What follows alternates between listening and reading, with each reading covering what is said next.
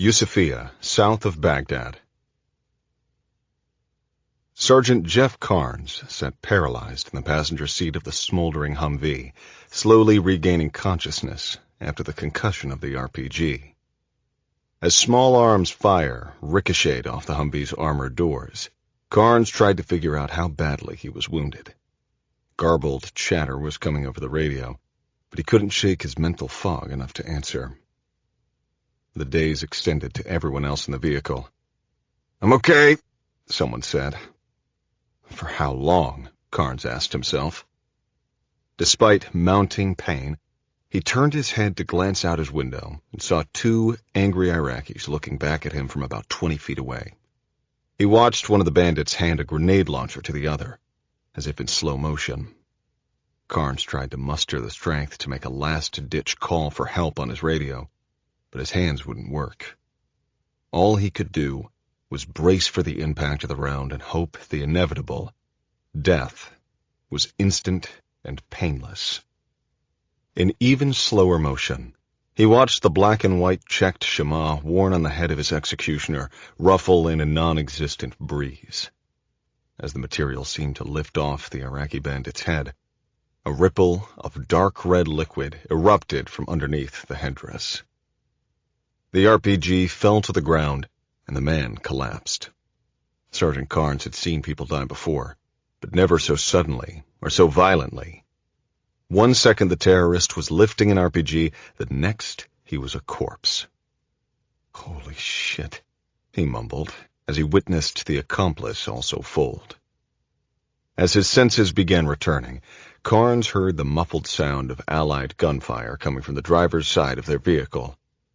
Then saw a group of people in civilian clothes and body armor running a full sprint towards the enemy. A moment later, he saw a small American flag held against his window by a tall man with Oakley sunglasses and a rhinoceros silhouette on his helmet. Carnes read the man's lips. "We're the good guys. You're gonna be okay." 3 days later. Chapter 1. Nantucket County Jail, Nantucket, Massachusetts. My latest deployment in Iraq had ended in a blazing firefight. Team Rhino and I had fought our way out of an ambush south of Baghdad, and Al-Qaeda had put a bounty on my head for greasing one of their suicide bombers. Now I was standing in the middle of a holding cell on the tiny island of Nantucket in Massachusetts. I had made it back to the island via the last ferry, parked my car, and grabbed my gear. It's good to be home, I thought as I walked to my house. Actually, I hadn't exactly walked to my house. It was more like I sneaked in. And to be clear, the gear I'd grabbed was a Sig Sauer pistol, a Colt 45, an AR-15, and an HK MP5 submachine gun with all the fixings. I get why that might have seemed suspicious. Moments later, I was laid out on my kitchen floor, forcibly arrested by the 7 legitimately deputized agents of the federal government who'd been waiting inside. My overseas heroics didn't seem to matter much to the guys who'd thrown me in jail last night. I've been shot at on many occasions and made it out without a scratch. But this was my first time in jail. Not exactly Rikers or Sing Sing, I know. Not much violent crime on this island since Nantucket's days as the whaling capital of the world, but a pain in the ass all the same.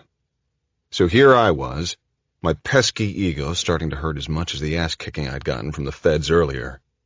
I could see the local boys in blue and the other agents glancing over their shoulders at me in the cage. Fuck them. I just stared back. I didn't hide my contempt. I shook my head, gathered my thoughts, and took stock of my surroundings, though I sure as shit wasn't planning on staying here long. I had a cellmate. He was about 18, 20 max, and not going to pose much of a threat. As soon as we made eye contact, he shifted nervously and looked at the floor. It must have been his first time in jail, too. "Nice watch," I said. Thanks," he replied, nervously trying to pull the sleeve of his sweater down over the glistening silver band. He was a tall, good-looking kid, with a lanky runner's body that stretched to just over 6 feet. The few days of summer growth on his face didn't amount to much. He was dressed like a typical summer resident: shorts, sandals, an old fishing sweater, and a $6,000 Rolex, the Submariner with the green bezel. I had an old stainless Submariner, which had cost me a little over $3,000 about 15 years ago. No way this kid had spent a dime of hard-earned cash on his watch. Doubtful he'd ever worked hard enough even to get a blister. "Is that the 50th anniversary model?" I asked. He seemed resistant to my line of questioning about the Rolex, so I figured I'd go in a different direction to boost his ego just a tad. "So, what are you in for?" "I wrecked a car," he said curtly. Then, echoing my emphasis, "What did you do?" "Touché, asshole." "Well, I got into a fight with a state trooper. Or maybe a local cop, not quite sure. Apparently, because of those love taps, I got flagged as a threat to someone important. A senator, I think. Some asshole who's staying in the house next to mine. What are the odds?" I shrugged my shoulders and raised an eyebrow. "Senator Harrison?" The kid was pretty astute. "Yeah, that sounds right. You know him?" "He and his wife have a house up here," he said sullenly. Switching gears, I asked, "The wreck, anyone get hurt?" "No," he sighed. "And I didn't really wreck it, either." He placed his head between his hands, rubbed his temples, and breathed deeply, as if deliberating how much he wanted to share with me. "Well, what's the issue then?" He lifted his head from his hands and stammered. "Okay, Jesus, all right. I took my mom's car out for a ride with some friends." "Then what happened?" "We went to Madakit to see some girls. We had a few beers and then drove out on the beach. I got it stuck in the sand and the tide came in. It's ruined." The scene was getting more dramatic by the second. I hate it when that happens. "What kind of car?" He scowled and shook his head mournfully. "It was a fucking Porsche, okay? A Cayenne." He hung his head back down in shame. I took a moment to consider the disconnect. This kid, with a $6,000 watch, had just ruined his mom's $100,000 car, while I'd gotten my ass kicked by a bunch of cops just for walking into my own house. Classic Nantucket. I straightened up a little and tried to sound serious. In my best older brother voice, I said, "Well, listen, man, seriously, no one's dead. Trust me, that's always a good start. And second, no one is shooting at you. A car is a car. Your mom will have to get another one, right? Sure, I bet she's pissed right now, but deep down she's pretty psyched that you're still alive, I swear. Where do you live, anyway? Summer or winter?" It was the ultimate gentrified fuck you. But this pretentious little asshole clearly had a wise-ass streak, meaning the kid had potential. I decided to play along. "I'll take where you winter for 200, Alex." "Palm Beach, Florida. We come up here in the summer. Our place is over on Cliff Road." Of course it was. Cliff Road is probably the most expensive real estate on the island. People who live there don't worry about sunken Porsches. It's budget dust. They'll laugh about it at the yacht club or at the next Commodore's ball or cotillion or whatever these people do for fun. "Phillips," said the desk sergeant at the cell door. "Nathan R., that's me," I said, standing up. Time for me to make my phone call. I gave my new buddy a knowing nod, stood, and walked toward the door. The group of officers and curious onlookers had grown to half a dozen, including a pair dressed in business suits. Federal types, I assumed. I was about a foot taller than any of them and in far better shape than the entire group.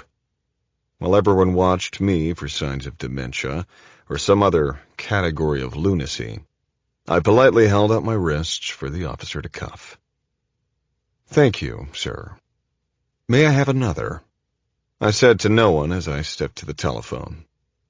"One call," the desk sergeant said curtly. I smiled my kindest smile and picked up the receiver.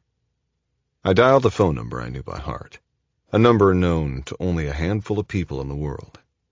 If ever there was a man who could fix anything, Tristan Dent was that guy.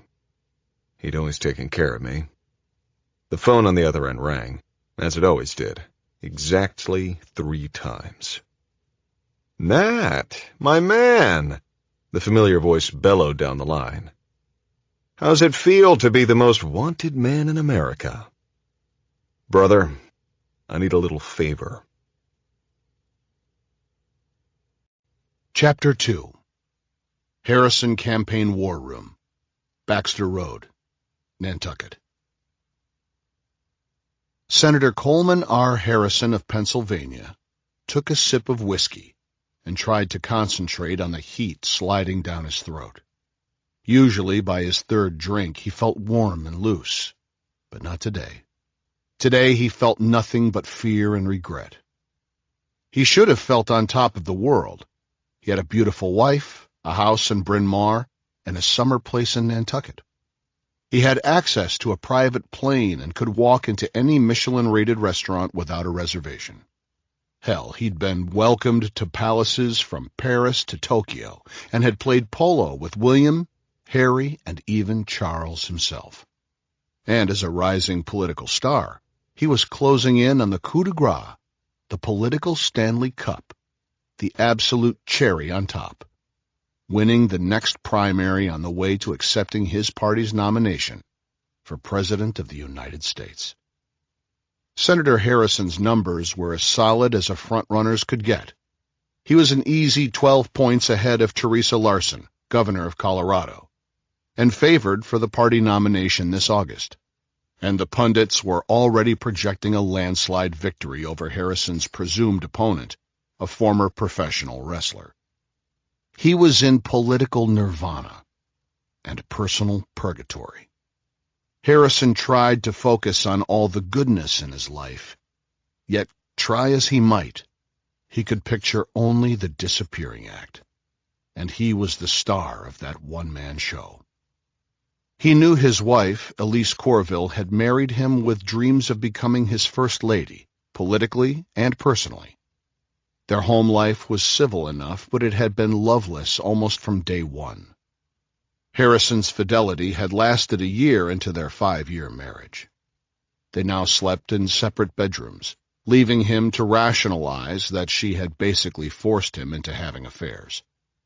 Of course, when Elise had abruptly kicked him out of the Cliff Road house they'd shared until a month ago, all his theories about her began to unravel, along with the advantages she'd provided. The money was hers. The Gulfstream was hers. The house on the main line was hers.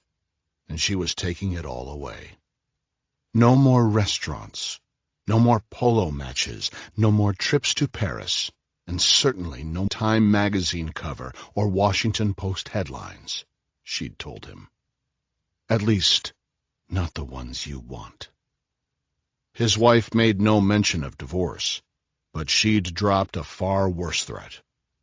"I am going to tell my father." Her words stung, as did the political reality that his father-in-law, Charles Corville, French ambassador to the United States, was not someone to have as an enemy. Thankfully, Harrison could still count on his staunchest ally, his campaign director, Walter Fitzgerald. Fitzgerald called in a favor from a loyal donor and got them set up in a house on Baxter Road, on the other side of the island. Fitzgerald also made sure to leak the fact that this location was Harrison's new campaign war room, a necessity for planning the grand strategy that would propel them from Pennsylvania Senator to Pennsylvania Avenue. "Publicizing it," Fitzgerald told Harrison, "will keep you from fucking this thing up even more." Tonight's fundraising event at the house had gone smoothly, but Harrison had been acting on autopilot, barely holding it together beneath the surface as he glad-handed donors. The last ones hadn't left until well past 1 in the morning. The senator looked out the window of the Nantucket summer home into the darkness, where the Atlantic waves rolled onto the eroding beaches of the Sconset. Just like my luck, he thought. The waves keep crashing and crashing. Nantucket was on the western edge of a nor'easter that would leave everything from New York to Maine socked in for the rest of the night. Coleman Harrison was close to becoming the leader of the free world, but he wasn't in charge. What Walt Fitzgerald didn't know was that Elise Corville was not the only woman who'd given Harrison an ultimatum. Amy Sullivan, Harrison's 28-year-old red-headed press secretary/mistress, equally gifted at manipulating the media and her boss, was about to make him pay dearly for his sins. The night before last, after staffers had vacated the campaign war room, Sullivan was scheduled to prepare Harrison for the upcoming debate. But within minutes, they'd abandoned the office for the bedroom. The debate prep morphed into an unusually rough session featuring some of Sullivan's more sinister talents. Afterwards, Sullivan proceeded to explain her priorities. Despite her relative youth and her inexperience in military matters, what she wanted was a seat at the table of the National Security Council. Harrison didn't know if he could resist Amy Sullivan's unrelenting demands. "Give me what I want, Coleman, or you'll never fuck me in the Lincoln bedroom." Chapter 3. Nantucket County Jail. My conversation with Tristan Dent lasted less than 90 seconds. I hung up the receiver and was ushered back to my cell. I sat down, crossed my legs, looked at my cellmate, and tried to make nice. "My name's Nat Phillips." I put my hand out for a shake. The kid straightened up immediately and had a surprisingly firm grip. "Josiah Wilson, sir.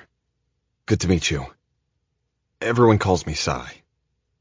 He looked me in the eye. "Man, I really fucked myself this time. This is way worse than when I got bounced out of school." He muttered woefully. "My father wanted to teach me a lesson, so he called the cops.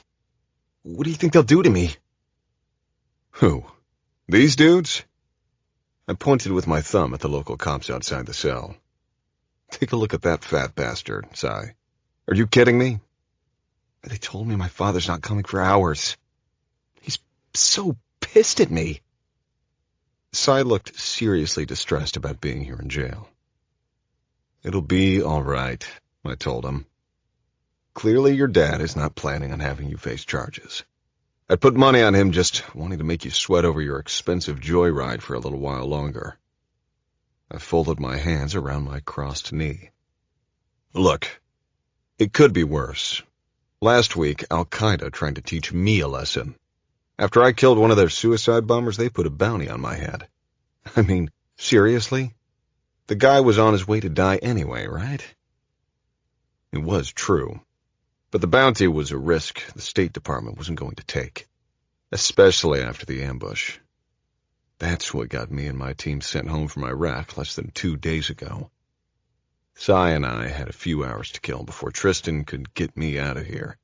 So I told the kid why I'd been in Iraq, then sketched my work with Chesapeake Security and Training Company, CSTC for short.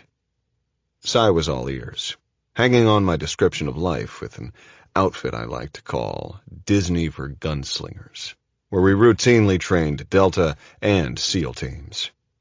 I had the kid on the hook. How often does anyone get to spend the night in jail with a special operator? I ran down CSTC's 3 operating groups: land, sea, and air. Each group consists of 3 teams, a who's who of special operators and security specialists. I lead Team Rhino in the land group. We also have Bear and Bull. Mako, Tiger, and Hammerhead are our sea teams, and Eagle, Hawk, and Falcon are air. I said, if you've got to do a dangerous mission, at least do it with good people, a smile on your face, and try to have fun. That's what we do. I continued the play-by-play, talking about the events in Iraq. Anyway, if you ever meet my teammate, Meg Fuller, don't believe a single word she says, 'cause I shot the guy first. Of course, after the lead injection, his thumb released the detonator and he went kerflooey and blew himself to smithereens. Hey, happy martyrdom to him. All I did was help the guy in his merry way without taking any of us with him, the fucker. The nerve of them getting all worked up over a dead suicide bomber. You see the irony, Si? He couldn't help smiling at my little routine, but seemed suitably impressed. Si showed some humility as he detailed his own situation.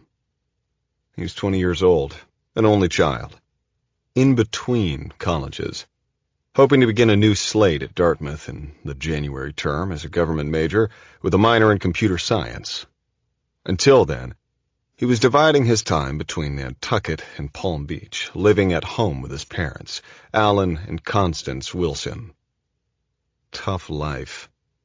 Alan Wilson was chairman of the Wilson Group, one of the most successful hedge funds, rivaled only by BlackRock Capital. Old Al was a big hitter, and definitely wasn't going to end up at the soup kitchen over his wife Connie's Porsche currently being parked in Davy Jones's locker. Si and I bullshitted for a while, and I had to admit, I really liked the younger Wilson. He seemed like a good kid. I suspected he just needed a bit more purpose and direction, and probably an ass-kicking too, for good measure. Everybody needs one from time to time. I couldn't fault the old man for trying to get his only child energized by something other than girls and beer. Successful dynasties aren't normally run by delinquents. I had some money saved from my last trip to Iraq and desperately needed some work done around my place, starting with repairing the doors. The feds had just kicked off their hinges, and the kid obviously needed something useful to do with his time, so I suggested I talk to his dad about having Si come help me out. It seemed like a good fit for both of us.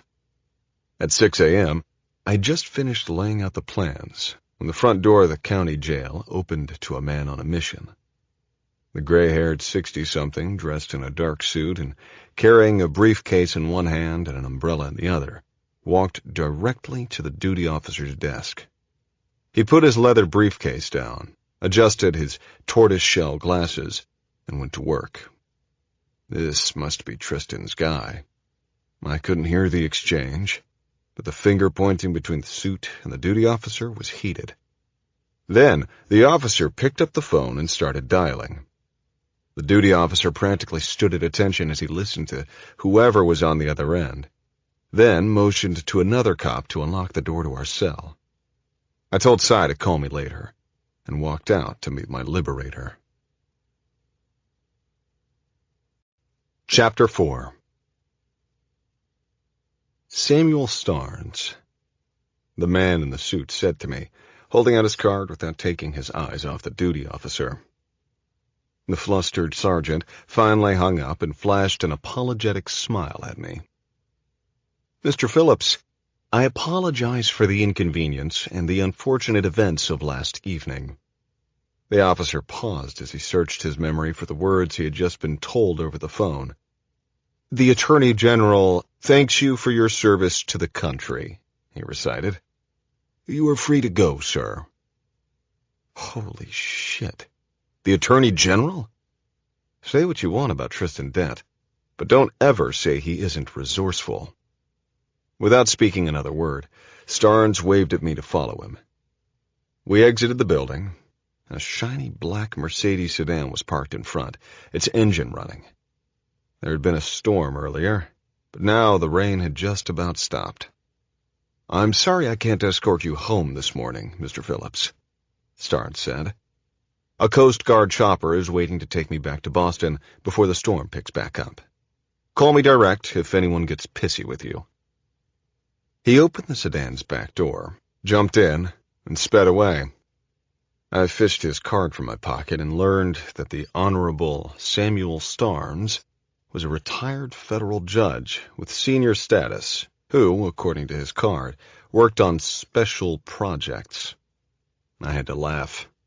Starnes would be a good friend to have on speed dial if Chesapeake Security and Training Company and Team Rhino were going to rise to their next great challenge. Rocket's red glare Sometimes I had to remind Tristan that the whole concept of CSTC had been my idea.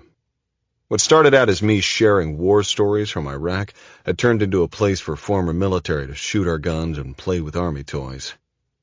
I remember that day vividly. Sipping bourbon and smoking cigars, Tristan and I, fast friends since our days together at Fort Benning, had been watching sailboats tack their way across the Choptank River. Since 9/11, the military's elite units had been searching desperately for off-site training areas, and I asked him about his farm. Tristan and his wife, Allison, owned 2,500 acres on the eastern shore of Maryland, perfectly wedged between two environmental preserves and the Chesapeake Bay. We envisioned using all that land to make some dough from Uncle Sam. Not that Tristan needed the money. Tristan Dent was not only the first millionaire I ever met. A few years later, he became the first billionaire, too. His father, Henry Dent, had come home from Europe after fighting in the Hurricane Forest and threw himself into work, by day selling real estate to returning veterans and by night tinkering in his garage building collapsible stretchers. Over the following decades, Henry had expanded his empire from affordable veteran housing to commercial real estate, and he now held a lucrative patent on a product highly sought after by the Department of Defense. By the time Tristan entered the world, the Dent family fortune was worth a healthy $50 million. 30 years later, it was worth a little over $500 million. Shortly after that, Tristan's then-girlfriend urged him to consider investing in an online bookstore, and that Christmas, Tristan pulled the trigger twice. First, buying a sizable chunk of Amazon.com, then buying Allison West a 5-carat diamond ring at Tiffany. Well, before that, however, Tristan's father had mandated that his only child serve at least one enlistment in the Army before taking the reins of the Dent family business. Otherwise, control would go to a distant cousin. Tristan didn't see the condition as an obstacle. He embraced it as a great adventure. Not only did he challenge himself to try out for the hardest unit at Fort Benning, Georgia, home of the infantry, but he made the cut and thrived. Had it not been for a broken back after a parachute malfunction, Tristan would have ended up a career Army Ranger. That's where we'd met. And when I mustered out, the two of us built CSTC at a record pace. Within a year, we were routinely getting asked to support missions downrange. Tristan worked the contracts, and I found the people, building Team Rhino for the first overseas deployment in CSTC's young history. The expert men and women I recruited didn't need individual training. Boston's finest son, Jimmy Teagan, was a friend to us, both from our time with the Rangers. Oliver Smith and John Paul Kennedy were 5th Special Forces Group guys I'd worked with in Baghdad. Oliver knew Wolf Kerr from the SF Combat Divers School in Key West. Tristan's wife, Allison, knew our commo guy, Stu Arden, from her ski bum days in Jackson Hole. Rudy Martin, our first medic, was former Air Force. He'd been first on the scene when Tristan broke his back. They'd stayed in touch. I'd personally recruited Meg Fuller from a graduate program at the University of Virginia, where I had once studied. One of my professors had given me a heads up about a talented student in his national security course. I wish she had been with me in Vietnam, he said of the young woman who was already fluent in French, Russian, and Spanish, and learning more languages. She's an analyst and an operator. The total package. An asset like her needs to be roaming the national security space, not studying it, the professor said. Give Meg Fuller a few years, and she'll be running either Langley or the NSA. Guarantee it. Now, I was wondering how the hell I was going to get back to the other side of the island. I definitely wasn't going back inside to ask the cops for a lift. So, I started to walk in the general direction of Cisconset. It was not yet 7 a.m., and except for a few trucks making morning deliveries, the streets were still empty. Not even the damn coffee shops were open yet. I spotted a hunter green Range Rover pull into the spot in front of the county jail, vacated by my new friend Starnes, and a 50-something man dressed in the running shoes and shorts of a marathoner or triathlete jumped out from behind the wheel and headed inside. The second man on a mission I'd seen in the last hour. Had to be Si's dad. I debated sticking around, then decided against adding any more drama to young Josiah Wilson's life. I pulled out my cell phone and left Tristan a message, thanking him for springing me from my hoosegow and letting him know I'd been doing some serious thinking about his new plans. The concept, as Tristan had explained to me after exfiltrating Team Rhino from Iraq, was to establish a team of U.S.-based operators who could, if needed, augment the existing paramilitary and law enforcement organizations within the United States during times of national crisis. A lawful in extremis operations network. We're calling it Rocket's Red Glare, Tristan had said. I've been working on this for a while, Nat, and I think it's a perfect job for you and your team. I still had some doubts, but the concept definitely had merit. This wasn't Mission Impossible stuff. This was real. Emergency operations happening not overseas, but right here in the U.S. Team Rhino would be up for the challenge. I would give everyone a thorough briefing when they arrived in Nantucket on Friday. As I trudged along the wet road toward the next bus stop, the green Range Rover crawled past me, Si in the passenger seat. The brake lights glowed and the luxury SUV came to a stop. The driver's door opened, and out stepped Si's dad, a powerful-looking fellow. I couldn't tell if he was pissed or happy, so naturally I prepared for battle. I understand you want my son to work for you, the man said without fanfare. Who are you? Nat Phillips, I said. I just got back from a deployment in Iraq, but I live over in Sconset, I said, using the local nickname for Sisconset. Could use some help fixing some stuff up around the place. Fair enough. He held out his hand as I approached. Alan Wilson. Good to meet you. When can he start? Well, sir, if you can give me a lift home, he can start as soon as we get there.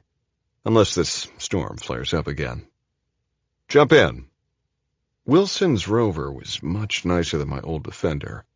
The leather still smelled fresh from the showroom.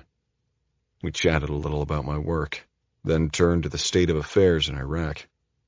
Wilson grilled me on the war effort and the details of the ambush I had mentioned to Si. Like his son, Alan Wilson nearly went into a trance when listening to a real story about battling terrorists.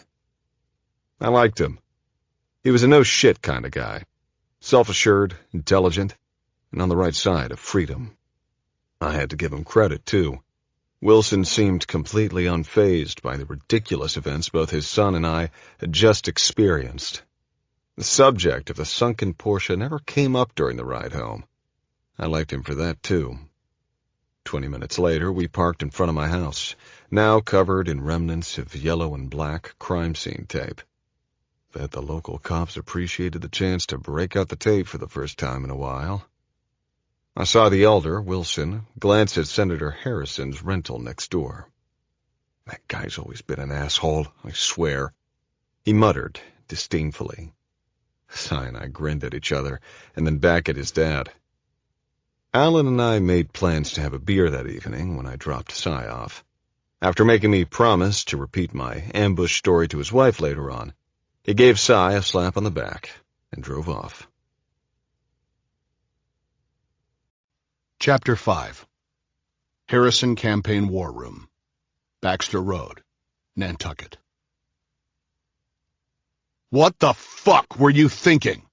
Coleman Harrison's campaign manager, Walter Fitzgerald, screamed. Harrison watched as Fitzgerald's face flushed and spittle flew from his mouth. You selfish fucking bastard! You have fucking ruined this entire fucking campaign! After almost 10 years, the senator had withstood many of his campaign director's legendary tirades. But he had never seen Fitzgerald so angry. She wants... What? Fitzgerald hissed. He was almost apoplectic after hearing Harrison relay his press secretary Amy Sullivan's demand. "I hope like hell you enjoyed yourself," the campaign manager spat as he frantically paced the room. "You tell that bitch that it takes more than her tits, ass, and a Princeton degree to get a seat on the National Security Council." Harrison was careful not to make eye contact with the possessed man in front of him as Fitzgerald poured himself 3 fingers of scotch without offering any to the senator. He took a sip. "Tell Amy I want to talk to her. Just the 3 of us. You sit there and keep your mouth shut unless I tell you to speak." Harrison watched Fitzgerald undergo a familiar transformation as the velvety liquid slid down his throat. The campaign manager's features softened as he went into hunting mode. Harrison, Fitzgerald, and Sullivan all agreed on one goal: getting Coleman Harrison through the gates at 1600 Pennsylvania Avenue in a position of power. Secrecy was at a minimum in the political world, especially when all eyes were on the campaign trail. But Harrison had deluded himself into thinking that Fitzgerald would succeed in keeping the senator's affair with Sullivan under wraps. Fitzgerald would fix the problem, and, in a few days, probably even press Harrison for some of the sordid details. "When do you want to see her?" Harrison asked with new enthusiasm. "Give me about 20 minutes, then bring her in. I have a few phone calls to make first." The senator was already walking out the door when he realized that Fitzgerald had basically just dismissed him from his own office. Coleman Harrison held the door as Amy Sullivan walked confidently into the meeting. She carried herself like a woman in a strong bargaining position. Walt Fitzgerald was sitting behind the large mahogany desk, cleared of all but a single sheet of paper. "Amy, please have a seat." He gestured to an overstuffed chair. "We're here to talk about how we can keep you engaged with our team." "Walt, where I want to be is the true power center of this country," Sullivan said. "I want to broker policy options for the president. That means a significant position on the National Security Council. I will accept nothing less." Fitzgerald leaned forward at the desk. "Amy, I mean no disrespect, but your limited credentials would not withstand the vetting process." He spoke softly, almost like a father talking to his daughter, looking to find her way in the world. "None taken, Walt.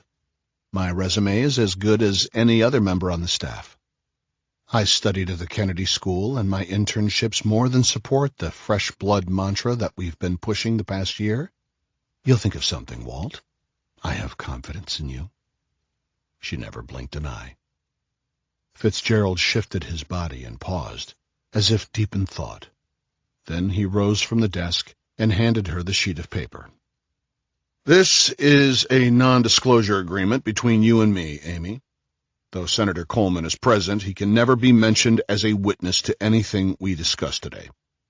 Sullivan started to speak, but he held up a hand to silence her. "We will guarantee you a position on the National Security Advisor's staff under the following conditions. First, you agree to accept the position of a Deputy Undersecretary and promise to execute your duties with total support for the Harrison administration.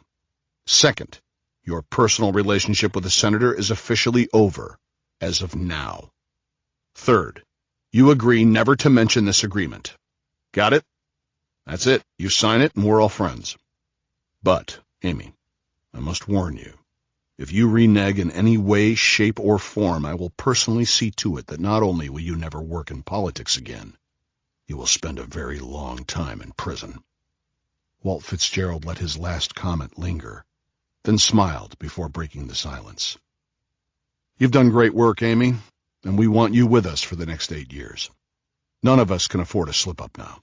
Our team is strong, and we'll work hard to get you up to speed in the switch from press to national security.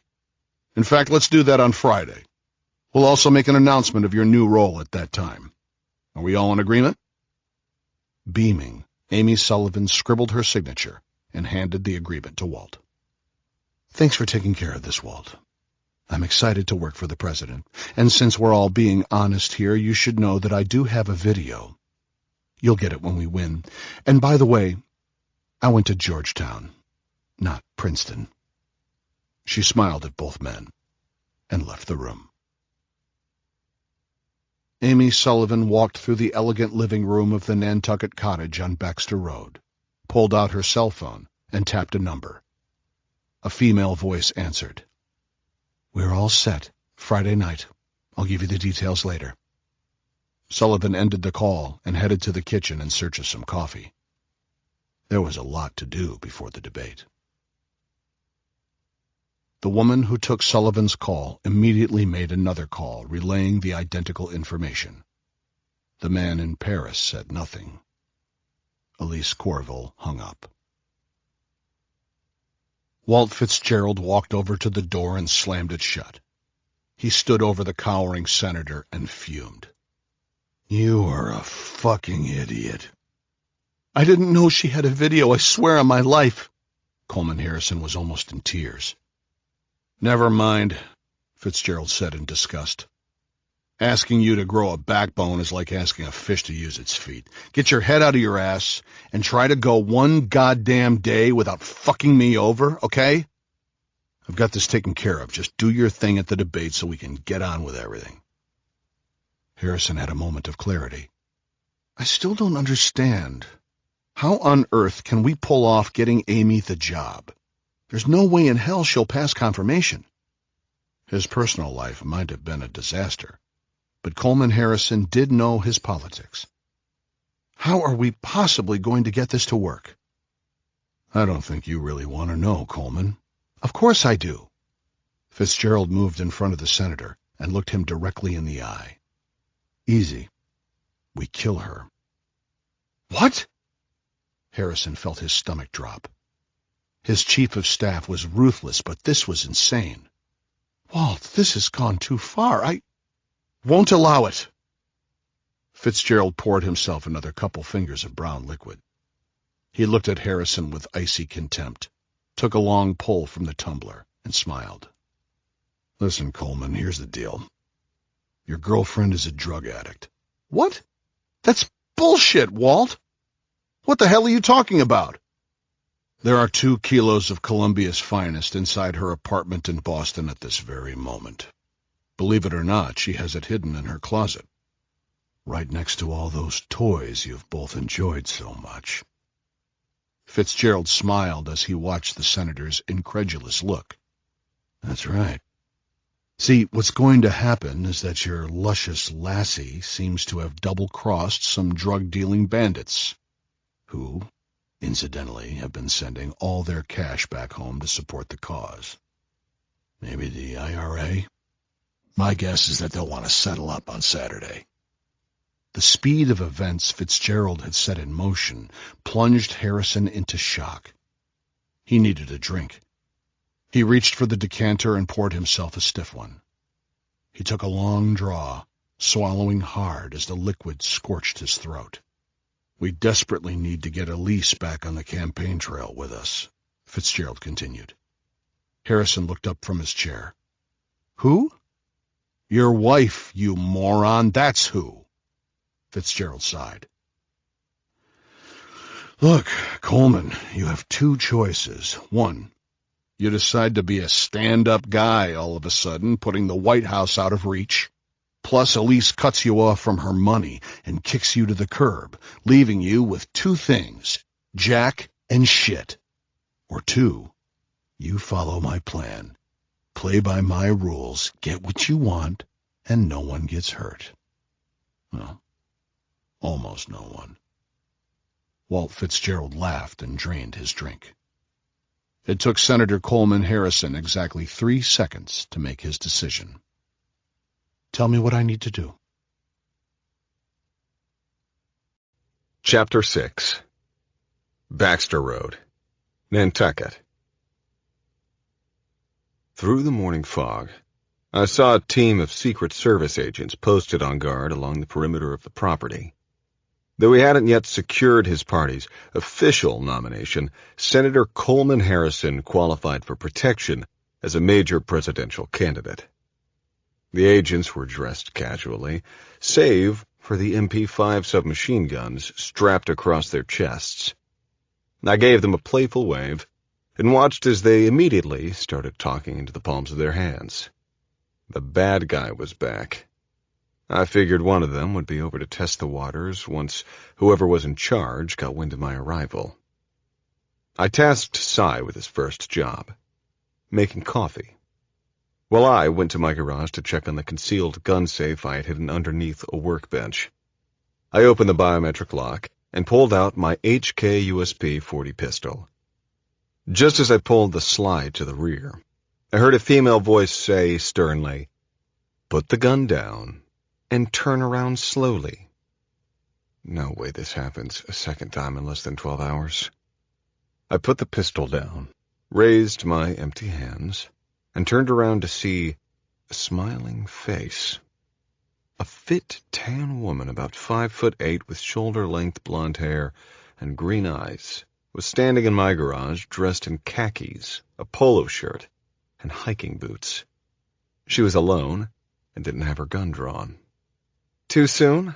she teased. "Sorry, I couldn't help it." She held out her hand. U.S. Secret Service Special Agent in Charge, Rowan Anderson.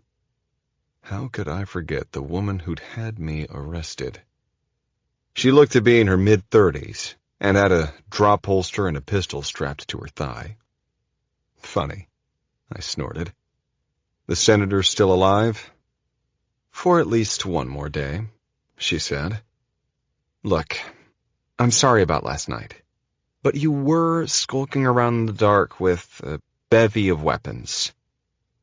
I'd hardly call it a bevy. It was more like a tiny collection of guns. And I wasn't skulking. I was moving quietly and deliberately. She flashed me a grin. Anderson had a lovely smile and wore no ring that I could see. "We had to take the potential threat even more seriously than we do the usual whack jobs running around these days, especially given the ruckus you caused with that state trooper." The rear security detail enjoyed that bit of excitement. Can't believe I missed the rear security clowns. That was sloppy. I guess I deserved the beatdown. I muttered sheepishly. "Well, we had you dead to rights for sure, but you were formidable, I will give you that." She chuckled. "I'll have your tiny collection of guns back here this evening. I assured my boss that we would take good care of you. My ass still has bite marks from the chewing, by the way. You've got some mighty powerful friends. Peace?" She moved closer and once again extended her arm. She had a good handshake. Peace. Anderson checked a lot of boxes for me. Intelligent, funny, gun-toting, tough. Plus, she was really pretty. And when she turned around, I checked her ass for the bite marks she mentioned. It looked perfect from what I could tell. My teammate Wolf would approve. I was suddenly tongue-tied. At work, on the job, even during a gunfight, I could talk to women as equals and friends. Out in the regular world, however, I always seemed to be too much or too little. A clueless train wreck. Always somehow getting 17 steps ahead of myself and messing things up before they even started. It was worse than an Achilles heel. I probably needed some kind of romance therapy to cure my Achilles leg.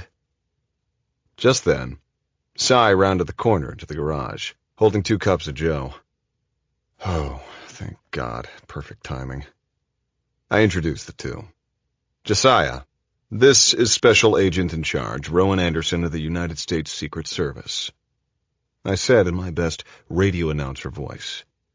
"She's the one who arrested me, beat my ass, and stole my guns. She isn't a very nice person, but she is the reason you now have a summer job." Cy laughed. "Thank you for beating his ass so that I can have a summer job, ma'am." "Hello, Josiah. As you can see, I do like to steal and pillage and get into fights, but as much as I'd like to hang out with you two desperados," she said with a smile and a wink, "I've got important work to do." "Speaking of desperados," I warned her, The rest of my crew will be heading up later in the week to create havoc. Be on the lookout for suspicious types." She took it like a champ and headed off to do her Secret Service duties. When Cy and I caught each other staring as she left, we laughed self-consciously, clinking our coffee mugs, and headed out to fix my house. The big renovations would start later, but Cy seemed as excited as I was to get cracking on them. We spent most of the day replacing the front door and doing small cosmetic jobs. The kid had a keen work ethic and never once sandbagged it. He was pretty decent with a hammer and surprised me by even knowing the basics of wiring and electricity. Seeing him in action, I asked how he had acquired such an impressive skill set.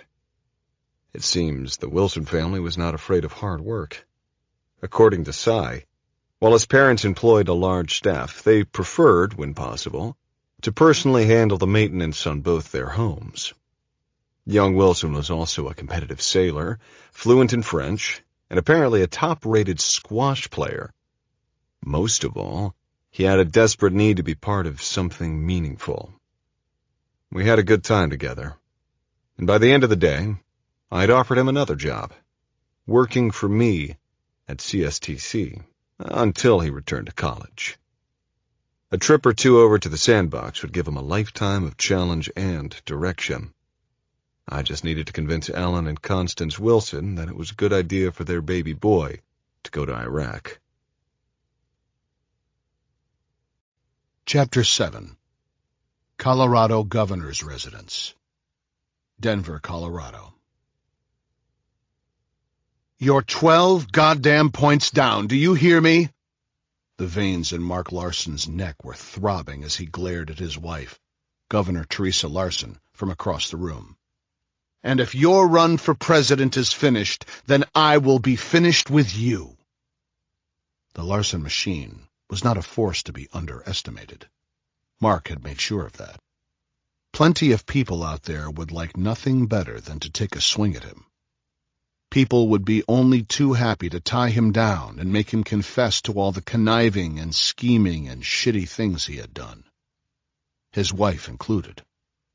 Governor Larson silently counted to 10, exhaled audibly, and reached for a cigarette.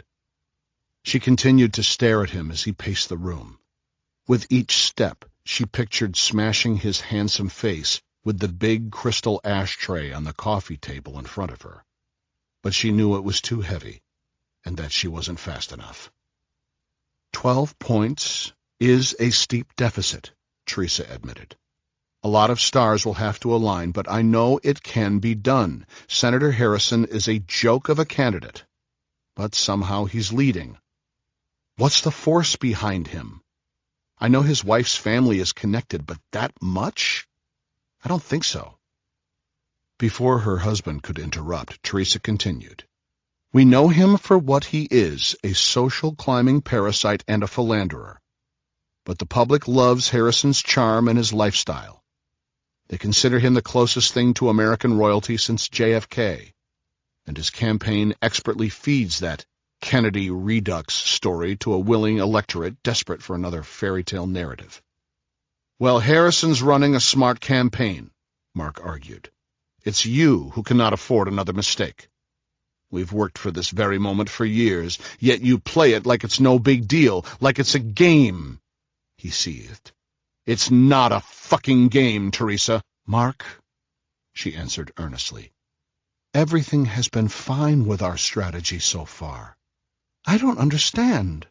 Why are you so upset over an off-the-cuff comment? The governor had been boxed into a tight corner in a recent Morning Joe interview about her policy toward Taiwan and microchips, and whether she would or would not defend the island from the Chinese. Of course, she wouldn't let the Chinese have free rein over the island, but all she'd said was that the current administration hadn't figured it out yet, and that such a complicated foreign policy decision would require the expertise of her future advisors. She never said anything about independence. Case closed. It was a safe answer to a loaded question. Any other politician would have given the same vague answer, but apparently that wasn't good enough for her husband. "We only have one chance at this," Mark yelled, his face crimson with rage. "It is real, and it is war, and like I said, if you are out, then I am out." He stormed out of the room and slammed the door hard enough to make several paintings rattle against the wall. The governor lit another Marlboro, took a drag, and indulged in her recurring fantasy, killing Mark herself. She pictured him on his knees, crying, begging her not to pull the trigger as she stood over him with a Walther pistol.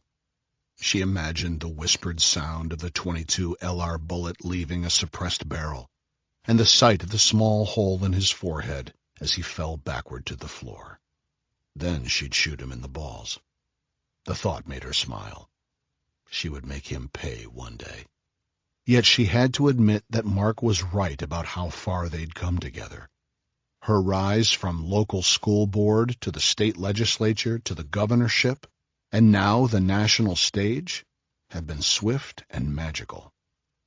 With Mark or without him, Teresa Larson had to believe she could still grasp the prize. As her uncle liked to say, bad things happen to bad people. Chapter 8. Wilson Estate, Cliff Road, Nantucket. It was time to meet the Wilsons on their home turf. Cy gave me directions to his family's cottage on Cliff Road, which overlooked the most stunning expanse of waterfront I'd ever seen on this island, or any other. I admired the circular cobblestone driveway, the manicured lawn as lush as the putting greens at Augusta National, and a flagpole flying Old Glory, POW, MIA, and the Wilson family crest. Cy introduced me to his mother and went to get cleaned up.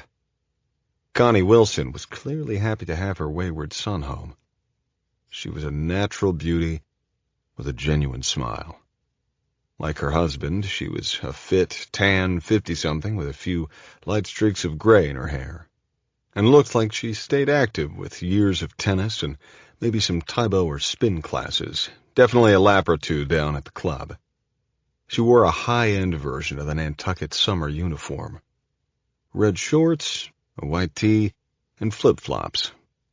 We chatted comfortably, comparing favorite spots on the island, as Connie gave me a quick tour of their 8-bedroom place, which was as tastefully appointed as it was architecturally impressive. It had to have cost north of $15 million. When we moved to the large veranda overlooking the Atlantic, Alan brought us each a beer in a green bottle. I liked that despite their clear wealth, the Wilsons were down-to-earth, beer in a bottle kind of people. Straightforward, no bullshitting around, right up the gut without a chaser. I sprang my plan on them. I suggested that effective immediately, Cy come work directly for me and CSTC until he went back to college in January. I explained a little more about what I did on a normal day and laid out a timeline. In a few months, we'd take stock to see if he wanted to make a deeper commitment. "Would he be carrying a firearm?" Connie asked, somewhat nervously. After sufficient training, he would be licensed to carry a weapon, but only if he traveled overseas with me. Alan was smiling. "I think it would be a great opportunity for him, Nat. Hell, I still remember going through airborne school at Benning." I'll be damned. Alan Wilson, scion of the financial world, was a member of the Benning Boys Club. To my relief, Connie was all smiles, too. When I mentioned that some of my team members were coming to the island this weekend, she went directly into party planning mode. Before I knew it, a CSTC Welcome to Nantucket party at the Wilson Shack was on my calendar. When I dipped inside, I encouraged the youngest Wilson, a handsome devil now that he'd cleaned himself up. The peach fuzz was gone, his sandy hair was neatly combed. He was dressed in a summer uniform, much like his parents. I updated Cy on his new job, which would officially begin after we fixed the drywall, rewired the garage, repaired some leaky faucets, and painted all the windows. He smiled as brightly as his parents had out on the veranda. Who knew what the future might hold?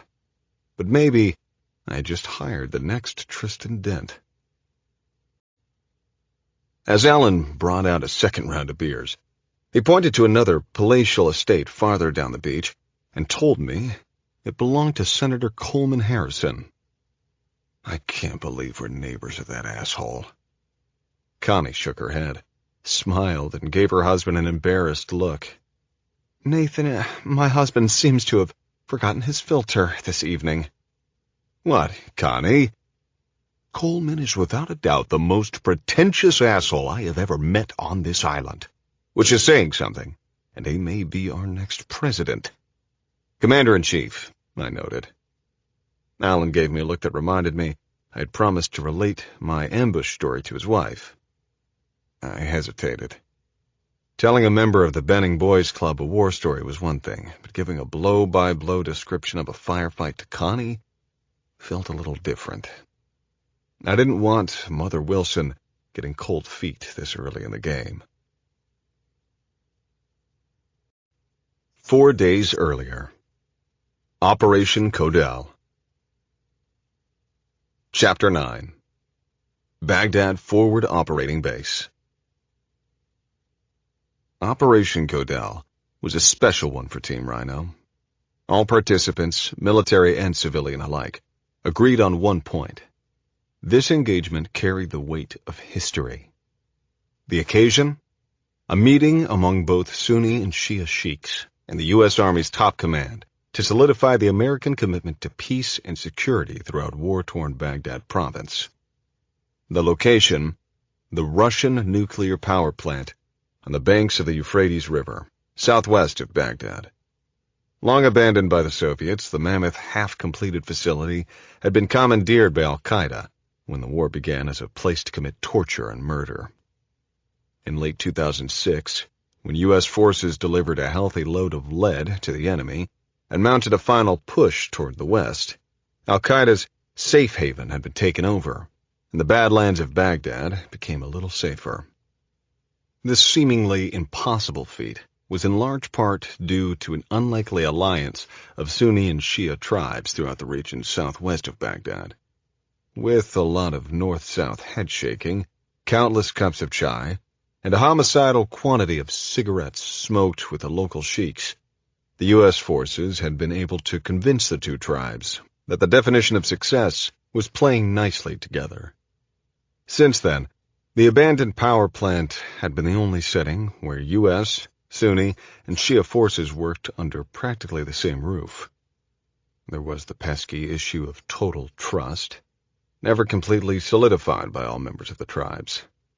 But with a limitless supply of U.S. dollars for all who renounced Al-Qaeda and demonstrated their support for the cause, the Sunni and Shia were at least civil to one another. In fact, they made it a point of honor not to allow any terrorist attacks in the area. Still, foreign fighters often crossed into Iraq from Syria, then traveled unmolested to the western banks of the Euphrates River. For years, the local village near the power plant had been sympathetic to the terrorists, its surrounding sands stained with a good deal of American blood. It was another nasty place for the enemy to hide. The civilian guest of honor at tonight's meeting was Congressman Martin Jennings, chairman of the House Armed Services Committee. As a statesman, Jennings was well regarded on both sides of the aisle. He was a social liberal, but a military hawk. Jennings' father had been an island-hopping Marine during some of the fiercest fighting in the Pacific theater of the Second World War. A Silver Star recipient at Tarawa, Private Jennings had lost a leg protecting his fellow Marines. The one lesson Jennings Sr. instilled in his young son: you don't fuck with soldiers, sailors, and certainly not Marines. Martin Jennings remembered his father's message.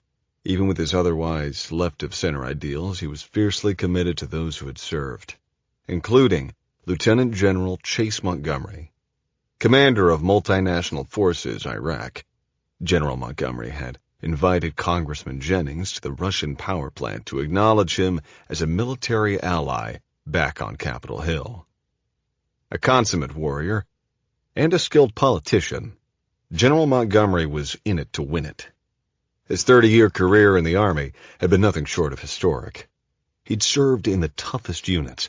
He'd done hard tours in Korea and Germany. He'd taught at his alma mater, West Point, and had earned a master's degree in national security and strategy at the War College. The general had even made time to get an MBA from Georgetown while on assignment at the Pentagon. Montgomery had collected his third star after successfully leading the infamous 82nd Airborne Division to many victories in the War on Terror. The President and the Secretary of Defense had handpicked him to assume the lead in Iraq. Jennings would be flying to the meeting in a Black Hawk helicopter.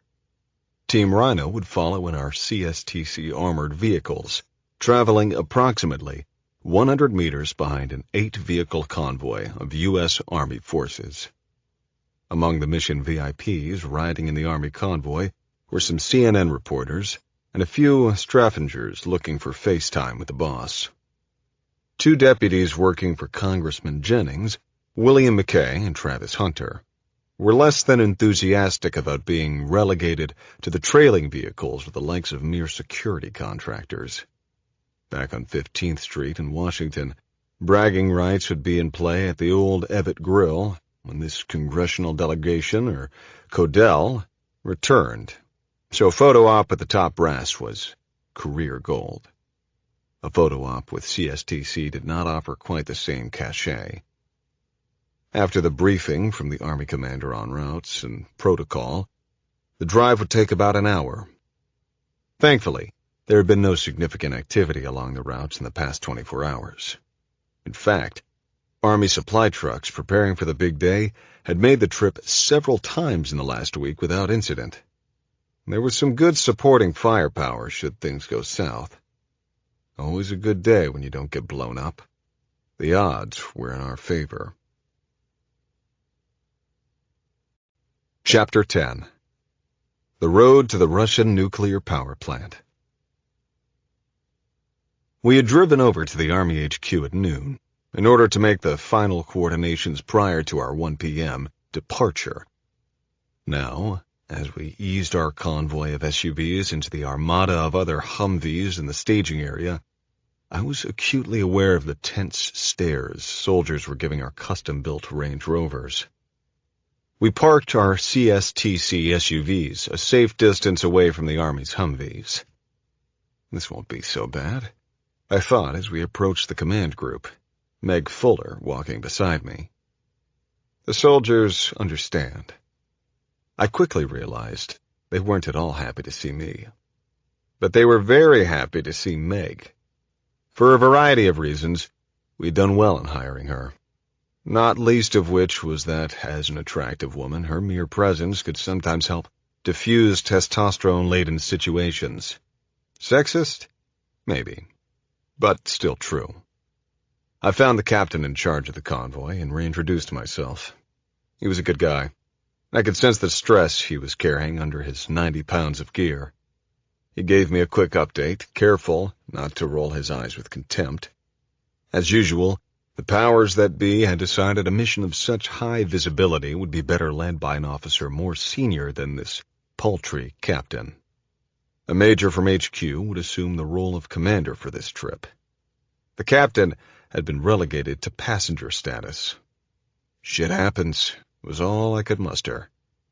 I found the major walking to his vehicle in his way too clean uniform, looking pleased with himself and his new status as convoy commander. He was less pleased with the responsibility of lugging my team along as I half-trotted to his side and put on my best facade of, "You're in charge and I'm here to follow." We did a quick plan rundown from A to Z. I handed him one of our CSTC encrypted mobile radios so that he and I could stay in contact over our own frequency as a backup. Then, he, begrudgingly, asked if I needed anything. "We're all good here, sir," I replied. "See you at the power plant. Keep it under 90, And don't walk off with my radio, okay? The look the Major gave me as he headed to his Humvee telegraphed, "You're an asshole." As I walked back toward my SUV, Rhino 2, I gave Team Rhino the hand signal to mount up and get ready to depart. I could see Meg, Oliver Smith, and John Paul Kennedy laughing at me for playing Mr. Nice Guy. I knew exactly what had transpired with the new commander. I shook my head and smiled as I made my way to where my VIPs were waiting for their ride. I beckoned the two congressional staffers, William McKay and Travis Hunter, over to the hood of Rhino 2, where I unfolded my map and began my brief. Neither one had the slightest idea where we were heading, but both bravely attempted to look like they did. "Bottom line," I said, "is that unless I tell you otherwise, you touch nothing and you do nothing. Put on your helmets and enjoy the ride." With that, I donned my Kevlar helmet and sat down in the front passenger seat. With a simple touch of a button, I could talk to all the members of our team internally or communicate with the Major in his vehicle, as well as with our command center. I made checks with all of our vehicles. So far, so good. Even the Major was kind enough to answer my radio call. Wolfgang Wolf Kerr was my driver. Whether it was regional pride or a love of Mozart, his German mother had never explained naming her firstborn son Wolfgang, but for as long as he'd been alive, his American father had called him Wolf. The nickname fit perfectly. Wolf served 10 years as a Green Beret before leaving the U.S. Army. He enjoyed some time in the reserves, but found it somewhat unfulfilling. After finishing his bachelor's degree in Colorado, he floated between federal jobs with the FBI and the Secret Service. He knew Oliver and JP via Special Forces, and when he heard that Tristan Dent had opened the door to CSTC, Wolf came running. "Rhino Base, this is Rhino 2. Preparing to depart for Russian power plant. 2 PC for delivery, 18 total, over." "Roger, Rhino 2. Good copy. Break. We're tracking through GPS and monitoring command frequency from this location. Over." I watched as the wheels of Rhino 1 started to roll forward. We were on our way. The excitement, fear, and challenge of the mission hit me all at once, as usual. I said a quick prayer for safe travels and gave the command to move out. I would have felt better knowing that CSTC's Team Eagle was on standby. We had a fleet of armed helicopters for convoy protection, each one equipped with 6-barreled miniguns capable of neutralizing just about any armed threat we could face on the ground. But we wouldn't have access to the helicopters today. Moving a convoy of 12 vehicles out of a base with 15-mile-per-hour speed limits is a clumsy endeavor. The goal is to get everyone spaced evenly, moving at the same rate of speed, and functioning as one large element. Of course, it takes some time to get synchronized. Inevitably, a young driver throws off all the vehicles behind them by driving too fast or too slow. Those at the tail end of the convoy, as Team Rhino was today, feel every mistake made by those in front. Profanity becomes an art form in the community of arms. My drivers immediately began cursing into my earpiece. "Okay, children," I answered as nicely as possible. "Everyone calm down. Pay attention. And shut the fuck up." Chapter 11. Once Rhino 4 cleared the last gate of the base, we started to flow. My gunners in all 4 vehicles gave running observational commentary. Everything was a threat to us until proven otherwise. Cars moving at the wrong speed, a man standing where he shouldn't be, kids playing too close to the highway. North of Baghdad, U.S. college names were used for highways. East of Baghdad, it was baseball teams. And to the south, where we were headed, were NFL teams. The plan was to drive south from Baghdad along Route Cowboys and then head west along Route Ravens, split southwest along Route Packers to the Euphrates, then head north along the river on Route Steelers. The trip down Cowboys was pretty easy. We hit Ravens and headed west. The convoy had to slow down considerably on this two-lane road. Most roads in Iraq ran parallel to a system of canals and small rivers. The mixture of soil and constant irrigation allowed invasive reeds to grow incredibly tall and so thick that it's impossible to see more than 6 inches beyond them. They also grew right up to the road, providing ideal hiding spots for the enemy to place IEDs or rocket ambushes. The chatter on the intercom picked up. My team was on their game. We made it onto Route Packers, safe and sound. We passed the market and the village of Yusufia, then the outlying shops and derelict structures that bordered the street. It was not out of the ordinary to see women dressed head to toe in their black burqas, walking next to donkeys pulling carts, while a gaggle of men sat under the shade of the buildings watching them work. The locals were mostly immune to the sight of American Humvees, but they took instant notice of CSTC's armored Range Rovers. Some of the men reacted as if they'd seen spaceships. I called back to John Paul Kennedy and Rhino 4. As usual, everyone had already noted it. Roger, boss. I got it covered. Break. They're still sitting there. Rhino 1, anything ahead? Negative, Rhino 4. We're about 75 meters behind the convoy, Oliver replied. It opens up about 50 meters ahead. Nothing but an old garage on the north side. You should be passing it about now. Over. Oliver Smith was as cool as they come. The 6-footer looked like NFL Hall of Fame linebacker Lawrence Taylor. During a fight, he had ice water in his veins. The sun was high in the sky, and the temperature must have been about 120 degrees as we headed north, along Route Steelers. I could see the huge cooling towers of the old power plant ahead. We made it there in just over an hour. Okay, kids, we're here, I said over the intercom. Rhino 1, just follow these cats wherever they go. Break. I'll get out with the PC and link up with you all once I figure out what's going on for the trip home. As the vehicles came to a stop in the parking area, I gave one last command. Go make some friends, and don't let anyone steal our shit. Meg and I will be back in a few. I turned to William McKay and Travis Hunter, the 2 junior VIPs wedged in the back seat, and waited as they unfolded themselves. Congratulations, gentlemen. This leg of the journey was a success, I announced.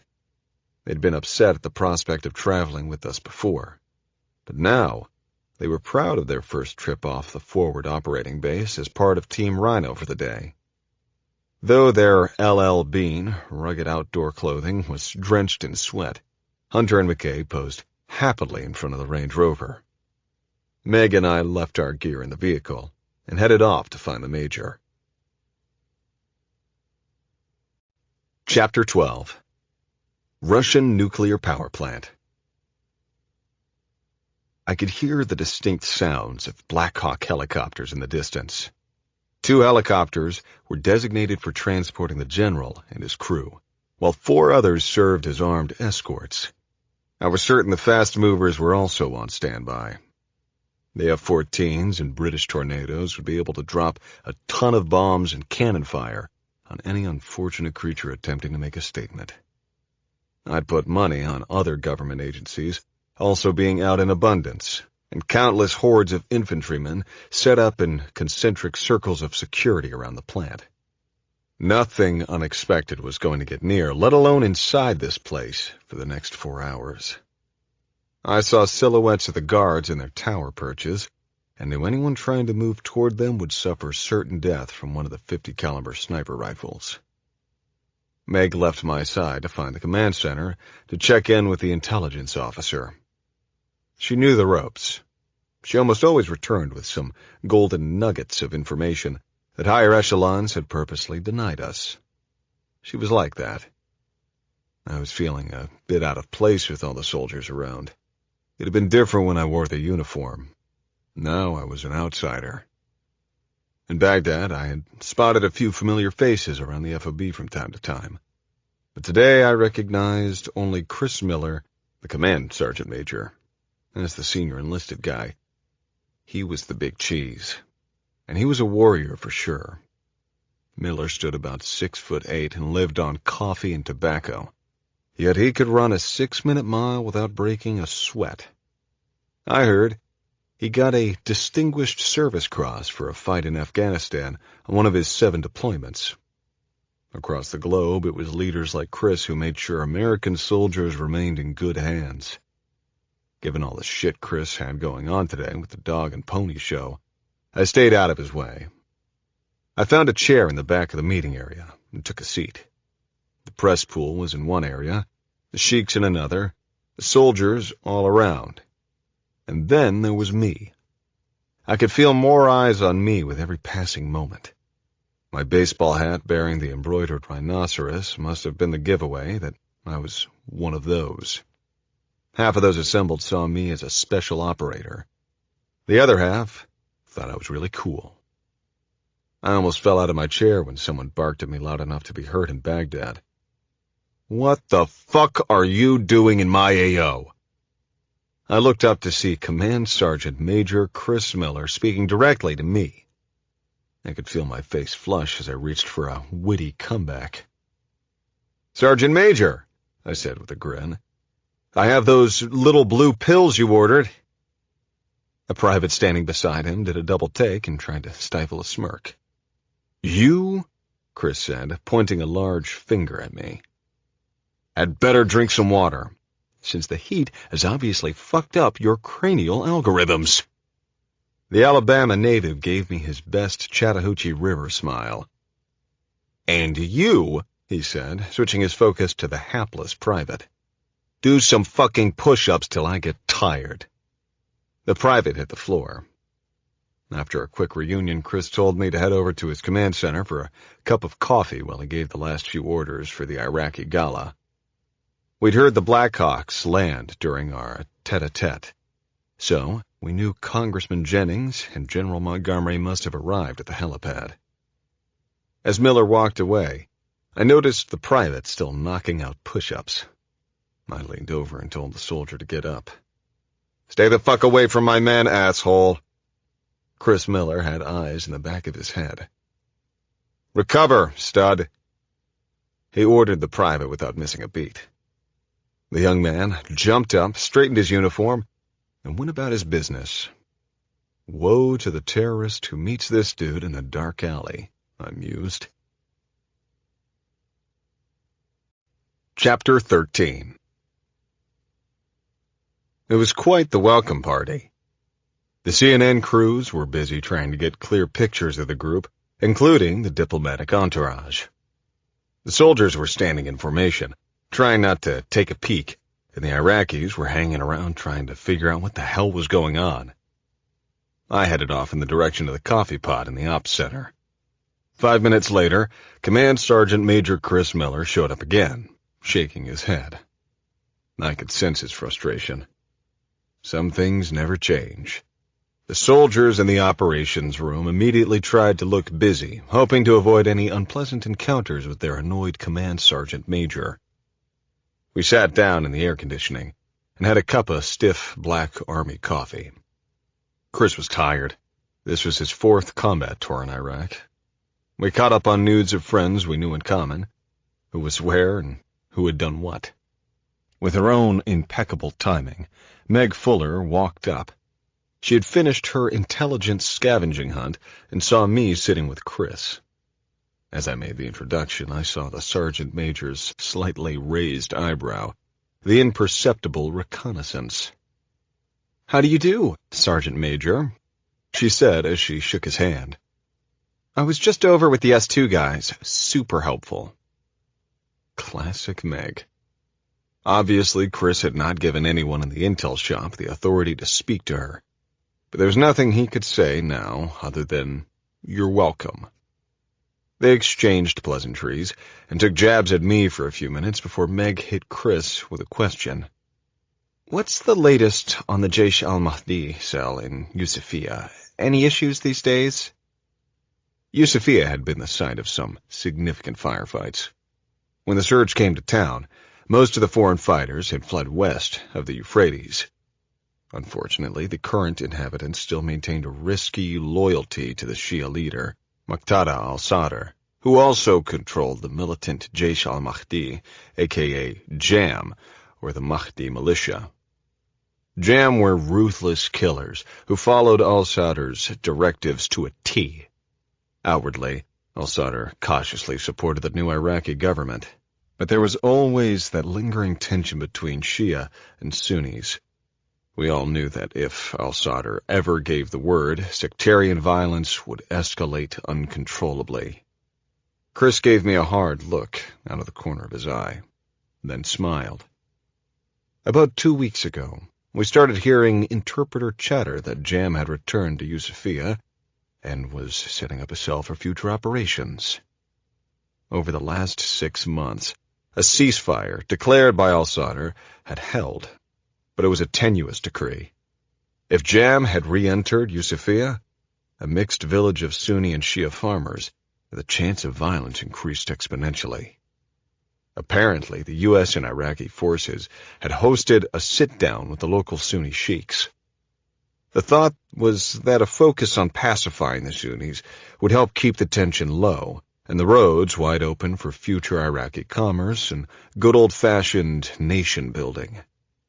Unfortunately, when news of the unilateral meeting made its way back to the Shia Muqtada al-Sadr, the lug nuts started to come off the wheels. Within 24 hours, JAM flags and black pajama-wearing militiamen were spotted throughout the small city. Nothing good was ever going to come from men in black pajamas, Chris said. The bottom line seemed to be that everything was fine for now, but the potential for carnage was back on the radar. The local sheiks were here today to do some damage control without alerting Congressman Jennings to the potential disaster. Ostensibly, they would talk general peace terms and the usual money issues, but in the off-the-record comments, the sheiks were going to be instructed by General Montgomery's emissary to get their collective shit straight and keep the peace. After 3 years in this soup, I don't trust a single one of them, Chris sighed. He leaned back as if in deep thought and rubbed his temples. Then my giant pal rocked forward on his chair and looked at me and Meg. You watch your ass, Nathan, Miss Fuller. This shit is on the edge, right here and right fucking now. It's been too quiet, and the locals are tired of watching the goons we're paying off get rich. I fucking feel it, my friend. Someone in one of these tribes, don't know which, is going to blow this whole deal right out of the water. Keep your eyes wide fucking open. And don't take shit for granted. With that, my old friend stood up and said goodbye. Meg and I looked at each other. We both understood that of all the intelligence she had acquired from the officers, this last bit from Chris, a true warrior, was the most important. Chapter 14. The Road to Baghdad. I caught a glimpse of the obligatory photo ops with Congressman Martin Jennings, Lieutenant General Chase Montgomery, and the sheiks. The Iraqis seemed genuinely impressed to be hosting a man of Jennings' distinction. Montgomery looked pleased, though I guessed that he was ready for the group to head back to Washington. As if watching over the lives of more than 100,000 soldiers wasn't enough, dealing with inquisitive politicians from Congress and the State Department, not to mention the continual diplomacy with the Iraqis, was a tall order for anyone. As usual, my team had already repositioned our vehicles in the proper order and was waiting in trail behind the Army Humvees. As I ran through my pre-mission checklist, I listened on the internal frequency as Meg gave Wolf, JP, Oliver, and the rest of the team a summary of the Sergeant Major's earlier comments. Team Rhino was an experienced group, well aware of the dangers lurking in the shadows here. My 2 junior VIPs were already suited up in their protective gear, ready for the return trip. Just like earlier in the day, our convoy began to creep forward toward the gate. We inched along as the vehicles made their way through the security perimeter and onto Route Stealers. Through my front passenger window, I could see the riverbank along the roadside. The slow flow of the river seemed so peaceful. It could easily have been a scene from rural America, along the banks of the James or the Potomac. But as soon as we passed the first cluster of shacks, I remembered where we were. This was no Shenandoah Valley in Virginia. This was a war zone in Iraq. Get your game face on, asshole. We made it south, down Steelers, and turned left on Route Packers. As soon as we made the turn, Oliver in Rhino 1 radioed us all with a reminder about the men we had passed near Yusufia. "Keep your eyes peeled, guys," he said. "Roger that, buddy." "Good call, Oliver." The convoy was moving at a decent speed. Oliver was careful to allow the last Army vehicle ahead of him about 30 meters of space, and gave us all constant updates. We were about a quarter mile from Yusufia and approaching the dilapidated old garage where we'd received the stairs earlier. "They're slowing down ahead. Watch your speed," Oliver commanded. "The trail vehicle has stopped. Brake. Not sure why. Okay, the gunner in the turret is standing straight up. Looks like there might be some local traffic mixed in the formation." It wasn't uncommon for local farmers to jump into our formation, anxious not to get stuck behind a long, slow-moving military convoy. Over time, the Army had slightly loosened its traffic protocols, usually giving the wayward driver a siren blast or a menacing look to remind them who had the right-of-way. "Brake! Brake! Brake!" Oliver suddenly shouted. "Got a bongo truck on the north side of Packers, 5 military-age males in the back. It's backed up near the road." In theater of operations vernacular, any vehicle not clearly a passenger car was dubbed a bongo truck. That label likewise described any vehicle doing something it shouldn't. As soon as I heard Oliver's tone, I knew Chris Miller's premonition was about to come true. The knot in my stomach tightened. I could feel my heart beating through the body armor. The blood in my temples thumped against the frames of my Oakley sunglasses. It was like watching a car wreck in slow motion. Then, I heard the explosion. I actually saw it, a split second before I heard it. A bright flash from an RPG sent a rocket directly into the side of the last SUV in the convoy, just above the roof and next to the machine gun turret. It must have hit in an oblique angle because I saw the ricochet sail off from the roof toward the north side of the road. The sound was deafening. The side of the turret was mangled. A moment later came the muffled sound of small arms fire from both sides of the road. Whoever the bad guys were today, they had trapped an American vehicle in a deadly crossfire. Chapter 15. Yusufia, south of Baghdad. Instinctively, we drove our vehicles into protective formation. Oliver went to the left side of the road, Wolf pulled our SUV in closer on his right, while Meg and JP mirrored us from behind. We now had eyes on the entire mini-perimeter of Team Rhino. I could see exactly what was happening. The Humvee was dead in the water. 5 bandits on the north side were peppering the vehicle with AK-47s, while 2 on the south side, about 20 meters away, were likewise shooting their weapons at the vehicle. The soldier in the Humvee's roof-mounted machine gun turret had either been shot or dipped down to protect himself. Either way, the crew was sitting ducks. I heard another explosion farther ahead of us. Strangely, though we were only about 50 meters away, none of the gunmen were paying any attention to us. I called the major on my radio to give him an update. No answer. Was he hit? Did they get the whole convoy? I couldn't see beyond the trapped Humvee. My best guess was that the bad guys had ambushed the last vehicle of the Army convoy, then created some sort of diversion for the vehicles that had already passed through the kill zone. Time was not on my side. Through the dust and disorder, I could feel the fear, tension, and anxiety emanating from every member of my team. Though we were technically a part of this military convoy, I was not in command, and I was not receiving any guidance from the commander. Nor were we being engaged by the bad guys, who had still not even looked in our direction. There was a strict protocol for contractors in the combat zone. Fire only when fired upon, or run the risk of creating a serious international incident. I could hear shots from the AK-47s plinking off the armored vehicle. Fuck. I tried again to reach the major on the radio. Nothing. Come on, pal, just give me the word, I thought to myself. Again, dead silence on the radio. No sounds of American gunfire came from up ahead. Maybe the entire convoy had been hit.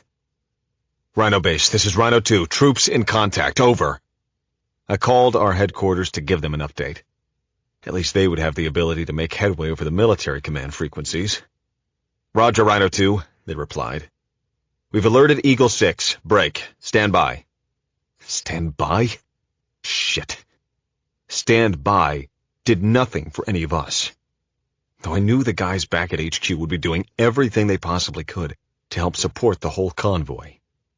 The last thing anyone needed was a free-for-all on this battlefield. The Army Command would get the situation fixed. They were damn good at that.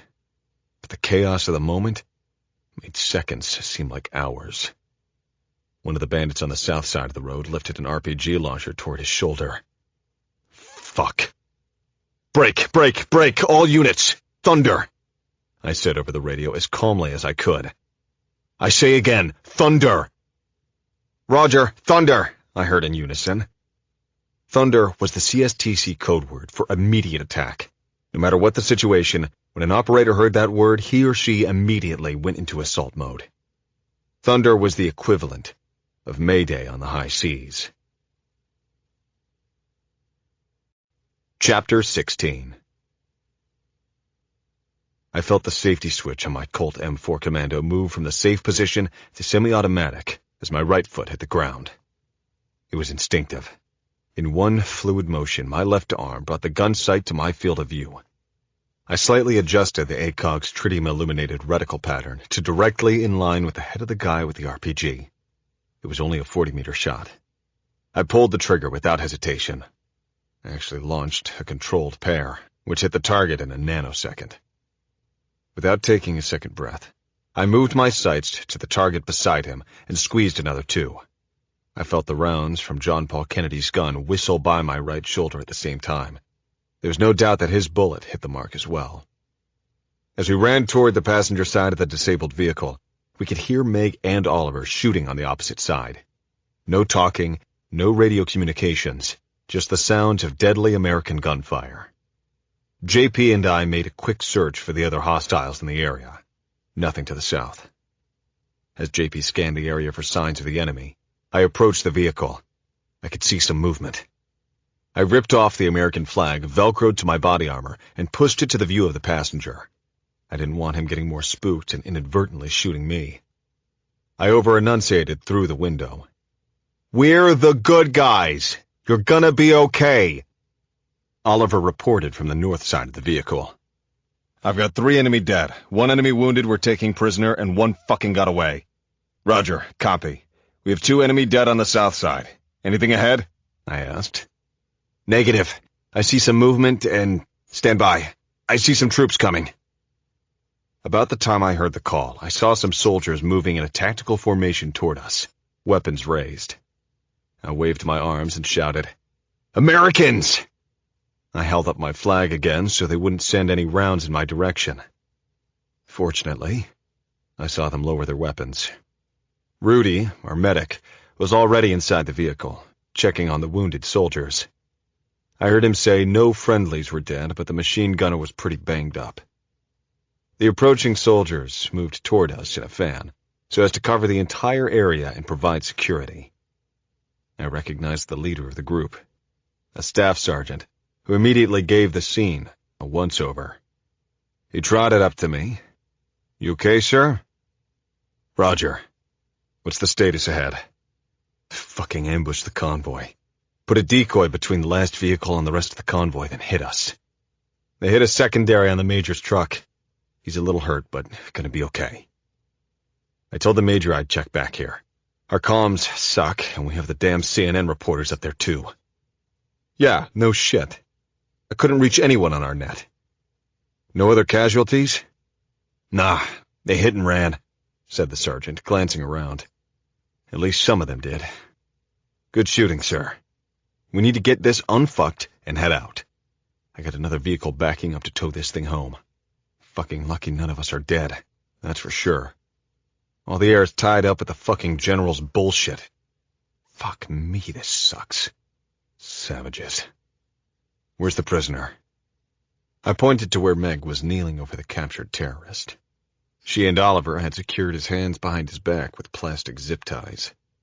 Her knee was resting squarely on the guy's back as she scanned the area for more targets. The whole place was deserted. Not an Iraqi man, woman, or child in sight. They'd scattered either right before the ambush or as soon as the fireworks began.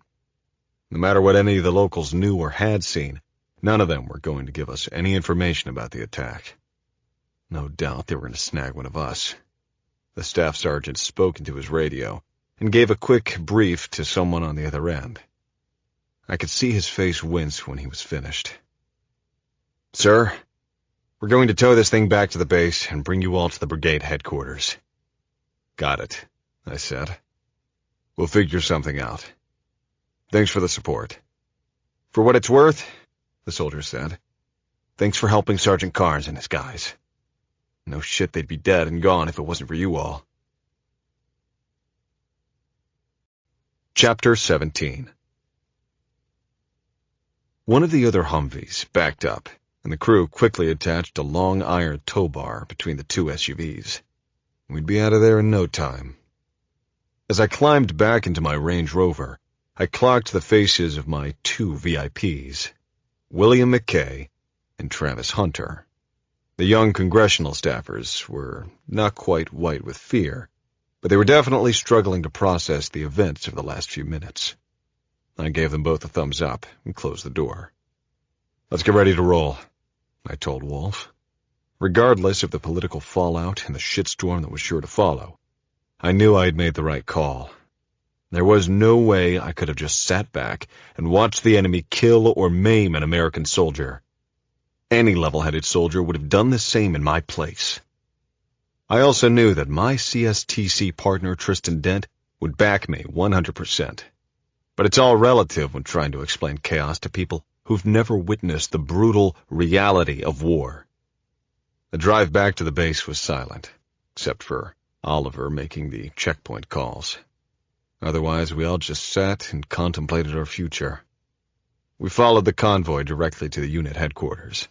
There were plenty of soldiers running around, ready to assist the men who had just evaded death.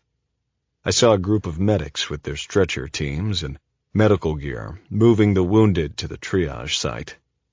Rudy was still helping with the casualties.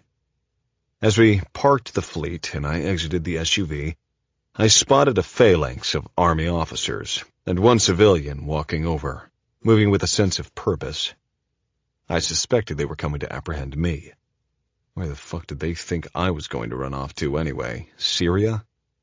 Before they reached me, Oliver, Wolf, Meg, and JP moved into a semicircle behind me, more as a show of solidarity than anything else.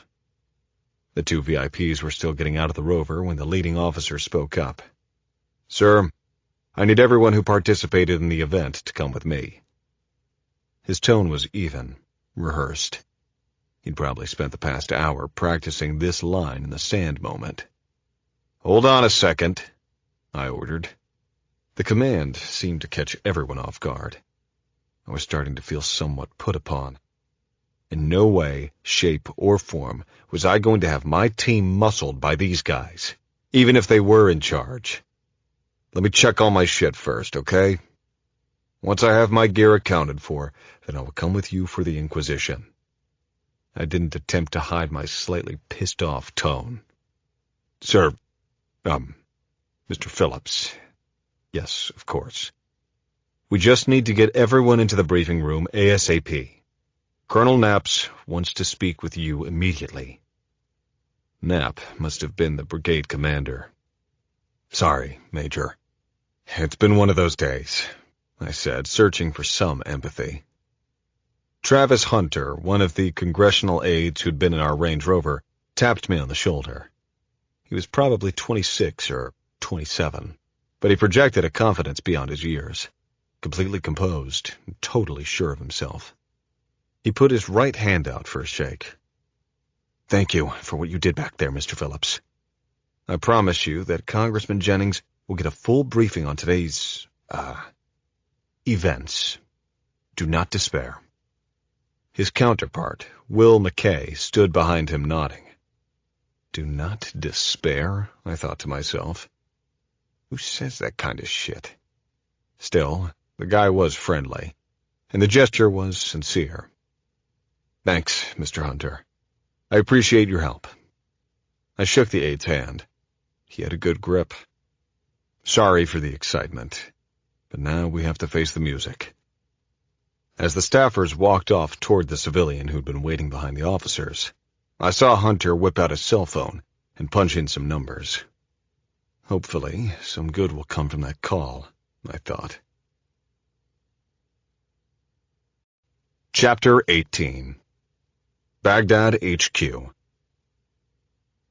Colonel Dave Knapp stood waiting for me outside his office. "Mr. Phillips?"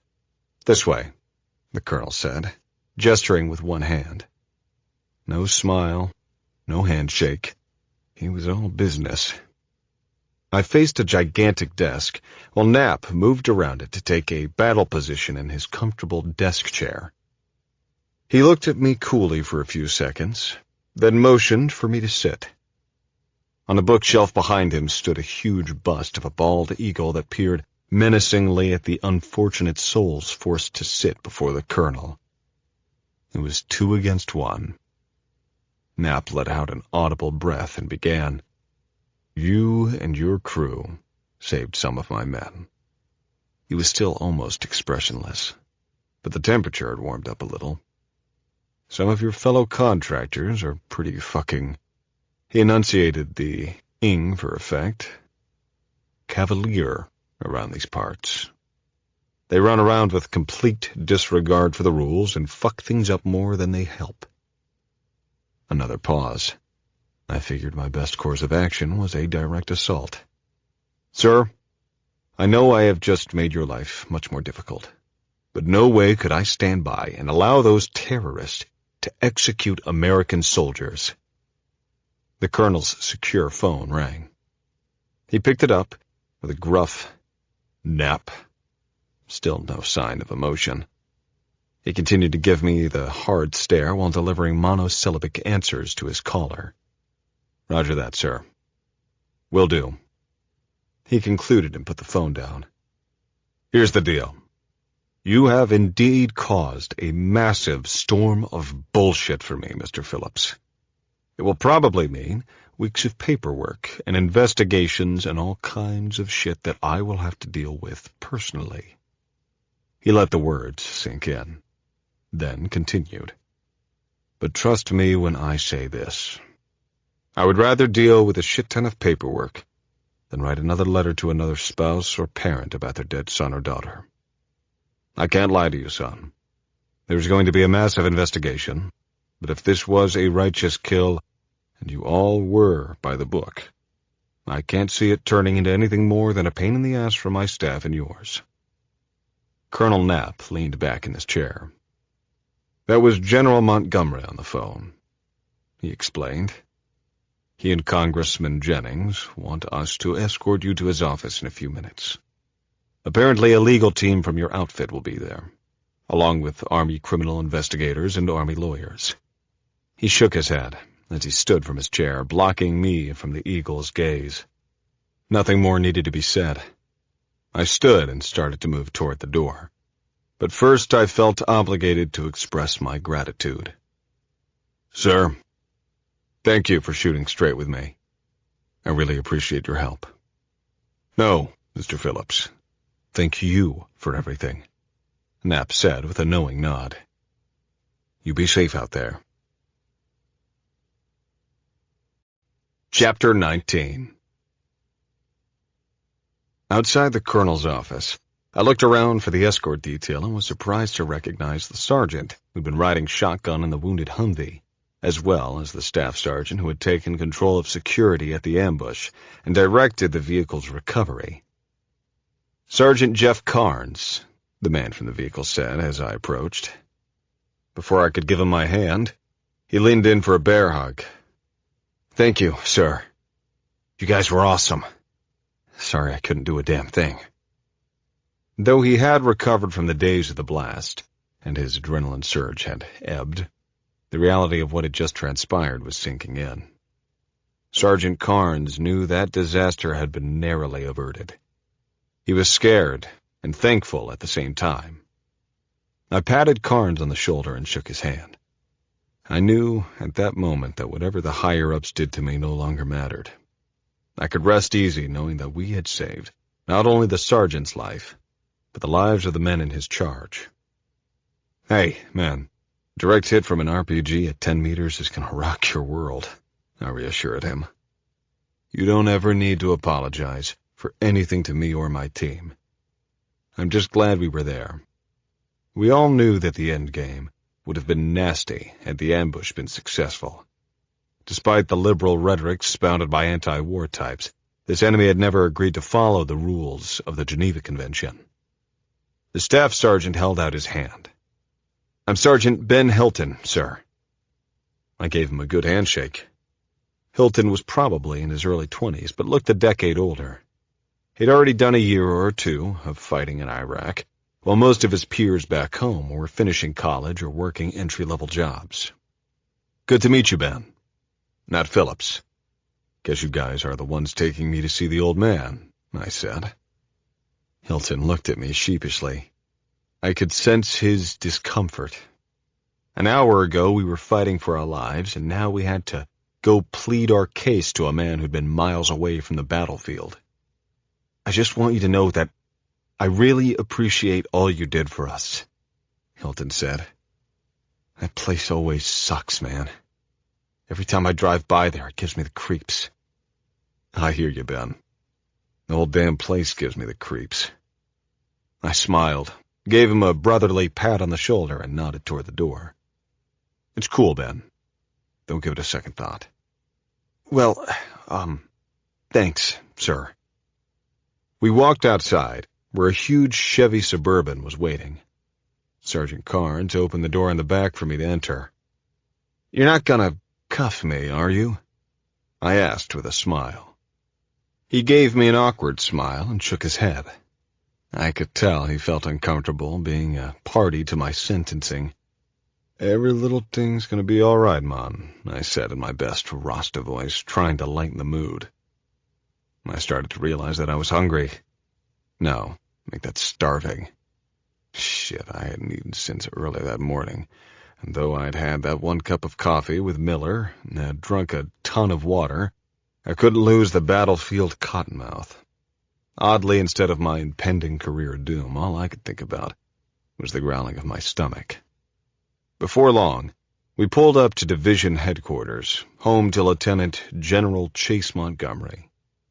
The Division HQ was housed in one of Saddam Hussein's former palaces, a structure that loomed at least 4 stories high and must have been as wide as a football field.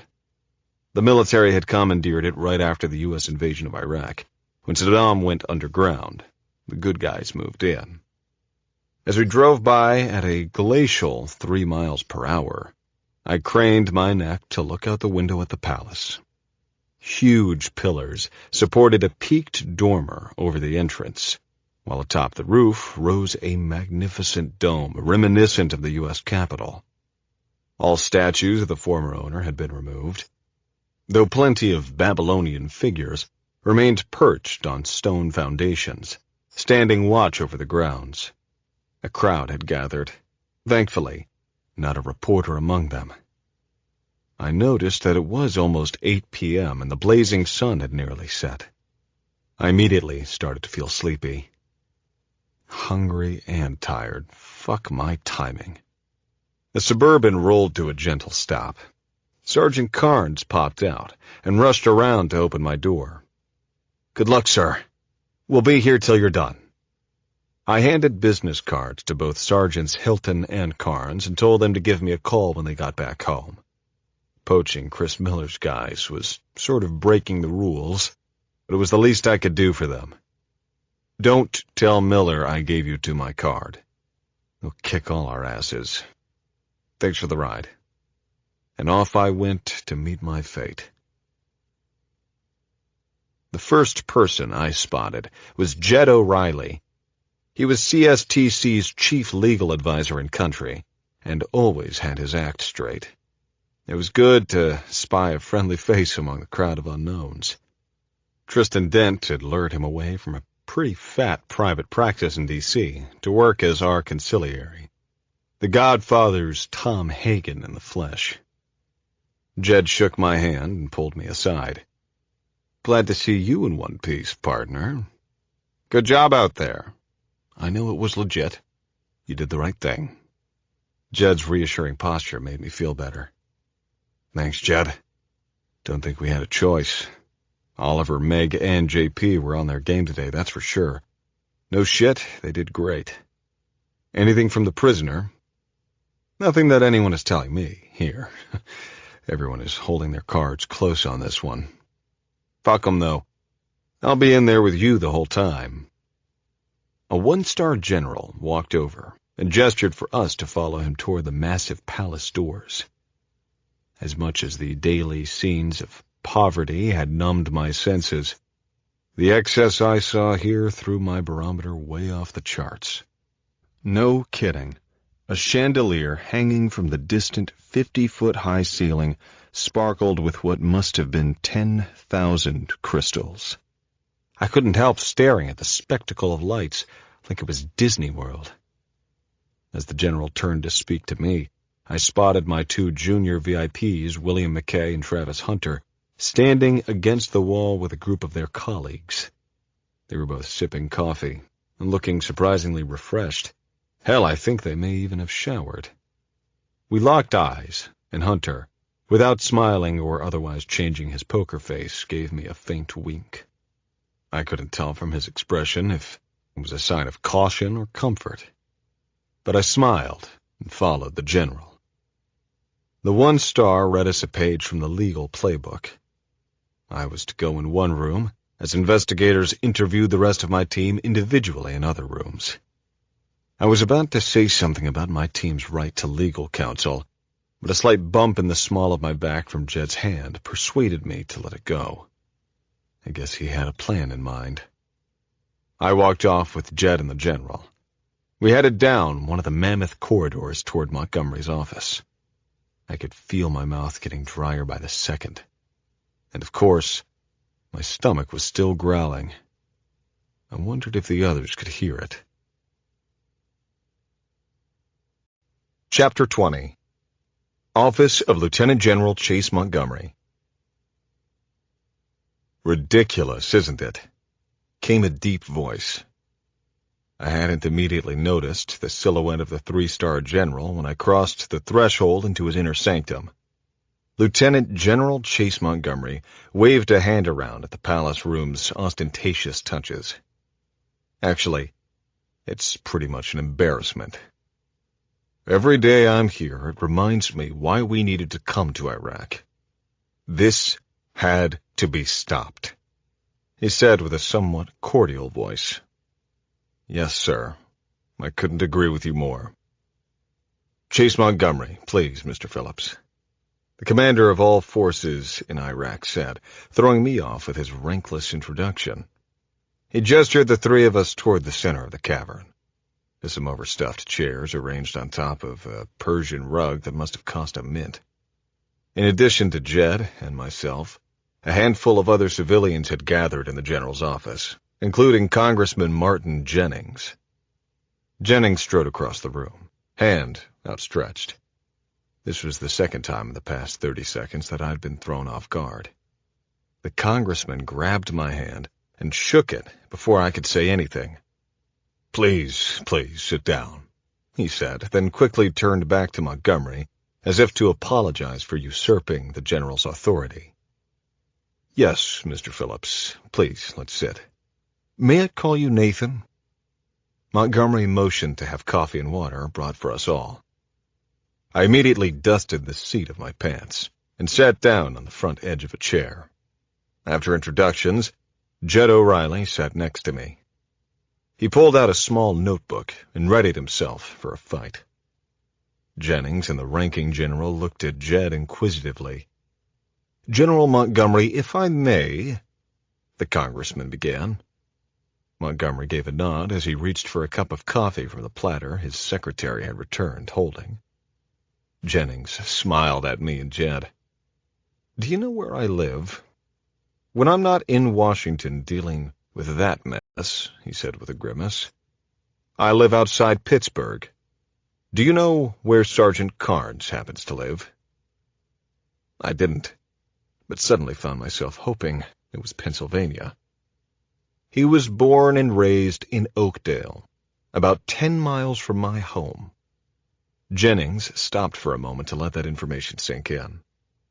I didn't want to jinx anything, so I played it cool. I purposefully kept an expression off my face. "You can put your notebook away, Mr. O'Reilly," the congressman said. "There will be no grand inquisition here today, or any other day for that matter. Mr. Phillips and his team saved not only the life of one of my constituents, but undoubtedly the lives of every soldier in that vehicle, maybe even the lives of everyone in the convoy. Who knows what we'd be doing right now had those terrorists succeeded? I can assure you, we wouldn't be sitting here drinking coffee." The air must have involuntarily left my lungs with a whoosh, because both Jennings and Montgomery smiled. They looked almost proud, like parents watching their kid do something remarkable for the first time. "See, we're not all so bad in D.C., Jennings said, chuckling. "Now, here's the plan. I am pleased to find your legal counsel present for this part. I have already alerted the President, State, and SecDef, as well as the appropriate members of the Armed Services Committee. The Attorney General is in communication with Mr. Dent in Maryland. Good duck hunting, by the way. And we will begin the process of removing your team from this theater most expeditiously." My relief immediately fell to the bottom of the well. Even though I had done the right thing, CSTC was having its contract terminated and being sent home. Hit with a wave of nausea, I set my coffee cup down to steady myself. "Congressman, with all due respect," I began to stammer. "I made the decision, and I made the call to fight back." My voice started to rise with each word. "Please, don't pull the plug on the contract just because of me."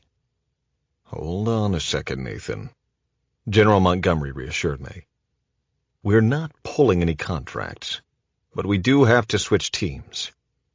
Believe it or not, the Iraqi government realizes they still have a huge problem with JAM and the other militias, not to mention Al-Qaeda. But, as you know, we have to show them something. And there's been bounty chatter, too. I believe the congressman has already alerted the folks at State to work with your guys to get another team back out here ASAP. "The general is correct," said Jennings.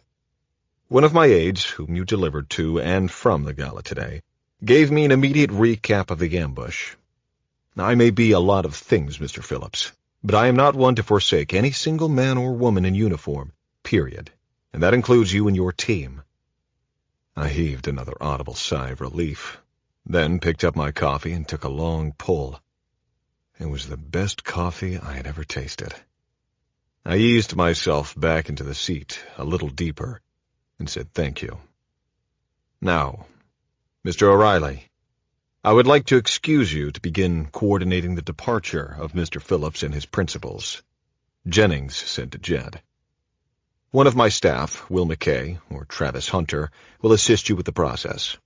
I can assure you that there will be no hiccups whatsoever, so if you will excuse us, the General and I would like to speak with Mr. Phillips in private."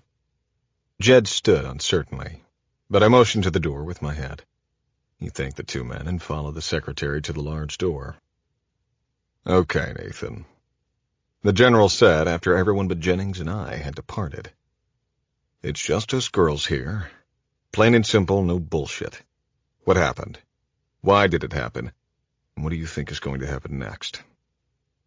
He crossed one leg over the other and leaned back in his chair. I noticed the congressman seemed to relax as well. If this is some kind of trick, at least Jed heard the bulk of the good stuff. I didn't think they could take it back, but you never know with some people. I unspooled the saga from beginning to end.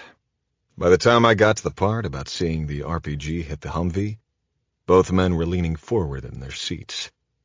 As I described stitching the first Iraqi, Congressman Jennings seemed so fired up that he was ready to clap his hands.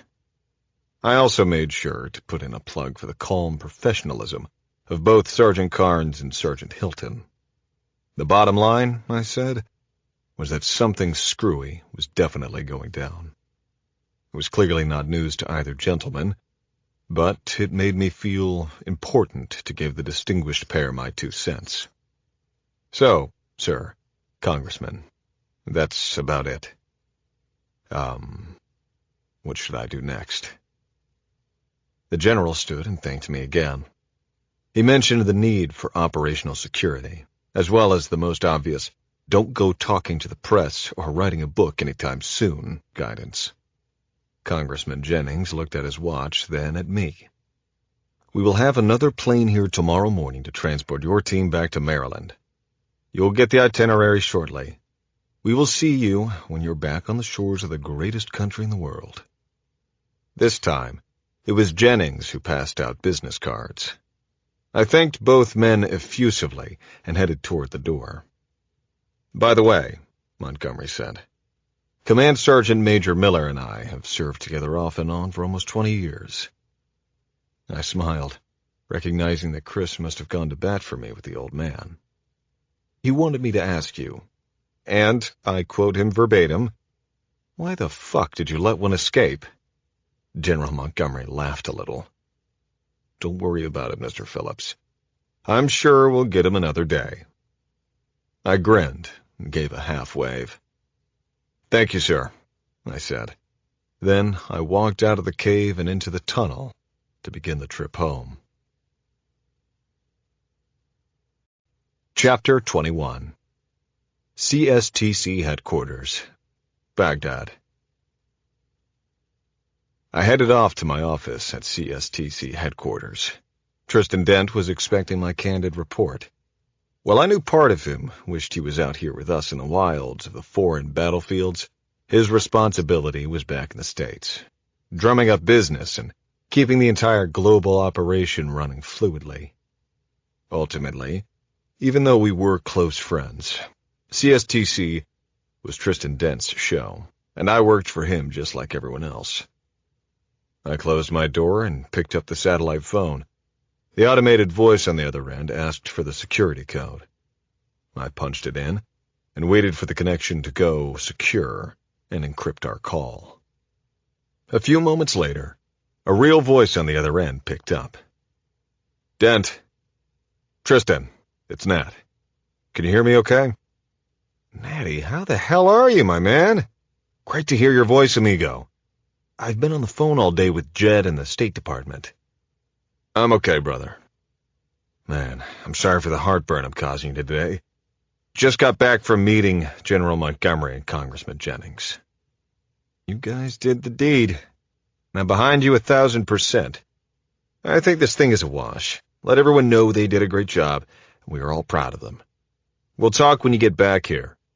Been having some really interesting talks with folks in D.C. the past few months or so. I'll fill you in face-to-face. But bottom line, I think you'll really like what I'm going to tell you. It took a few hours to finish the Team Rhino debrief, but we all agreed the operation had been a good one overall. I passed along Tristan's thanks and told everyone to pack. One more thing, I said. My house in Nantucket has plenty of room if anyone is interested in a few days up north. Last I checked, the beer was cold, and I've got a pretty decent stash of bourbon. I always tossed out an open invitation like this after a deployment, which always ended with 90 days of vacation, free to do whatever before the next rotation overseas. So far, no one had ever taken me up on the offer. Not that we didn't enjoy each other's company, But folks usually opted for some downtime away from one another in between return trips to Baghdad or Kabul. The abrupt end to our time together must have changed the vibe. Oliver, Meg, Wolf, and JP lingered after their teams left. It was just the 5 of us now. Oliver spoke first. Nat, you did the right thing. I just wanted to tell you I'm glad I work for you. No shit, dude. I would have lost it in that mess if I'd had to make the call. Hell, we'd probably all be in the big house if you'd been following me. Thanks, Hefe. I appreciate it. I was lucky, no question. You guys did a fucking awesome job as usual. I didn't even know you were taking fire. Damn good shooting, that's for sure. Yeah, Nat, JP chimed in. Thanks for grabbing the ring on this one. That was some hairy shit. Well, I don't have a clue what the hell you apes would have done without me on the ground. We all laughed, Meg most of all. It was impossible not to have a soft spot for Megan Fuller. Deep down, none of us ever really understood why she chose to work with us. She was brilliant, no doubt about that. Spoke 4 languages fluently and was good with a gun. She'd proved again today that she could handle herself in just about any situation. No matter which way you looked at it, Meg was a rock star. By the way, I'm in for that vacation on your island, Nat. I get my own room, though. She grabbed her rifle and headed to pack. Chapter 22. CSTC Headquarters, Maryland. Back stateside in Maryland, after a long-ass flight, Tristan and a fleet of CSTC Range Rovers were waiting for us at the airport in Easton. I rode with the boss in his Maserati, while the rest of the team piled into the spotless Rovers. We all headed off to the compound. No reason to wait around for our baggage. I saw our things getting loaded directly into a large cargo truck parked outside the fence. Tristan and I drove straight to his private office. The rest of the teams would begin end-of-tour administrative work, getting paid and processed out. We sat on one of the office's leather couches and reviewed every detail of the ambush. Tristan asked a lot of questions, more than usual. He wanted to make sure we had followed the rules of engagement to the letter of the law. I was about to ask some questions of my own about why my team had been brought back early when Tristan threw a fastball directly over the plate. What he told me about our next mission kept the 2 of us talking for longer than I had expected. Still processing my conversation with Tristan, I walked out to give some last-minute instructions and say goodbye to the team, who'd been waiting for me to finish with our boss. Oliver, Meg, Wolf, and JP all assured me they'd be descending upon my place in Nantucket by the weekend, so I thanked them all again and headed to our parking garage to pick up my Defender. My bags and guns had been stacked neatly in front of my parking space. I loaded my gear, cranked up the old engine, and began the almost 9-hour drive up the eastern seaboard. With any luck, I'd catch the last ferry to Nantucket and be sleeping in my own bed before midnight. I arrived at the Steamship Authority loading dock in Hyannis with an hour to spare before the last ferry. Though it was beach season, not too many cars were going across. The motor vessel to Nantucket was an old ferry capable of transporting 50 passenger vehicles and 200 passengers each way. While one ferry was leaving Hyannis, its sister ship was leaving from Nantucket. I always wondered why there never seemed to be any searches of passengers or vehicles by TSA or the local cops. I guess islanders were beyond suspicion when it came to matters of national security.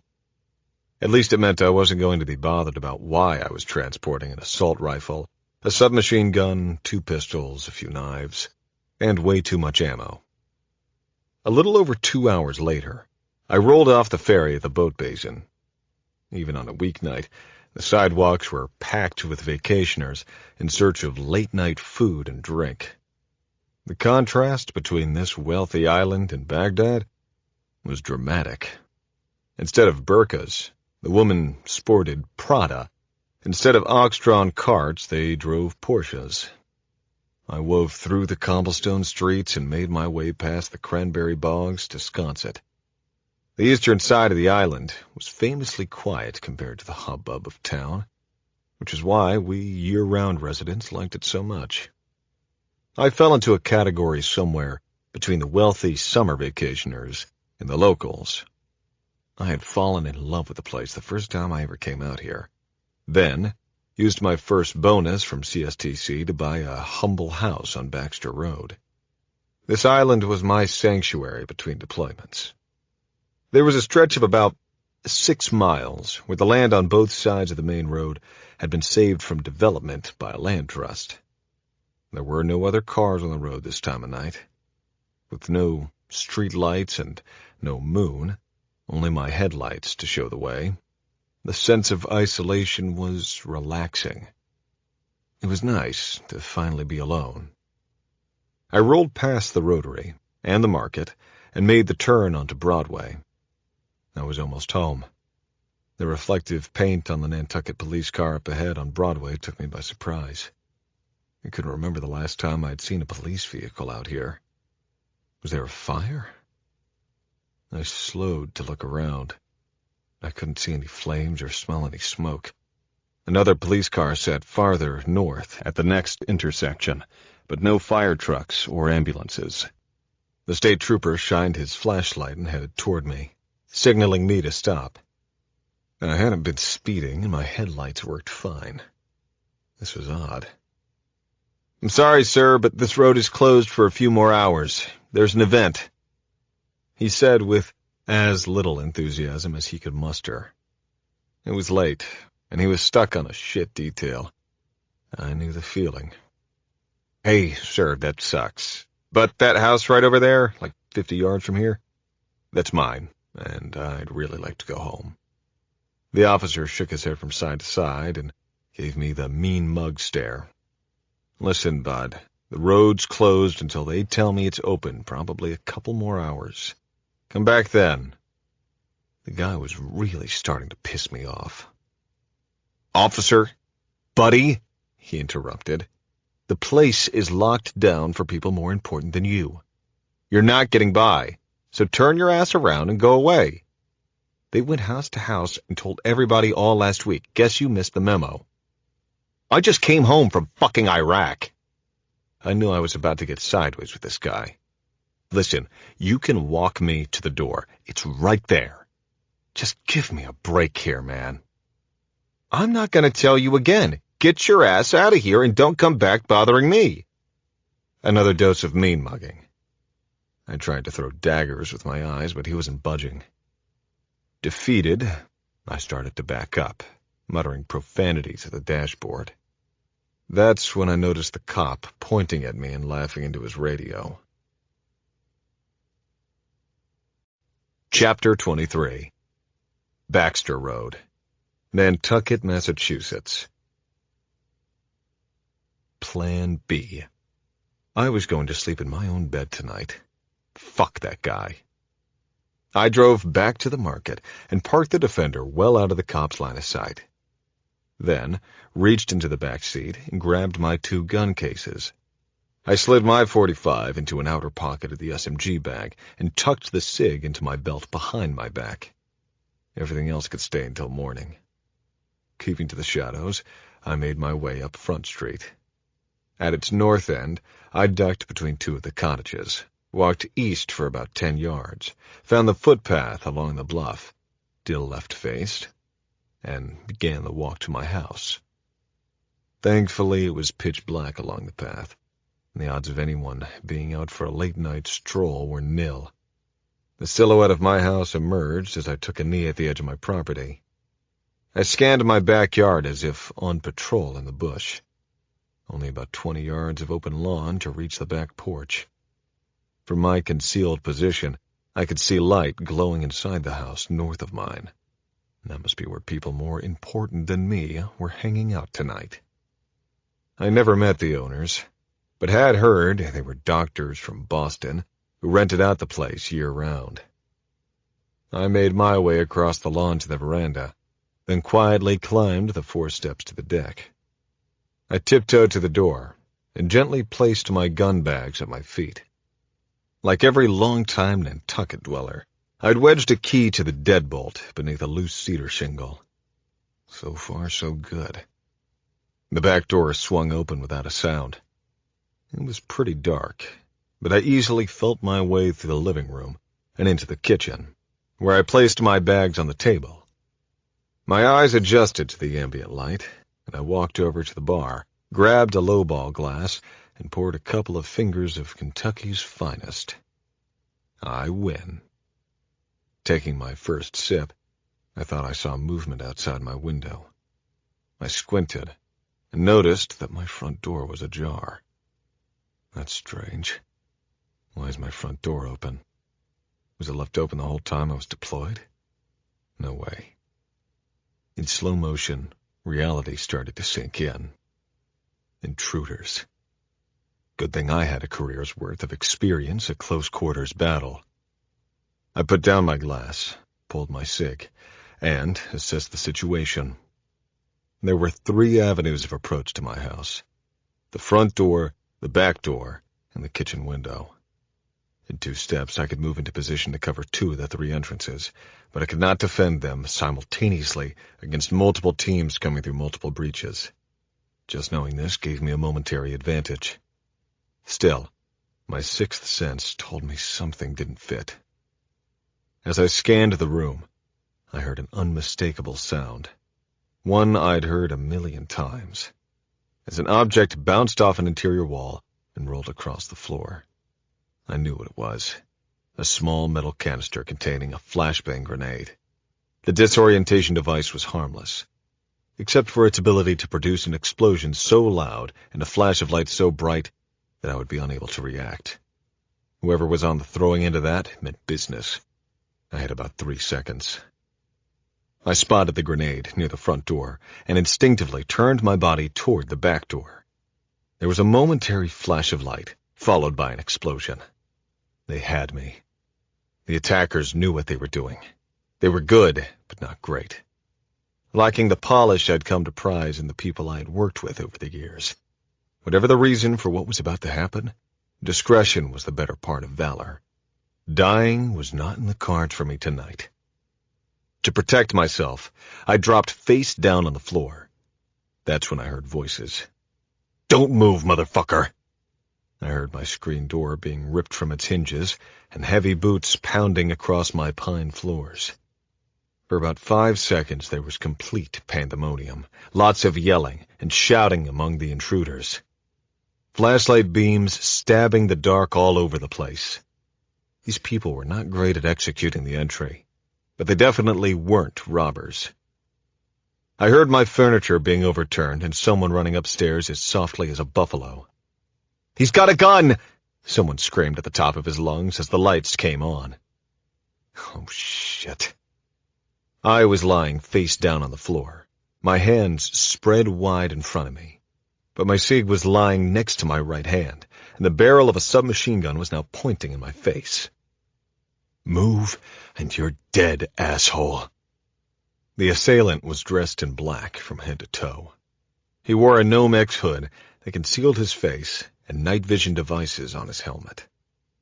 Someone put their knee on my back, while a second person roughly frisked me from waist down.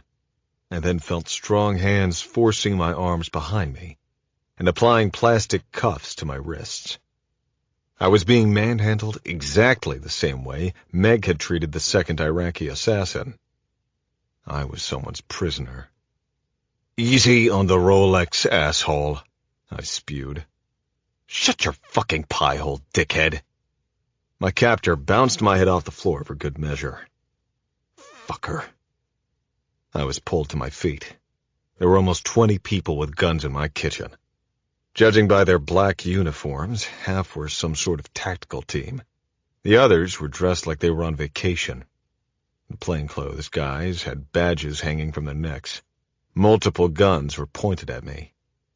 There were no police uniforms, so they must have been feds. FBI? Why the hell would any of those people be here?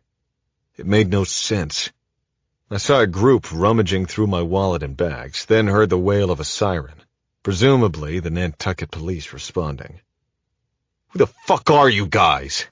I barked. "Would someone please tell me what the fuck is going on?" No one answered me, instead firing questions of their own left and right. "Why do you have all these weapons? Are there others here with you?" "You were told to stay away from the senator. This is a secure area." "Senator? What senator?"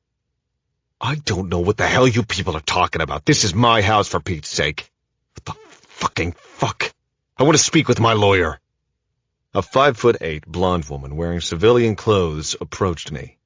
She flashed her badge for me to see. "I'm Special Agent in Charge, Rowan Anderson, and you are under arrest." 24 hours later. Operation Nantucket. Chapter 24. Wilson Estate, Cliff Road, Nantucket. For 45 minutes, as I recounted what had gone down in Iraq, Constance Wilson said not a word nor displayed any sign that I had crossed a boundary by sharing too much. When I finished speaking, she leaned forward from her chair and gently took my paw in her tan hands. "We're so lucky to have men like you protecting us, Nathan. Thank you for all you and your brave men and women do for us." She was so sincere I thought she was going to cry. I thanked her for her thoughtful words. At a loss for what else to say after that, like an idiot, I complimented the Wilsons on their beautiful rose bushes. I should have taken them up on their offer of dinner. It would surely beat whatever I was going to cook, but I was on overdrive. I desperately wanted to get home and finally get a solid night's sleep. I called Tristan as I headed back across the island. CSTC had issued us all encrypted phones with satellite capabilities so that we could talk securely from almost anywhere in the world. CSTC had a high-powered server and wireless network that could operate not only encrypted, but also when other civilian networks were down. And don't ask me how that stuff works. All I knew was that it was a rare occasion when we couldn't communicate with each other. Tristan approved of my plan for Cy Wilson and said he'd send a plane next week to fly us both down to Maryland for a look around. He even invited Cy's parents, with the extra incentive of knowing there might be some synergy between CSTC and Alan Wilson, who managed billions in assets. We made plans for next week and said sayonara. I realized that I'd stayed at the Wilsons longer than I'd planned. It was coming up on 10 p.m. by the time I made it home. I went inside, closing all the window shades and locking all the doors before opening the gun vault in my living room. I wanted to make sure the Secret Service had not monkeyed around with the rest of my guns. Inside one of the closets, I built a false wall and hid in one of the safes. A push of the recessed button sprang the door open. Either I had done a really good job of building the trapdoor, or maybe they were just sloppy. But all my weapons, an assortment of assault rifles, shotguns, and pistols, were secure inside the miniature arms room. I checked another Colt M4, an MP5 submachine gun, and a Remington 870 shotgun, as well as a Benelli that I used for duck hunting, along with a few cases of ammunition. Everything looked good. I locked up and headed for bed. No sooner had my foot hit the top step than there was a knock on the front door. Who the hell would be coming by at this hour? I opened the door to find Special Agent Rowan Anderson standing on my doorstep with 2 rifles slung over her shoulder and a 6-pack of beer in one hand. Sleep would have to wait a little longer. Chapter 25. Baxter Road, Nantucket. Rowan Anderson handed me the 6-pack and came inside, placing the weapons on the kitchen counter. We each cracked open a beer and sat down on the couch. Was this a social visit? Reconnaissance? Either way, the last thing CSTC needed was some federal agency sniffing around, so I kept it light. We talked about the job, and she told me some behind-the-scenes stories, unreported items that the tabloids would kill to hear. I was determined to keep one card close to my chest. How it was that I'd been released from jail by the Attorney General on behalf of the President. I didn't press Anderson on her current assignment with Senator Harrison, but I did ask if he was aware of the ruckus I'd caused. He's been briefed, she assured me, and seems relieved there was no threat to his life. The senator's handlers, however, did want to track my whereabouts. The exchange was no big deal, until she asked for my weekend plans starting on Friday. I eyed her suspiciously. Where was she going with this? Playing it safe, I replied that I had dinner plans with some friends on the other side of the island and left it at that. Though I had mentioned my fellow desperados earlier, there was no sense in making her life that easy. She could deal with my 4 gun-carrying guests once they arrived. I thought about calling lawyer Sam Starnes. That would be an interesting showdown, and smiled. You look like the cat that swallowed the canary. What the hell's so funny? Nada. Just thought of a friend of mine. So what's new on the campaign trail? Focused on staying alive in Iraq, I hadn't been paying much attention to events outside that country. She seemed to believe her guy was a lock for the primary. Politely dancing around any sensitive topics, Anderson gave a sharp overview of the campaign from her vantage point. She did dangle one interesting tidbit. Another big party was scheduled at the senator's place for Friday night. So that's why she asked about Friday. Security reasons. Again, I kept it light, giving my answer a real estate spin. I was just over on that side of the island, visiting Harrison's neighbors. Pretty nice digs. Rowan Anderson looked confused for a moment, but quickly recovered. You must mean the Wilsons. I hadn't mentioned them by name. Another sharp move on her part. She turned the conversation back to politics. It's the last big deal before we pack up this circus and head to Chicago on Monday. Anyway, the place on the other side of the island belongs to Harrison's wife, Elise Corville, but the party is going to be here. She pointed to the property next door. So, the senator was on one side of the island while his wife was on the other. The official explanation for the separate sites was that the senator and his staff wanted a little breathing room as the campaign surged toward the convention finish line. I didn't buy the breathing room spin. There must be trouble in paradise. I wondered how that would play out if Senator Harrison did win the primary. Something was fishy. I could sense that Rowan Anderson was uncomfortable making even the smallest reference to Mrs. Senator, so I didn't push further. We polished off the beers, and, like an idiot, I looked at my watch as I tried to stifle a yawn. A vaguely disappointed look fell across her face, and then a smile crossed her lips. I started to apologize like a madman, but she cut me off. You've had a long day, Nat.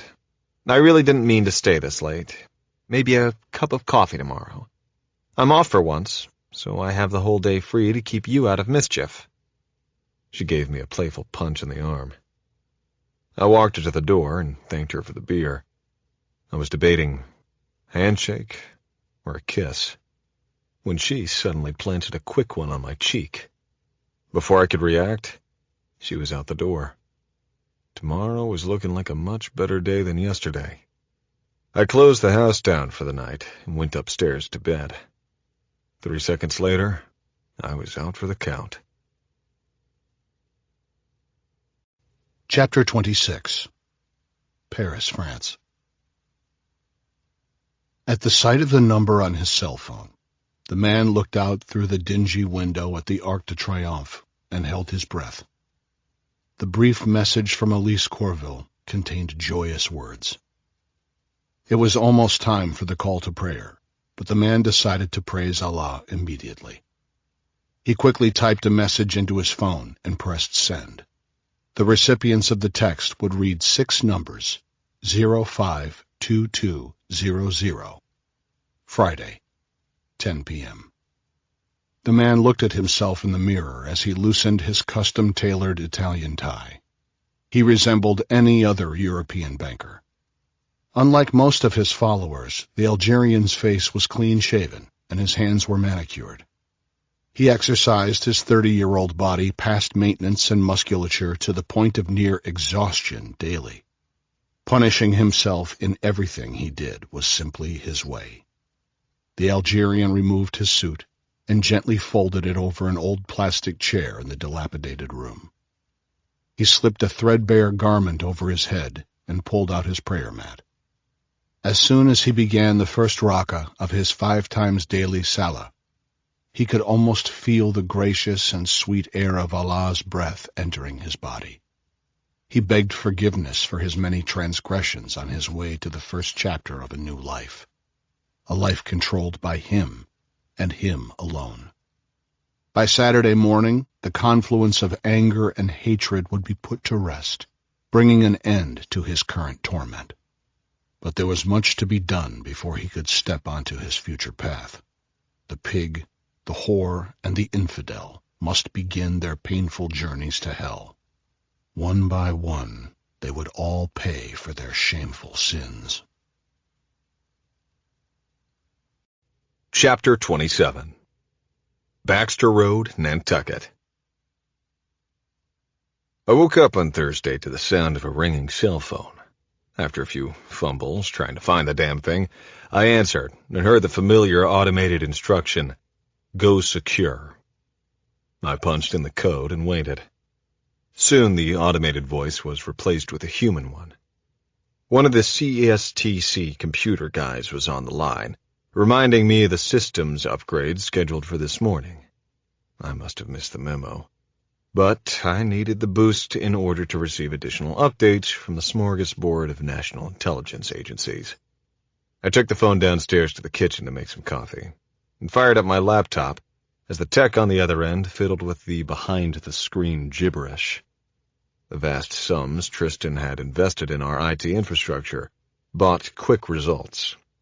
The guy back in Maryland was able to make the necessary adjustments by simultaneously interconnecting the computer of every CSTC principal across the globe. As the software was downloading, Rowan Anderson waltzed back into my house without knocking. Since when were Secret Service agents authorized to walk into my living room at will?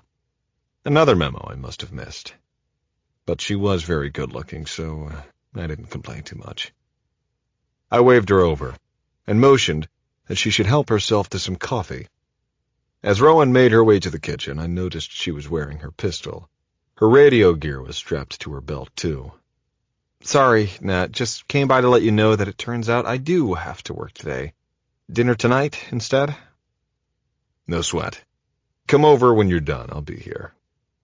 She was clearly trying to get a look at my laptop screen, but CSTC operations were none of her damn business.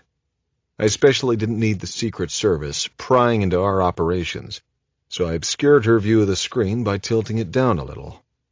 "Sorry, curious Georgette," I said with a smile. "The man in the yellow hat says you lack the clearance to see the stuff I'm working on." Rowan gave me a grin, flipped me the bird, and blew me a kiss. Then she marched out the door, waving goodbye over her shoulder. Guess I'd have to prove myself over dinner. I finished the computer download and decided to check in with Tristan about his latest endeavor. He could hardly contain himself as he asked what additional equipment we would need. Tristan was practically bubbling over with the new operational possibilities we would have to be prepared to execute. We talked for almost an hour, giving me plenty of time to make some lists. I told Tristan that we would review the concepts in detail when the team arrived on Friday. That's when my boss mentioned the information in my third missed memo of the day. He was flying the team up on one of the CSTC jets to maximize our time. He'd already drawn up the itinerary. All I had to do was collect them at the airport. At least we wouldn't be working all weekend. We had the party at the Wilsons to relax a little. Cy Wilson pulled up in an old Jeep CJ5. then jumped out and jogged to the door. He told me how much his parents had enjoyed meeting me and thanked me again for the job offer. Cy said he was anxious to get to Maryland to see the compound and, hopefully, get in some trigger time on the shooting range. His excitement reminded me of when I began my career with the Rangers. That kind of enthusiasm was contagious, and I knew he would do well. The special agent in charge looked incredible. She was wearing a sleeveless summer dress that showcased her bronzed shoulders and muscular arms, not a tan line in sight. The simple design, plain enough not to reveal too much, but figure-hugging enough to draw attention, complemented her athletic body perfectly. We headed to the Rope Walk, my favorite restaurant in town. A dinner that fit my budget at a table overlooking the million-dollar boats lined up along the docks and mooring buoys of the Nantucket Boat Basin was my idea of pure capitalist fantasyland. We enjoyed a sunset cocktail and talked like old friends. Like most people in her profession, Rowan Anderson was never really off duty. She constantly checked her phone for messages from her fellow agents. After watching the way she related to her team, I couldn't imagine anyone other than her running the detail. In a lot of ways, Rowan reminded me of Meg Fuller. Their personalities were so similar that they could have been sisters, or colleagues, given the effortless way each slid into teammate roles in male-dominated professions. We finished dinner and took a walk along the dock to admire the yachts. The sun was setting, and the view of the floating estates and the generations of wealth they represented was striking. As we stood there admiring one of the mega-boats, Rowan leaned into me, inspiring me to go for broke. I put my arm around her and pulled her closer. Her firm body nestled against my chest, and I felt her arm wrapping around my waist. We were a good fit. I wanted to get to know her better. Of course, she was leaving for Chicago on Monday, and after that, who knew? We drove back toward my place, still with the same easy conversation. We talked about relationships and recounted some of the more notorious dating disasters we'd each had over the years. Though mine eclipsed hers in drama, I was thoroughly content to imagine a positive outcome for the evening, until I almost killed us both. About 2 miles from home, doing about 60 beneath a moonless sky, I suddenly spotted a lawn service truck pulled only halfway off the dark stretch of road. I was almost a second too late. I had to jerk the wheel hard to miss clipping the big Ford, the ass end of my Defender sliding left, then right like it was on ice. I swear we came up on 2 wheels as I turned into the swerve. The vehicle barely under control and my headlights wildly raking the countryside. I cursed the lawn guys as I recovered from the fishtail. Guess they had a flat, Rowan deadpanned. She was calm enough given the situation. Probably. Though my adrenaline was amped up several notches, I was dead serious when I asked, "Still up for a nightcap?" "Twist my arm," she said coyly. Nothing like a brush with destiny to get the heart racing a little. We walked inside holding hands. Before the door even closed, I pulled her to me and kissed her. We stood in the open doorway for a good minute or two before she stepped away. "Pour me a drink," she commanded matter-of-factly. Then she headed upstairs. Tonight was shaping up to be a special occasion. So I went looking for the bottle of Pappy that Tristan had given me a few years ago.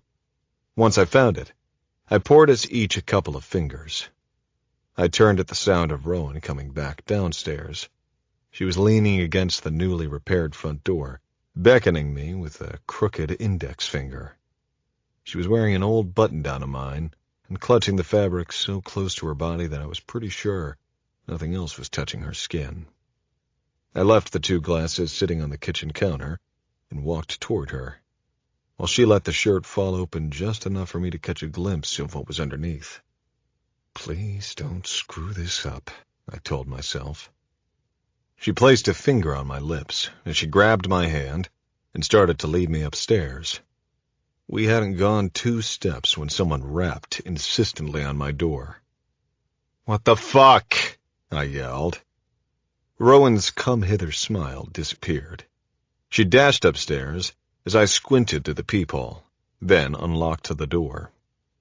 Standing on my front porch was a young man dressed in what I guessed was the summer Secret Service uniform, tan pants, blue polo, and pistol belt. Sir, is Special Agent in Charge Anderson here, by any chance?"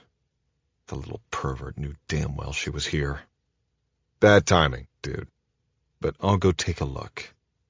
I gave him a hard stare, telegraphing my eternal grudge against the Secret Service for not only fucking up my door the other night, but now fucking up my date night, too. I shut the door and left him standing out there. Rowan was already heading back down the steps, gazing at her phone. She shook her head sadly. "I'm sorry, Nat. Apparently, Walt Fitzgerald has called an all-hands-on-deck meeting at midnight to talk about security for the next few days. The fucking asshole wants me there, too." It was the first comment she had made about Senator Harrison's staff. Despite my hope that missing an evening with me was the root of her frustration, I could sense that she and this Fitzgerald guy saw eye to eye on very little.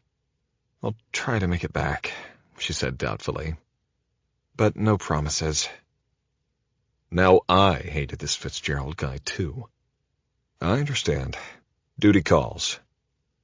I knew we'd probably both be tied up for the rest of the weekend, but I made an offer anyway. "Maybe we can grab a quick bite over the next couple of days, if you're free. Here's my card and my cell number. Call me when you can, okay? Please?" She had such a downcast look on her face that I couldn't resist giving her a hug and a quick peck, almost on the lips. "No worries. Of course I'll call you. I won't let you go that easily." She seemed to enjoy the encouragement. Then, Special Agent in Charge Rowan Anderson put on her boss persona. She flung open the front door and barked out an order to the junior agent, and the two of them headed across the yard to the big meeting. If Harrison won the primary, she would be detailed to his campaign that much longer. If he lost, she would undoubtedly be switched to provide security for someone else, which would last all the way through the general election. Either way, I hoped we could see each other just often enough to provide a future where we always had something to look forward to. It wasn't perfect, but it was a start.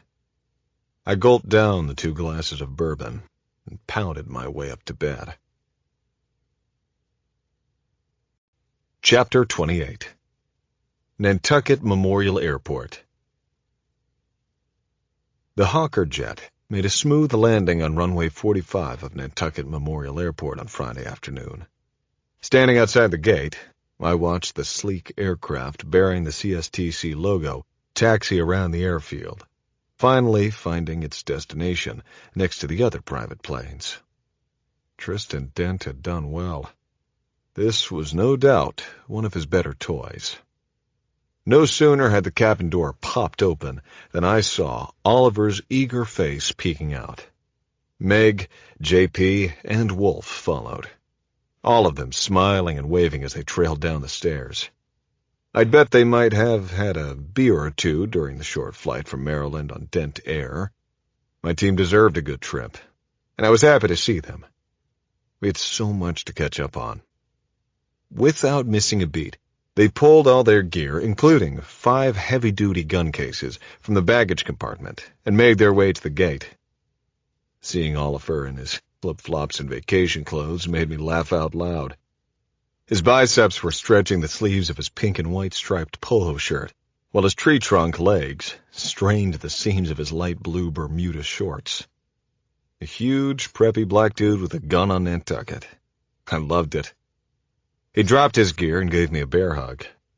Meg was dressed in a pair of old green jeans and a lightweight yellow cotton t-shirt, accessorized by her signature jewelry, a gold cross around her neck and a men's Rolex Daytona on her wrist. Her sandy hair was tied back with a funky scarf, and her classic Ray-Bans made her look like a hip movie star trying to avoid the paparazzi by dressing down. intimidating and classy. JP and Wolf were dressed like goofy twins. Neither could seem to shake the CSTC ensemble. Both sported matching tactical khaki pants, hiking boots, and light denim shirts, with Oakley sunglasses wrapped around their temples. Granted, unlike most summer visitors to Nantucket, they didn't give a shit what anyone else thought. But I resolved to persuade at least one of them to change before we went to the Wilsons' party. After the abrupt end to the last Iraq trip, I was sorry the whole band wasn't together, especially Rudy. But life gets in the way of fun sometimes. Soon after learning Team Rhino had to leave Iraq, Rudy had found out about a trauma medicine symposium he could attend in Dallas. It never occurred to him to take a vacation when he could be sharpening his medical skills. As the five of us made our way to the parking lot, an unmarked Cessna Citation landed on the same runway as the Hawker. I saw a large black Cadillac Escalade with smoked windows waiting near the terminal. No alarm bells for now, but I'd keep an eye out. We loaded the Defender and headed back across the island to my place. I had them all in stitches over the jail story. I told them about meeting Cy Wilson, the little soiree planned for his parents' house this evening. As we pulled into my driveway, I caught Wolf's gaze in the rearview mirror. No funny business with Constance Wilson, I told him. I promise to behave myself, he swore. We'll see. I saw the guard detail at the senator's house looking over at us. It didn't strike me as a huge defensive showing, more of an overt display of power should one of the neighbors get drunk and decide to pay the senator a visit. Leave the guns in the car for a second, I cautioned. I better go let them know you're here. Nobody gave my words a second thought. They just pulled a cooler out of the back and headed inside as I walked over to give Rowan's crew a heads up on my guests. There were 3 agents on the perimeter out front. The peaked roof afforded no perch for a sniper. I figured there were probably 1 or 2 inside the house, as well as a few in back and maybe a couple on the beach. No doubt the rest of the team was either roaming the area or hanging out back in town, waiting for the next shift. I immediately recognized the agent who had cock-blocked me last night, so I gave him a wave. He said a few words into his communication mouthpiece and walked toward me. I told him I was hosting a few guests for the weekend. In the interest of being a good neighbor, I wanted to keep Uncle Sam informed. The front door opened, and Rowan headed in our direction. I noticed her looking at my house, where I caught all 4 of my misfits laughing. She gave me a glare. You didn't tell me you'd invited weekend guests. Do they have guns too? It wasn't a friendly question. She was pissed off. If there was a hint of intimacy left over from last night, it wasn't registering on my radar. Actually, I did tell you about my guests the other day. And yes, they all are carrying guns. Legitimately licensed, I might add. This set her off completely. Why the fuck would you have 4 people with guns here tonight? Of all nights, Nat, why this night? For Christ's sake, do you have any idea what a pain in my ass this is going to be? Thanks a whole fucking lot, Nat. She was practically spitting at me. Hey, what the hell, Rowan? Calm the fuck down. The guns are locked up, and I will put them in my safe with all the rest. Her look of surprise registered immediately. She didn't know I had a gun safe inside. Score 1 for the good guys, I thought. You won't even know they're here, because they won't be. We're going to a party over at the Wilsons tonight. What kind of shit day are you having, anyway? She exhaled and looked back at the house. Everyone around here, especially that dickhead Fitzgerald, has lost their collective shit over Harrison's stupid party tonight. You wouldn't believe the way he's ordering us around. She quickly regrouped. I apologize, Nat. I'm really not a lunatic psycho, I swear. The intimacy made its way back onto the radar. Listen, why don't you come over tonight, when everything is done, and have a beer with us? They're great people, and you'll like them. Trust me. We were standing in the open, so I couldn't give her a hug. I'll let you wear my shirt again. Rowan smiled at that, which gave me a window to step back and offer my hand. As she shook it, I said, "Have fun today, and I'll see you whenever." Then I turned as quickly as I could and walked back toward my house. Chapter 29. It was time to spill the beans to the team about Tristan Dent's new project. A lawful in extremis operations network, Tristan had told me back at CSTC headquarters. I've been working on this for a while, and it's a perfect job for you and your team. You're made for this kind of shit. You ran that Thunder op like nobody's business. You'd been approached a few months back by some hotshot DC players with an idea to establish a team of operators who could, if needed, augment the existing paramilitary and law enforcement organizations within the United States during times of national crisis. Much like the military's need for additional bodies to support its operations overseas, the law enforcement community was in the same predicament back home. Rank-and-file officers were just not trained to deal with national security-level crimes. Translated loosely, the local cops couldn't stand toe-to-toe against terrorists on the home field. The president was restricted in the use of military forces domestically, and the federal agencies were simply overwhelmed. "We're calling it Rocket's Red Glare," Tristan had told me during that private sit-down at our Maryland compound. "What the fuck are you even talking about, bro? And who is this we?" "The recently formed Office of Domestic Strategy would be responsible for the program," he had replied. I'd never heard of it.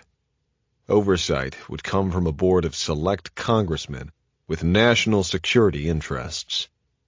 Rocket's Red Glare, like the line from the Star-Spangled Banner, based on the Congreve rockets in the War of 1812, the ones that burned bright in flight and could be fired faster than a cannon.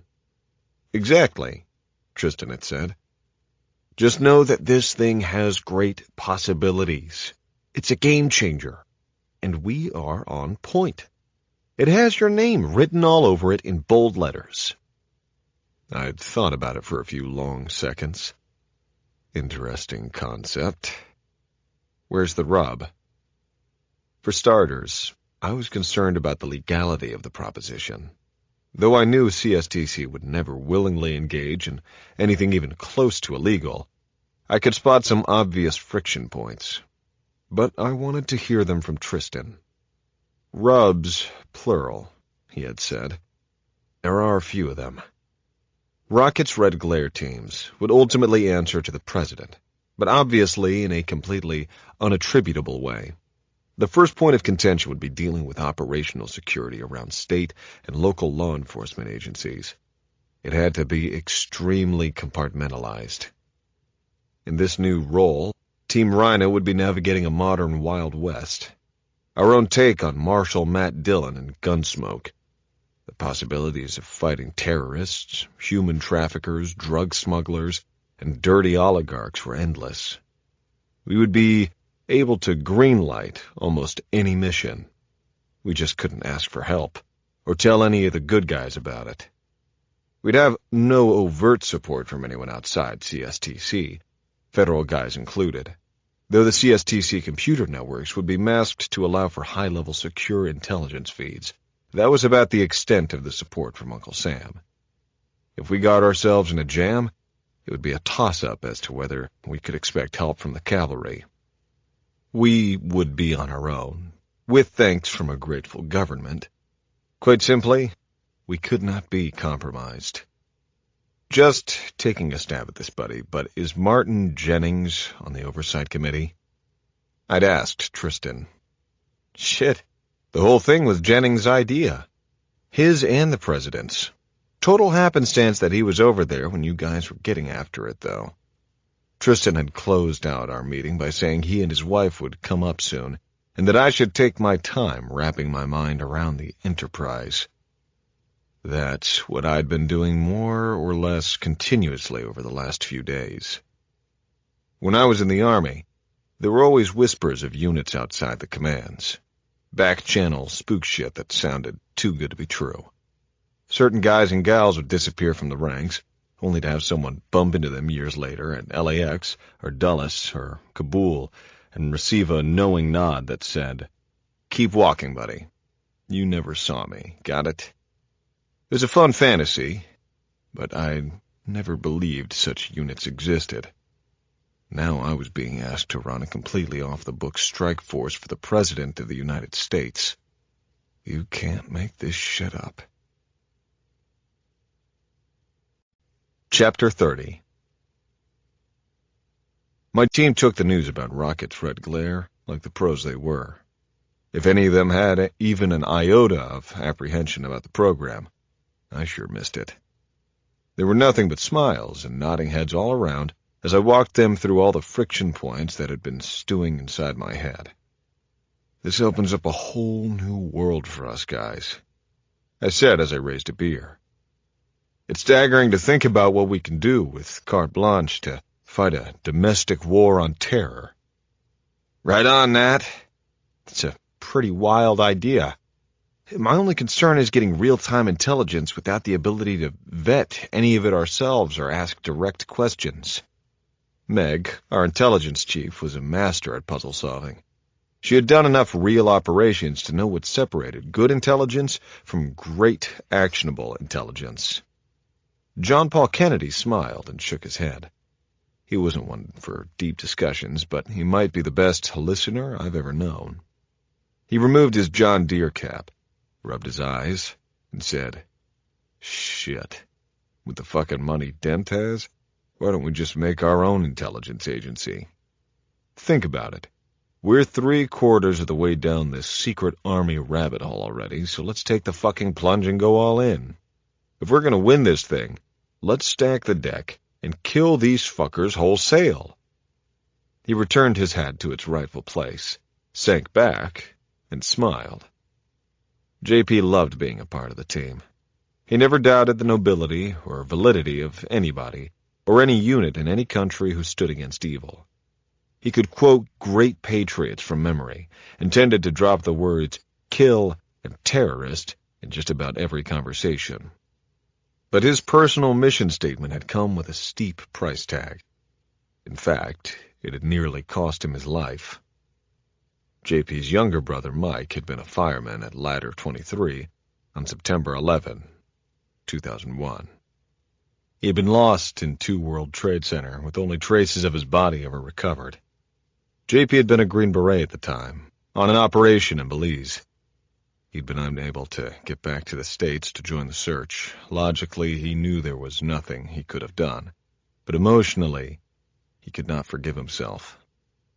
He had struggled mightily in the wake of the attack, experiencing severe depression. By the new year, JP had left his beloved Green Berets and the Army entirely. For 2 years, JP distanced himself from family and friends, did odd jobs around Las Vegas, and burned through most of his savings. One day, he found himself on a park bench outside the Venetian, considering suicide. He knew he needed help. Fast. That's when he'd called Oliver Smith, his old team sergeant. Oliver was already with CSTC by then, so he jumped in Tristan's G5 and flew to Sin City to gather up his friend.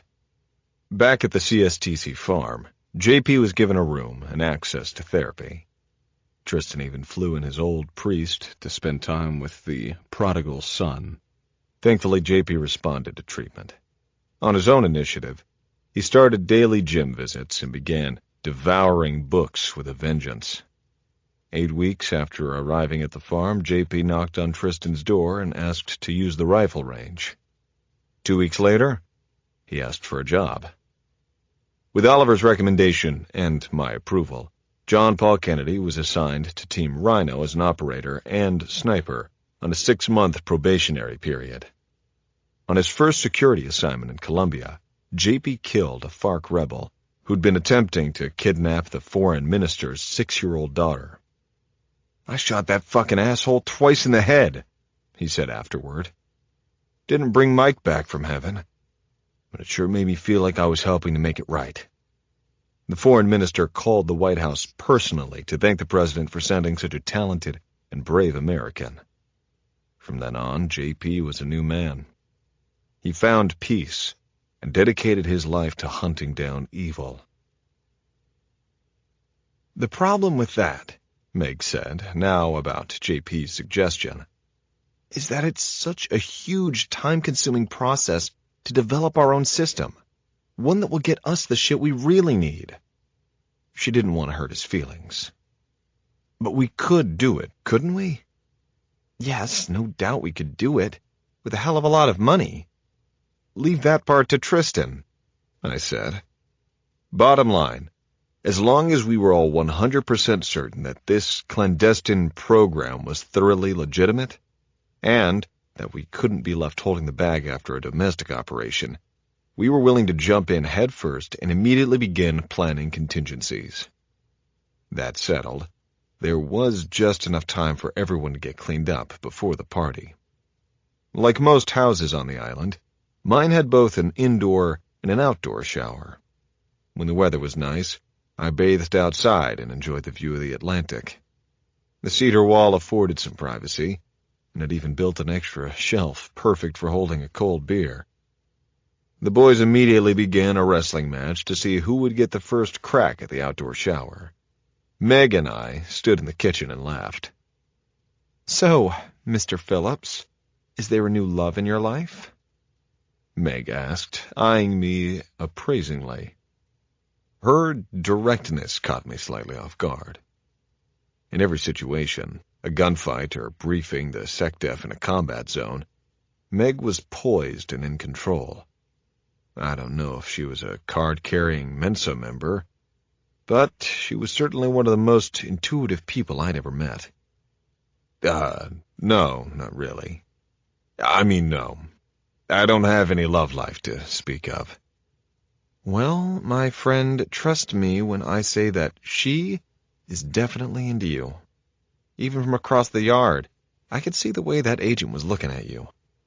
You must have used the Jedi mind trick on her without her even knowing. There is definitely no Jedi stuff going on around this place, I assured her. Whatever you say, Obi-Wan. But you'd better recalibrate your radar, because I'm pretty sure you're missing the signals. Then again, this is you we're talking about. You miss all the signals. I looked across the yard and watched the protective detail outside the senator's house. The same 3 guys were still standing in front. I finished my beer and got ready for the Wilsons' party. Chapter 31. Corville Estate, Cliff Road, Nantucket. Charles Corville, the ambassador of France to the United States, was the lone passenger inside the unmarked Cessna Citation that had landed behind the Hawker jet on runway 45 at Nantucket Memorial Airport. After last night's distressing phone call from his daughter Elise, Ambassador Corville had canceled his appointments in Washington. For the past 2 months, she had rarely left the confines of her island estate. Elise's marriage was over long ago. If only she could see that instead of indulging herself by playing the recluse. Not long after joining his daughter at her Nantucket home, the respected diplomat had felt his resolve turn to shock. He had sat in her living room for the better part of the afternoon, witnessing her sorrowful tears and listening as she shattered his paternal dreams with stories of his son-in-law's shamelessly adulterous lifestyle. "Coleman Harrison is finished!" Corville shouted, his face flushed with anger. "How could he do this to you on your mother's grave, Elise? I will ruin him. He will pay. I promise you, he will pay." Elise Corville had more than enough money to last 2 lifetimes. Her father had seen to that. After her French mother died when Elise was a little girl, Charles had raised her as best he could, with the help of boarding schools and private tutors. He had also opened a trust in Switzerland for her. The day after her 30th birthday, Elise had begun drawing her monthly dividend of almost $50,000. Given the structure of the investments and the financial acumen of her father's trusted advisors, it would be nearly impossible for her to deplete the fund before her 127th birthday. Despite her privilege, she had always dreamed of an uncomplicated life. She was accustomed to living by herself. But upon meeting then-Congressman Harrison at a London polo match sponsored by the Duke of Windsor, she had fallen in love with the politician immediately. Coleman Harrison, a rising star in the party, was said to have a real shot at the White House someday, but was virtually unknown outside the United States until Elise Corville granted him connections around the globe, courtesy of her ambassador father. Between Coleman's charisma and Elise's natural beauty, political insiders christened them America's answer to Charles and Diana. Shortly after their marriage, Harrison ran for office and was easily elected to the U.S. Senate. In no time, he became not only more famous than any of his 99 colleagues, but was being courted by heads of state on several continents. He had even remained faithful to his bride for almost a full year.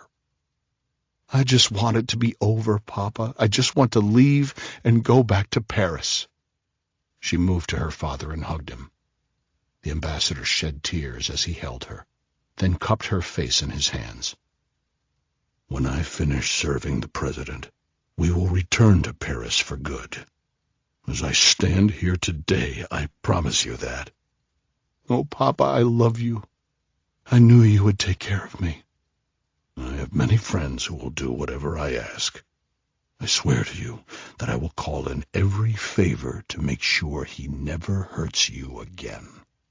Now, I must ask you, Elise, how you found out about this latest affair." "One of his staffers told me in confidence." "Let me make a few calls, and then we can talk about Paris."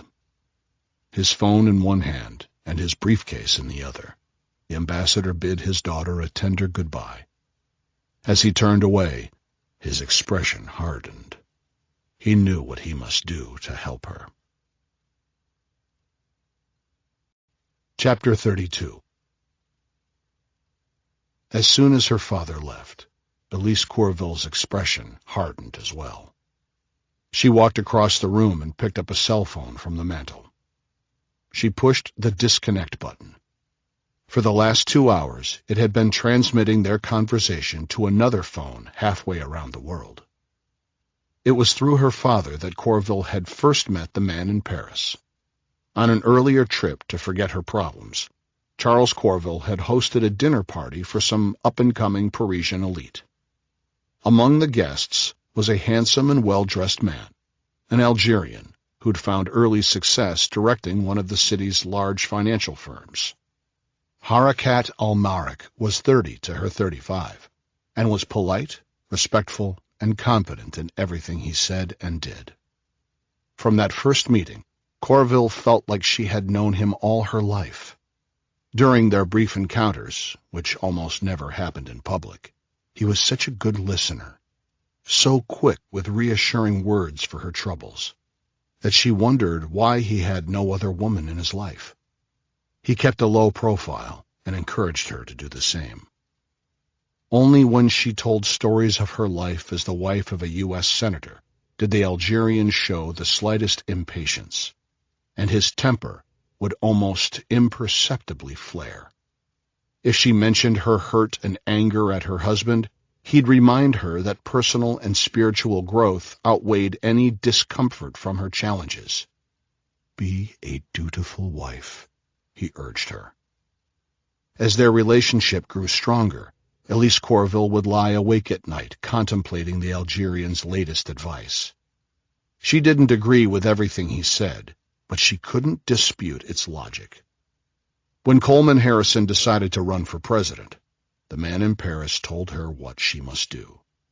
At first, she wasn't sure she could go through with it, but night after night, as she listened to his persuasive voice on the phone, Corville slowly came to terms with the reality he presented.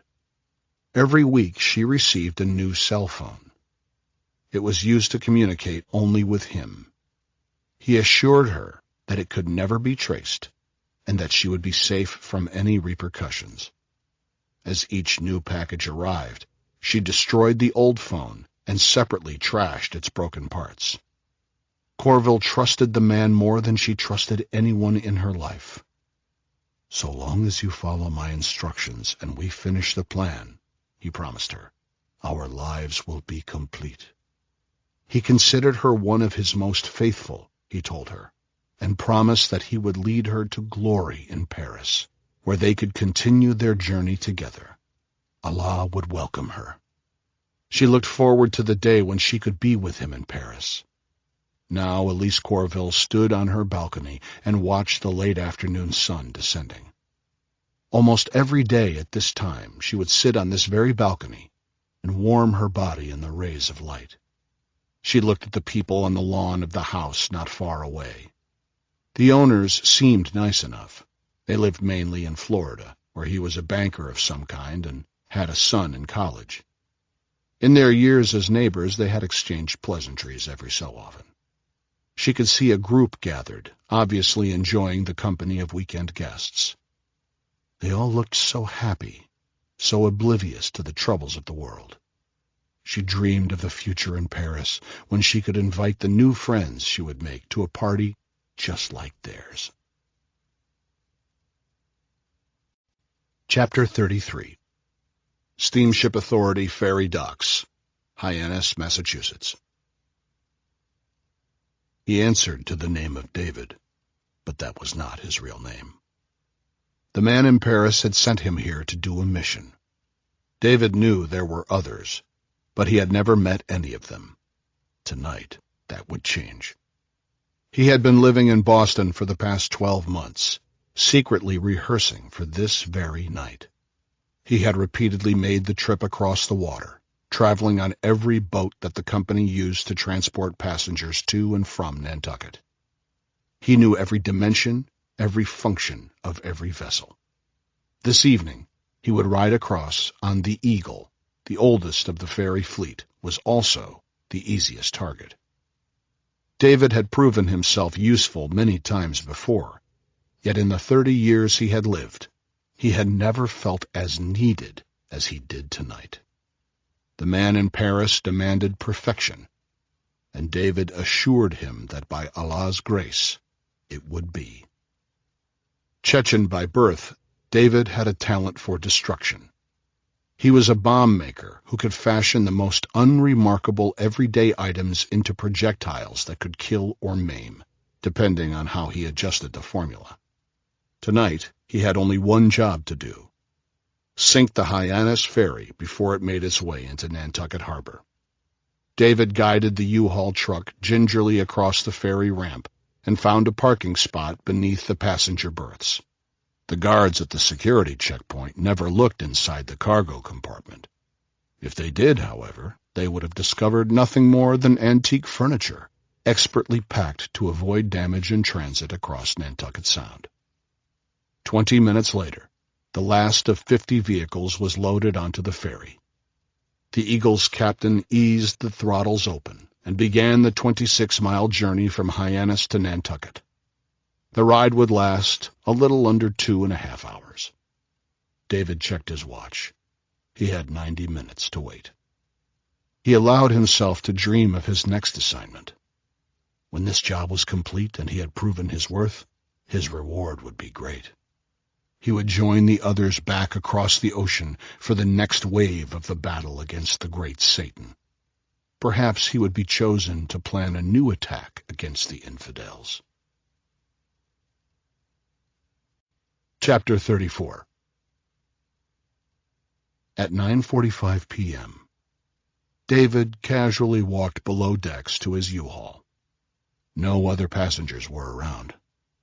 The sun had long set, and the dim lighting in the vehicle berths bolstered David's confidence as he made his way to the rear of the truck. He slid open the roll-up door and climbed into the cargo area to survey his masterpiece. In a most diabolical fashion, he had designed this particular bomb by applying the simple laws of physics to create an indefensible projectile. He had custom-made a series of copper plates, each one about an inch thick and a foot in diameter, and installed them in the truck. Ignition of almost 1,000 pounds of Semtex packed inside the furniture would propel the plates with such force, energy, and heat that the metal would, in a nanosecond, transform from solid to liquid and melt its way through whatever was in its path. The ferry's hull might withstand a single plate, but not the 10 that David had positioned in the U-Haul's undercarriage, which would cut a 10-foot hole in the ship's steel body. Another 10 plates that David had built into the truck faced upward toward the passenger deck. He had angled the ceiling plates to maximize the fan of death that would further escalate when the U-Haul disintegrated into the ferry, becoming its own lethal weapon. David would soon have the honor and pleasure of firing the first shot in the battle waged from across the ocean by the man in Paris, sending the children of the great Satan to hell.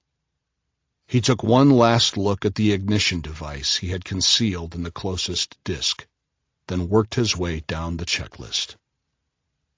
Turn on small cellular phone attached to fuse igniter and check that it has network capability.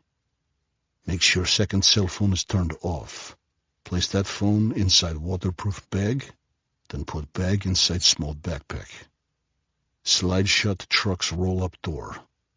Walk to aft end of vehicle berth.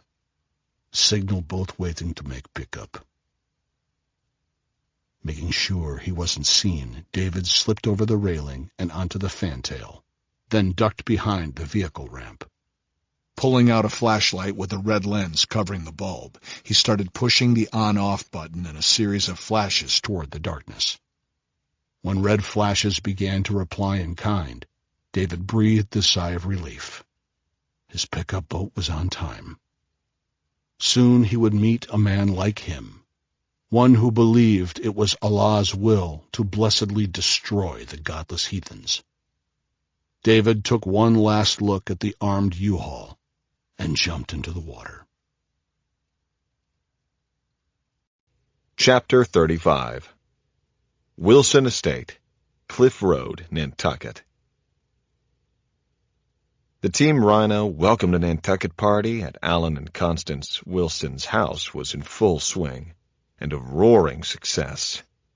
The hedge fund giant had found his second lease on life and was eager to meet Tristan to discuss some possibilities. Cy seemed impressed by the team, and relieved of whatever stressors he'd been facing at home before the sunken Porsche episode. Connie charmed my team as much as she had me. Wolf, as I'd predicted, was especially intrigued. Oliver made sure he stayed on his best behavior while I hung out with Meg and JP, sipping cold beers and bullshitting about life and Rocket's red glare. JP wouldn't let up. "Let's talk to Tristan when we get back down there, Nat. Meg knows the deal." Meg smiled and agreed that if it ever reached Tristan's desk, she would back JP's play. Then she gave me a punch on the arm and said, "Enough about rockets and secret agencies. Let's talk about Nathan's new girlfriend." I halfway stood from my seat next to her and in a split second pushed her back onto the grass, then pinned her down with my foot. She was caught off guard and laughing so hard that she dropped her beer bottle, making her laugh even louder, and call for help from JP and Oliver. "Let's not talk about Nathan's new girlfriend," I said, enunciating each syllable as I stood over Meg. "Because there isn't one." "You are going to pay for this, Mr. Phillips," she said. I was formulating a smart-ass reply when Oliver broadsided me, knocking me off everybody's favorite little sister. The wrestling game was on, right there in the Wilsons' yard. I tried to roll with him, but his momentum carried us another full revolution, and he assumed a Brazilian jiu-jitsu position known as the mounted guard. Oliver immediately began slapping me, and not softly either. I tried to escape, but he had me at a perfect disadvantage. Not to be outdone, JP launched himself across the grass from about 6 feet away and landed on top of both Oliver and me. I was now at the bottom of almost 400 pounds of idiot and knew it was only a matter of time before the others joined in. Our hosts looked on, incredulous, as Wolf Kerr went down in Nantucket history as the first man to perform a perfect somersault onto a pile of humans. With a thundering cry of "Dog pile!" Meg leaped on top, and we all burst into hysterics and rolled away on the grass. I assumed such a spectacle had never occurred in the backyard of the Wilson place. Whatever concern Alan and Connie might have been feeling about their unusual guests and their behavior, their curiosity won out. Cy clapped and cheered, and his parents joined in. That seemed the signal to leave. We helped the Wilsons clean up, then said our goodbyes and climbed into my ancient Defender for the 20-minute ride back to my place. Chapter 36. Senator Harrison HQ, Baxter Road, Nantucket. An important announcement concerning the next phase of the campaign, read the invitation from Walter Fitzgerald to the 10 most senior members of the Harrison staff. Fitzgerald took the tack of a coach reviewing the starting team for a Friday night game. They would play according to the rules. His rules. At this point in the campaign, he reminded staffers over cocktails, we have 3 weeks to play ball. Both sides are scrambling for the win. What we need is one key play that will send our candidate to Pennsylvania Avenue. In the large living room of the borrowed house, the staffers waited expectantly to learn what that play might be. Fitzgerald stunned them with the reveal. There are favors that need to be repaid, he said. Donors and high-ranking members of the party demand that a young female fill a key role.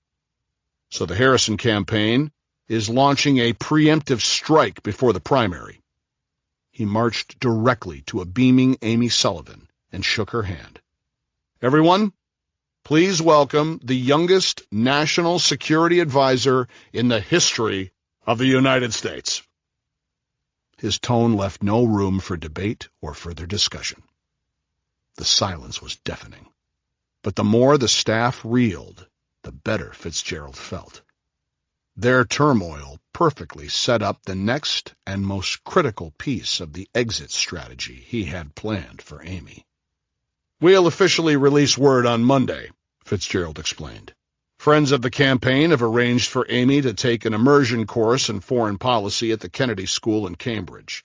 They will stack the deck with Harvard's heaviest-hitting intellectuals, the greatest strategists in the world. You know the saying, people. It's Christmas in July for the Harrison campaign, Fitzgerald said. No reason why the coach shouldn't finish with some cheerleading. The aides lined up with their hands extended, and Amy Sullivan graciously shook them. Coleman Harrison glided into the room. Sullivan took both the candidate's hands in hers and squeezed. The show of loyalty complete, the party started to fade. What only Walt Fitzgerald knew was that the red-headed bitch would never make it to Monday. By the time she reached her apartment in Boston tomorrow night, the appointment charade would be over. The only thing left to do would be the spin required to distance the Harrison campaign from the woman soon to be revealed as a coke-addicted former staffer. By 9:30 p.m., the house was quiet. Apart from Harrison, Fitzgerald, and Sullivan, only the Secret Service agents and a senior aide remained. The campaign manager and his aide left for the study to work on the press release, leaving Sullivan and Harrison alone for the first time in days. Without a word, Harrison walked across the room toward the staircase. Sullivan followed him upstairs to thank him in her own unique way. Chapter 37. Nantucket Memorial Airport. The men could have been any of the many itinerant workers who flocked to the island every summer. The ones who toiled the fishing boats or tended the lawns or performed any of the backbreaking manual labor needed to keep this island of the super-rich functioning. These 3 men happened to be Mexican. They had arrived a year ago on visas purchased with the help of a man in Paris. Since then, they had been sharing a 1-bedroom apartment on the island and working as truck drivers, hauling away the trash of the wealthy. Tonight, they drove toward the airport in their big green garbage truck, then pulled off the road on a dark stretch away from any streetlights. The first man looked at his friends, checked his cell phone, then jumped out of the cab. He walked to the back of the truck and reached underneath the bags of trash to retrieve his gear. He grabbed the military-issue green duffel bag and slung it over his shoulder. He headed down the street in the direction of a motel. The motel maids were his neighbors, and he had easily gleaned from them the intelligence that this was where Senator Harrison's Secret Service agents stayed when he was on the island. The agents slept in shifts, 4 to each of 2 adjacent rooms. He looked at his watch. It was 9:55 p.m. In 5 minutes, he would kill all the infidels. The second man jumped out of the truck and walked across the road toward the airport, stopping by a cluster of small trees. The full summer foliage would shield him from the streetlight, but still afford an unobstructed view of the control tower. A clear line of sight meant he had a clear shot at the structure, which housed the communications equipment necessary to direct incoming and outgoing aircraft. He checked his watch. It was 9:58 p.m. The last man drove the garbage truck at a crawl, turning off the headlights as he approached the airfield's last utility gate. The chain-link fence was secured with a heavy-gauge lock that held the gate shut and denied intruders access to the runway. He reached behind his seat and pulled out a pair of bolt cutters. His was the easiest job of all. When given the signal at the appointed time, all he had to do was drive the garbage truck onto the tarmac and park it at the intersection of both runways. So positioned, the huge garbage truck would effectively block any fixed-wing aircraft from landing on the island. The last man was also armed with thermite grenades and a dozen lightweight anti-tank weapons, all of it stolen equipment that had been earmarked for destruction 2 years prior, before disappearing from a National Guard armory in Brownsville, Texas. Records of the subsequent investigation had been lost. Chapter 38. Nantucket Harbor. The fishing boat drifted lazily in the dark night about half a mile north of Nantucket. The lone boatman had been watching the long, slow approach of the Nantucket Eagle ferry and patiently awaiting his signal. Just over 100 yards from the Eagle's route, the boatman noticed a blinking red light on the port side. His contact was ready for pickup. The boatman tossed his cigarette into the dark water, pulled a flashlight from his duffel bag, and blinked back a series of lights. The boatman started the engines. Compared to the Eagle's massive engines, the twin Mercury 250 horsepower engines barely made a sound. Pointing the sloop's bow in the direction of the ferry's wake, he guesstimated the position of his contact. In about 4 minutes, he spotted a red light just above the water. The boatman slowed the sloop and allowed it to drift downwind until he was positioned to make the rescue. The boatman hung a dive ladder over the side, then shifted the motor into neutral. The man in the water waited for the boat to stop rolling in the Eagle's wake before attempting to haul himself aboard.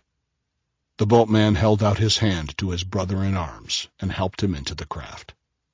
The men did not recognize each other, nor did they expect to. Even in the beam of the flashlight, both could see that the boatman was darker-skinned than the man who had jumped off the Eagle. Without saying a word, the swimmer pulled off his backpack, settled himself on the deck, and reached inside for a waterproof bag. Engrossed in the setup of his mission's next step, he failed to notice the boatman's movements near the cockpit.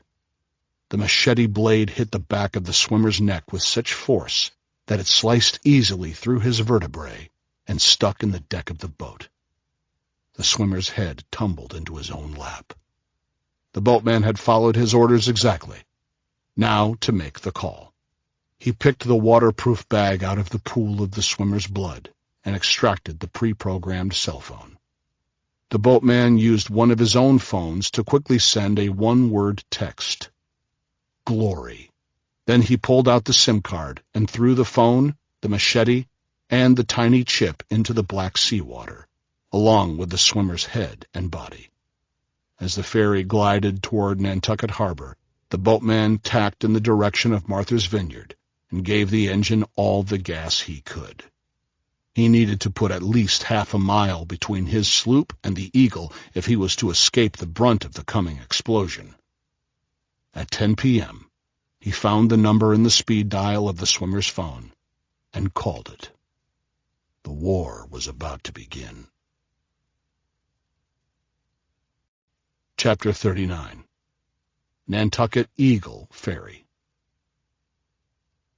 The cell phone rang inside the U-Haul. The voltage in the ringer function was more than enough to send a charge of electricity into the fuse igniter and through the blasting caps buried in the Semtex charges. The blasting caps instantly ignited the explosive, which in turn generated enough force to lift the U-Haul off the deck even as the copper discs embedded in the vehicle cut through its cargo hold, through the deck, and into the hull of the ferry directly beneath it. Sound travels roughly 350 meters per second. By the time they heard the explosion, every person on the Nantucket Eagle was either dead or about to be. The boatman looked at his watch. Everything was right on schedule. He kept the sloop on her westward bearing toward Martha's Vineyard. In a few minutes he would change course, turning east toward the west coast of Nantucket, the location of his next assignment.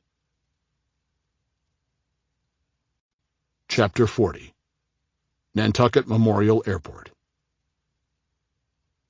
1 minute earlier, the man stationed at the motel, the first man to exit the green garbage truck, had pulled 2 grenade launchers from his duffel bag, extending both light anti-armor weapons systems to ready them for action. Standing less than 50 feet from his target, he raised the first launcher to his shoulder, armed the firing device, and took aim. The instant the grenadier heard the sound of the ferry exploding, he squeezed the trigger. The door to the room where the day-shift Secret Service agents lay sleeping was an easy shot. The 40-millimeter grenade exploded on contact. The grenadier never looked up. He quickly armed and aimed the second LAW and fired directly into the room next to the first. If all the agents weren't killed by the explosion of the round impacting the room, the overpressure would be enough to render them incapable of responding to the impending attack. The grenadier targeting the airport control tower, the second man from the garbage truck, had simultaneously prepared his weapon. His first shot found its target, punching a hole about a foot wide in the side of the tower, the shrapnel scattering into a fan-shaped pattern as the grenade exploded. The air traffic controller standing at his post observing the peaceful Nantucket sky never knew what hit him. The second round hit the tower halfway between the ground and the roof. It penetrated the framework and started a fire between the interior and exterior walls. Fueled by the persistent Nantucket breezes, the blaze soon spread throughout the structure, causing it to spontaneously combust. No response from anyone at the airport. Another strategic prediction proving dead right. The grenadier saw a bright flash of light on the runway, signaling that the third partner had used a thermite grenade to melt the engine block of the garbage truck he had parked there. It would have to be towed off the runway in order for any plane to land. He waved to his first accomplice down the street at the motel and started to jog away from the airfield toward their next location. The helicopters would be landing soon. They needed to be ready to attack them. Chapter 41. Baxter Road. Did you hear that? Meg Fuller asked. I was driving all of us back to my place in Sconset, with Oliver sitting shotgun and Meg wedged between JP and Wolf and back. It sounded like an explosion. I'm pretty sure you're right, I replied. But what could have blown up on or around this island? Gas tank, maybe? The oncoming headlights of a truck swerved briefly into our lane, then raced past us. My mind switched into reasoning mode as I continued to drive. I thought about that big Ford lawn service truck I'd almost hit, in almost the same location, on my way home with Rowan Anderson from our dinner date at the rope walk. Either intuition or cynicism tripped an internal alarm. Hold on. Something's fucked up. I hit the brakes hard and stopped. The five of us slipped right into tactical mode. Spontaneously, the doors flew open, and we all climbed out of the vehicle, scanning the perimeter for security. Our guns were drawn. We all felt it, the innate warnings of danger that soldiers like us had experienced time and again in battle. Anybody see anything? I asked. Negative, said Wolf. All clear at 6 o'clock, said Meg. 12 o'clock, 40 meters, Christmas tree lights, JP said clearly. He was pointing like a Labrador to a string of wires sitting on the road.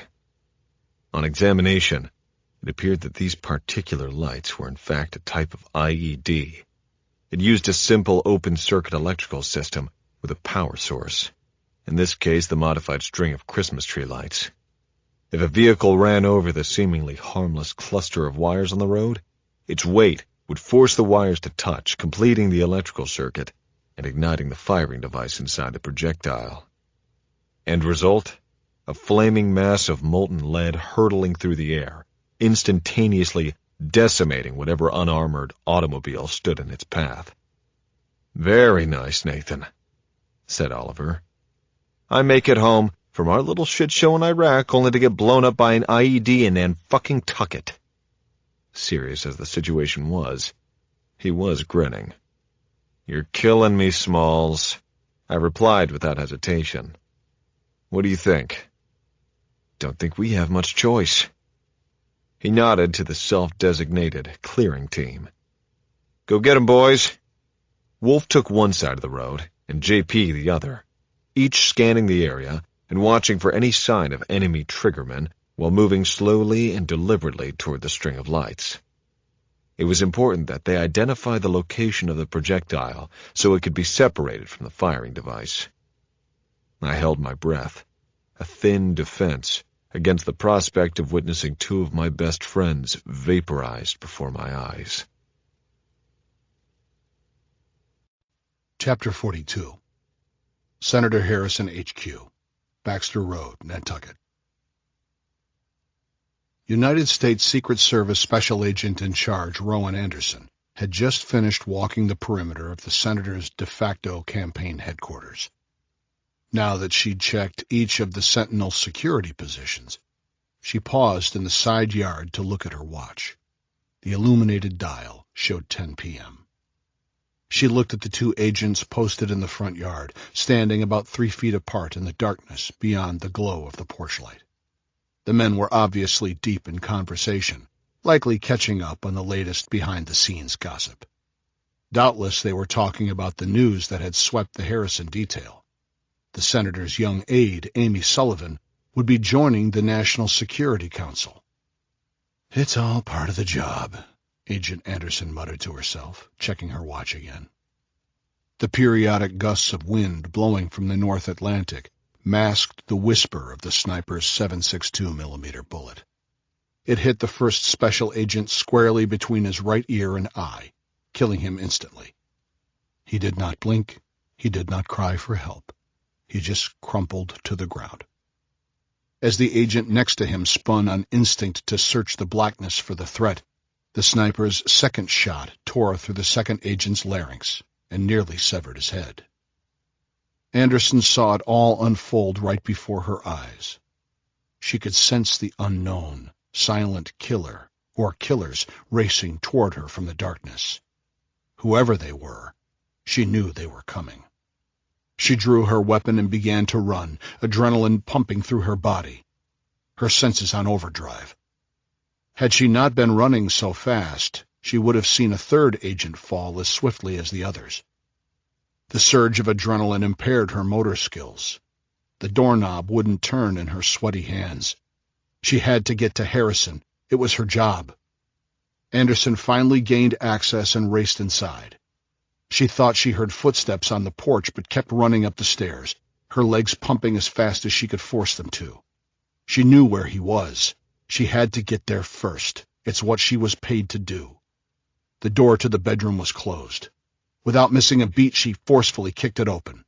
Her tactical training took over immediately, her actions all muscle memory. In one sweep of the room, she saw two naked people on the bed, a woman on top, straddling the senator. The agent, 2 steps inside the room, paused for a second in her attack posture, her pistol leveled at them, just as she had been taught at the training center in Greenbelt, Maryland. The senator, quite possibly the next president of the United States of America, was lying spread eagle on the bed of a wealthy donor, one hand cuffed to the headboard, while his dominatrix and future national security advisor administered as much sexual pain as he could withstand. It was insane. The whole episode was insane. It was almost more than Anderson could process. Seconds counted. "Get the fuck out!" Amy Sullivan demanded. The two women's eyes met. Instantly, Anderson realized that Sullivan was less angry at the interruption than mortified by her vulnerable position, naked save for a tight leather corset. The shame of it was beginning to register when the first round from Anderson's 9mm hit Amy Sullivan in the left shoulder and spun her counterclockwise. As she fell off the senator, the second round hit Sullivan just above her exposed right breast. Anderson never took her eyes off the target as she walked carefully toward the body crumpled on the floor. Harrison started to hyperventilate with shock at the act he had just witnessed. Anderson shushed him, putting her non-firing finger to her lips. Amy Sullivan's mangled left arm was hanging by only her bloody bicep. She was trying to breathe, but so much fluid had filled her lungs that she was drowning in her own blood. "Is she dead?" the senator stammered. The sound of the bullet discharging at such close range inside the bedroom was deafening. "Now she is." Anderson looked sympathetically at the senator, whose eyes showed fear beyond belief. He had never heard or seen anything like this, including the indeterminate noises from downstairs. Movement at the bedroom door caused both Anderson and the senator to turn. Silhouetted in the doorway stood a person in green overalls and a black ski mask, holding a strange black gun with a long pipe on the barrel. Anderson holstered her weapon and stepped away from the bed. "He's all yours." The masked figure nodded. Without a word, he pulled another pistol from his hip and pointed it at Coleman Harrison, sending a thin dart into the senator's pectoral muscle.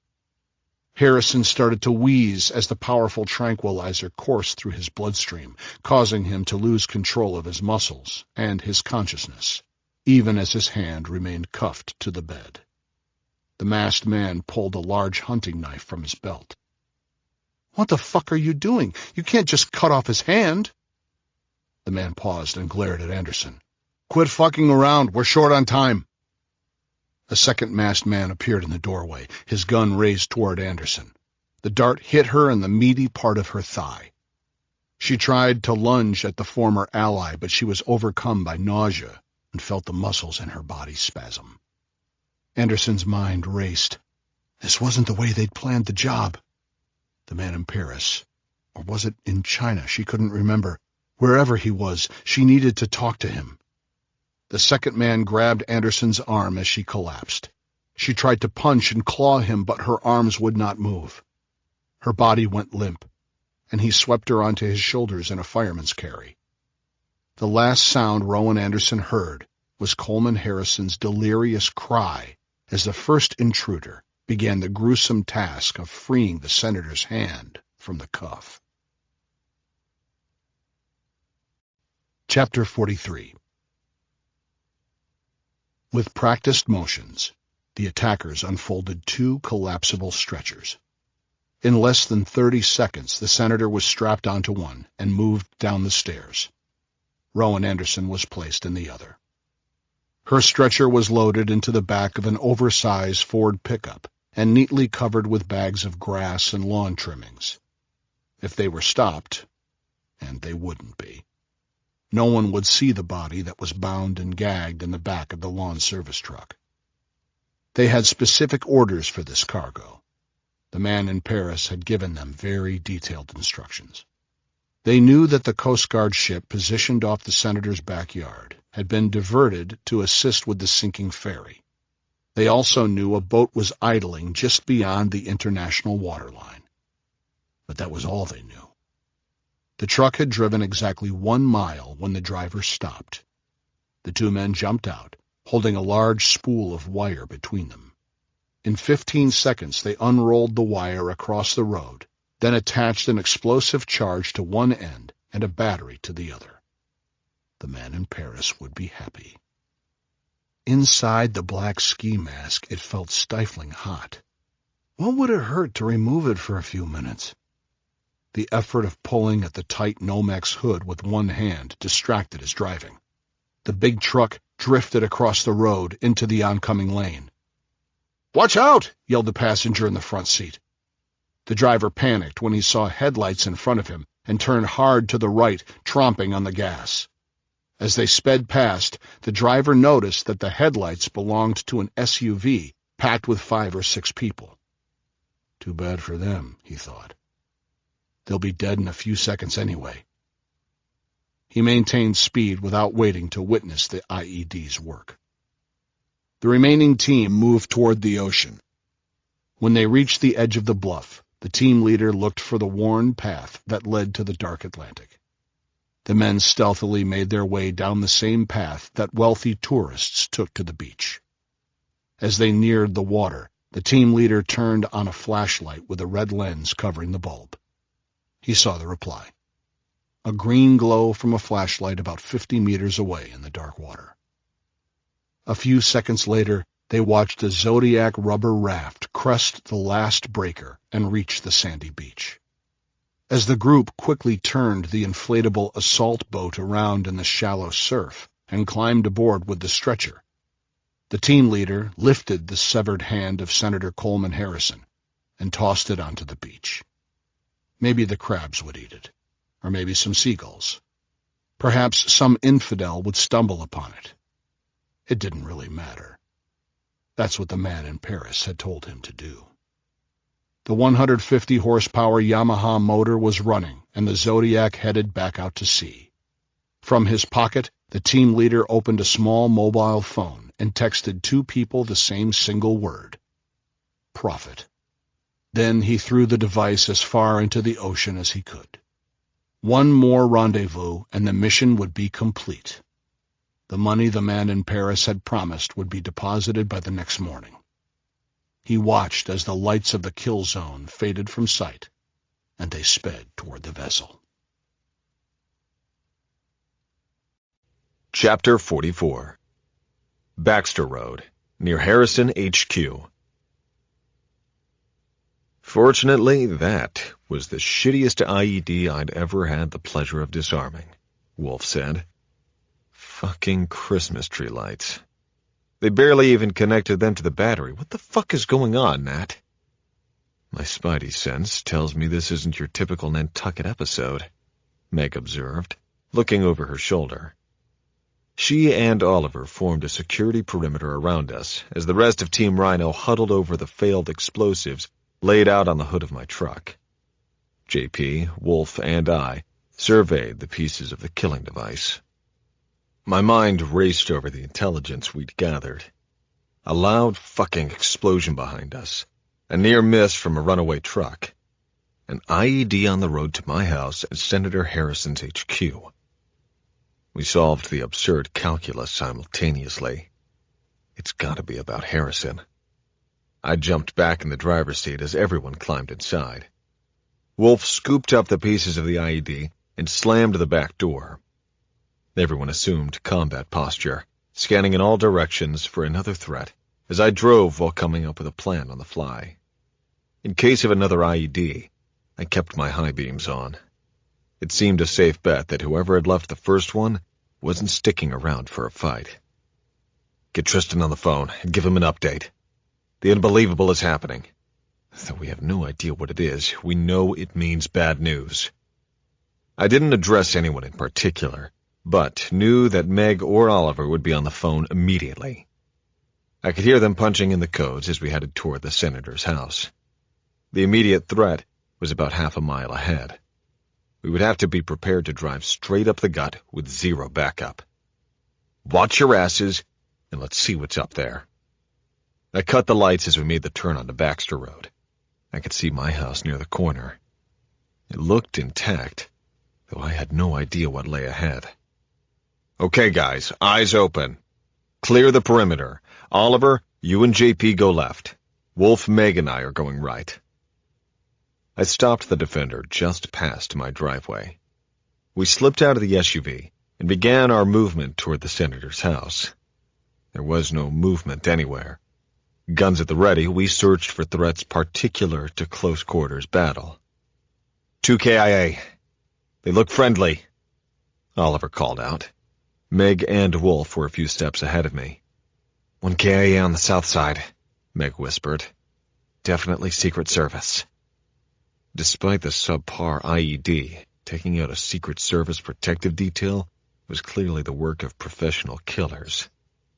Holy fuck. What about Rowan? I blinked my eyes to clear my mind. Where was she? I paused for a second at the porch steps, keeping my weapon trained on the front door while the team cleared the perimeter. In less than a minute, they joined me back at the steps. Oliver, Wolf, and JP take the first floor. Meg and I are going up. JP slid past me to assume the lead position in entering the house. Wolf was right on his back, while Oliver, Meg, and I followed. I felt a familiar tightness in my stomach as my team flowed toward the open door. Here we go again, guys, I thought. JP went left and deep. Wolf went right, and Oliver took 2 steps inside the doorway, leaving room for Meg and me to slip past him toward the stairs. I heard JP's voice calling out casualties as they took down the first floor. Meg was on my hip with her weapon over my left shoulder, prepared to eliminate any threat around me as I focused on our movement toward the second floor. Stairways suck no matter how good you are at close-quarters combat. The enemy has the higher ground, and fighting against gravity is difficult. We reached what appeared to be the main bedroom and immediately saw signs of forced entry.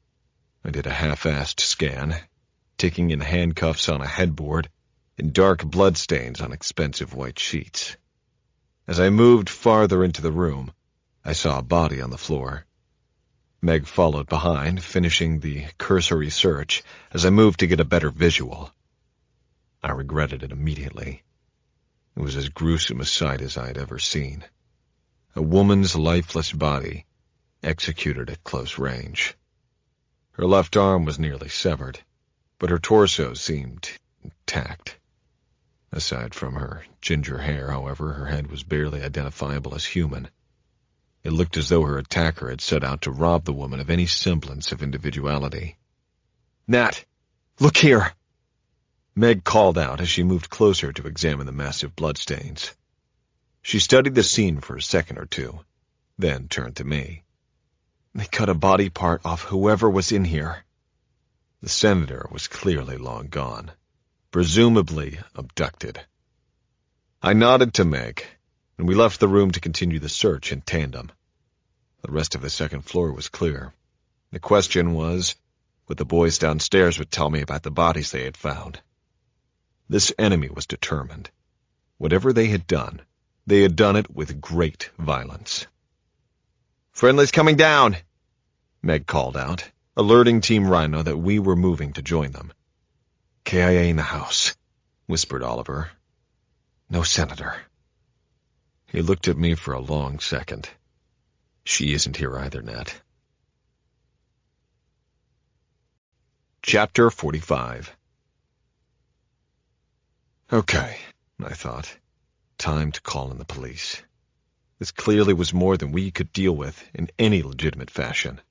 It was certainly a crime scene, and most probably some sort of national security issue. I pulled out my cell phone and dialed 911. I tried to speak as calmly and clearly as possible, but the voice on the other end belonged to a person in distress. I could tell the communication process was not working when the emergency operator asked me if I was still on the ferry. The ferry? No, ma'am. I'm over in Sconset. I'm standing on the beach outside Senator Harrison's rented house on Baxter Road, where there's been a mass shooting. This sent the dispatcher into orbit. Senator who? You're not on the ferry? Why was the dispatcher asking about the ferry? Was the explosion we'd heard somehow connected to the ferry? It was becoming clear that more than one bad thing had gone down on this tiny island. The dispatcher was struggling, and the connection was getting garbled, so I hung up. Hopefully someone would review the call and send officers out eventually. Like the ambush in Iraq, it was up to me to step up and make some crucial decisions. My guys were pros, and I knew we could develop a battle plan much quicker than the local cops could. First, though, I dialed Tristan Dent's secure number. While I waited for him to answer, I had the team do another quick search around the house, looking for anything that might help us figure out who was behind the carnage. This is not a robbery gone bad, I told Tristan after giving him an overview of the crime scene. Hell, there hasn't been anything even approaching this level of violence on Nantucket in probably a century.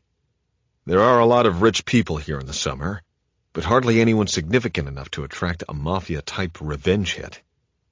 There's no drug trade beyond recreational use, and no real reason for premeditated crime. Somebody on that small island in the shitty, cold North Atlantic has to know something, Tristan said. See what you can find in the house. Will do. And let me know if you learn anything about that explosion we heard. Next, I dialed Cy Wilson. Hey, buddy, it's Nat. We heard a real loud bang or something from down near the harbor, Cy said. Is something up? No shit, something's up. Listen, for the next hour or so, I need you to keep your eyes open. Keep watch on the nearby houses and roads, especially your neighbor Harrison's place. Don't go anywhere or engage with anyone. Just be my eyes and ears over there. I need to know what you see. Write shit down and be as detailed as you can. We'll be over later.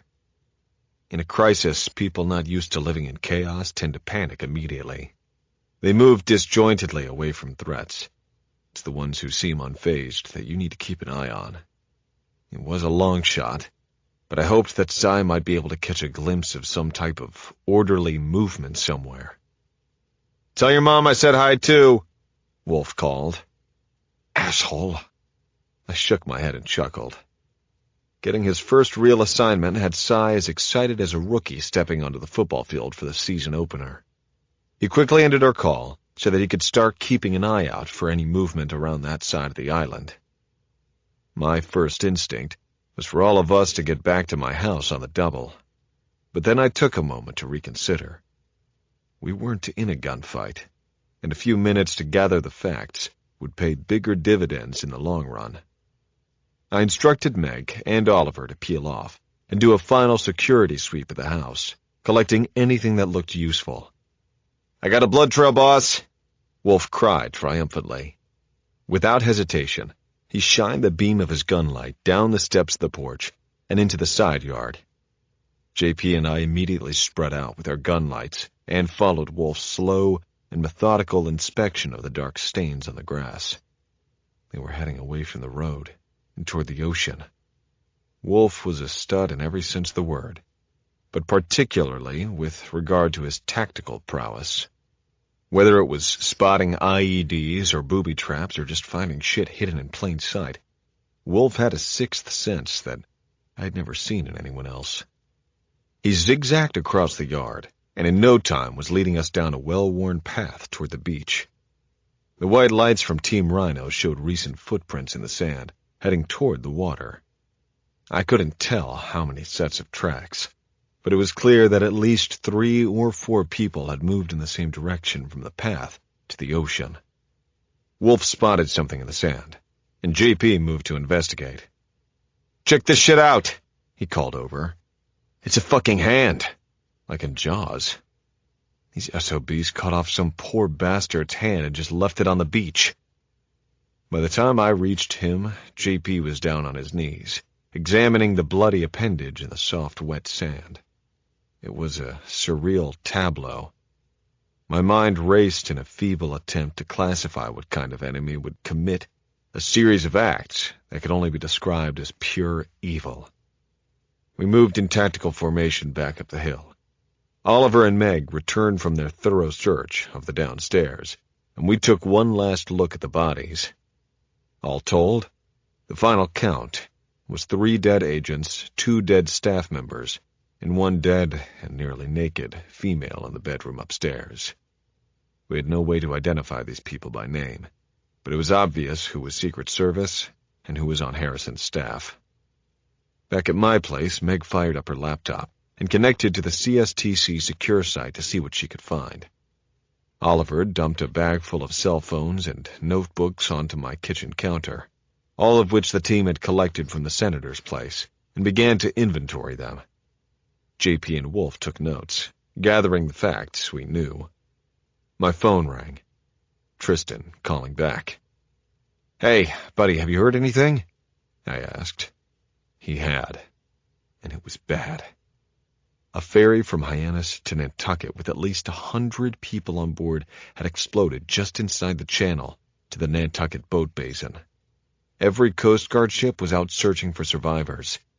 What's more, Nantucket Memorial Airport was on fire from multiple explosions on its east-west runway. A small motel near the airport that the Secret Service was using as an alternate command post and temporary barracks had exploded as well.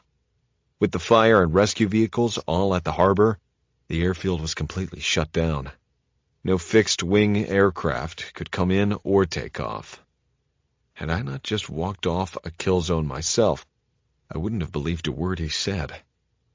"Listen closely," my boss instructed. "I've got 2 birds in pre-flight right now. They have your number, and will be in touch on the secure frequency. Tristan, I think whoever did this has kidnapped and tortured Senator Harrison. I don't have all the proof, but we can confirm multiple KIA and a human hand down by the ocean. They must have headed out to sea."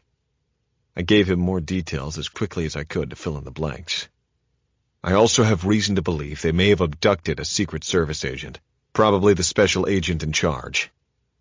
We were in unprecedented territory. However we decided to respond to these attacks, it was clear the decisions were going to go straight up the chain of command. "Nat, I've already spoken with the people in D.C., Tristan confirmed. "Rocket's red glare is a go, immediately. The Secretary of Defense is working with the Attorney General and the White House to greenlight other special operations forces to interdict any future attacks by what they are calling a terrorist threat. But for now, buddy, Team Rhino is all we have to save this man's life. You have command of this rescue mission. Bottom line, brother, you need to figure out pretty fucking fast how to find this ship and take it down. Do you copy?"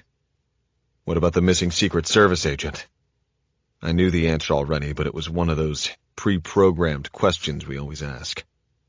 "Senator Harrison is the priority." Chapter 46. International Waters, 12 miles east of Nantucket. The Zodiac sped over the surface of the Atlantic. The ocean was unusually calm, and the team of assassins had little difficulty navigating the dark waters. Even with the light chop of the waves, the visibility was good. The team leader scanned farther to the east, looking for the signal in the dark night. He checked his watch. They had been on the water for 45 minutes. The link-up should be close. He pulled out a cell phone and hit speed dial. After 2 rings, the call was answered, and 2 red lights appeared over the bow. The Zodiac was a quarter-mile from the ship. The next phase of their operation was more critical than the last. Chapter 47. Baxter Road. "We need eyes in the sky, Meg." How soon can you connect? My team had transformed my living room and kitchen into a working operations center, almost as functional as the one we left in Baghdad. Meg was furiously pounding the laptop keys. I was counting on intel from CSTC's secure satellites, knowing that every second mattered. Oliver was standing at the living room wall, using a Sharpie to draw a map of Nantucket and the surrounding areas. Wolf and JP were taking inventory of our weapons and gear, checking radios, batteries, and of course, ammo. That left me desperately trying to gin up some semblance of a plan. I had to admit, I wasn't doing too well at the task. Time was on the side of the unknown enemy. Every minute that elapsed put them half a mile farther away, and no one was chasing them at all. How did that happen? Oliver, why isn't anything flying? Shouldn't the Coast Guard or the State Police or someone be all over this by now? Tristan certainly was. My boss had already dispatched 2 modified OH-6 helicopters. This attack team was legit, obviously well-funded, and wasn't playing the fuck around. But who were they? Who the fuck blows up a passenger ferry, takes down an entire Secret Service detail, shoots multiple campaign staffers in the face at point-blank range, kidnaps a senator and possibly a Secret Service agent, chops off a man's hand, leaves a shitty IED on the road, and does it all without meeting any resistance? It was a plan of violent simplicity, and I had to admit, it had been well executed. They had hit fast and hard, ensuring that the good guy resources would be limited. It made sense. Snatch the poor guy, jump on a boat, and head out to sea while the Coast Guard is forced in the opposite direction for a search and rescue mission, and the airfield has been blown up. They had a big lead on us, but the only play was to follow the trail to the ocean. Every minute we weren't on the offensive lowered our chances of recovering the senator. Okay, Nat, I've got Bigfoot, and we'll have visual in a second. 2 years earlier, CSTC had successfully launched a Jericho 5 satellite known as Bigfoot. It was virtually unheard of for a commercial company to put its own satellite in geosynchronous orbit, but Tristan had made it happen. The asset was closely guarded. Even at CSTC, only a few operators had clearance. Meg, of course, was one of them. Good going. Let's see what's happening due east of here. We all huddled around her screen, trying to will a glimpse of the boat on the big expanse of black. My phone buzzed with the message that the 2 helicopters were wheels up, ETA 60 minutes. Some simple Phillips math told me these guys must have been pretty close by when they got the call, confirming rumors of the existence of another secure CSTC facility in the tri-state area near the border of New York and New Jersey. Meg, the birds just took off. Give me something. Nat, Bigfoot is fucking 500 miles above sea level, and it's a big fucking ocean. I'm working on it. Is that a boat? Wolf asked. He was pointing to a darker spot on the screen. If I'm right, that's a pretty big vessel. Meg slowly zoomed the lens from 536 miles above the ocean to focus on the dark spot. The satellite images pulled from her screen weren't particularly clear, but they defined the craft's general size and length. A moment later, the screen changed to bright green as Meg switched the camera to infrared. Hold on, it's working. The images became much clearer. There wasn't one big boat. There were 2. In this part of the world, big boats were not uncommon. Wealthy seafarers with small dicks parked their 100, 150, or 180-foot-long monster yachts at the Nantucket boat basin every day during the season. But there was no chance that 2 of these mega yachts in this position at this particular time had not been involved in the attack. Looks like we have our first target, boys and girls, said Meg. Natty, what do you want me to do? Haven't seen any movement, and neither seems to be generating much heat. Attempting a no-notice hostage rescue meant countless risks, but I felt strangely calm. If anyone had a shot at success, it was this team. Everybody, listen up. The birds are 60 minutes out. We need to be prepared to execute as soon as the helos land. Keep eyes on. Get me a grid, and pray these bastards don't decide to jump too soon. All eyes were on me, and everyone nodded silently. We have 2 birds, 2 targets, and no time to rehearse the mission beyond a talk-through. Oliver, I want your first briefing in 20.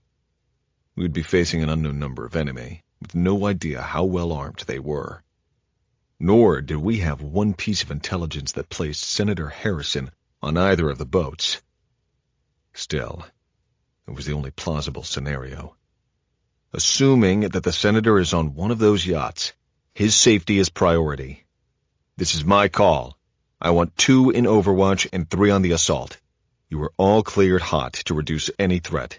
Shoot anyone with a weapon directly in the face. Roger? Before anyone could answer, Meg called out a warning. Nat, both of the boats have started their engines. Chapter 48. Corville Estate, Cliff Road, Nantucket. Special Agent in Charge Rowan Anderson normally maintained a state of complete control, but she was rapidly losing it. She tried to focus on her current situation while piecing together the incomprehensible events of the attack at Harrison's house an hour or so earlier. But the hangover effect from the tranquilizer was debilitating. As she struggled to keep the overlapping waves of nausea and panic in check, she realized that her mouth was gagged. Anderson desperately wanted to rub the throbbing pain from her temples, but the plastic shackles around her wrists and ankles denied her that relief. She was still in her field uniform, her limbs flex-cuffed to the arms and legs of a chair inside someone's home, clearly one of the island's elegant mansions. She was supposed to be on a yacht with the Russians, but somehow all that had changed. What happened? Why did they turn on her? Why was she even still alive? Breathe slowly, she reminded herself, as she started to take exaggerated inhales and exhales despite the gag. She felt a gun barrel press sharply against the back of her neck. Surprised? Elise Corville sang out as she stepped in front of her captive. Rowan Anderson's eyes widened with a mixture of distress and disbelief at the sight of Coleman Harrison's smiling wife standing 2 feet in front of her, pointing a Glock at her face. Shh, Corville whispered gently, like a mother to her child, then pressed the gun barrel against the agent's forehead. That's a good girl. Nod your head if you promise not to make a sound. Anderson moved her chin up and down without breaking eye contact. Elise Corville gently lowered the gag as Anderson gasped for breath. I am so sorry, Corville told her. What was your name? Agent Anderson? She enunciated each syllable in a sing-song, childlike voice. I hope that wasn't too uncomfortable. Without waiting for an answer, Corville then raised her left hand and struck Anderson hard across the face. Make a sound and I will kill you right now. After what you've done, you should beg me to kill you. Anderson opened her mouth to speak, but Corville raised her hand again in warning. Agent Anderson, your secret is safe with me, for now. I can see that your mind is racing to understand how you got here. No matter what you think, you will be wrong, Corville said with a Cheshire cat grin. You see, everything you did this evening was captured on video. We have footage of you watching your teammates die. We have video of you executing my husband's mistress. Thank you for that, by the way. We even have video of you ordering them to cut off the senator's hand. Bullshit. It must be doctored, thought Anderson. I didn't order that. I'm sure you can appreciate just how serious this is, can't you, darling? Oh, and we also have recorded phone calls of you explaining how the murder and kidnapping were going to happen. Isn't life, well, how do you say, a bitch? Anderson started to reply, but then stopped. She waited until Corville nodded her permission, all the while leveling the gun at Anderson's chest. "I did everything the man in Paris asked me to do," Anderson whispered. "That you all asked me to do." Selling out for a large amount of cash was one thing. Getting set up to take the fall for it all was completely different. Well, things have changed. When the Department of Justice, the FBI, the Secret Service, and everyone else gets their hands on the turncoat terrorist-sympathizing whore who planned the kidnapping and torture of my husband, a sitting United States Senator, you'll wish you were dead. What do you imagine they'll do to you, Agent Anderson? Rowan Anderson, like most thieves, lived by two truths. Living is better than dying. Take whatever actions are necessary to avoid death. Anderson bitterly acknowledged to herself that while she might still be alive, she was totally and utterly screwed. The first deposit had already hit her bank account in Switzerland, but the second payment was now clearly in question. She needed the rest of it to make her escape. Please tell me what you want me to do." "It's very simple. First, we paid you an awful lot of money for your loyalty, but we need to know that we can still trust you. So tell me, why is it that you decided to sleep with the American operative?" Anderson blinked her eyes repeatedly and tried to slow it all down. What did Elise Corville mean by operative? What operative? Who? I didn't sleep with anyone, I swear. All good lies are 80% truth. She would have slept with Nat Phillips had they not been interrupted. "Agent, how could you have been so stupid? That man works for a private security company. He has a squad of mercenaries on the island as we speak. Hell, I watched them at my neighbor's house not 2 hours ago. Who knows what they're doing right now? You'd better pray they don't screw tonight up." "You have to believe me," Anderson whined, even as she spun a white lie. "He never told me what he did." Nat and his friends were expendable, especially since they were probably dead now, strewn across the road from the IED blast. The special agent looked at Harrison's wife with all the confidence she could muster. "You've got me dead to rights, but I swear to you, I'm all in on this thing, and I will do whatever you ask. I just want to get out of here. That's the truth." The Glock remained pointed at Anderson's chest as the women locked eyes for a good 30 seconds. "I want to believe you, but you'll have to prove it tonight." Elise Corville expertly cut the flex cuffs off Agent Anderson's wrists and ankles. As feeling returned to her extremities, Anderson listened in horror as Elise Corville laid out the new plan. U.S. Secret Service agent Rowan Anderson was going to kill the President of the United States. This lady is insane, Anderson thought. But Corville had her dead to rights. Anderson needed a new plan, toot sweet. She sensed Corville's confidence starting to falter and easily grabbed the Glock. Now Rowan Anderson was the one pointing a pistol and presenting a new twist to the plan. On the wrong end of the turnabout, Corville saw no option but to agree. She nodded her head slightly. Anderson slowly backed away, aiming Corville's Glock at the center of the door. She nodded to her new partner. "Hey!" Corville shouted. "I need you! Quickly!" On demand, two thugs opened the kitchen door. As they stepped through in tandem, they were hit in quick succession with 9mm rounds through their chests.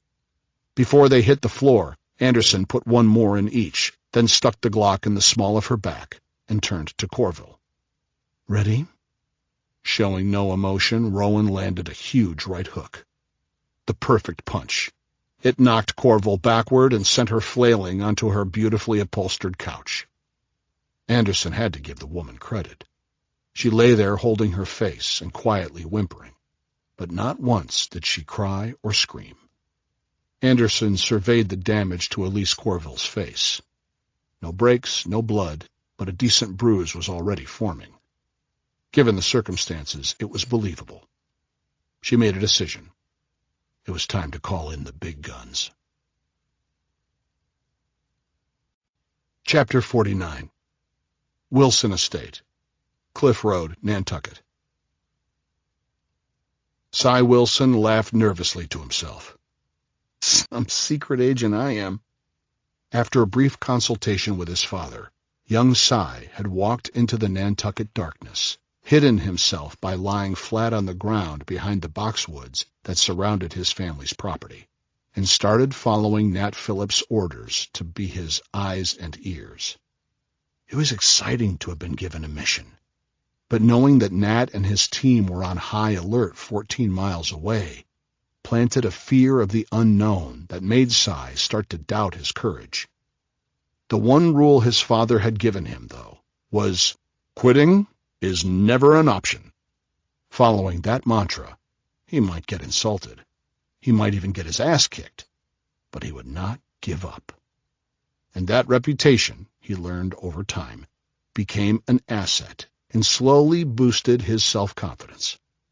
People assumed that Cy had grown up pampered in the lap of luxury, the silver spoon shit, as he liked to say. Obviously, it was true to some extent, but not entirely. Cy might never be the toughest guy on the street or the smartest guy in the room, but he would never quit. Ever. He drew on that strength now. As his eyes adjusted to the dark Nantucket night, he scanned up and down the road. All was quiet for 30 minutes. Then came the sharp sound of gunfire, and a lone figure burst out of the Corville estate and ran into the front yard, gesturing with both hands and moving in small panicked circles. Cy raised himself from the ground and into a low crouch. He started to move toward the house for a closer look. Chapter 50. Atlantic Ocean, Nantucket Coast. Falcon 3, this is Falcon 4, target identified. 800 meters, 085 degrees, over. Good copy, 4. We are 75 meters off your port side. Confirm eyes on the objective. We had been flying blacked out at 150 knots since Tristan's 2 modified OH-6 helicopters had picked us up on the beach at Sconset.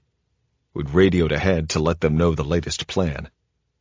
Falcon 3, this is Falcon 4, 1 minute, over. Roger, Falcon 4, I copy, 1 minute. See anything? I'll admit it was a dumb question.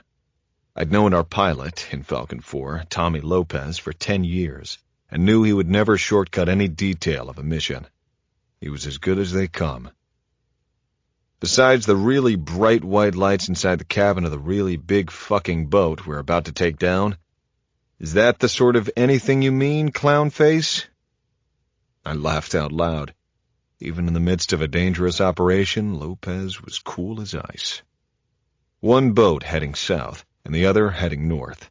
Both appeared to be about 150 to 175 feet in length, with access to the interior of each craft possible from the bow and most likely from the upper deck astern. Tommy and his crew had planned our approach to the southbound yacht down to the second. In 60 of them, we would be sliding down fast ropes both forward and aft of the yacht in hopes of finding Senator Harrison. And, with any luck, Special Agent Rowan Anderson. Chances were 50-50 that we'd picked the right boat. I had only 4 from Team Rhino to play with, so I'd put Oliver, Meg, and JP on Falcon 3 to clear from stern to bow. Wolf and I would rope onto the bow from Falcon 4 and rush the cockpit, stopping the boat and controlling the operation from there. Oliver, Meg, and JP would search and attack until they found Harrison, or anyone with guns. Simultaneous insertion would be the key to success. It would enable us to maximize our firepower by putting 5 rifles on the ship at practically the same moment. The one thing I was confident about was our fire discipline. With all the unknowns in this harebrained scheme, I knew we could converge from opposite ends of the target at pretty much a full sprint and not shoot each other. The modified OH-6s would hover overhead, shining their searchlights directly into the cockpit and covering us with the Helo's MP5s. Not the most lethal protection, perhaps, but with surprise and speed on our side, I figured we could get a jump on any bad guys who opted to fight. We'd devised the master plan by hand drawing the outline of the yacht on my living room wall and studying the crude schematic. Oliver gave a little color commentary based on some previous operations he had pulled. We could plan on there being at least 2 decks to clear from the stern down into the main cabin, while the cockpit would have a couple of breaching points from either side of the ship. Basically, we would make it up as we went. Falcon 3, 10 seconds. I'm going to hit the lights. Stand by. Showtime. With one hand, Tommy and his co-pilot lifted their night vision goggles and hit the cockpit of the yacht with the 1,600-watt xenon short-arc lamp at almost 40 million candle power. Night instantly became day. I could neither see nor hear Falcon 3 as we maneuvered into our assault position, but I could feel a sense of panic radiating from our target. Falcon 3 hit the insertion about 2 seconds before us. With zero hesitation, Oliver tossed the fast rope and led the assault. Within another 5 seconds, Meg and JP were on a knee with weapons up, scanning the deck for signs of movement. No need to toss the fast ropes from Falcon 4. Tommy was able to bring us to a hover about 3 feet above the deck of the bow. I gave him a thumbs up, double-checked where I'd land, unhooked my tether, and jumped. Rhino 3, this is Rhino 1. We're on the deck and moving toward your position. Over. Oliver nodded to JP, and the hunt began. Rhino 3, this is Rhino 1. How copy? Over. Oliver said again. I fumbled for the radio call button. Roger. Good copy. Although the 160-foot Benetti yacht was rolling slightly with the ocean swells, I made a solid insertion. I was counting on my trusty pair of Adidas GSG-9 assault boots for traction, but as soon as my boots hit the wet deck, the combination of gravity, choppy waves, and slippery conditions knocked me down. You okay, Tinkerbell? Wolf asked. I was on my ass, and Wolf thought it was funny. Fuck you, Wolf. I wasn't quite seeing stars, but I would surely have a monster headache tomorrow. Tommy Lopez continued to train the helicopter's powerful searchlight on the cabin. The tactic was effective against whoever was driving, because the yacht's forward motion stopped almost on a dime. The sleek Italian design allowed us to run directly up the slight incline of the bow toward the cockpit. Wolf broke left, and I ran to the right. I saw 2 people inside the cockpit, but no weapons. Bang it, I called over the radio. Out of the corner of my eye, I caught a glimpse of Wolf with a flashbang grenade in his left hand and his Colt 1911 in his right. He had decided to use his secondary weapon during the breach of the cockpit. By the time he said, Roger, I was already outside the cockpit with my own flashbang in hand. Execute, execute, execute. Fuse pulled, I chucked mine up and toward the opposite ceiling while Wolf threw his low and right.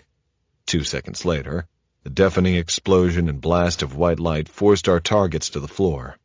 The crew members, 2 men, maybe mid-40s, covering their heads with their hands, their bodies curled into fetal positions, were clearly unarmed and caught completely by surprise. Tommy pulled pitch and began to fly his helo in a close orbit, still illuminating the ship for Team Rhino to search. Sixth sense told me there was no threat here. Even so, I kept my HK MP5 trained on their heads while Wolf checked the spectacular cockpit. State-of-the-art navigation instruments were inlaid in teak and mahogany panels. The captain's chair resembled a royal throne. The radio and computer systems were powerful enough to control the space shuttle. All stations, cockpit secure. Roger, Oliver called. Stand by for sitrep. Standing by. Wolf began his interrogation and started with the basics. Gilligan and the skipper had a vaguely Slavic look to them and didn't understand English well. Listen, motherfucker, if you don't tell me where the fuck the senator is, I'm just going to beat your ass with a club, Wolf threatened. Nothing. Congratulations, you cracked the case, Wolfgang, I joked, landing my payback for his laughing at my spill on deck. That one on the right was probably Bin Laden's fucking driver, too. Instinctively, I knew this wasn't the right ship, but I needed Oliver to confirm that. We got one. I looked at Wolf. OBL? Wolf flipped me off in reply as we waited for Oliver to send the report. Target secure. Dry hole. I say again, dry hole. We have one passenger but no trace of precious cargo. Lots of coke but no Harrison. Moving to your location now. Oliver strolled into the cockpit a few seconds later. Meg and JP had remained below with the lone passenger. He gave a quick recap of clearing the yacht. Apparently just another luxury craft, out for a cruise in the Atlantic. And what about the passenger? Yes, we have some Russian dude down below. He literally stepped out of the stateroom while Meg was clearing. As only Meg can do, she kicked him right in the jimmy when he made a move on her. The bastard's lucky she didn't stitch him. Dropped like a sack of shit. Well, that must have hurt. Is he talking? Nothing I could understand. But I do believe he was calling Meg some very bad names. Anyway, he's flex-cuffed and gagged, so not going anywhere for a while. Can't really blame him, but it's the price one pays for getting in the lady's way. Anyway, gotta be the other one. I'll get Tommy back here. Wolf, see if you can find the other ship on radar. Oliver, go tell Meg to ask the Ruski what the fuck is going on over there. Don't take any shit from him either. I scooped up all the phones and guns I could find, said Oliver.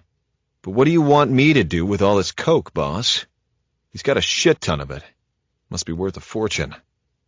I nodded toward the ocean, smiled, and walked away to call Lopez. I gave the pilot a quick update, then quickly made a mental review of the details of this raid. Failed or not, it would be important data as we searched for Harrison. Didn't they teach you just say no to drugs, comrade? That was JP in his best Russian accent as my team tossed a few dozen kilos of Colombia's bumper crop into the cold Atlantic. In a perfect world, I would have brought all three of these mobsters in for some one-on-one time with Meg. We would have rolled them up and done the whole drill. But we didn't have the time. Still, I was feeling confident that we would see them again later. We decided on catch and release. Chapter 51. Cliff Road, north of the Wilson estate. Cy was 10 yards away from the figure he'd spotted in the front yard. He strained to hear what the person was saying. What would Nat or the team do in this situation? He asked himself, trying to decide if his pounding heartbeat could be heard from 30 feet away. From the shadows along Cliff Road, Cy saw the silhouette of a lawn truck parked in the Corville driveway. As if gunfire on the island wasn't odd enough, a lawn service truck parked in a Cliff Road residence driveway overnight was completely out of the ordinary. He set a goal: make his way to the far side of the vehicle undetected. He looked again at what the figure was holding. Is that a weapon? It was now or never. Instinctively, he moved toward his left in a low crouch, then sprang from behind the hood of the truck. In a return to his ice hockey days, he lowered his head and shoulder, then rushed toward the figure standing just 3 paces away. He felt his shoulder strike the unknown person's torso just above the belt line. The perfect check. His feet kept moving, momentum propelling Cy and his target forward into a natural somersault, with Cy tumbling almost perfectly into a mounted position. He raised his hand to punch the face of his prey when suddenly he stopped. Rowan Anderson? Was Senator Harrison back home? Why else would the head of his Secret Service detail be here? What was going on? Even with her hands in close, Rowan Anderson managed to hook Cy's leg and buck her hips, throwing him onto his side. She let his momentum carry the two of them to the same position, except now she was on top. Then the agent clutched Cy's shirt collar tightly against his neck and started to twist the fabric. As Cy's air supply shut off, he began to panic. He swung both arms wildly at the agent's head and face, but each blow only glanced off her shoulders harmlessly. He could feel himself losing consciousness. "Rowan, please," he wheezed. "It's me, Cy Wilson." At the sound of her name, the Secret Service agent paused momentarily in her automatic combat response. The skirmish stopped as quickly as it had started. Rowan Anderson released Cy's collar and rolled off to her side, breathing deeply. "Where's Nat?" she demanded, fumbling for her phone and her gun. "It's the Senator, Cy. I know where he is. We have to get to Nat or they'll kill Harrison." Chapter 52. Atlantic Ocean. Meg, Oliver, and JP were 45 seconds ahead as Wolf and I launched from the yacht we had just searched. Falcon 3 was holding steady at 130 knots and an altitude of 25 feet above the ocean. Falcon 4 assumed its position roughly 150 meters off the starboard side. The heading of both helicopters was slightly right of north as we scanned the horizon for signs of the second yacht. I briefly considered the possibility that this could be another dry hole. But with time ticking, I had to believe this was our only chance. It was all too random to be a hoax. The other ship was the one. 1 o'clock, 500 meters, came the call from Falcon 3. "Roger, I see it," Tommy Lopez said, as calm as if he was ordering a cup of coffee at Starbucks. "I'm staying right and will circle your starboard side toward the bow, just like before." From my position on the right bench, I could see the lights of the target ship in the distance. Had we missed the mark entirely? Did another helicopter fly Harrison away? Was he aboard yet a third boat? Shit. If they took that option, we were screwed. I felt the centrifugal force pushing my ass tightly against the seat as Falcon 4 banked hard to the right. I didn't know how high we were above the ocean, but in a nanosecond, saltwater mist was splashing against my face. Tommy deftly juked his course back to level and started to climb abruptly. "Troops in contact," he said in that same voice, fit for the Starbucks line. As Falcon 3 started its assault, roughly 50 meters from the stern of the yacht, someone with an AK-47 walked onto the deck and started to spray the little bird. Felix Green, yes, we called him the Cat, was flight lead on Falcon 3. Just as ballsy and calm a pilot as Tommy Lopez, Felix was tracking movement on the main deck aft, and on the second deck as well. He knew Tommy was banking in the opposite direction, which gave him plenty of airspace to work some of the pilot kung fu for which he was known. I was on the wrong side of the aircraft to see any of the battle. As a leader, not knowing what was going on was worse than the havoc of the engagement itself. I wasn't quite in panic mode, but the pucker factor skyrocketed, and I had to talk myself back to calmness. As soon as Felix identified a weapon on the second deck, he banked left and started to climb, giving the Rhino passengers the heads up that the shit show was about to begin. While Felix was on evasive maneuvers, Wolf on the right pod squeezed a dozen rounds toward the terrorist. Before he could assess his accuracy, Felix made a hard right, almost an aerial U-turn, and started a daring dive toward the stern of the yacht. By the time Oliver and Meg were able to scan the deck, all they saw was a body on the teak. "Second deck, movement!" Meg shouted. "Roger, I saw it," Oliver yelled. "Hold fast till he comes out again. The Senator is in there somewhere." "Changing plans, Tommy," the Cat radioed from Falcon 3. "You guys better hit from the bow, ASAP, or this dude is toast." "Roger, good copy. I'm 10 seconds from target," Tommy said. "Nat, you good, brother?" I gave him a thumbs up, and without Wolf having to say a word, I knew he was prepared to execute this contingency. I just hoped they hadn't killed Harrison already. The target was at least 150 feet long. It had 3 decks and what looked like a speedboat stored on the second deck. The first target with the Russian had been nothing to laugh at, but this beast was huge. I just hoped I could get onto the deck without bouncing my noggin off the floor again. The good news? The boat lights were on, illuminating our targets. The bad news? The boat lights were on, making us sitting ducks. I gave my gun a quick check to make sure I had a round chambered, and looked up just in time to see the skid of Falcon 4 nearly touching the bow. Nothing but deck below me, so I jumped. So far, so good. Wolf was on a knee, weapon armed and ready, scanning for threats. Lopez was off in orbit in no time, with not a shot fired his way. We gotta find Harrison. Any other action is a threat. You take point, Wolf. Get us inside pronto. He nodded and moved to the port side. I could see movement in the pilot house. The lights from inside were too bright. Those assholes from the first yacht must have called to warn them. Shit. Come on, Wolf. We gotta go. No shit, Sherlock. We were crouched just below the pilot house when I looked up and saw someone scanning the side of the boat, obviously looking for us. One hand held a pistol, and the other was shielding his eyes, trying to block the light. Got one right above us. Pistol, I whispered to Wolf. Without a sound, Wolf spun slightly from his crouch and shot the guy right in the face.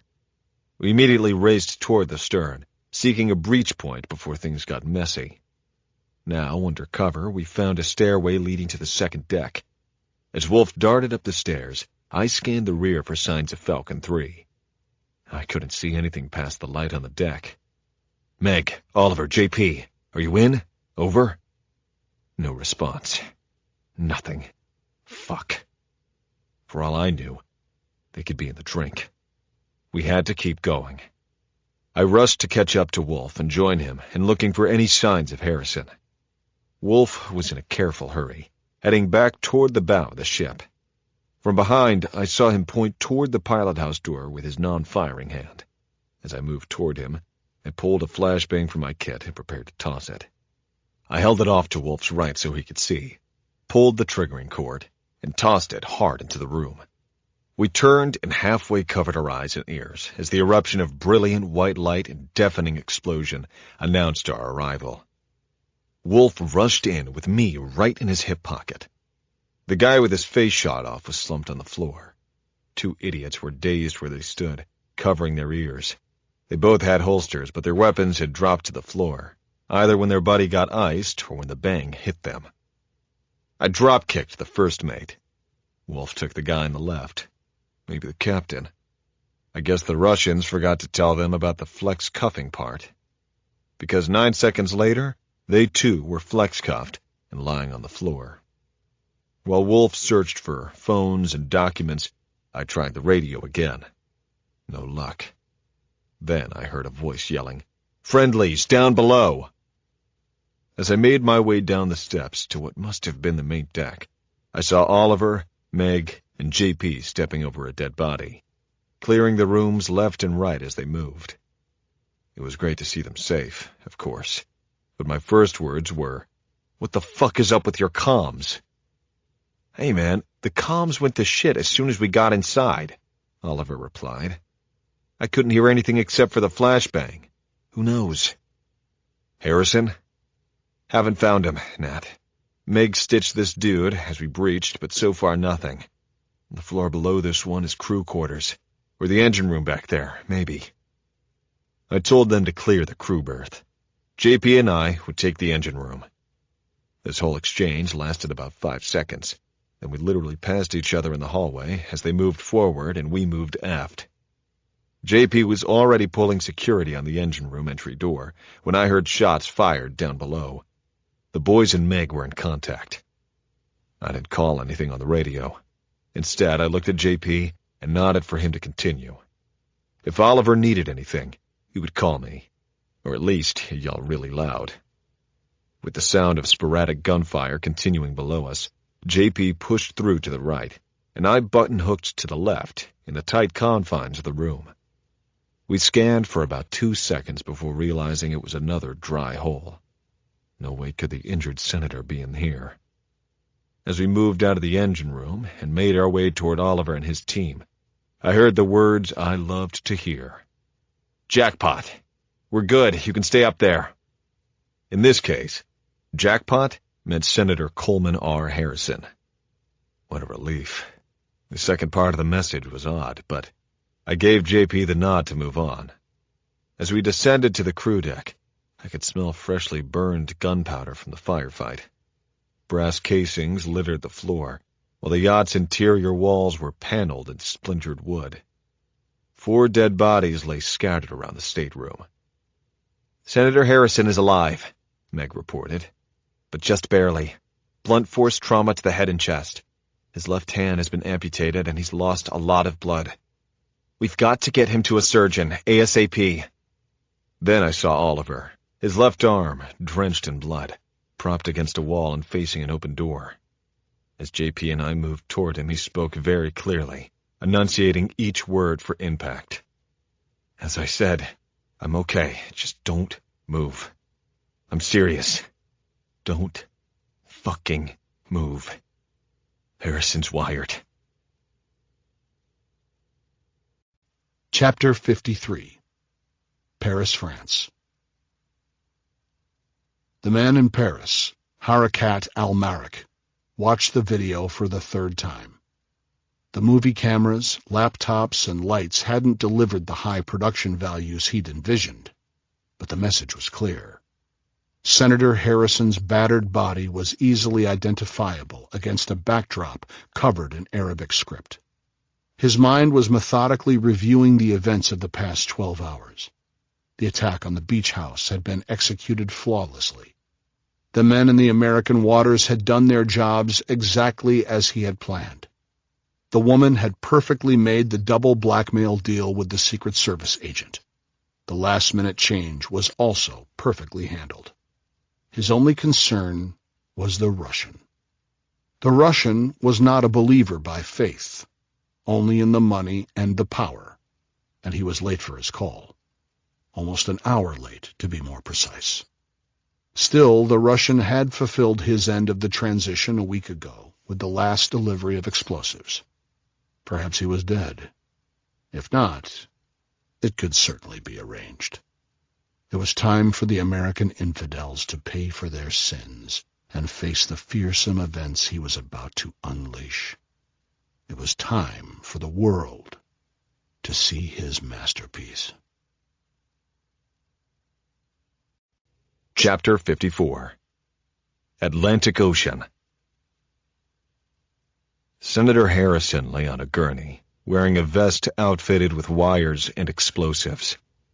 His prospects looked bleak. "Hang in there.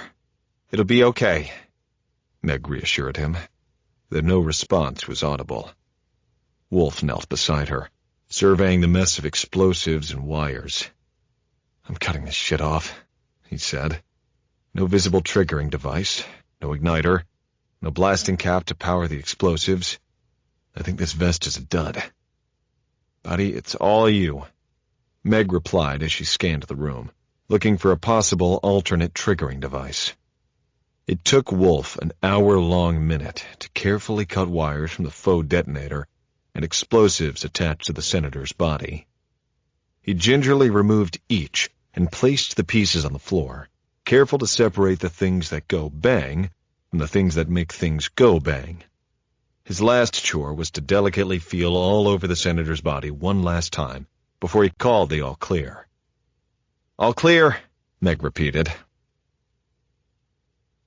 JP was already at Oliver's side when the all clear came, helping him to a couch in the galley aft to begin first aid. "It's just a flesh wound," Oliver said in his best Monty Python accent. JP gave a quick assessment of Oliver's condition. "He's got a through-and-through, left shoulder. Lost some blood, but he's going to be fine. Looks like it cauterized itself on exit and didn't hit any bone. I'll give him an IV and bandage him up. He can still shoot." "Wolf, what do you got for me?" I said, as I moved to enter the room where he and Meg were tending to Harrison. "That vest they put on the senator is worse tech than the IED we found on the road in Nantucket." "Got it." I entered the room, and in 2 seconds registered the whole event. Torture, videotaped agony, horror, message to be delivered loud and clear.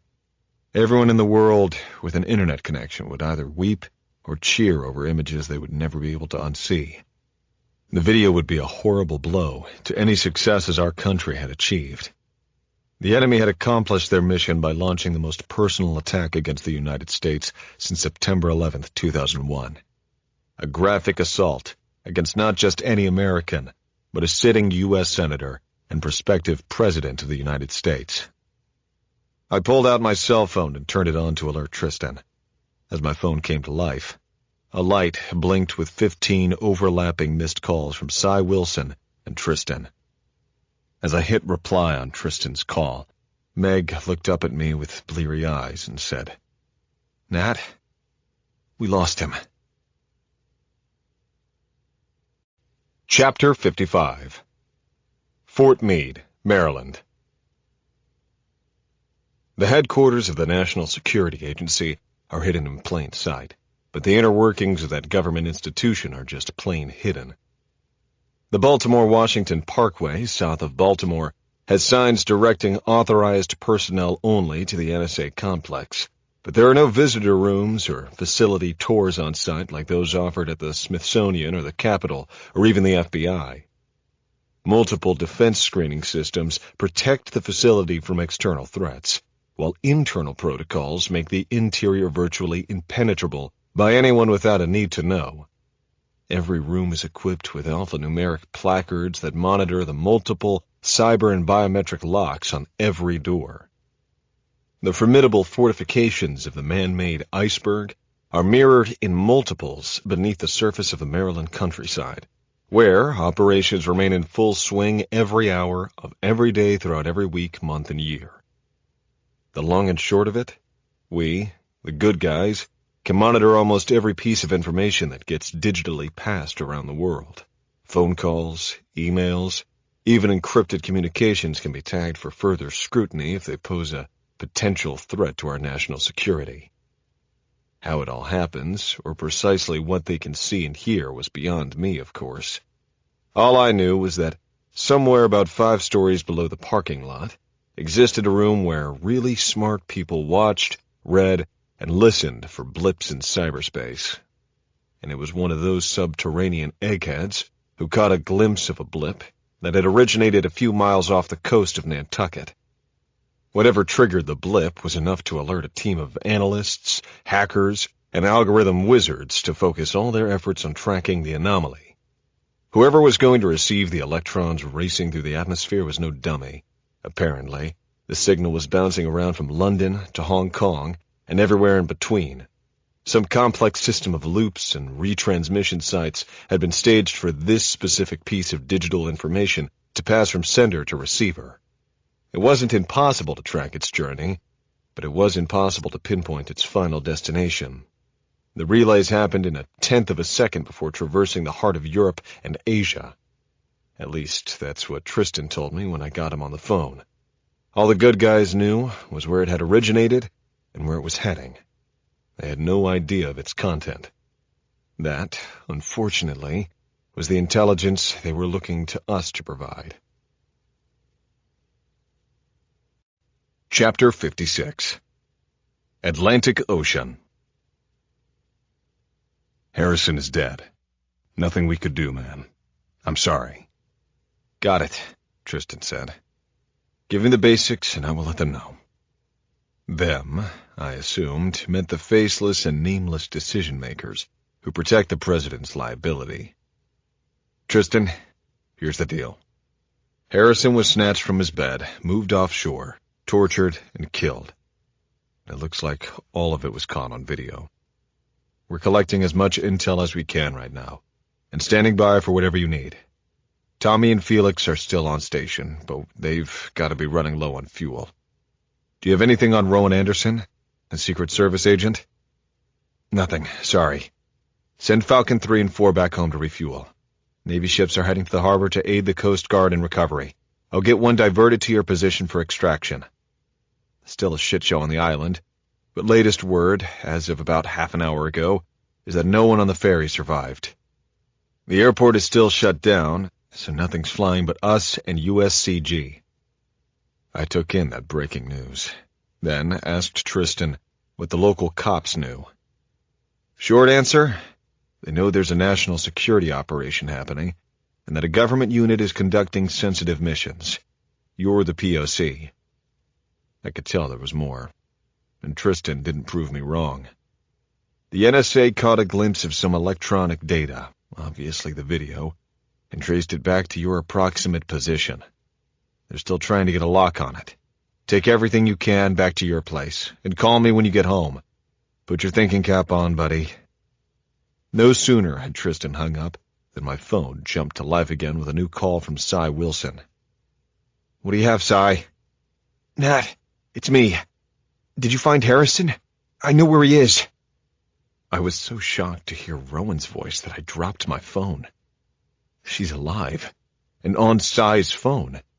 As if in slow motion, I bent to pick up my phone, seeing everything and everyone frame by frame. Meg, exhausted and bloody next to Harrison's body. Oliver, collapsed on a couch, nursing his wounds. Wolf and JP taking turns pulling security and stuffing everything they could into whatever bags or boxes they could find. And I had just heard the voice of a dead woman turned sole survivor. Nat, are you still there? I'm here. Where are you? She cut me off. Where's Harrison? Do you have him? We have him, Rowan. He's dead. They killed him. Silence. Chapter 57. Paris, France. Even with the sound muted, he could almost hear the screams. Harakat El-Marek watched the last few seconds of the broadcasted video, closed his laptop, and smiled. The methods he had instructed his faithful to use were meant not only to inflict unimaginable pain, but also to repulse and terrorize anyone who watched. How had the American pig-dog president reacted when he saw his fellow infidel filleted with a knife, beaten with a pipe, then castrated with bolt cutters? Soon the president too would die. Inshallah, God willing. This, of course, was just the beginning. Several more would die by El-Marek's hand before he was finished. The biggest prize would take some time, but the plan was designed for the long term. The American traitor had reacted exactly as he'd expected. She was pathetically weak, even for a woman. Greed and fear were all he'd needed to turn her. For money, she would betray everything in her precious American world. Despite the contempt he felt for her, El-Marek had to admit that the traitor was adept at tradecraft. By now she has seen the video, he had no doubt. He had even less of a doubt that she would perform her next task without a second thought. At certain moments he had considered sparing Elise Corville. Her eagerness to join his faithful was exciting, even to him. Surprisingly, he enjoyed their long conversations. Her beauty was a pleasing distraction at times, her dreams of a life together not at all disagreeable. But she was the daughter of an infidel, and though El-Marek had turned her quite easily, she still had infidel blood in her veins. He always knew that he would kill her in the end. She had moved his agenda forward, but her life had no further purpose for him. Allah had brought her to fulfill his will, and now, with events in motion, nothing would stop him. The woman deserved to die. Harakat El-Marek dialed the next number from memory. The international call took a few extra seconds, but after 2 rings, the man picked up and listened. Matar a la mujer. Kill the woman. Entiendo. I understand. The man in Paris regretted being unable to witness her death, but he was too busy. He looked at his watch and began to undress in preparation for the first of his 5 daily rakas. Allah had rewarded him justly, and it was fitting that he continue to show his devotion, even in the middle of battle. Chapter 58. Nantucket Sound.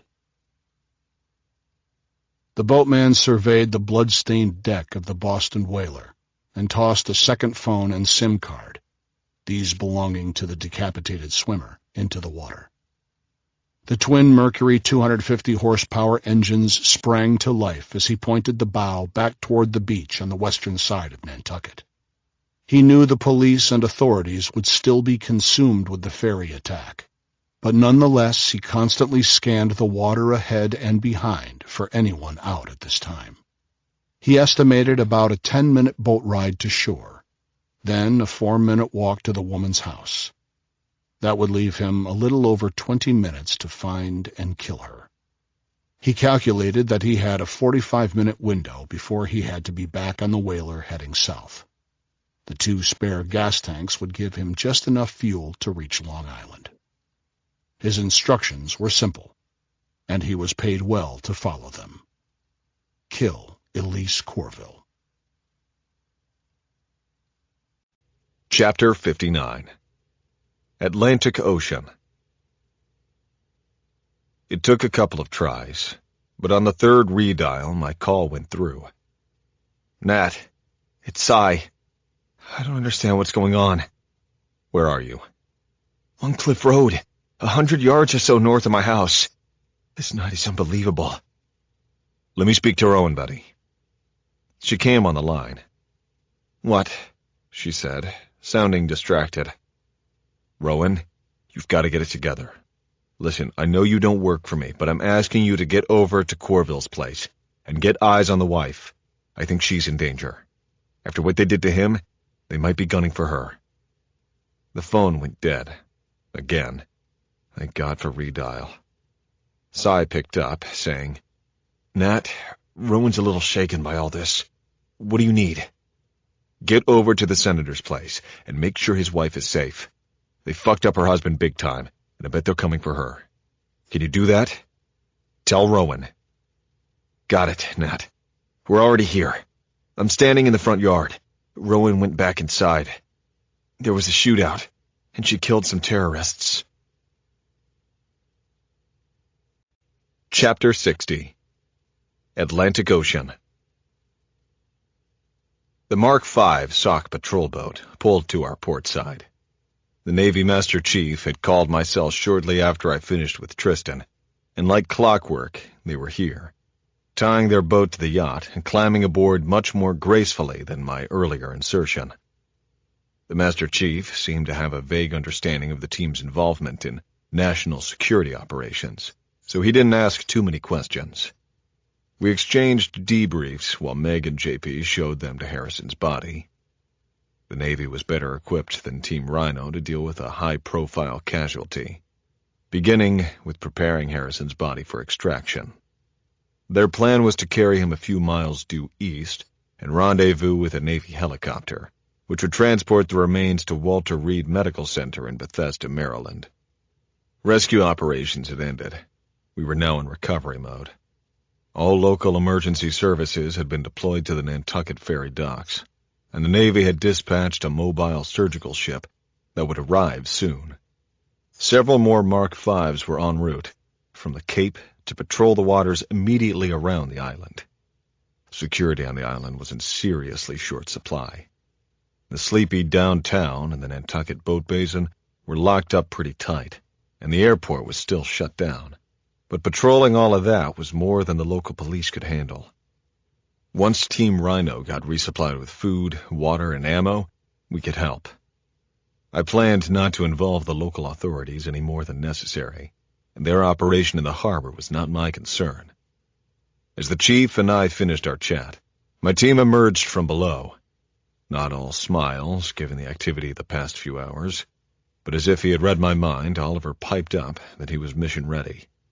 Hey, Chief, hate to be a bother, but is there any way you can drop us on the beach by Sconset? Aye, Mr. Phillips. Hop in and we'll take you right over.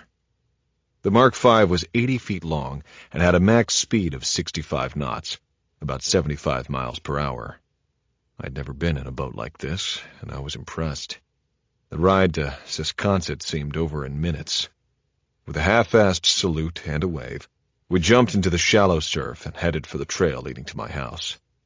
I still urgently needed to speak to Rowan and figure out what the hell was going on. If she had been kidnapped along with Harrison, how the fuck had she ended up back at his other house?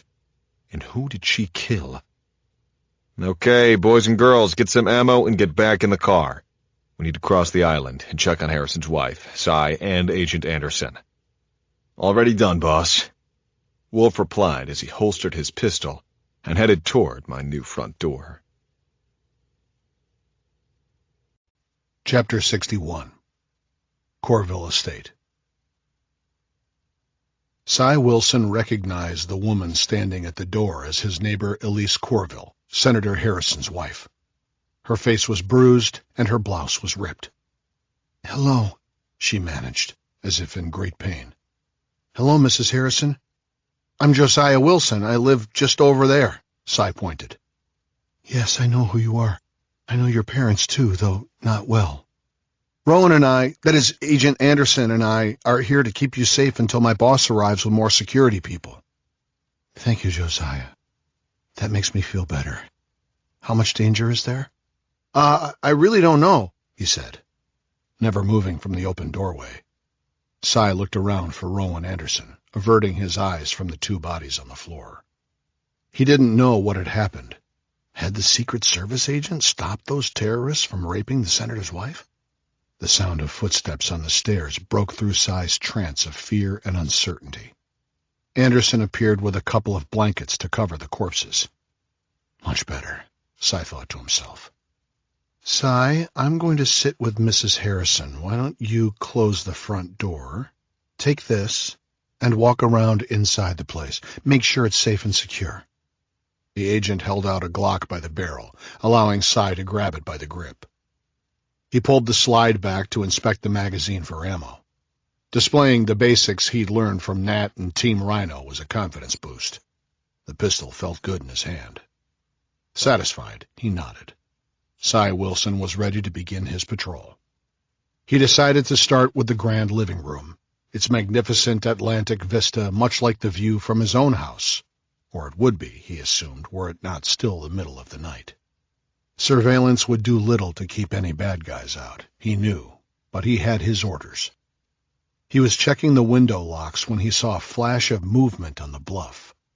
Possibly someone who'd earlier walked down to the beach to look for traces of the ferry explosion, now all over the local news groups. Whoever it was didn't seem to be heading this way, but Nat had told him that writing down observations was important. Cy reached into his pocket for his phone and its notes app, only to find that he'd drained the battery. He'd report the sighting to Anderson instead. Cy found the Secret Service agent and Senator Harrison's wife deep in what seemed to be a hushed but serious conversation.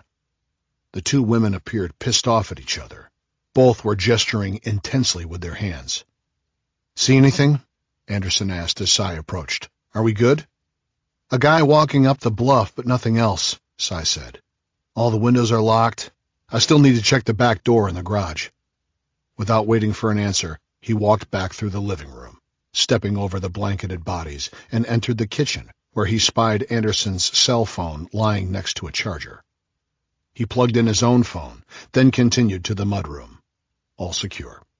He marched to the rear of the house and reached for the back door knob. He had just touched the handle when he heard the distinct sound of gunfire and shattering glass. Chapter 62. I turned the Defender off Cliff Road and into the driveway of Elise Corville's house. Like every other 10,000-square-foot place on the island, it stood big, gray, and empty. No sign of Josiah, the senator's widow, or Rowan. By the time JP's voice registered from the rear passenger seat, he'd already squeezed off 2 rounds. The gunshots had been painfully loud inside the car. 2 o'clock, 1 KIA. Hopefully, he'd shouted, as he ran from my vehicle toward the house next door. Fuck. I turned down the wrong driveway. JP had just stitched somebody in Corville's yard. Meg was hot on his heels, while Wolf and Oliver sprinted toward the front porch. I hit reverse and punched the gas, burning rubber all the way to the Corville place. I didn't hear any more shooting, which was always a good thing. Meg was pointing her weapon toward the body on the ground, which lay next to a semi-automatic rifle that looked Russian-made. JP kneeled next to the body, searching it with his hands. Oliver and Wolf had already gone inside. I trotted to the dead guy. His head was a mess as JP stood up. Shit, dude. It's pretty gross. But a headshot from a moving vehicle 25 yards away? Ain't hard, said no one ever. I gave him a nod and winked at Meg. Offhand, too, Nat, JP added. Just throwing that out there. JP wasn't being conceited. He'd been scanning from the vehicle, spotted an immediate threat, and instinctively reduced it. I really did have to give him extra credit for the offhand shot with an MP5 at that distance. I'd buy him a case of beer for that one. Seriously, though, JP continued, nothing on this guy at all, except for the SKS here. All tricked out with a big-ass scope and bipod and shit. He was here to do some killing, that's for sure. The widow, I'm guessing. Looks like he got a sympathetic round off on contact, but he was a dead man shooting. How the fuck did he get here? I asked. You guys want to bag everything up and take a quick snoop around? See what you can see? When I turned around, there she was. Special Agent in Charge, Rowan Anderson. She was standing in the doorway, talking to Wolf and Oliver, then raising one eyebrow at me as I approached. Even with ripped clothes and mud-streaked hair, she looked amazing. And she was still a pro. No smile, no pause in the action. I took that as my cue. I walked straight into the house, moving past a pile of what I assumed to be dead guys under blankets near the doorway. I pieced together the scene pretty quickly. Elise Corville's clothes were ripped. Her hair was disheveled, and someone had recently hit her in the face. She looked frightened, not quite in shock, but definitely on her heels. She had the beginnings of a good-sized bruise on her cheek. I agreed with JP's assessment. The dead guy had been about to take a shot at the widow Harrison when his head exploded. The assassin's bullet had instead launched through the top of the window and into the ceiling. That could have been ugly. Really ugly.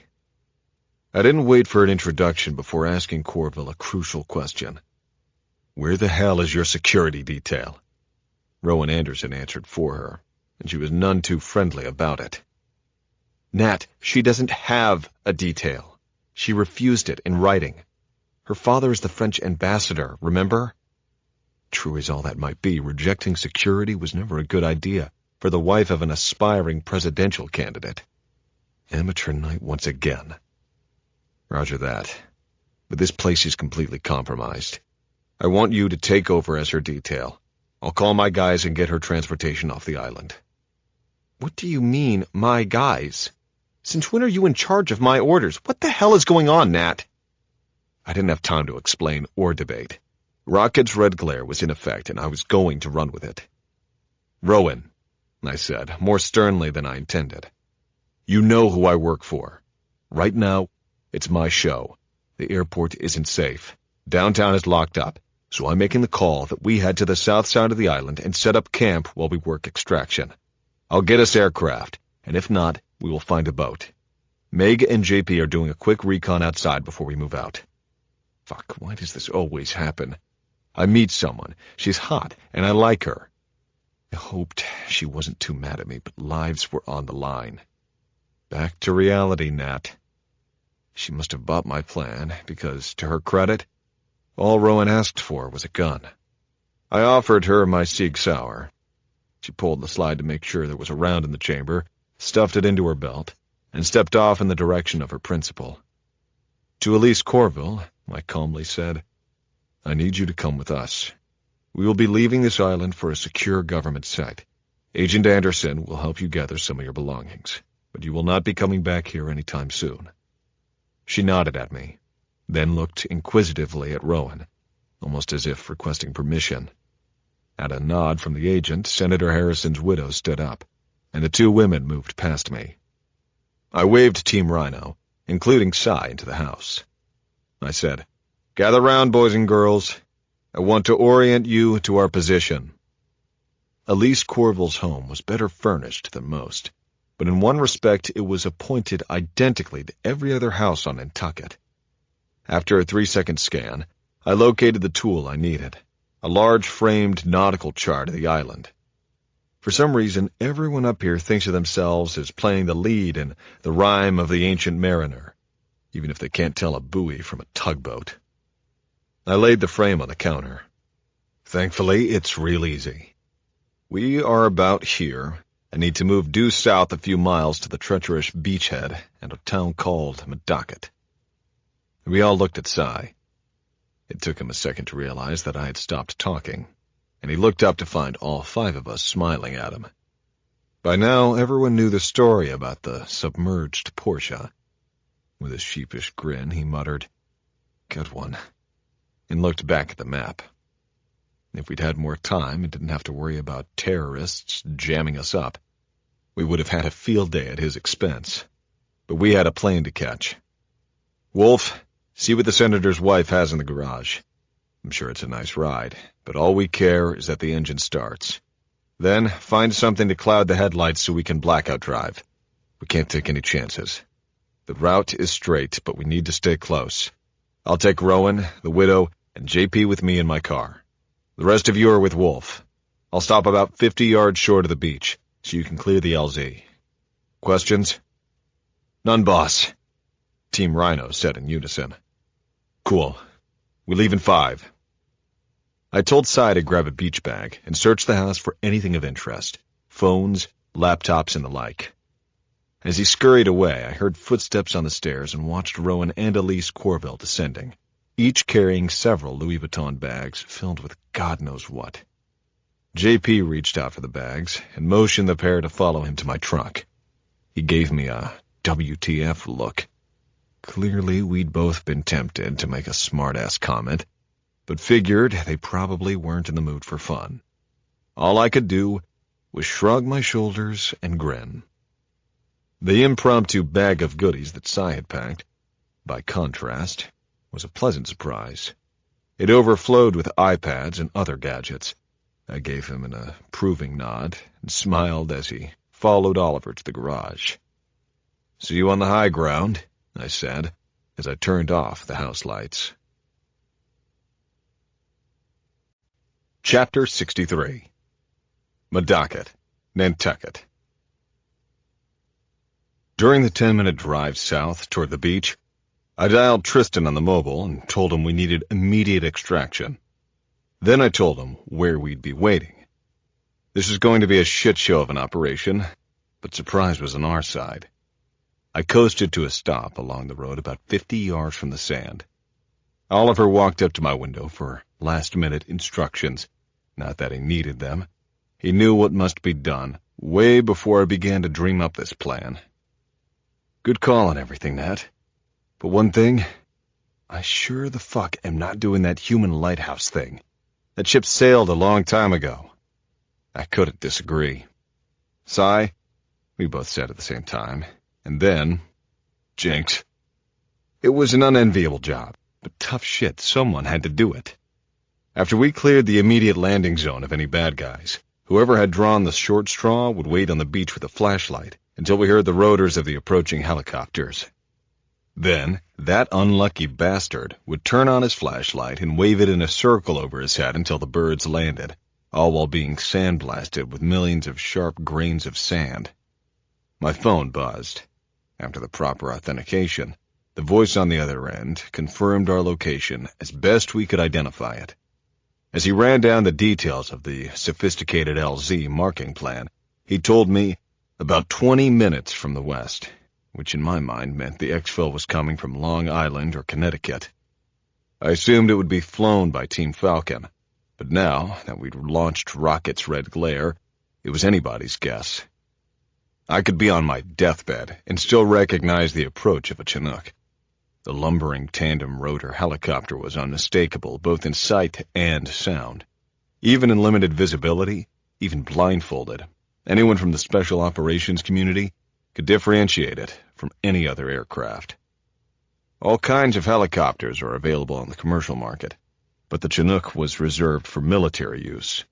The fact that one was about to pick us up from a preppy island in the North Atlantic was a fact for Ripley's Believe It or Not. How had Tristan managed to get his hands on the fucking thing? I could make out Oliver's silhouette, and he turned toward me in a way that made me certain he was having the same realization about the Chinook. Welcome to Rocket's Red Glare. 2 additional little birds, similar to the ones we'd used in the search for Senator Harrison, were escorting the behemoth toward our location. Poor Cy was about to get a baptism by sand that he'd never forget. The rest of Team Rhino were positioned next to my truck, kneeling in a line, left hand holding the left shoulder of the person in front of them. I watched the little birds break formation while the Chinook flared, did a 180, and hovered about 20 feet above the sand. The pilot skillfully eased the bird down to the makeshift landing zone. I waited until the rear wheels of the aircraft settled on the soft sand before I started our movement toward the ramp and into the belly of the beast. I did a quick head count. Team Rhino, including Cy, plus Rowan and Elise Corville, then tapped my head and gave the crew chief a thumbs up. He confirmed my hand signal with a nod and a thumbs up of his own as the MH-47 lifted off to the west just as quickly as it had arrived. The feeling of leaving a battlefield is almost impossible to describe. Relief is an understatement. At least for me, it was as if every sense and emotion vacated my body at the same time, 90 miles per hour to 0 in seconds. Fear lifted. Adrenaline faded. Cottonmouth gone. The last 48 hours had been a bear, and I was feeling certain that this would be our tempo for the foreseeable future. The rhythm of the aircraft flying west over the ocean was almost enough to put me fast asleep. Fighting the urge, I shook my head and rubbed my eyes, only to notice that everyone else had already conked out on the hard floor of the Chinook. Everyone, that is, except Rowan. As much as I wanted to talk to her, conversation was impossible inside the noisy helicopter. I welled up with empathy as she sat, expressionless. She looked to be in a state of near shock. I'd seen those 1,000-yard stares too many times on too many people, and it never got any easier. I couldn't read her thoughts, and I didn't know her well enough to guess. But experience told me she was probably feeling incredibly sad and scared. And survivor's guilt must be close to the top of the shitty list of trauma reactions. Her principal had died on her watch. The gods of the Secret Service were about to decide Rowan Anderson's fate. Chapter 64. Outside New London, Connecticut. As the bird landed and taxied along some auxiliary runway, I peeked through the portholes to suss out where the hell we were. Typically, the crew chief gave the person in charge of the passengers a headset to speak with the pilots, but not this time. I looked around at the two crew chiefs standing near the ramp at the aft end of the Chinook. Both had dark-tinted eye shades pulled down from their helmets, as well as stupid-looking cartoon-printed face shields covering their mouth and nose.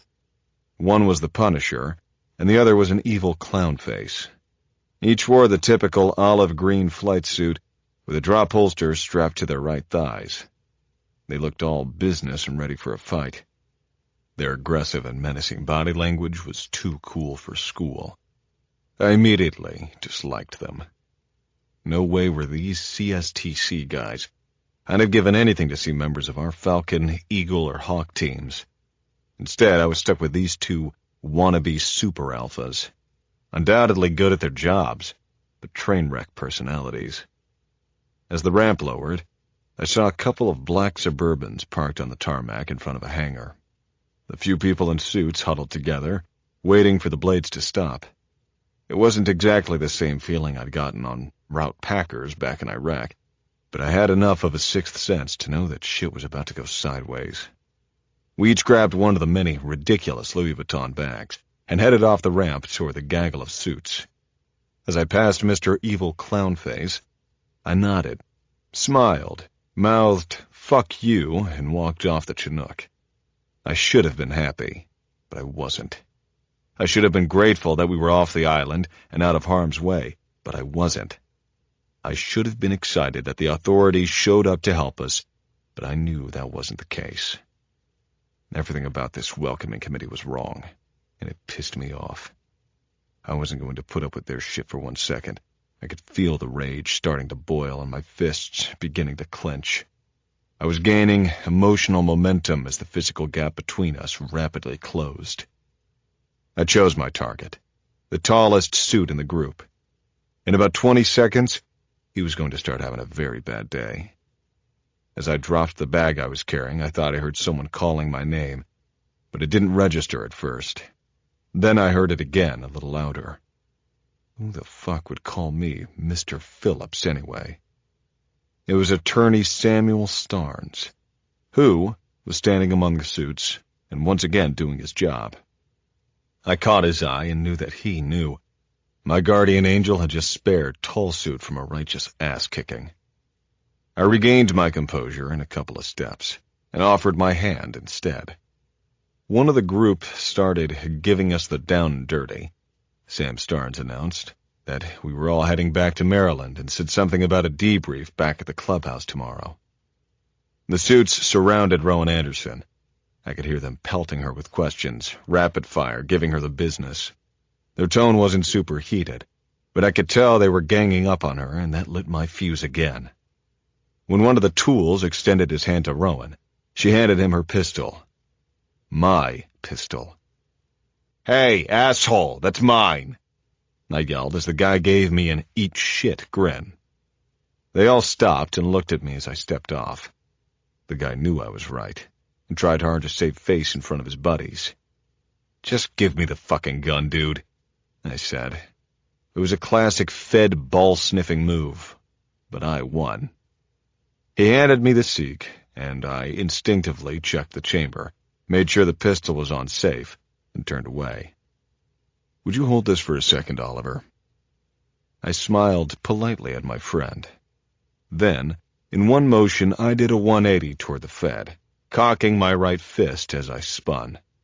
Two of his partners tried to step in, but I was faster. The Fed thought I was going for his face and raised his hands to block me, but I lowered my shoulder and went for the cross-check instead. The Hanson brothers from Slapshot would have approved. I drove my left shoulder into his solar plexus and carried him about 2 feet into the side of the Suburban. I don't know which was louder, the thud of his body hitting the vehicle's reinforced door or the half-cry, half-moan from this oaf, but it caught everyone off guard. To my chagrin, the momentary shock and awe stunned his buddies for only about a second. The next thing I knew, I was at the bottom of a 500-pound human dog pile. But unlike the Team Rhino pile on at Wilson's party, there was no laughing this time. Samuel Starnes, Esquire, certainly wasn't. "Enough of this shit," he spat. "I don't have the time." Starnes was clearly the kind of guy who moved mountains with a look, relegated people to the gulag with a blink, or forced capitulation with a stare. And if he looked at his watch, you were fucked. It was clear that ignoring his command would be a costly mistake. One by one, we sheepishly extricated ourselves and retreated to our neutral corners. Rowan gave me a look somewhere between incredulity and sorrow. Before I could explain myself to her, Starnes started barking out orders. "Gentlemen, please help these Secret Service agents with the luggage so they can be on their way. Mrs. Harrison, if you would be so kind as to hop in this vehicle, these agents will take you to Washington where your father is waiting. Agent Anderson, you will join them and return to your superiors. They are expecting you. Is that understood?" It was more of an order than a question, but as before, it was obvious that when Sam Starnes was talking, you just shut your pie hole and did whatever the man said. In a nanosecond, the bags were stowed in the back of the Suburban, and the suits were buckled in. Rowan climbed into the back, though she gave me not so much as a backward glance. The asshole I'd cross-checked sneered at me as he closed his door, and they sped away. Starnes saw him do it. "Arrogant pricks," he said. 30 pounds ago, I would have done what you did, given him what he deserved. Chapter 65. CSTC Headquarters, Maryland. I phoned the Wilsons and let them know their son was safe and that we'd get him home as soon as we could. This wasn't the way I'd been planning to show Cy Wilson around CSTC, but it was good to have the newest member of Team Rhino with us. The shit show, no better word for it, on the island had been surreal. Everything was still a little fuzzy. My pistol and my Rolex were the only personal pieces of gear I had on me. No clothes but the smelly rags on my body, No change of socks, no toothbrush. Tristan, of course, was one step ahead, and the team houses were stocked with clean clothes and an ample supply of whiskey.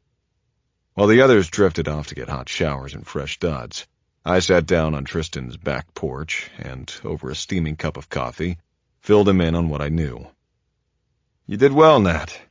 Impossible challenge right out of the gate, and you guys did a great job. Starnes and Congressman Jennings are very pleased. They know the deal and wanted me to pass on their thanks. Tristan knew what I knew.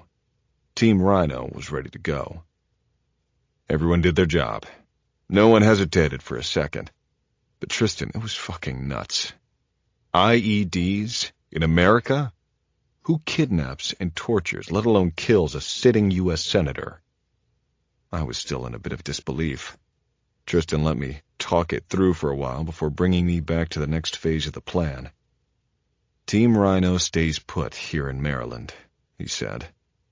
Plow through the hot wash, connect the dots, and come up with our next course of action. This review is just the beginning, and ODS is ready to run this thing to ground. Yeah, we're good, man, but just one quick question. What the fuck is ODS? Tristan laughed. Sorry, Nat. While you were vacationing in Nantucket, they decided that the official cover for Rocket's Red Glare will be to call it the Office of Domestic Strategy. That's who you work for now. It made sense to me, in a roundabout way. A paramilitary organization designed to operate outside the spotlight of the national mission should be made to sound as generic as possible. The initials ODS brought to mind one of those ubiquitous government departments that could just as easily be rebuilding the railroads.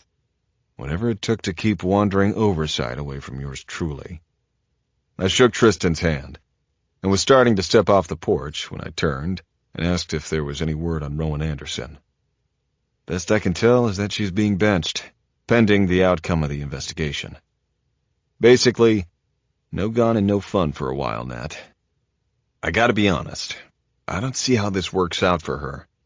The president wants a pound of flesh, and not only from whatever group is behind the plot against Senator Harrison. Someone on her team has to pay. Wish I had better news to tell you, amigo. Chapter 66 CSTC Team Rhino Command Post. Navigating the shadows of the federal government was a new play for all of us. Exposure to an entirely different fight.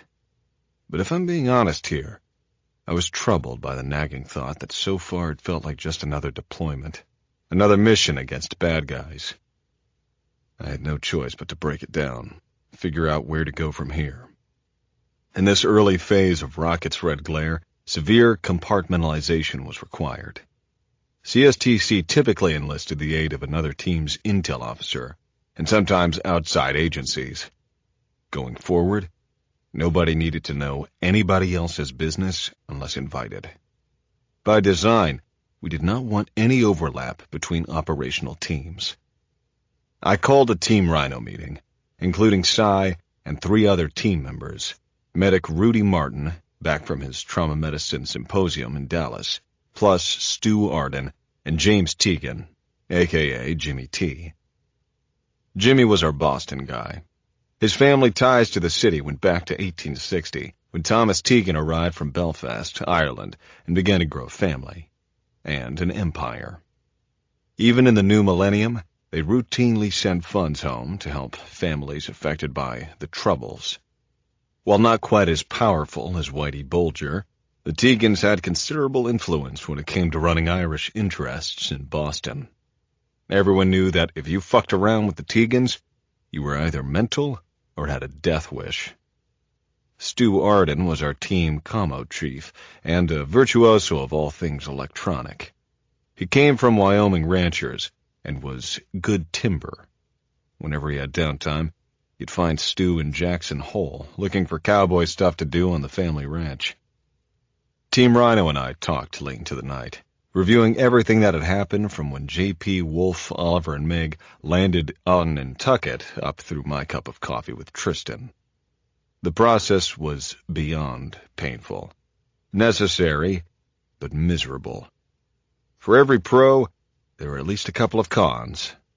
We took every one of our actions, scrutinized and pulverized and spit them out like spoiled milk. I was starting to think I'd fucked up more shit than was acceptable. Thankfully, when all was said and done, there was agreement that the wins far exceeded the losses.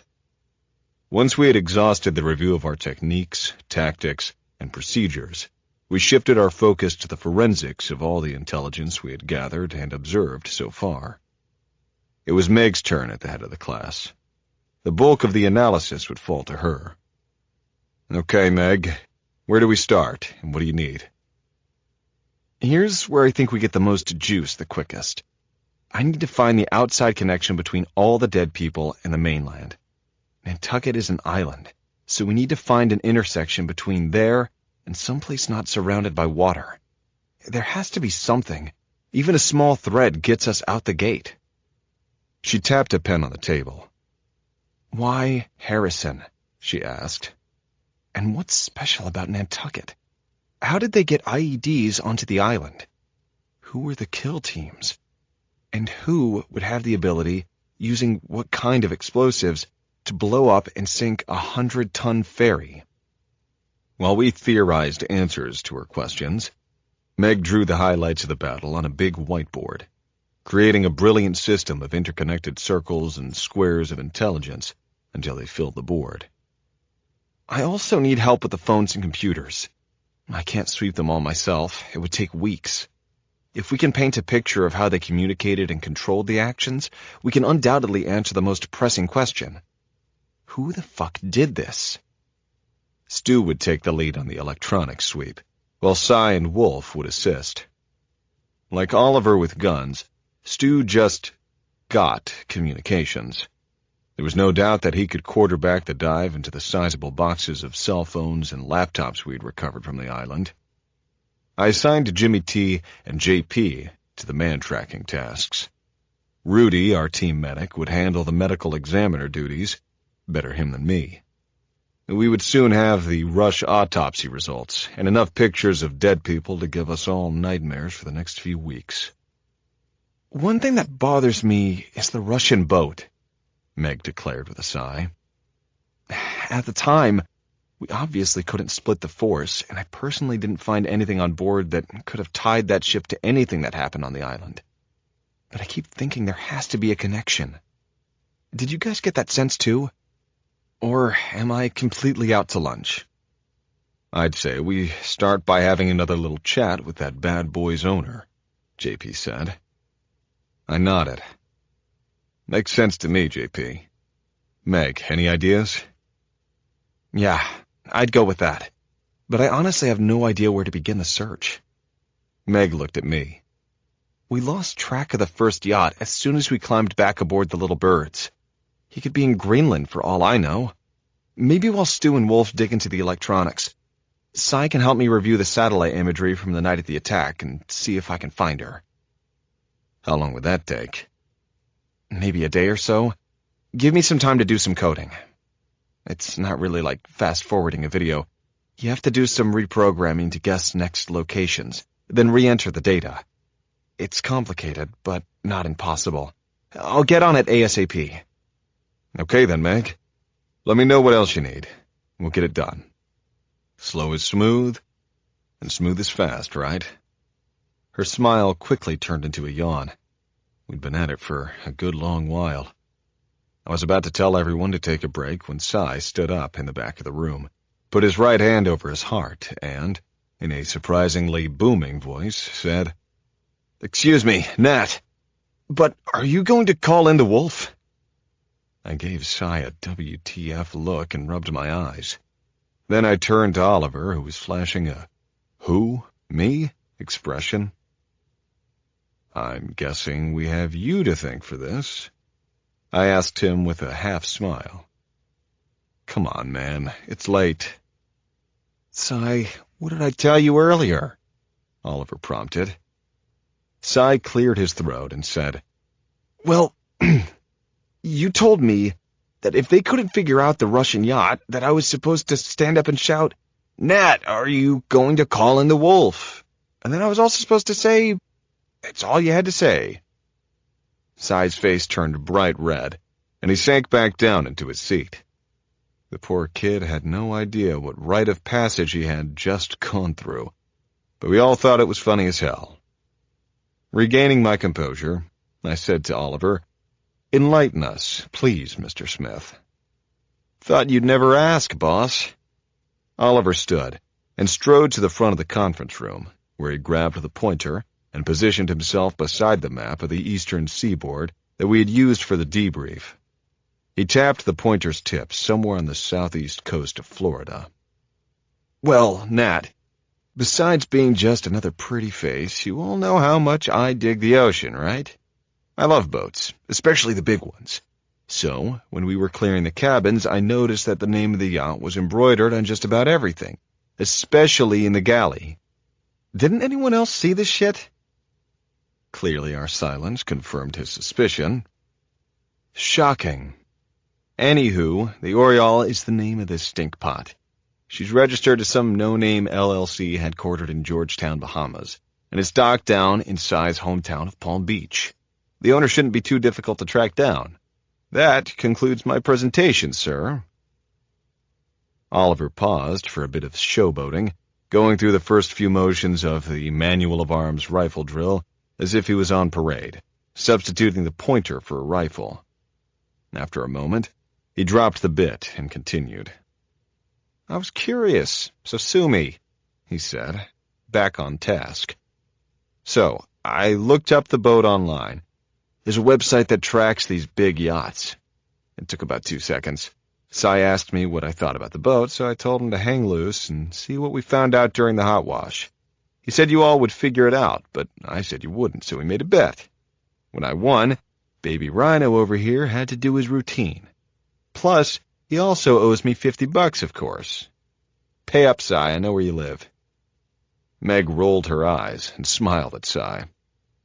"Suckers bet, Josiah. Don't worry, we've all lost to the mighty Oliver Smith at one time or another. Just don't do it twice." With this settled, we knew where to start. We would send a couple of recon teams to Florida to see what they could find. I needed Oliver to stay with me for a meeting in D.C., but Meg, Jimmy T., Cy, and Rudy could go get their ninja on. The thrill of the hunt came roaring back to life. I figured we would need about a week to plan and rehearse the recon mission. Once we knocked the rust off, however, it would be game on. "Cy, let Al and Connie know you're going to Palm Beach." I had promised the Wilsons I'd get Cy home soon. Wasn't Palm Beach their home just as much as Nantucket? Chapter 67. Rowan Anderson's apartment, Washington, D.C. Agent Rowan Anderson had been forced to surrender her passport and was confined to her apartment overlooking the Georgetown campus. Technically, she wasn't under arrest, yet, but pending investigation. For most federal law enforcement officers, that status killed careers and shattered lives. Pensions and 401ks were reduced to rubble. No chance of retirement to a house in the suburbs, working a cushy consulting job. But Special Agent in Charge Rowan Anderson of the United States Secret Service was far from the typical professional. She was a traitor. Though the idea of spending a good bit of the rest of her life in a concrete box in Colorado made her shudder, she had more pressing concerns. She was less afraid of life in the United States Penitentiary Administrative Maximum, ADX, Florence facility, the same supermax facility where Robert Hansen served a life sentence for espionage and conspiracy, and Ted Kaczynski for fatal bombings, than she was of dying at the hands of Harakat al-Marak or one of his followers. Would they stab her? Shoot her? Lop off her head with a rusty scimitar? Her fear-fueled misery was making her physically sick. Once again she ran to the bathroom and vomited. Rowan Anderson felt no guilt and no remorse over Coleman Harrison. But had she bitten off too much? Wiping her face with a damp towel, she looked in the mirror and felt fresh tears building. She just wanted to survive another day. The man in Paris had fucked her over. He'd ended communications. That could mean only one thing. She was expendable. Especially now that she was the subject of a pending investigation. It was entirely possible that she'd already been replaced by others within her own agency, ready on his command to pull the trigger on the president. And since she couldn't move it anywhere, the $5 million tax-free dollars parked in her Swiss bank account might as well be sitting in a box on the moon. The feds were surely tracking all her assets, looking for the smoking gun. She willed her mind to a brighter place, to the glimmers of hope she'd felt when she first met Nat Phillips. She liked Nat. He was a good guy. The kiss they'd shared that night at his house in Nantucket had stirred more passion and desire than she'd felt in years, maybe ever. She had been so close to the happily ever after chapter of her life when the entire plan went to shit. Rowan's phone buzzed, and she glanced at the screen. Nat again, for about the 10th time. He always left sweet, positive messages filled with both concern and earnest enthusiasm. She just couldn't bring herself to answer his calls. In a parallel universe, she'd tell him everything that had happened. She could make up some fantastic story of blackmail, or a spectacularly botched deep-cover black op, and he would not only understand, but fix it. Nat was definitely a fixer. In that distant galaxy far, far away, he would do his thing and work his magic, and then she could start again. She stared out the window at the Georgetown campus. She'd always loved running through the main quadrangle. The energy of the students and the beauty of the Georgian-style architecture was invigorating. Happier times. Though Rowan hadn't been to Mass in years, she still stopped by the Dahlgren Chapel of the Sacred Heart whenever she could. Even a few minutes inside the university's spiritual heart made her feel good. The brick masonry structure was quiet and welcoming, a place where she always felt safe, grounded, secure. Standing in her apartment and looking at the campus, her thoughts raced with the beginnings of a plan. The chapel was safe. The church was safe. She could go there and be protected, just as Noriega had with U.S. troops closing in on him in Panama. He had rushed to the papal nuncio, Archbishop Laboa, for protection. In fact, Noriega had been preparing to request political asylum in some other country when the Delta Force guys broke him by blasting AC/DC anthems for 72 hours nonstop. The Apostolic Nunciature in D.C. was the diplomatic mission to the Holy See. It was a total Hail Mary, but if she could get there, maybe she could buy herself some time. Rowan Anderson was not about to be broken by some thugs. She began to feel a little better. She glanced at the Glock 17 on the kitchen counter. That made her feel safe, too. She picked it up and sat in her overstuffed chair facing the window. Looking out at the campus lights, she made a pledge to her future. I will escape to some place where Harakat el-Marak dares not follow me. She felt herself getting sleepy.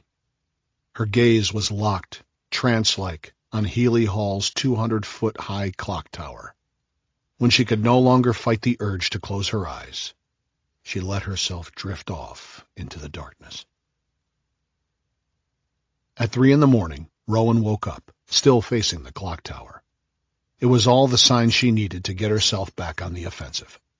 Rowan Anderson was not going to Colorado for the rest of her life. She was going to kill the president and collect her reward.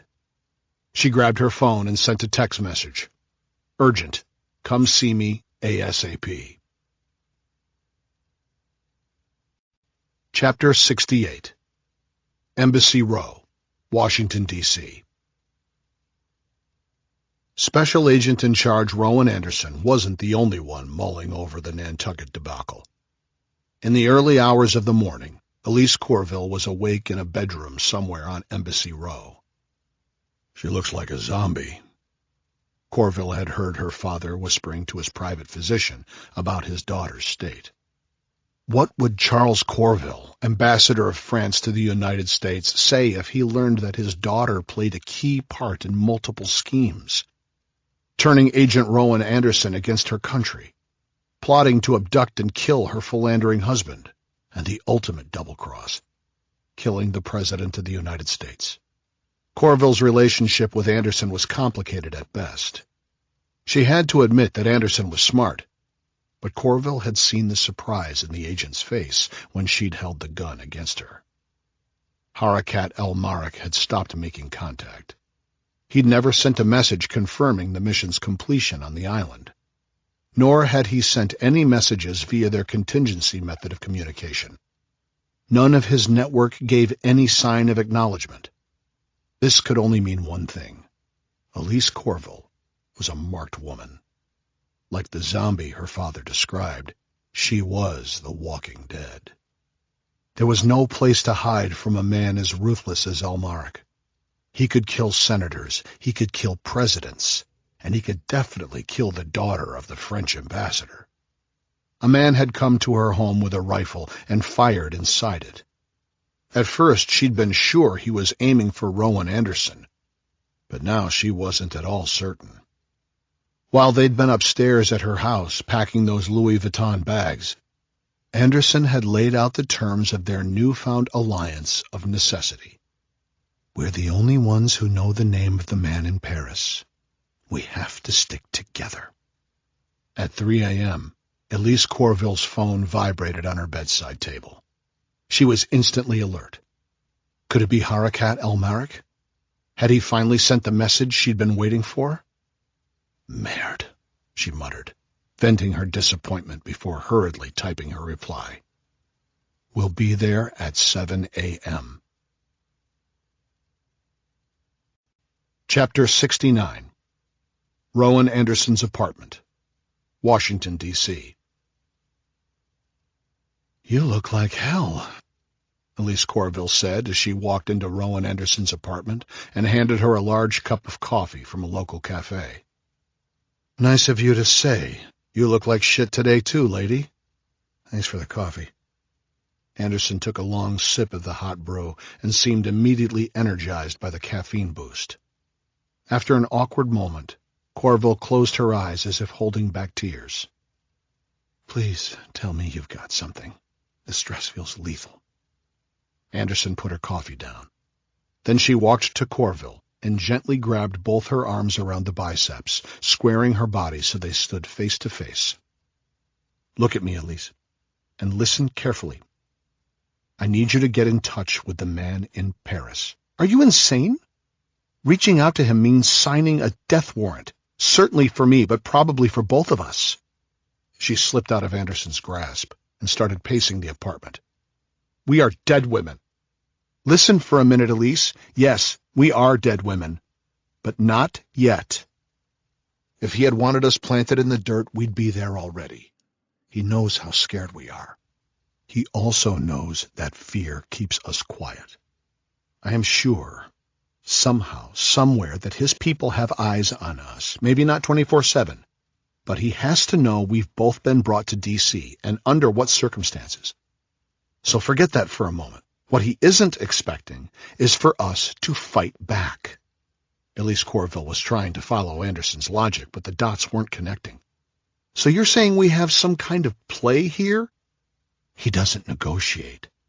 Trust me, I figured that out a while ago, but he also doesn't do anything half-assed or by the seat of his pants.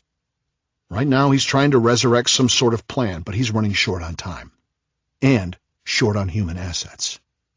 He can't afford to construct a whole new infrastructure of players to do this thing. The two of us, we're all he has, and that's why we are going to give him the solution he so desperately needs, even if it's coming from two walking dead women. Corville made no attempt to conceal her astonishment as Anderson kept spinning what sounded like the longest of long shots. I do have a plan, and it's a plan he will like. A big bang for his buck, if you will. But Elise, you're the one who's going to have to sell it to him. The Secret Service is all over me, so my maneuverability is limited. But nobody's looking at the grieving widow Harrison. Except him, of course. Except him, of course, yes, Anderson conceded. She paused for what seemed like an extra beat before asking, "Now, do you want to hear the plan or not?" Elise Corville closed her eyes again. It was the only way to make the world stop spinning, make the haze go away so she could think straight. She reopened her eyes to the sight of Rowan Anderson, standing tall and sipping her coffee. She looked confident and totally in control. Control was a quality that Elise Corville had never possessed, one that she needed now more than ever. "Okay, Rowan, tell me how we're going to get out of this." "Trust me, Elise. It's going to work." There, in her Georgetown apartment, Secret Service Special Agent in Charge Rowan Anderson briefed Senator Coleman Harrison's bereaved widow on exactly how they would kill the President of the United States. Chapter 70. CSTC Headquarters, Maryland. The upcoming classified meeting with the Office of Domestic Strategy was weighing on our minds. So Oliver and I met to prepare with Tristan and his wife, Allison, co-owners of CSTC. The Nantucket event had put the cart before the horse. It was now forcing us to scramble to define the rocket's red glare charter and all the necessary legalities for such an entity. As CSTC was the plank holder of the whole shebang, we were expected to build on the boilerplate of the CSTC charter, incorporating everything we had learned from recent experience. The goal was not only to describe how we could be utilized in future domestic conflicts, but to set forth a clear understanding of parameters for completing the mission we were already engaged in. Allie Dent quietly took notes for most of the morning, asking for clarity from time to time. Tristan's wife was like the coach who was always 2 touchdowns ahead of the game. "Did any of you ever read The Man Who Would Be King?" she asked us after a while. "I think I saw a movie based on it once," Tristan muttered sheepishly. "Oh, yeah, Sean Connery and Michael Caine," I chimed in. "Awesome flick." Oliver shook his head and laughed. "I think you're missing the point, guys. Allie's not talking about the 1970s adventure film. She means the original source. The Rudyard Kipling story from like a century earlier about British soldiers who decide to make themselves Afghan kings. Allie, please elaborate." "Thank you, Oliver. At least one of you uses his noggin for more than a hat rack. Yes, I meant the Kipling story. But for you knuckleheads, I guess the movie's close enough. The whole point is that while the enthusiasm may be admirable and the mission may be worthy, it's still always a dangerous proposition to give anyone the keys to the kingdom, especially folks skilled with guns and explosives. We've got to be hot-wired tight so that we don't talk ourselves into acting like those men who would be kings, and get ourselves in deep shit thinking we are gods. That's all I'm saying." Man, that stung worse than the hot wash. Allison Dent was exactly right, of course. I tried to think of a calm and collected professional response. Tristan cleared his throat and looked at me. "Nat, I think this is where you're supposed to say something?" I frowned at him. "Thanks for selling me out, pal. I know what I want to say, but I don't know if I should say it.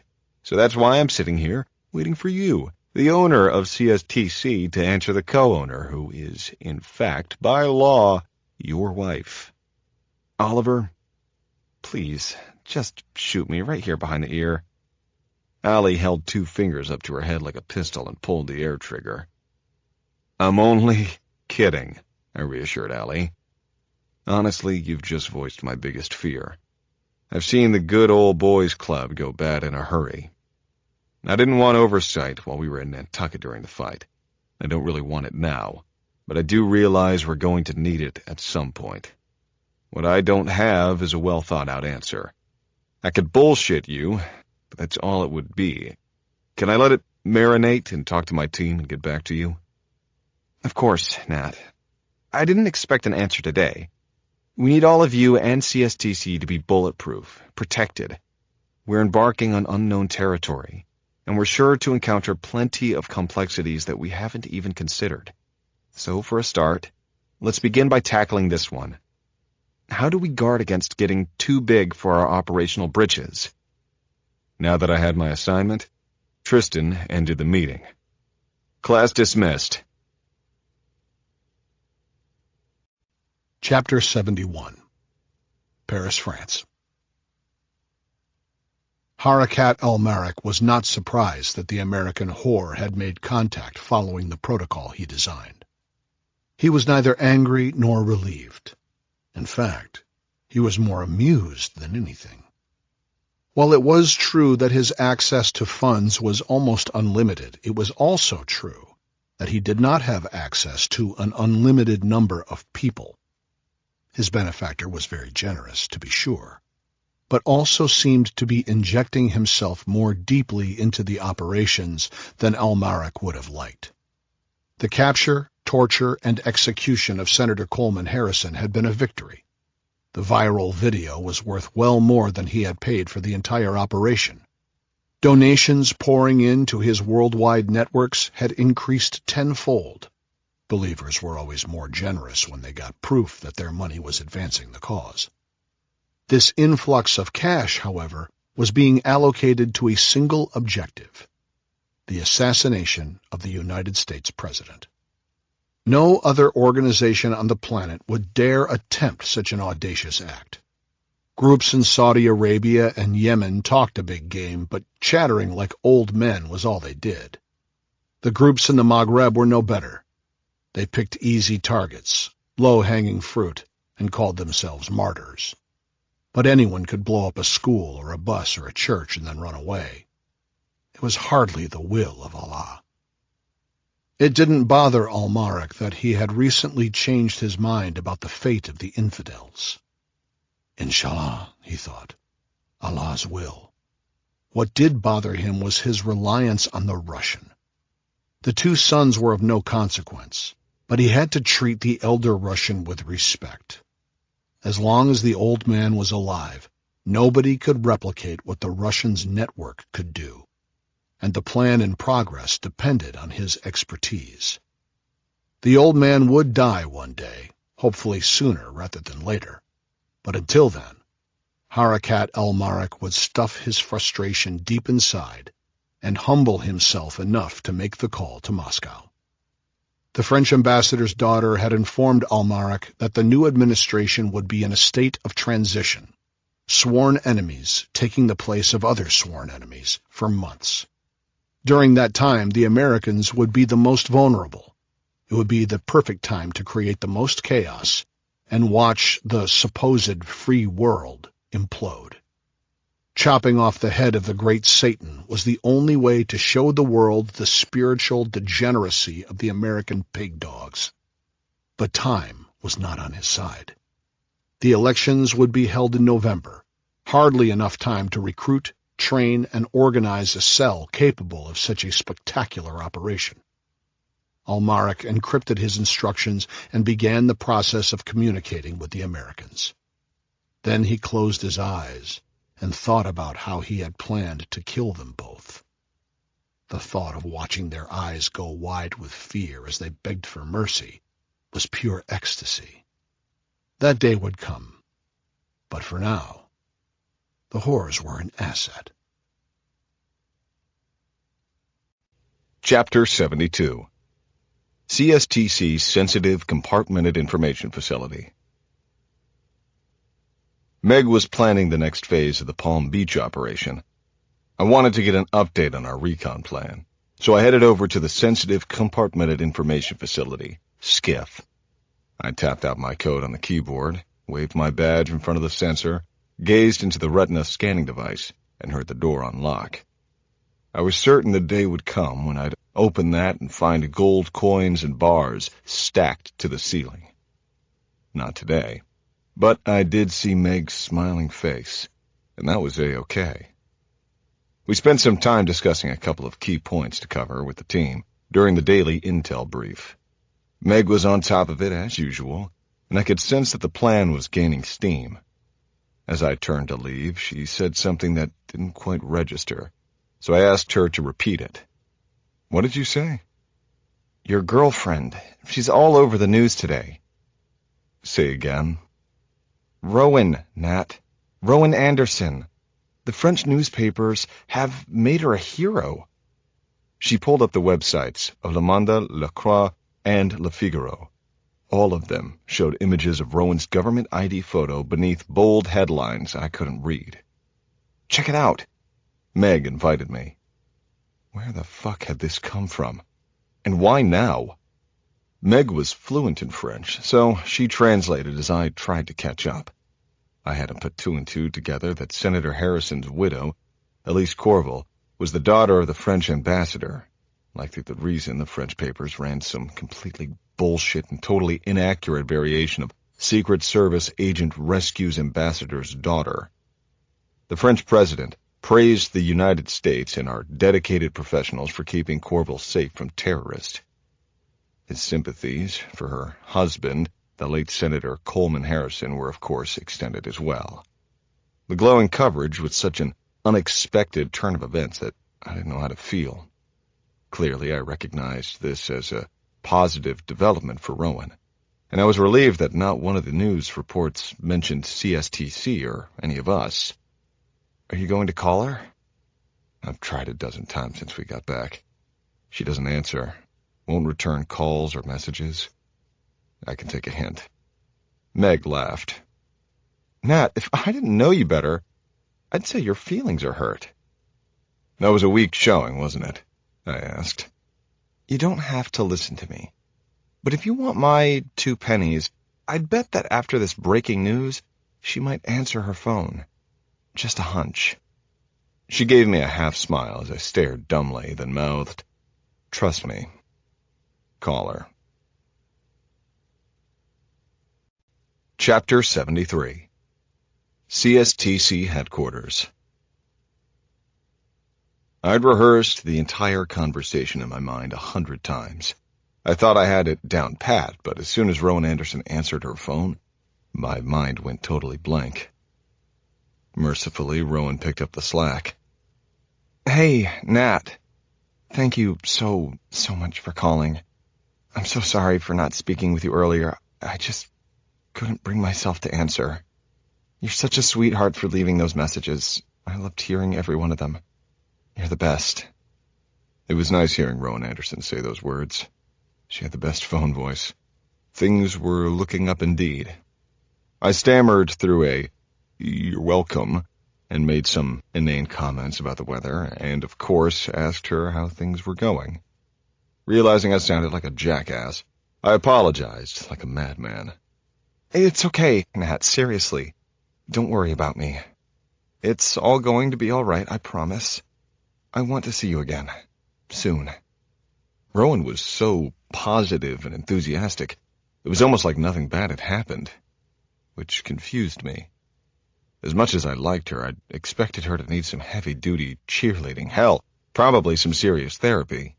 After all, her principal, the former senator and presidential candidate, had been killed, and killed painfully, on her watch.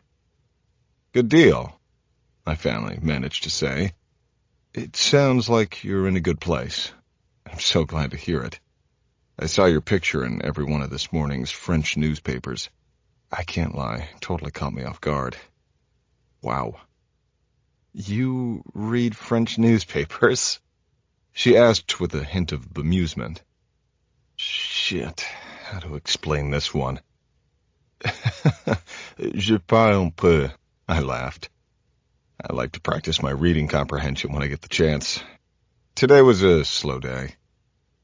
Well, that's good to know, because in the extraordinarily fantastic news department, I'm now officially reassigned to the French embassy as Chief Security Liaison Officer for the Secret Service.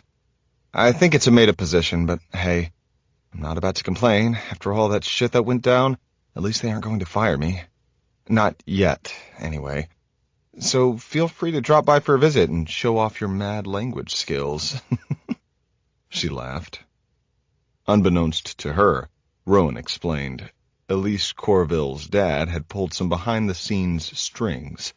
Ambassador Charles Corville, a well-connected power broker, had gently persuaded the administration not to punish Rowan, but instead to promote his prominent daughter's protector. Apparently, he had made a very compelling argument. The message to the Secretary of State was crystal clear. The French government was calling in a marker from its dear friend and ally. Denial of this favor would have long-lasting repercussions within the diplomatic community. Gentle like a sledgehammer, I supposed. That's pretty fucking amazing, Rowan. You should buy a lottery ticket. So that was how Rowan Anderson went from zero to hero overnight. I knew shit like this happened all the time in D.C., but not usually at this warp speed. It was a clever move to drop the news articles before the announcement, too. Bodies hit the floor, and heads exploded at Homeland Security headquarters when that bomb dropped. A little leverage with a side of humble pie for dessert. She was on her way to the office to reclaim her credentials and her gun. Rowan told me, but she promised to stay in touch. She and Elise Corville were heading out of town on some embassy business, but we would get together soon to celebrate. No worries, Ro, I said. I'm heading south for a few days. Are you free later this week? When you say south, do you mean like Argentina or like Atlanta? Or is this another official Nathan Phillips classified adventure? How about somewhere in between, and we leave it at that? I didn't want to be rude, but she should know better. I would set her straight at dinner. It was time to have the talk about what I really did. If we were to give this a chance, she had to be read in on the real deal at CSTC. Shit, she had a clearance that was higher than mine anyway. Okay, go do your thing, and call me later. I can't wait, Nat. I'm looking forward to picking up where we left off in Nantucket. A former soldier who does private military contracting isn't quite who I need by my side just now, Rowan Anderson thought. But it's worth considering how he could eventually be of use. Perhaps she could play both sides again. Maybe. Chapter 74. CSTC Team Rhino Command Center. Team Rhino gathered for our daily intelligence update. Meg stood behind the lectern and began. We've made some outstanding progress on our do-outs. I'll lead off, and let Jimmy T follow. Then Stu will bat cleanup. According to Meg, the 39.8-meter yacht, christened the Uryal after the first Russian warship circa 1660s, had been built in 2001 by Heesen Yachts in the Netherlands. As Oliver had previously reported, the Uryal was registered in Georgetown, Bahamas, and currently docked in Palm Beach. Thanks to what Meg called some crafty hacking from inside the skiff, she had analyzed several cutout companies before determining that the yacht belonged to Alexander Igorov, a 77-year-old Russian widower with 43-year-old twin sons, Pavel and Taras. Word was the elder Igorov had cut his teeth in the 1950s selling used AK-47s and hand grenades in Algeria. One deal led to another, one uprising to another, and one civil war to another, and within 2 decades, Igorov had become the go-to guy for anyone wanting to start a revolution. The twins had followed in their father's arms-dealing path, building a book of business throughout Africa and some choice hotspots in the Middle East. Governments friendly to ours were decidedly not among their clientele. Meg's assessment? Alexander Igorov was Russia's answer to our own John Gotti. He was Teflon. Nothing stuck ever. He hid in plain sight. Though to his credit, and unlike his degenerate sons, he stayed well below the radar. I cannot confirm the elder Igorov's current location. He's got places all over the world. However, it shouldn't be too difficult to find the boys, who enjoy spending time at their father's house in Palm Beach. Looks like Pavel is the guy I kicked in the nuts aboard the yacht. Pavel likes to run around Palm Beach in a pink Lamborghini Murcielago, I shit you not. His brother, Taras, prefers to be seen in a purple Ferrari F430. We should arrest them for that douchebaggery alone." With that, Meg stood aside so that James Teagan could take her place at the lectern. "So, I talked to some people," Jimmy T announced. By some people, he meant he'd worked his family network. First cousins, second cousins, their families, and so on. Basically the entire Boston Irish community, and probably some Italians, too. As Jimmy liked to say with a wink, his father and brothers were in no way even remotely connected to the Irish mob, but he was pretty sure his mother was. He'd gotten a firm ID on the dead woman we'd found upstairs at Senator Harrison's office. She was a Harrison staffer, and the senator's mistress. Her name was Amy Sullivan, and she'd grown up in someone's cousin's Boston neighborhood. According to Jimmy's people, she was well known to be wicked smart, very attractive, and super ambitious, but also far more eager to sleep her way to the top than to work hard to get there. What Jimmy T had also turned up was the news that some low-level Ukrainian toughies had recently been hired to break into her apartment and leave a bunch of cocaine behind. He couldn't find out who had paid for the drugs, but it sure as shit wasn't Amy Sullivan. Total setup. Nobody breaks into someone else's place and drops off a kilo or so of coke for non-nefarious reasons. Jimmy T assured us that his dogs were on it. One of Jimmy's cousins, a bartender at a place near Fenway, asked one of his bartender buddies on Nantucket if he'd heard anything about Sullivan or her crew. The buddy said she'd seemed friendly enough. Looker. Came into the place once or twice a week. Good tipper. Then one night a week or two ago, some self-important, obnoxious asshole, presumably Walt Fitzgerald, came in pissing and moaning all over his scotch. Bartender chatted him up, and the old Mick started bitching about some broad who was making his life miserable. "Ever heard of Chappaquiddick?" He'd asked the bartender menacingly. It wasn't much, Jimmy conceded, but it was a pretty fucked up thing to say. Apart from the background on Sullivan and Fitzgerald, Jimmy hadn't heard much else. There was a lot of chatter about who could have blown up the ferry, but nobody knew anything about who had actually done it. 7 out of 10 informants theorized it was Al-Qaeda. Last but not least, Jimmy's crew said some high-level sit-downs with various bosses were said to be going down soon. There was a lot of noise about whether the Russians or the Chinese had been involved in the hit. Oh, and he had another cousin in the Boston Police Department, sniffing around the organized crime unit for more details. The cousin would let Jimmy know what she found out. "That's all I could get so far, Nat. But they'll keep me posted." "Please thank your mom for me." I laughed. "Next time, see if your dad and brothers will get off the couch and give her a hand. It'll speed things up." "Of course, Nat. My mom loves you. You know that." Jimmy gave me a wink as he sat down. I turned to Stu Arden. "Okay, Stu, what's up?" "Nerd version or what?" "I'll take door number 2, the less nerdy version, if that's at all possible." I loved Stu, but his briefs were unintelligible when he went into full-blown nerd mode. Stu was, in fact, the humblest man I knew. Shirt off his back kind of guy, no question. And he was aces at Como, but he could put Adderall addicts to sleep when he got going on a technical discussion. "Got it, Nat.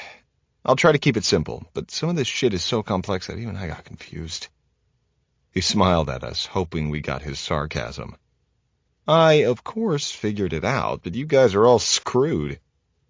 Despite lacking the password to unlock even one of the phones we'd brought from Nantucket, Stu told us he'd been able to rip the contents off every single device.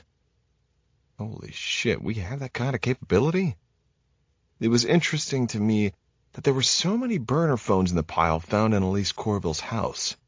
Probably 7 or 8, if I recall. 5 hadn't even been activated yet. No prints on any of them.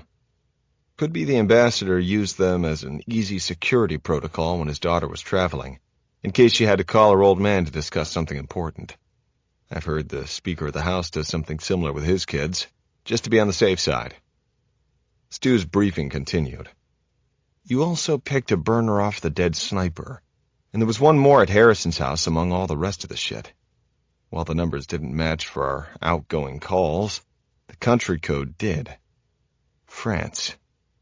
Makes sense, given the circumstances with Corville and her dad, but it's not clear why the intruder and someone else at Harrison's was in communication with somebody in France.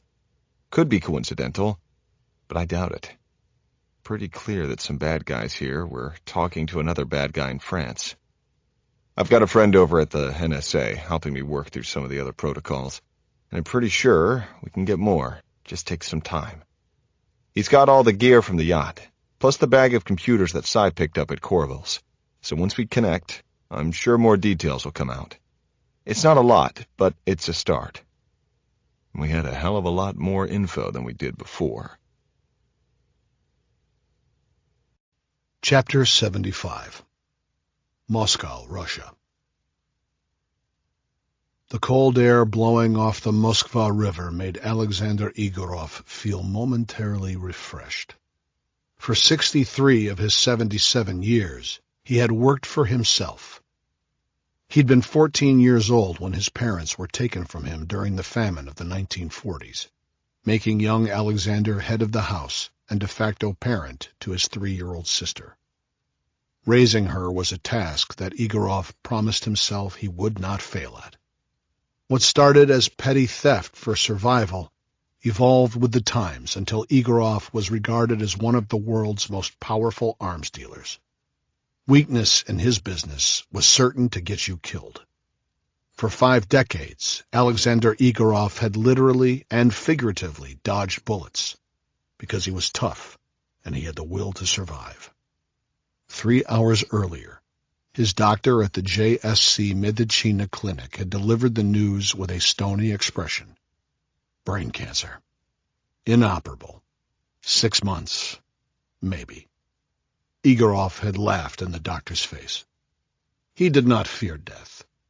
He had always prayed that his would be a fast one, a bullet to the head that he never saw coming. So far, this prayer had not been answered. Despite all the decidedly bad things that happened in his line of work, he took very good care of his family and those close to him. As the cold wind blew, he smiled as he thought more of all the good he had done. He could only imagine what his idiot sons would do once he was gone. As much as they disappointed him with their flashy lifestyles and their crass behavior. He loved them. They were smart and ambitious, but all too weak. This entire generation of Russians was weak. Igorov turned to look at Natasha, his nurse, and Joseph, his chief of security. Even former soldiers like Joseph had soft hands. The two of them tugged on the collars of their overcoats, trying hard to hide their misery, both from the cold and the morning's news. As long as Igorov wanted to stand outside, they would be forced to do the same. He nodded toward the back door of his mansion. His compound in Rubliovka, western Moscow's most prestigious residential district, shared Ostolzhenka Street with the president and prime minister, as well as many Kremlin high officials and party members. When Igorov was forced to come to the city, he lived here, in his luxurious 7-bedroom mansion. Had they been allowed to visit, photographers from the decorating magazines would have loved to shoot his French-style kitchen, his bedrooms modeled on a Swiss chalet, his bathhouse and indoor pool. Auto aficionados would appreciate his underground garage, equipped with Range Rovers for a security detail, the Bentley Arnage, and the obligatory Rolls-Royce Phantom, all jet black, and all armored, of course. But no photographer would ever see the inside of any of his homes, not while he was still alive. As he made his way back inside, Igorov looked around his grounds, observing the dozen armed guards, the attack dogs, the cameras. Although he never took anything for granted, he was content that for the moment he was safe. As the core members of his personal detail happily shed their heavy coats and enjoyed the warmer indoor temperatures, Joseph's Iridium satellite phone chirped. The security chief carried several communications devices, all encrypted and capable of worldwide service. This particular phone was used by only one client. Igorov heard the chirp, let out an audible sigh, and prepared to speak with the asshole in Paris. "I am listening," Alexander Igorov said evenly as he answered the phone. The conversation was short. Thankfully, the Algerian was not prone to small talk. He simply told his arms supplier which materials would be needed for the next phase of their operation. The delicate but destructive explosive device was an interesting ask. Not unheard of, but peculiar. It didn't fit the pattern of the man's customary purchases, which tended to be the garden variety weapons and explosives that one would expect from a passionate but inexperienced terrorist. This new request was akin to leaving high school for a PhD program. It took the optics to an entirely different level. Igorov lived by the simple rule that his client's goals were not his business. He simply made transactions. He sold goods, not services. Remaining willfully ignorant of his client's objectives allowed him to sidestep pesky questions of morality. It also guaranteed that he could never be forced to reveal what he honestly didn't know. That said, he wasn't naive, of course. His own intelligence network was vast. The dots between the exploded Nantucket ferry and the murdered United States senator were not hard to connect. That his son Pavel had been off the island's coast was not only reckless, but at cross purposes with Alexander's desire to remain detached. Igorov would try once again to beat it into his son's thick skulls that they must stay away from the scene of the crime, or the war, as the case may be. "Have I underestimated my client?" Igorov wondered for a moment. But he trusted his gut. This idea had been generated by a third party. Harakat al-Marek was as passionate about his cause as the next guy, but in the end, he was an imbecile. Igorov made a mental note to speak to his niece and ask her what she knew. Another attack in the U.S.? Perhaps it would be necessary to leave the States altogether for a while. The boys could retreat to the house in Argentina, or the one in Montenegro. Anywhere else, he would insist when he arrived in Florida to tell them the news. "They will be ready in a week," he told the Algerian, and pushed the disconnect button. Handing the phone back to Joseph, he told the former Spetsnaz officer the message to be delivered to Pavel and Taras. "In light of today's excitement," he said, "I should like to take a swim." Down the winding stairwell, Igorov arrived in the natatorium and began to change for his daily exercise. "Alexander, do you think this is wise?" asked Natasha in her compassionate nurse tone. "Perhaps you would care to rest." Igorov smiled, acknowledging her concern. "Thank you, my pet, but I have work to do. I will sleep when I am dead." He laughed.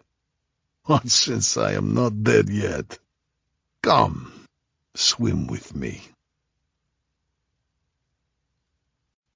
Chapter 76. The Mountains of North Carolina. Around the mahogany table in the secret war room in the mountains of North Carolina, the assembled principals covered the full agenda, then did it again. Oversight of the Office of Domestic Strategy fell to 5 people. Attorney Sam Starnes, Representative Martin Jennings, Chairman of the House Armed Services Committee, Representative Carter Dempsey from Michigan, Senator Tabitha Doyle of Florida, and Senator John Henry Schaefer of Virginia. With his trademark expert efficiency and natural authority, Sam Starnes ran the meeting to chart the way forward from the Coleman-Harrison murder. I surveyed the assembled leadership. They all were sharp. Senator Doyle definitely knew her stuff. She was fluent in counterterrorism and discussed intelligence issues as easily as she might order a gin and tonic. Senator Schaefer was a stickler for details. He was an elderly Virginian who wore a bow tie, spoke with a distinctive Southern accent, and made clear that his word was his bond. Whereas he was prone to question just about everything, A no before yes man. He was, by his own admission, committed to pulling terrorists out from the attic and under the rug. Congressman Jennings I knew from Teen Rhino's recent mission in Iraq. He was solid and needed no further study. Congressman Dempsey was the puzzle of the five. An independent from Michigan, he bounced between issues as the wind blew. He talked way too much for my taste and seemed to agree with almost everything anybody said. He struck me as the weakest link. Tristan and Allie Dent also had seats at the table.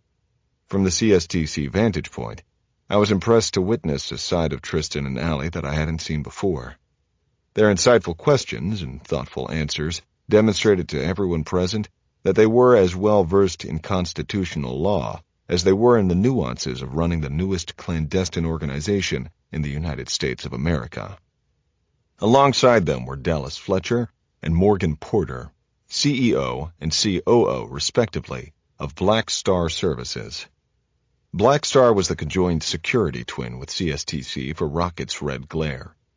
They had, in fact, been the ones behind our exfil aircraft from Nantucket, call it a no-notice dry run, and had set up the delivery of our recon team with a cover, Florida Moving and Storage. It was understood that our Eagle, Hawk, and Falcon teams would fly our assault missions, while Black Star would do all the rest. I hadn't worked with them much yet, but they had delivered twice so far, and that was good enough for me. Air Force Academy roommates Dallas Fletcher and Morgan Porter, by their own admission, had not been stellar officers during their respective military careers. Fletcher had been an Air Force logistician during Desert Storm. His claim to fame, he wryly stated, was that in the months leading up to the war, he sent more pallets of MREs to Kuwait for the troops than McDonald's served Big Macs in Texas. A year of loading food, uniforms, and even body bags into large-bodied aircraft led him to the conclusion that he had made a really big mistake with his life. When he saw the planes hit the towers, he called his old roommate. Something had to be done. Porter, a former C-5 Galaxy pilot, had left military life for a job with FedEx, flying heavy cargo around the world. What they'd both realized after 9/11 was that there was absolutely no way on God's green earth that the United States Air Force, let alone the rest of the Department of Defense, would be able to transport the millions of tons of equipment and soldiers necessary to fight a high-intensity war in the Middle East. Like so many great ideas, theirs had been hatched over a couple of beers. After sketching a plan on a cocktail napkin at a bar in D.C., they called some retired pilot buddies and figured out a way to lease a couple of heavy cargo platforms. Then they went to the Pentagon, hats in hand. They called their new company White Star Aviation for the white stars of the American flag. White Star's first hauling assignments were humble, cargo that didn't quite make the initial load plan, the military's leftovers.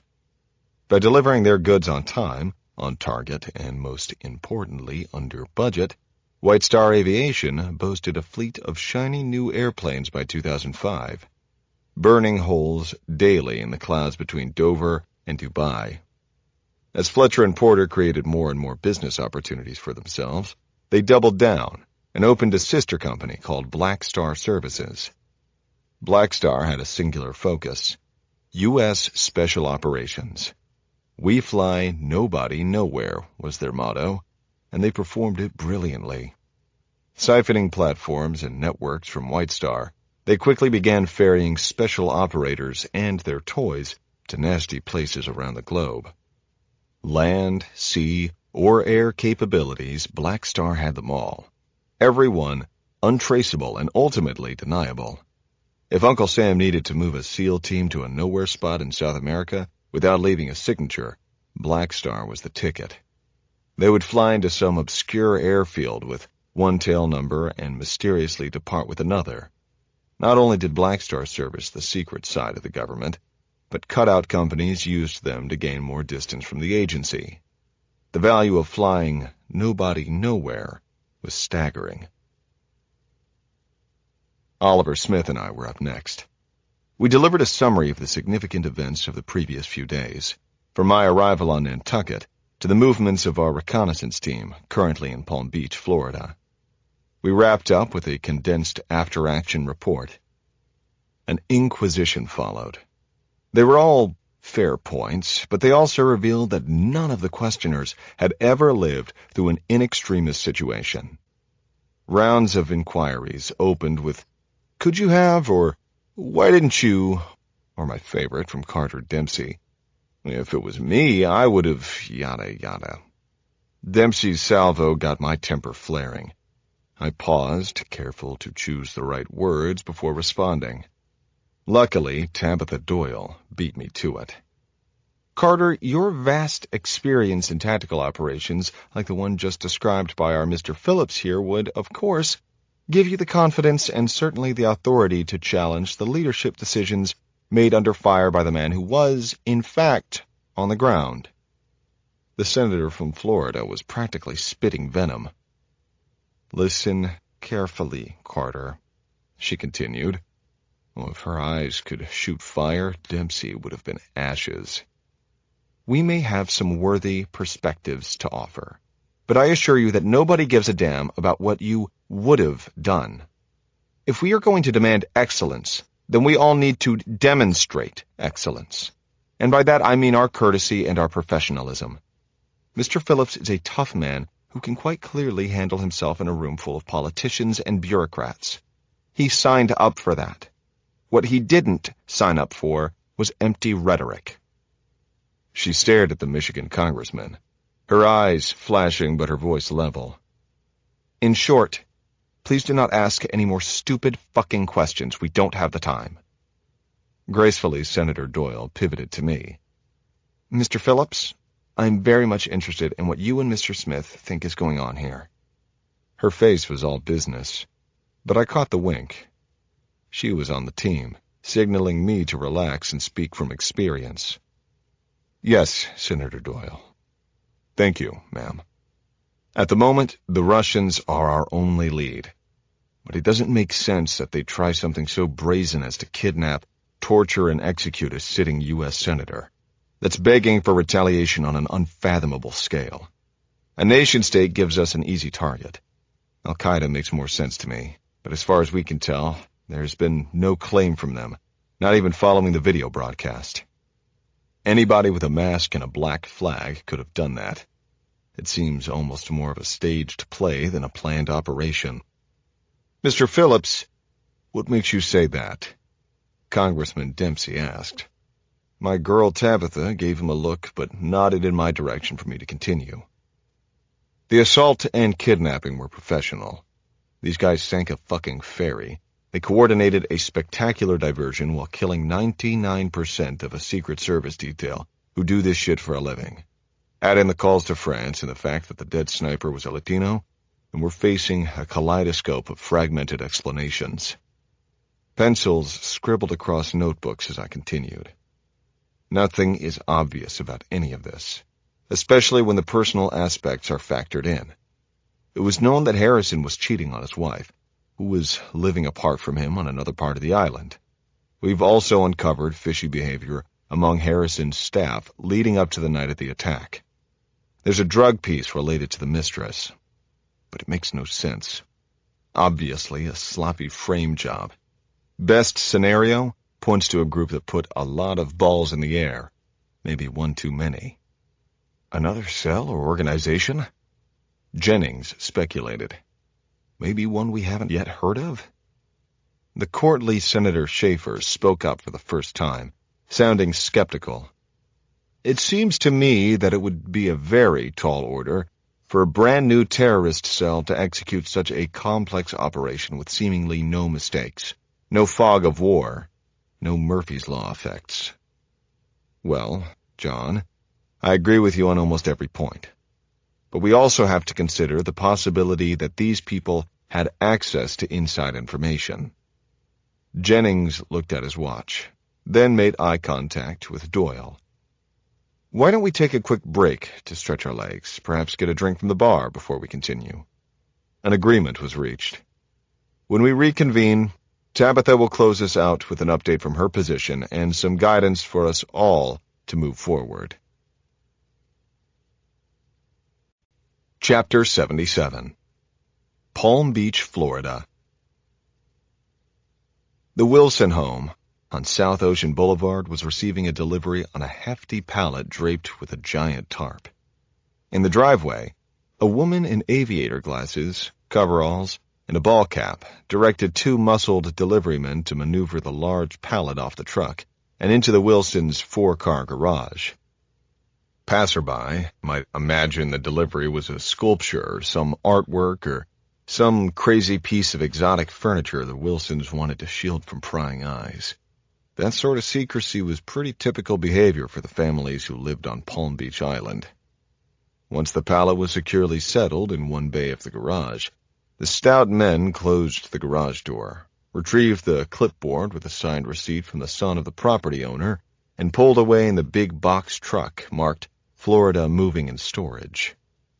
While Meg and Cy unpacked and inventoried the contents of the large pallet, Jimmy T and Rudy headed due west to exchange the big box of fun, as Meg called the truck, for an old 5 Series BMW. Ordinarily, a nondescript Chrysler or even a minivan would work for a recon and surveillance operation. But in a place like Palm Beach, a bland American model would draw more attention than a sporty European sedan. The Russians had never seen Rudy or Jimmy T, so it was decided that the two of them would operate wherever they could get clear eyes on either of the objectives. After they got the BMW, they'd drive around the island for a cursory look at the Egorov place in the yacht Oriole in the boat basin, then link up with Meg and Cy after sunset. Cy Wilson's house provided a slight hiding-in-plain-sight advantage, but even with Meg and Cy operating as a buddy team focused on video and electronic surveillance of the Egorov house, the weak link was still Meg. Pavel Egorov certainly wouldn't have forgotten the woman who had rappelled onto his yacht from a helicopter in the middle of the ocean and kicked him in the nuts. But the decision was made that as the chief intelligence officer for Team Rhino, Meg needed to be there for the inaugural reconnaissance mission of an official Rocket's Red Glare operation. "Okay, Cy, time for us to make some money," Meg said. "You know how to throw a paper airplane?" Cy gave her a slight scowl. "Just how pampered a life do you think I've led? Believe it or not, Meg, I once even played in a mud puddle." "I didn't mean it that way," Meg said. "I am asking so you understand the motion I need you to replicate so you can launch our drone." Okay, Cy chuckled. "When the time comes, I'll show you what I've got." The tall hedges around the Wilson property gave them plenty of free space to play Sneaky Pete. But they waited until Meg determined that it was dark enough to fly the drone without any interference from neighbors. With perfect form, Cy launched the drone, then sat next to Meg as she remotely controlled the aircraft. "Look at the clarity of that camera feed!" Cy exclaimed as the small TV screen came alive in bright green. Meg maneuvered the aircraft out to sea, then had it make an easy 180-degree turn back toward the house. She gently nudged the toggle guiding the nose of the plane to the south, and watched as it slowly traced the breaking waves along the beach. Cy saw the lifeguards' stands in the Worth Avenue clock tower, then the breaker walls protecting the mansions along Ocean Avenue. He knew most of the houses, or at least the names of the owners, and he called off each one as Meg steered the drone farther south. "Holy shit! Wow!" Meg commented as the drone flew past the impressive buildings. "Did you see that place?" "Yeah, it's crazy money, Meg," Cy laughed. "No bullshit. Some of the owners spend barely a few days in those places, not months or even weeks. These are their third or fourth homes. Like I said, crazy." "Speaking of crazy, looks like the Egorov boys are home tonight." The unmistakable silhouettes of a Lamborghini and a Ferrari loomed in the half-moon driveway of their estate. "Let's do a flyby and see what's what." Chapter 78. Governor Larson, HQ, Colorado. The view of Cheyenne Mountain was breathtaking as night began to fall. To Governor Teresa Larson, the sun's slow descent highlighted both the beauty and the might of the Rocky Mountains, not to mention the beauty and might of the United States. "Will you be joining us, Teresa?"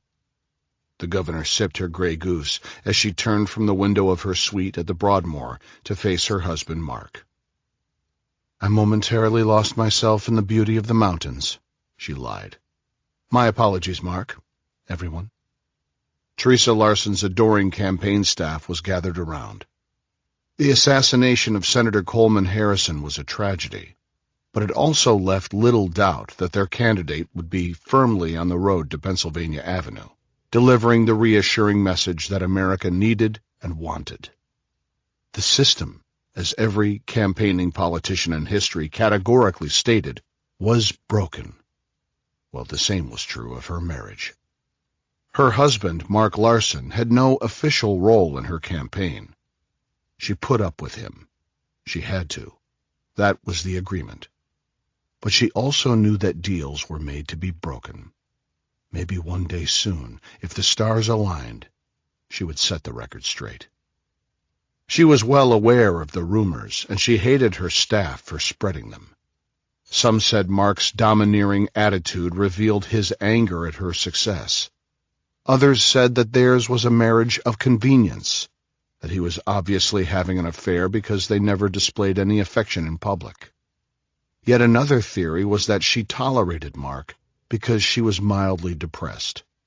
Depending on who was around and how much alcohol was being consumed, the staffers occasionally delighted in even more scandalous Page 6-level gossip.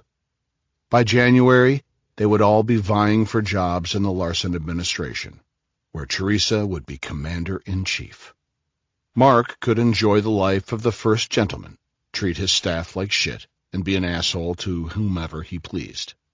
While Mark took a phone call, Larson glanced around the room, reminding herself why she hated each of them so much. The guy on the couch was obnoxious. The woman in the blue skirt was a liar. The tall one was an ass-kisser. And that gem of an aide of Mark's, Cindy something, was just fucking worthless. For all Larson knew, Mark could very well be doing her. No matter how often she tried to give her staff the benefit of the doubt, she realized the real reason why she hated them.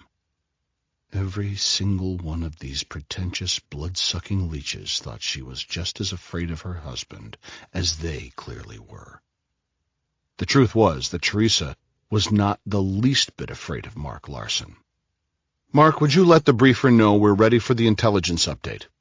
the governor commanded. The video conference with Langley was about to begin. Larson nodded to her chief of staff, who ushered those without proper security credentials out of the room. As the briefer appeared on the giant plasma screen in front of Teresa Larson's eyes, all her problems with Mark and the others drifted away. This was her arena, and she was at home. Chapter 79. Igorov Gulfstream. The Gulfstream cruised effortlessly above the clouds at 39,000 feet and about 480 knots.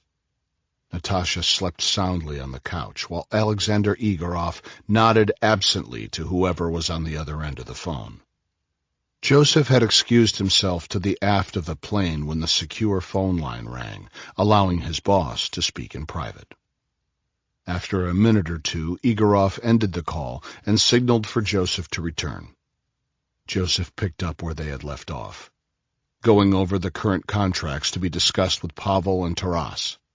But as he ran through the details of the used AK-47s and archaic tracked vehicles they'd sold to some revolutionaries in the Maghreb, Joseph could see that, despite the projected revenues, his boss was distracted. "Sir?" he asked politely. Alexander Igorov closed the folder, looked his protégé in the eye, and asked evenly, "Who the fuck were those people who boarded my yacht off the coast of Nantucket?" Joseph was ready for the question, having received the latest bit of intelligence from his sources while the G5 engines whined before takeoff. They are members of an organization called Chesapeake Security and Training Company. This company employs former military and has contracts for hire all over the world, but lately a lot of PSD protection in Iraq and Afghanistan.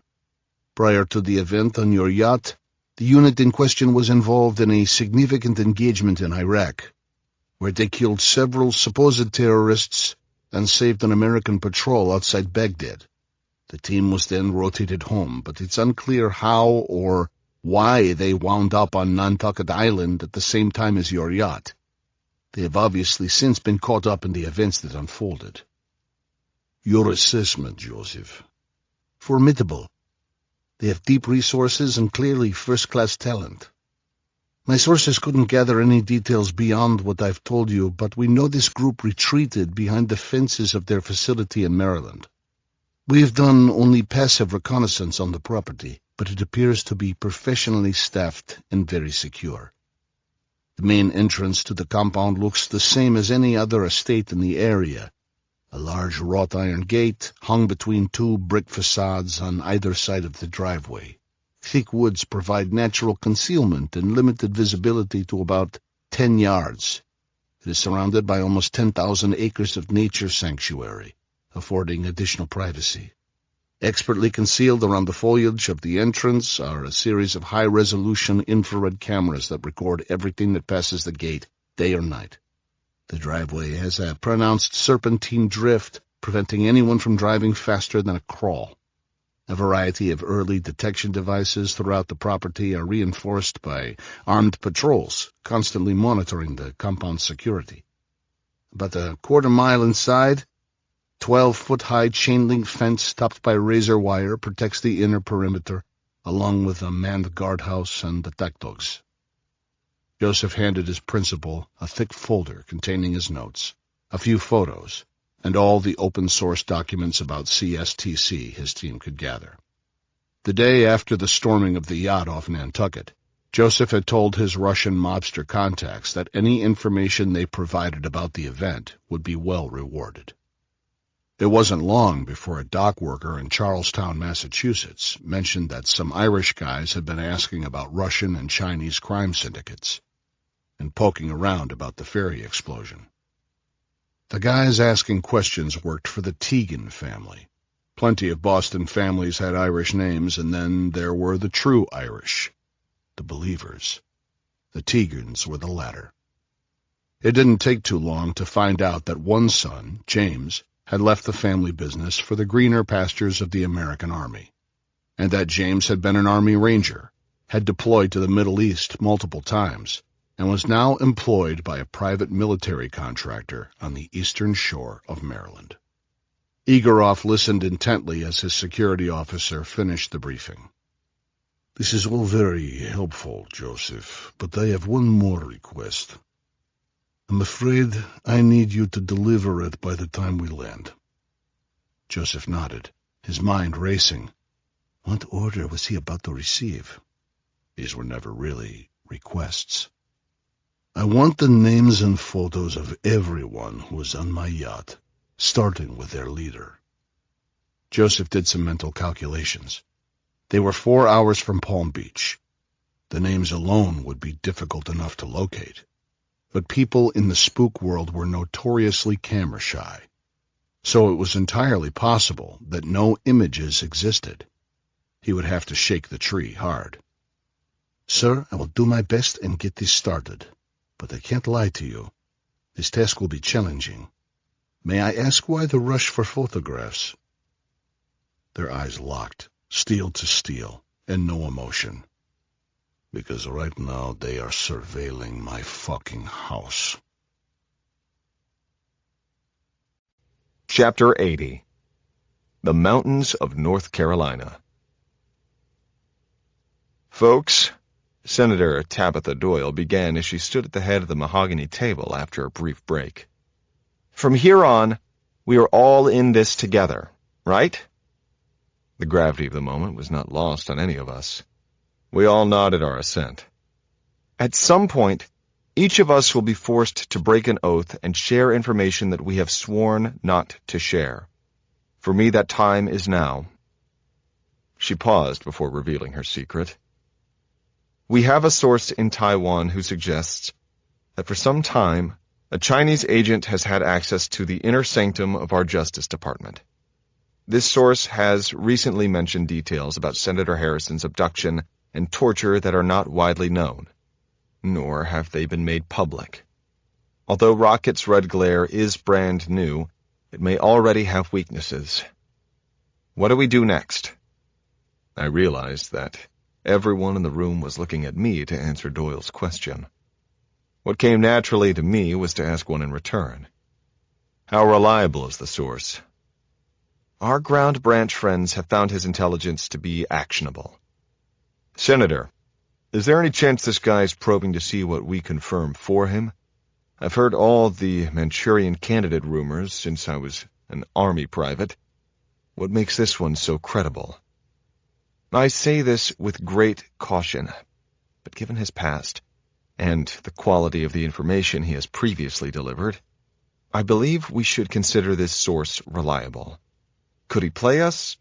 Certainly. There is a spy somewhere close to us. I don't suspect that Rocket's red glare is compromised per se, but I believe they may be stumbling toward us. I looked at Oliver. He nodded, confirming that he already knew what I was thinking. "Then let's roll up the twins in Florida. Right now. Do not pass go. Oliver and I will alert the rest of the team, and we will snatch those two idiots where they sleep.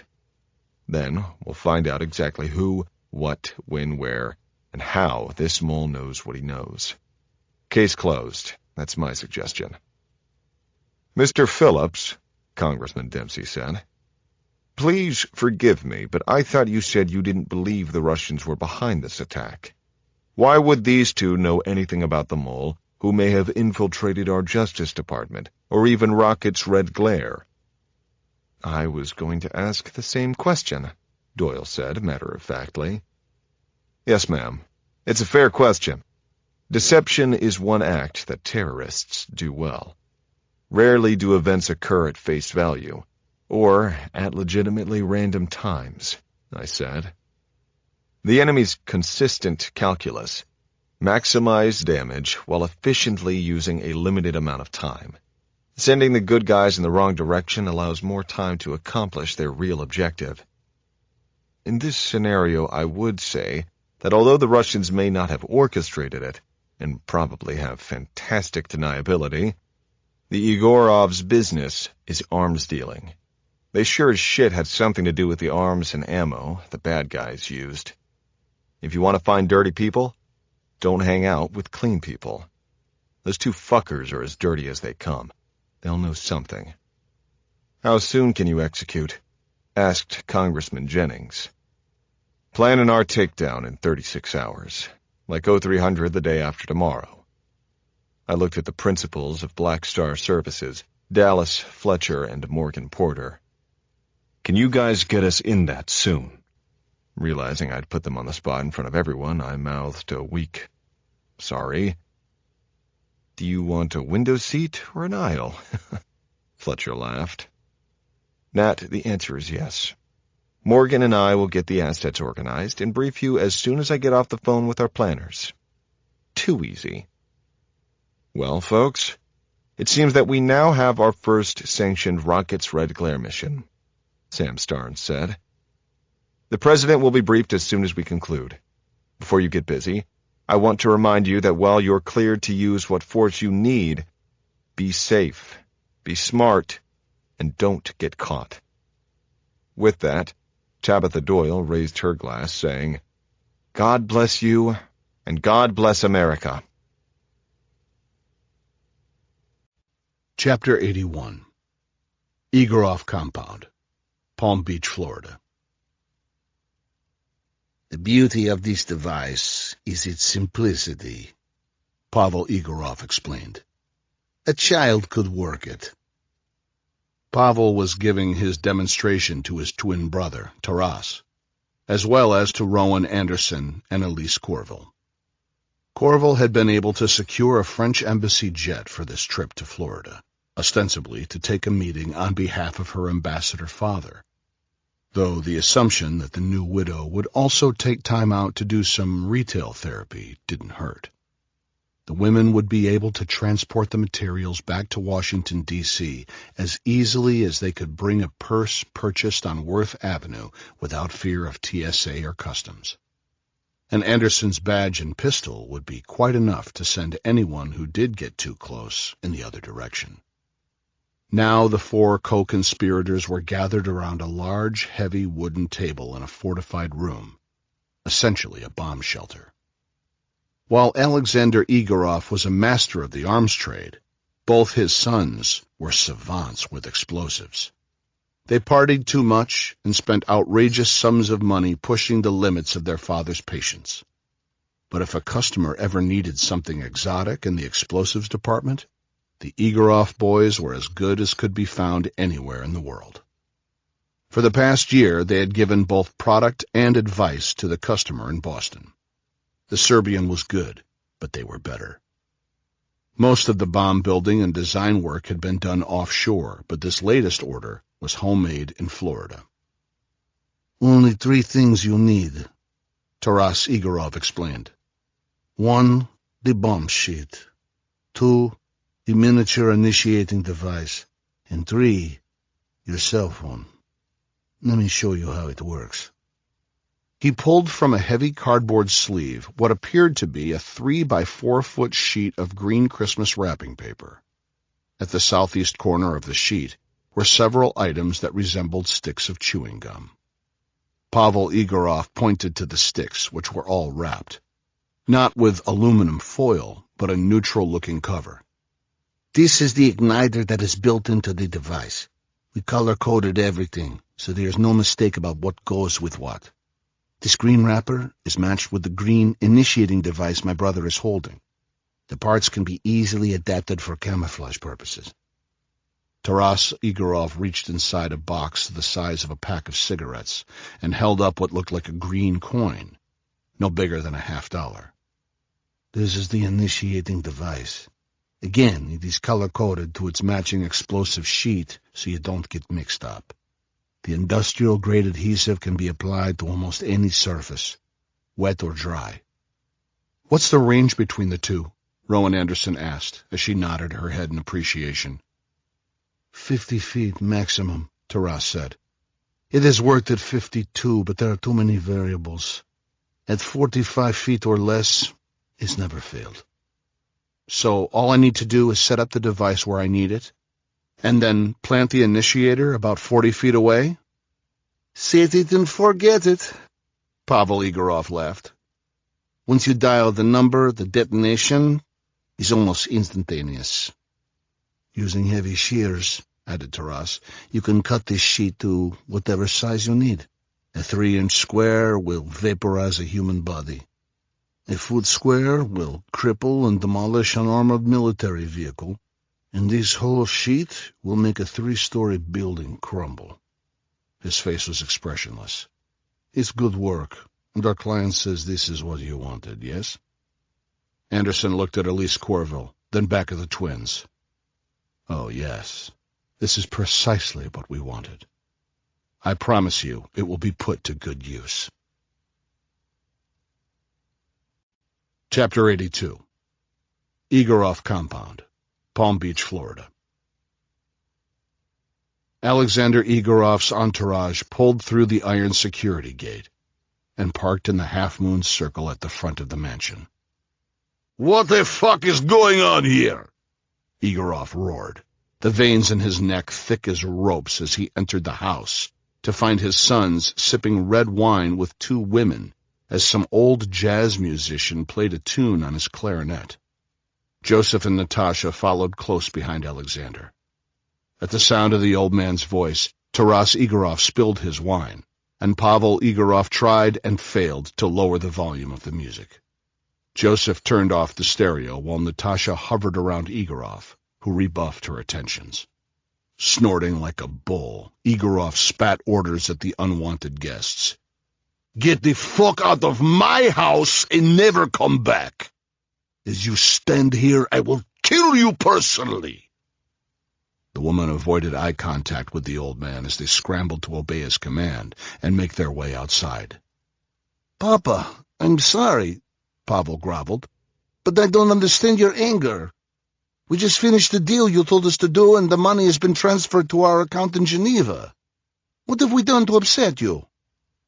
It now made sense. This was the traitor he had heard whispers about, the federal agent Rowan Anderson. She was here to purchase the product. The other woman must be her accomplice. He'd seen her somewhere before. "Stop!" Igorov barked at the women. "Sit." He turned to Pavel. "I expected you to conclude the transaction, and I expected the money to be wired. What I did not expect was to find the two of you sitting around listening to music and trying to get in the pants of these whores. Especially when it has come to my attention that a federal fucking agency has had surveillance on you for at least 24 hours. And not one of you had any idea." He slapped the wine glass out of his son's hand. "Alexander, enough!" Natasha begged. "You must calm down." Igorov smiled at his nurse, as if to humor her, then glanced at Joseph in a way he knew his security chief would understand. Then he walked to the bar and poured himself a tumbler of fine whiskey. Joseph moved quickly to his briefcase and retrieved a thick folder.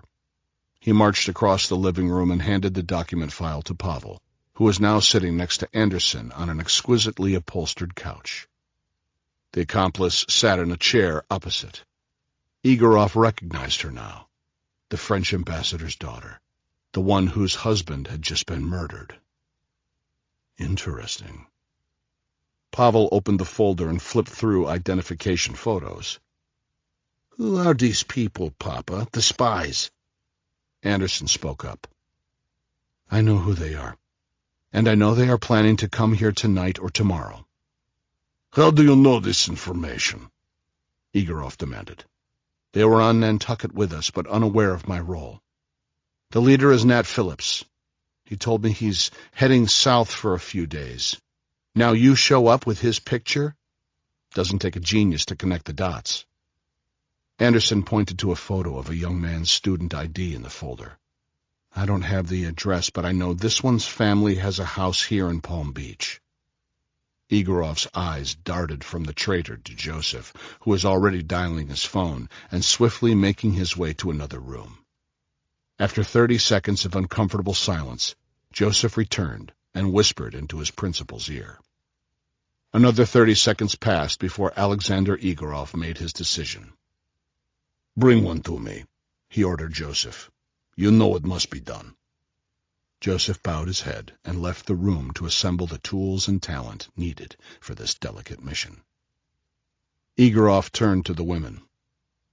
"How soon can you be gone?" he asked politely. "I assume you have a way out of here. Compliments of the embassy, perhaps?" "Yes, we do," the accomplice answered quickly. "Departure happens within minutes of my call." "Our business is concluded. However you use my product is not my concern." He looked at each of the women. "It is true you know who I am, but I remind you that we know who you are. There is no place on earth where I cannot find you. Now leave." Chapter 83. Asheville, North Carolina. Oliver and I had made some half-assed plans before, but this was by far the most half-assed one we had ever conceived. We would take off from Asheville Regional, then land at Palm Beach International around midnight. Meg's team would pick us up in a dark corner of the base operations parking lot. Meg and Cy would stay at the Wilsons and fly the drone as overwatch for the assault.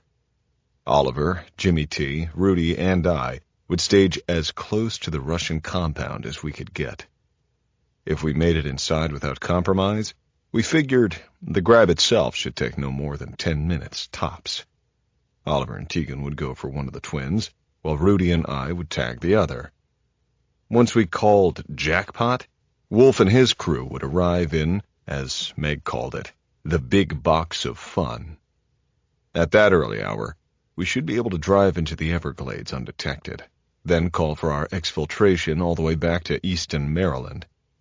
If shit went south, Fletcher and Porter's Black Star Services was supposed to have a dedicated bird, circling off the Florida coast for an immediate medevac. Once in Easton, we'd go to work on the twins and politely ask them to give up the mole. If that didn't do the trick, we'd switch to more, persuasive methods. Oliver and I knew the plan was shitty and there were lots of ways it could go sideways. But we agreed that surprise was on our side, and that made up for a lot. We had suppressed weapons in case we met armed resistance, but the whole idea of the snatch mission was to take the targets alive, using dart guns loaded with enough sedative to knock out a friggin' elephant. The op would be smooth and silent. By the time we were in the air heading south, Wolf, JP, and Stu were in Daytona Beach, loading another Florida moving and storage truck. Meg, Jimmy, T, Cy, and Rudy seemed hyped about the snatch mission. I think we all were excited to be back in the saddle. Hopefully, there would be no fireworks tonight. I told Meg I would call her when we were about 10 minutes from wheels down. Chapter 84. Alexander Igorov swallowed the last of his whiskey, his eyes burning. "When Joseph returns," Igorov told his sons after the trader and her accomplice had departed with their product packages, "we will be leaving. Joseph and Natasha will close this house for a while. Maybe forever. Bad people will come, so we must be prepared. They are most formidable." Pavel and Taras knew enough not to question his plan. But leave the house permanently? That was a drastic move. One vault in the garage held $10 million in cash alone. Another contained thousands of ounces of gold. And then there was the art. But Joseph was a master when it came to deception. He would make all of it disappear without a trace. Igorov asked Natasha for another drink, studying his sons while he waited. Of course he loved them both, more than anything, when he wasn't pissed off at them, which was often. He didn't think he'd spoiled them after their mother died, but they were soft, probably because of him. He definitely hadn't been spoiled when his mother died. But none of that family history mattered now. He was hard and going to die. They were soft and going to live. An electronic signal from the front gate broke the silence in the room. The cargo is about to arrive, the arms dealer thought to himself. Natasha handed Igorov a fresh glass as Joseph and two of his men entered. They placed a limp body on the floor, its head covered with a black hood, its hands and feet bound. Igorov took a sip as he surveyed the cargo, then nodded at Joseph to remove the covering. Joseph pulled the hood off. It was a woman. "This one is Meg Fuller," Joseph reported. "The intelligence officer for the group." "And the others?" "Taken care of, Mr. Igorov, as you ordered." Chapter 85. Embassy Jet. As the Dassault Falcon 2000 climbed to altitude, Rowan Anderson looked around the cabin of the French-made business jet. It had been so easy for them to fly to Florida unnoticed, and now to fly back with 3 cardboard sleeves of state-of-the-art explosives. The pilots had their orders. Now that the connection to Alexander Igorov had been made, everything would happen at warp speed. Had Nat and his people seen Elise or her? They were on their 9th life, the grains of sand running quickly through the hourglass. Anderson shook her head in disgust. How could I have been so complacent? "What do you need me to do?" Elise Corville asked nervously. "We need to be ready to execute this plan fucking soon, while we can still move without restrictions. If the Russians talk, they could connect us." "I could contact him," Corville said. "Absolutely not. He would sell us out in 2 seconds. Anderson thought for a moment, then asked, "Elise, you have access to a car with diplomatic plates, right?" Corville nodded. Excellent. I need to borrow it for a couple of days. Rowan Anderson smiled. It was time to kill the president. Chapter 86. Palm Beach International Airport. The pilot gave me the prepare for a landing alert, so I punched in Meg's number and let it ring. Nothing. Fucking cell phones on planes. I hung up and tried again. Shit. Oliver pulled his phone and dialed Tegan. Nothing. Rudy, voicemail, Cy, same. I was getting worried. Nobody was answering. What the fuck? There was no one else to call. How could all their phones be out of range or turned off when they knew we would be calling? I dialed Cy again. He answered on the third ring. Cy, what's going on? They took her, Nat. They've got Meg. Cy sounded punch-drunk, slurring his words. They shot me, and they took Meg. He was on the verge of tears, almost hyperventilating. Fucking Russians. I knew it was those fuckers. Cy, calm down, man. I said slowly but firmly. It's okay. Take a breath. Just tell me where you're shot and how much you're bleeding. I looked at Oliver and shook my head. Not bleeding. I was tranked. Chapter 87. Come on, man, we're in a hurry! I yelled at the pilot, knowing that every second we weren't attacking, they were inflicting more pain on Meg. I couldn't let my mind go there. All I knew was that people were going to die violently in the very near future. Oliver and I were out of our seats and standing at the galley door. I'm sorry, sir, but I have to hold here till this other plane gets around us. He's almost done. A minute later, we were parked at the base ops and sprinting to the parking lot. I told Oliver to find us a ride while I ducked into the shadows to call the rest of the team. Stu answered on the first ring, and I gave him the shitty news about Meg's abduction. We have a Thunder mission, I told him, and I need your team to meet us on the target. The plan was as simple as we could make it on the fly. I explained, no intel, almost no situational awareness, nothing at all but guesswork. I could feel his anger rising. Fuck, Nat. We're still about 15 minutes out. It's okay, Stu. We just got here. Oliver is getting us a ride. We'll be on the north side of the gate along the road. Cy is staying put at his place in case Jimmy and Rudy show up. You and JP will go with Oliver. Wolf will be with me, and we will launch as soon as you get here. We are all cleared hot. Want to keep it as quiet as we can, but understand that I need someone alive. Roger that, Nat. We will leave one. He hung up just as Oliver rolled up to my position in our new assault vehicle.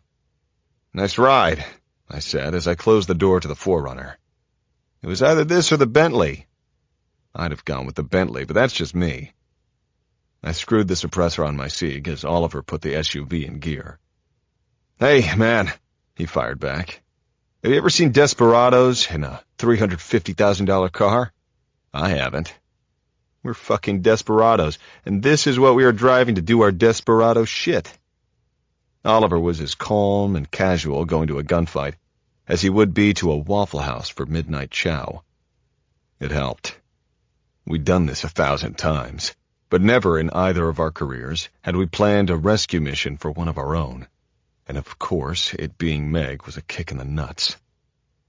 Oliver must have sensed my emotion, because he told me to cool it. Yes, Sensei.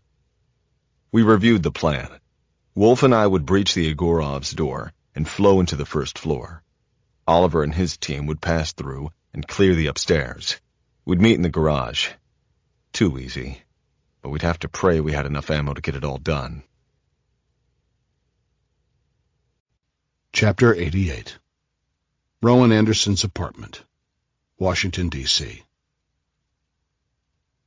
Rowan Anderson parked Elise Corville's Peugeot in the handicap spot in the lot at her apartment building.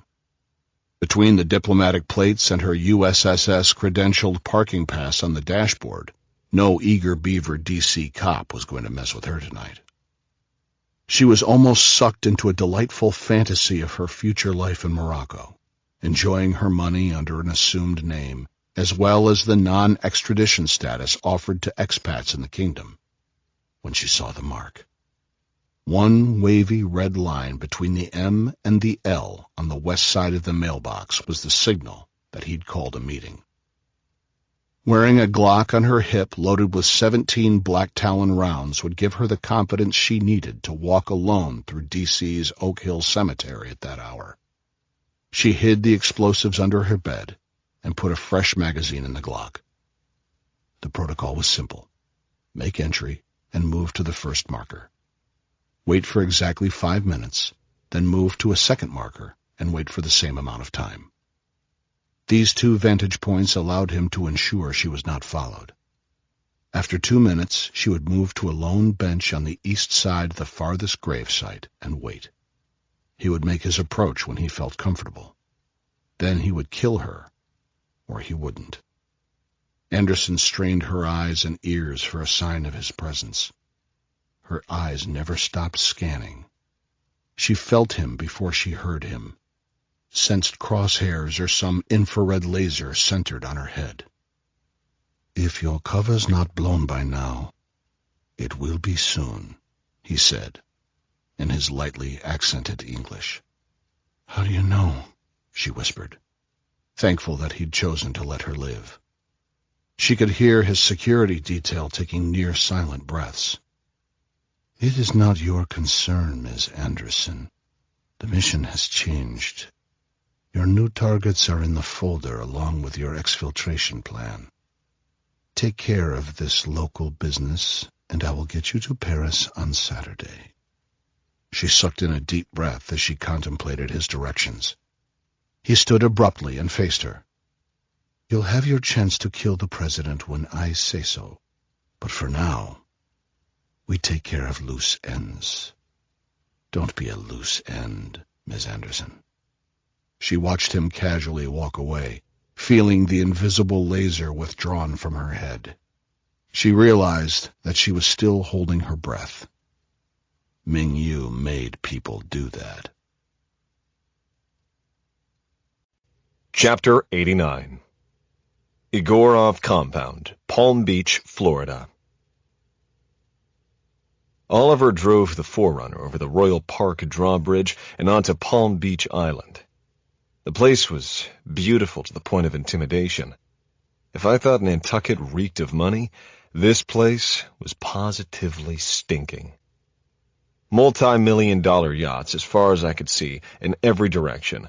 Manicured hedges, exotic plants decorating the streets. Even the well-groomed palm trees that lined the roads projected an attitude of perfection. The directions Cy gave us were easy enough. Drive east till you hit the Atlantic, then turn right. About a quarter mile later, watch for a mansion with a turret. It'll have crossed lances above its front door. Finding the place wasn't difficult at all. The real challenge was that there was nowhere to park, hence no place to stage the assault. We were screwed before we even started. "What the fuck?" Oliver whispered as the Forerunner rolled past the Russian's place. Nowhere to dump this thing, of course. Clearly Oliver was feeling a little put upon, but I had a solution. "Hey, man, check it out up there on the right." I could see some construction ahead.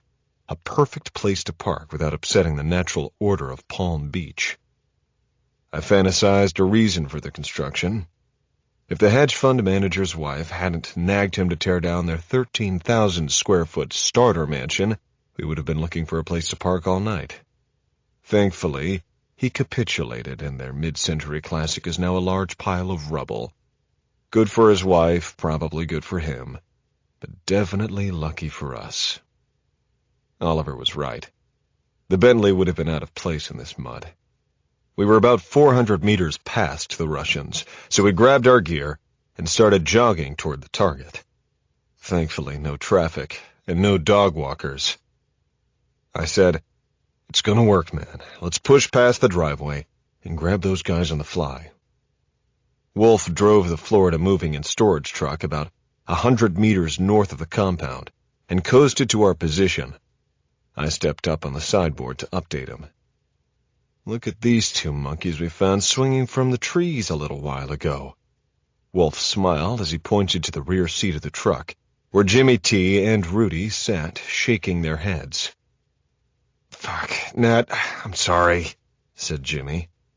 "After you called the first time, we went down to the marina to give the boat one more look. Bad reception. Missed your calls.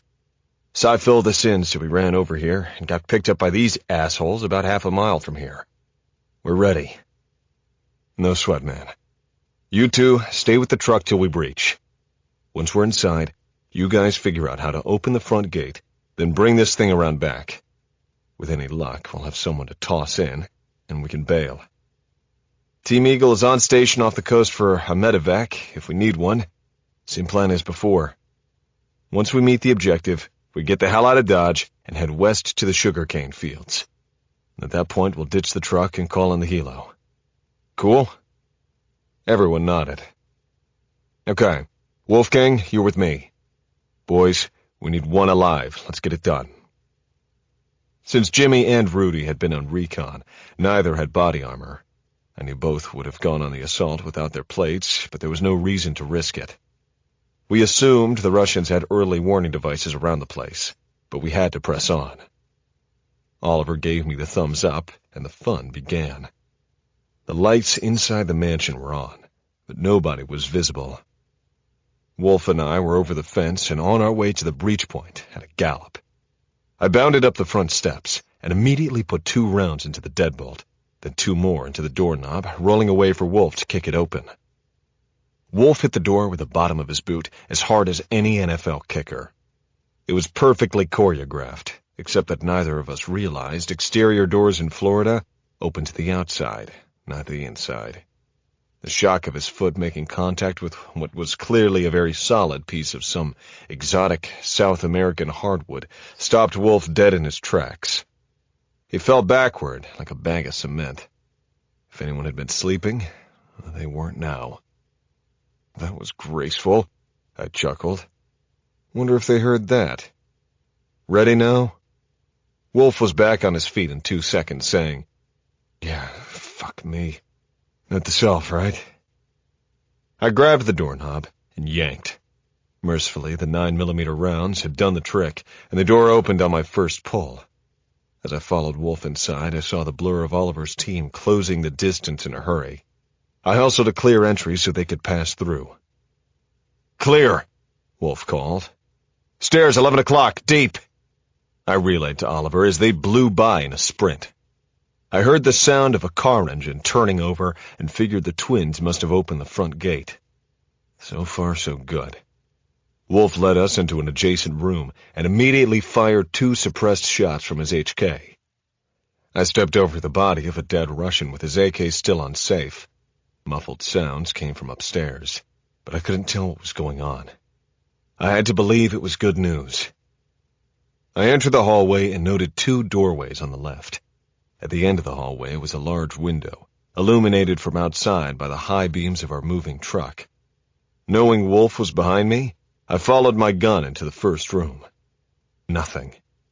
Wolf led us to the next door and held up a hand in the halt position. I saw what he saw. The door was ajar. I squeezed his shoulder and had my suppressor over his right shoulder and into the room way before my body. The sound of the AK was deafening from 2 feet away. Igorov's guy had flattened himself against the wall just inside the door of what appeared to be an office. Unfortunately for him, by the time he recognized the suppressor, he had 3 bullets ripping through his face, neck, and chest, and had collapsed in a heap. More sounds from upstairs, several loud thuds on the floor. I guessed Oliver was doing okay. Wolf and I moved through the kitchen and finished up in a great room across from where we started. Wolf spied the door to what looked like either a vault or a bomb shelter, so I stacked right on his hip. He twisted the knob and we prepared to drive our barrels in first, only to find another door, a heavy-duty bastard 6 inches deeper. Whether it protected a vault or a safe, we weren't getting in there without dynamite or a torch. "Keep an eye on it," I told Wolf. "Why?" he deadpanned. "Is it going to run away?" I gave him the finger, then yelled upstairs, "First floor, clear! Collecting intelligence, then coming down," Oliver called from above. Chapter 90. I made my way to the large window at the front of the house, surprised to find Rudy and a Russian rolling around in the driveway in some kind of grappling match. I trotted out the door and toward the scuffle. Jimmy T was trying to get a shot in, but the two combatants were way too close to each other. Every time he tried, either Rudy or the Russian rolled the other one in or out of the way. This must be the intel officer, the guy we needed alive. "We want this one, Jimmy," I said as Jimmy lowered his Beretta and gave me a "now what" look. "Okay, stop this shit. Let him go, Rudy." "I said stop." Rudy relaxed his grip, and the Russian immediately mounted him in a classic jiu-jitsu position, preparing to take a swing. His problem was that when he wound up for the haymaker, his arm landed perfectly in my grip. I yanked back hard with my right hand, making the Russian fall backward off Rudy's chest. He tried to roll out of my grasp, but I let myself fall directly on his back with all my weight. Before he could move, I hopped up and drove my right knee into his ribcage as hard as I could. He cried out in pain as I wrenched his right arm behind his back, twisting his wrist in the opposite direction. "Something's gonna break, motherfucker. Where is she?" "I don't know," he wheezed. "Bullshit. Where is she?" I applied more leverage to his upper arm and less to his wrist. "Your fucking shoulder's about to dislocate, and I will gladly do the other one if you don't tell me where the fuck she is." "Mr. Egorov, plane, talk to you," was all he could manage through the pain. They'd already flown Meg out of here? Fuck. She could be anywhere by now. Jimmy T broke my concentration. "Check this out, Nat." He had walked over to the garage and scoped out the only bay whose door was open. The guy was in here when we pulled up. While Rudy and Oliver held our prisoner motionless, I walked over to the garage and stopped in my tracks. In one bay were perhaps 25 heavy plastic Pelican cases, each stuffed to the gills with cash. I'd guess $500,000 per case. In another bay stood a dozen or so pieces of expensive-looking art, all in various stages of being crated for transport. And in the third bay I saw stacks of $100 bills, each the size of a hay bale, shrink-wrapped and piled 5 high and 5 deep. Millions of dollars without breaking a sweat. These fuckers are ready to vamoose tonight. Had they known we were coming? How could they? No way. No fucking way. I turned back to the intel guy and pointed the SIG at his face. "Who are you? What's in the vault? Lie to me and I'll kill you." He said his name was Joseph, what I assumed was a Russian last name that I immediately forgot. "Mr. Egorov has a nurse named Natasha," Joseph chattered. "She's hiding in the bomb shelter, but I don't know the entry code. Tell her to open the door and come out right now." "I have no way to contact her," Joseph stated flatly. I walked to the stack of art and pulled out a nifty oil painting of what appeared to be some noble Russian fighting someone not so noble in the middle of a snowstorm. The horses were snorting in the cold air, and the hero had a big-ass sword and was about to lop off the head of the less noble guy. Looking at Joseph, I drove my foot right through the center of the canvas. I hope that one was priceless. "Listen, bud, get her out here right fucking now, or I'll do this all night long. First the art, then the cash, and I'll finish by torching the house. Your choice." I purposely gave Joseph only a second to answer.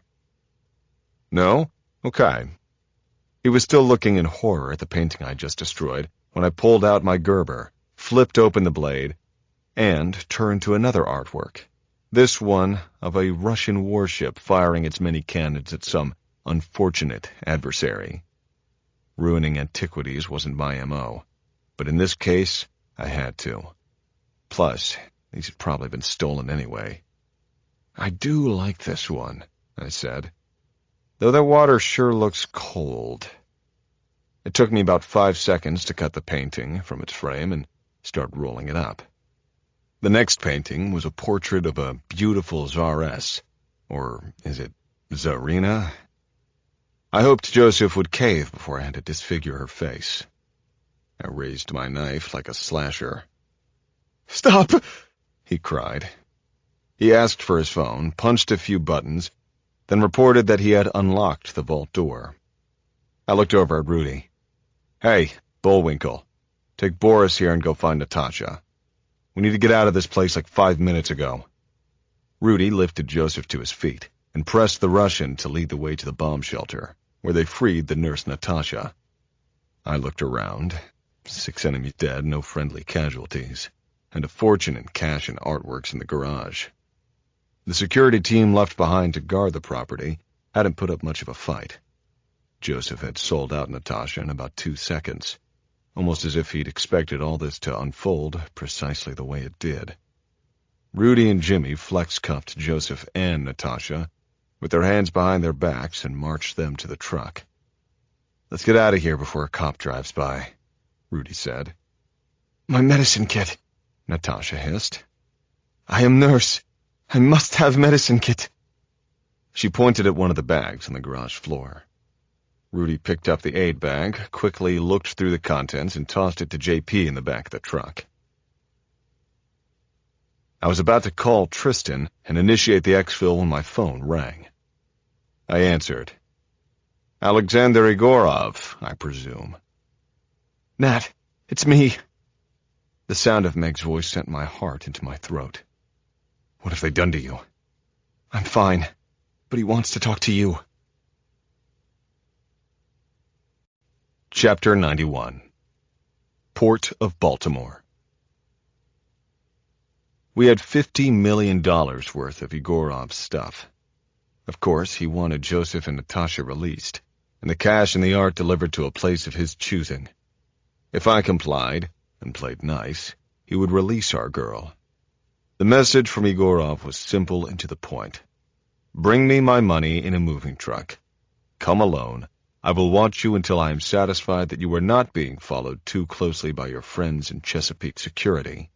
I will call you from a number you won't bother to trace and tell you where to park. You stand in front of truck, and I bring Miss Fuller to you. We make the trade, and we are done. Once I leave, you call your friends and have them pick you up. Simple." I had to hand it to the guy. He was thorough when it came to instructions, but I was going to find out what he really wanted from me. Clearly, it was something besides delivering his dough. In 10 minutes, we had loaded everything and everybody into the Forerunner and the Florida moving and storage box of fun. The Black Star folks had their own cleaning crew wheels up before we finished packing. The cops hadn't posted yet, so we would leave it to the cleaning crew to deal with the dead bodies and remove any prints, shell casings, or other items that might connect us with the assault. We picked up Cy from his house and headed west to the sugarcane fields. Stu had the pilots dialed in on his iridium, and within 5 minutes, we heard the blades cutting through the sky and assumed the PZ posture. At touchdown, Oliver, JP, and Jimmy loaded the 2 Russian passengers into the Bell 429, which left seconds later. The second exfil was slightly trickier, in that the heavy load going out with me and the rest of Team Rhino would require a much larger helicopter. The Black Star guys had a heavy-lift modified Chinook available, but it would need to change crews and refuel somewhere in the Carolinas before it could get to us. We picked an alternate PZ, north of Lake Okeechobee, and waited there for our exfil. Every one of us was thinking the same thing, but knew enough not to bring it up. We'd had a gunfight, with no friendly casualties. We'd killed some bad guys and captured 2 high-value targets. We'd changed the plan on the fly and had met no resistance from the boss. Our first package was en route to home base, and the last moving piece of our puzzle was inbound in an hour. Achieving these markers defied staggering odds. My only mission now was to bring Meg home safe and sound. Chapter 92. Easton Airport. We landed at Easton Airport on Maryland's eastern shore. From there, I would go on to the Marine Terminal in Dundalk, Maryland, the port of Baltimore's largest cargo facility. The driving distance was 60 miles, but in a loaded 26-foot moving truck, it felt far longer. Driving a box truck full of illegally gotten booty into a deserted container yard in the middle of the night posed serious risks. Yet, for Meg's sake, here I was. Egorov was no amateur, and had undoubtedly done this a time or two. Did I trust him? Hell no. Was I playing it straight? Almost. Oliver's team was tracking me, and would dutifully stay just far enough away for Egorov's comfort, but close enough to assault if the deal went off the rails. All the contact we'd had so far had been professional. No needless chatter, just simple instructions, as I passed each poorly lit checkpoint until I reached Egorov's chosen gate, which was indeed unlocked. The exchange location was a good one. The stacks of shipping containers provided very good cover and concealment from prying eyes, as well as from potential snipers in a hide site. I cut the lights and maneuvered the truck to face the gate the way Egorov had specified. As my eyes adjusted to the dark, I checked the chamber of my Sieg and slipped it in my belt. Then I climbed from the cab, keys in the ignition as directed. If anyone got frisky, I'd readily put 2 hollow points right between their running lights and another one in the chest to fuck up their hydraulics. I heard the car rolling across the gravel before I saw the outline of the Lincoln, headlights off, circling the open area between the containers. The driver parked the car in the same direction as the truck. Smart enough. Who wants to do a 3-point turn during a gunfight? The rear passenger door opened, and an older man stepped out. The pictures I had seen of the stout 70-something didn't do him justice. Even in the dark, he had a presence that no doubt stopped people in their tracks. Without taking his eyes off me, Egorov extended his hand inside the town car and helped Meg step out. My heart beat faster at the sight of her face. She was stunning. I never recognized it before, but Meg Fuller was beautiful. During the drive here, I had rehearsed my next movements in my mind 1,000,000 times over. My hands felt good and loose, and I said a silent prayer that God would guide me to be faster than my opponents. Meg looked at me and then at Egorov. He released her with a nod that seemed almost paternal, and she half-trotted the 10 yards between us. I held my breath. If anything was going to go south, it would be in the next few seconds. My eyes told her to stand behind me for cover. Let's finish this thing. I smiled when I heard her whisper, "Thank you, Nat." "Mr. Phillips, may I?" Egorov showed me that his hands were empty, gesturing that he would like to move closer to me. Trusting soul. He knew I was carrying. I shook my head. "That's close enough. Who else is in there with you?" "My driver and my 2 sons. Pavel and Taras are here to drive the truck. They have no more business here. May they leave?" The request didn't surprise me. I told him they were free to go, slowly, so I could watch them. After a few words from Egorov in Russian, out popped the 2 sons from the back of the car.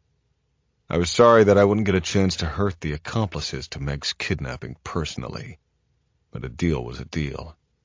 Avoiding eye contact, the pair followed my instructions and climbed into the moving truck.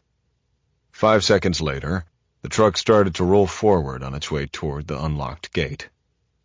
"So why me, Egorov? What do you want?" He glanced at my right hand, ready for action, then slowly raised his hands to his waist, as if asking for quiet before he spoke. "Hear me out, please. I have a favor to ask, and I believe that you are the only one who can help me." The deliberate pattern of his speech indicated his sincerity. "Why should I believe you?" Listen to him, Nat. Meg whispered from behind my right shoulder. Okay, I'll listen to the bastard.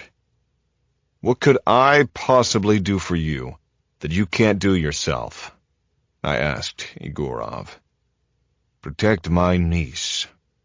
His what? Who? You're a fucking billionaire arms dealer. You deal with armies and revolutionaries and, oh yeah, terrorist tough guys every single fucking day of your shady life.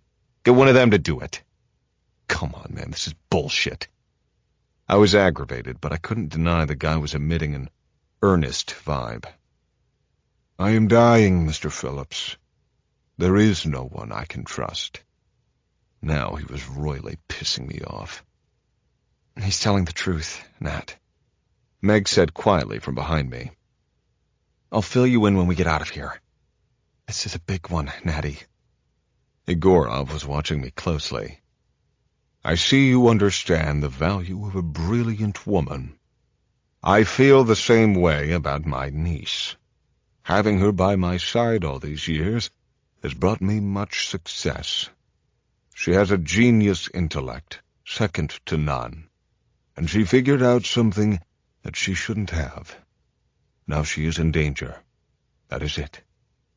I'm asking that you listen to her. She helps you, and you help her stay safe. But why me? I asked again, trying to buy time to process the absurdity of this entire fucking conversation. You must have contacts we can't even dream of tapping into. What about your boy Joseph, your security chief? Because you have an interest in this, Mr. Phillips. Believe me, you do. Without taking his eyes off me, Egorov reached slowly inside his coat pocket and pulled out an envelope.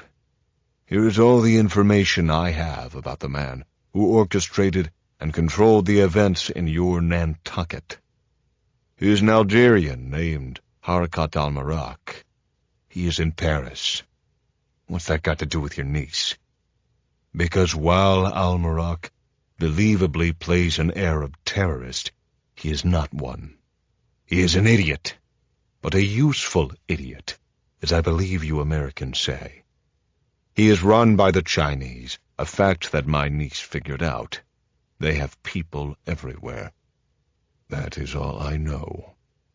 The rest you will have to hear directly from her. What the fuck? You don't trust me. You probably want to kill me.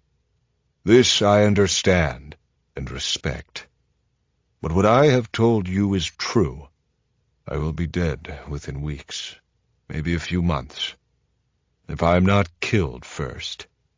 That is why I need someone outside the apparatus, if you will, to protect my niece. I have accounts all over the world.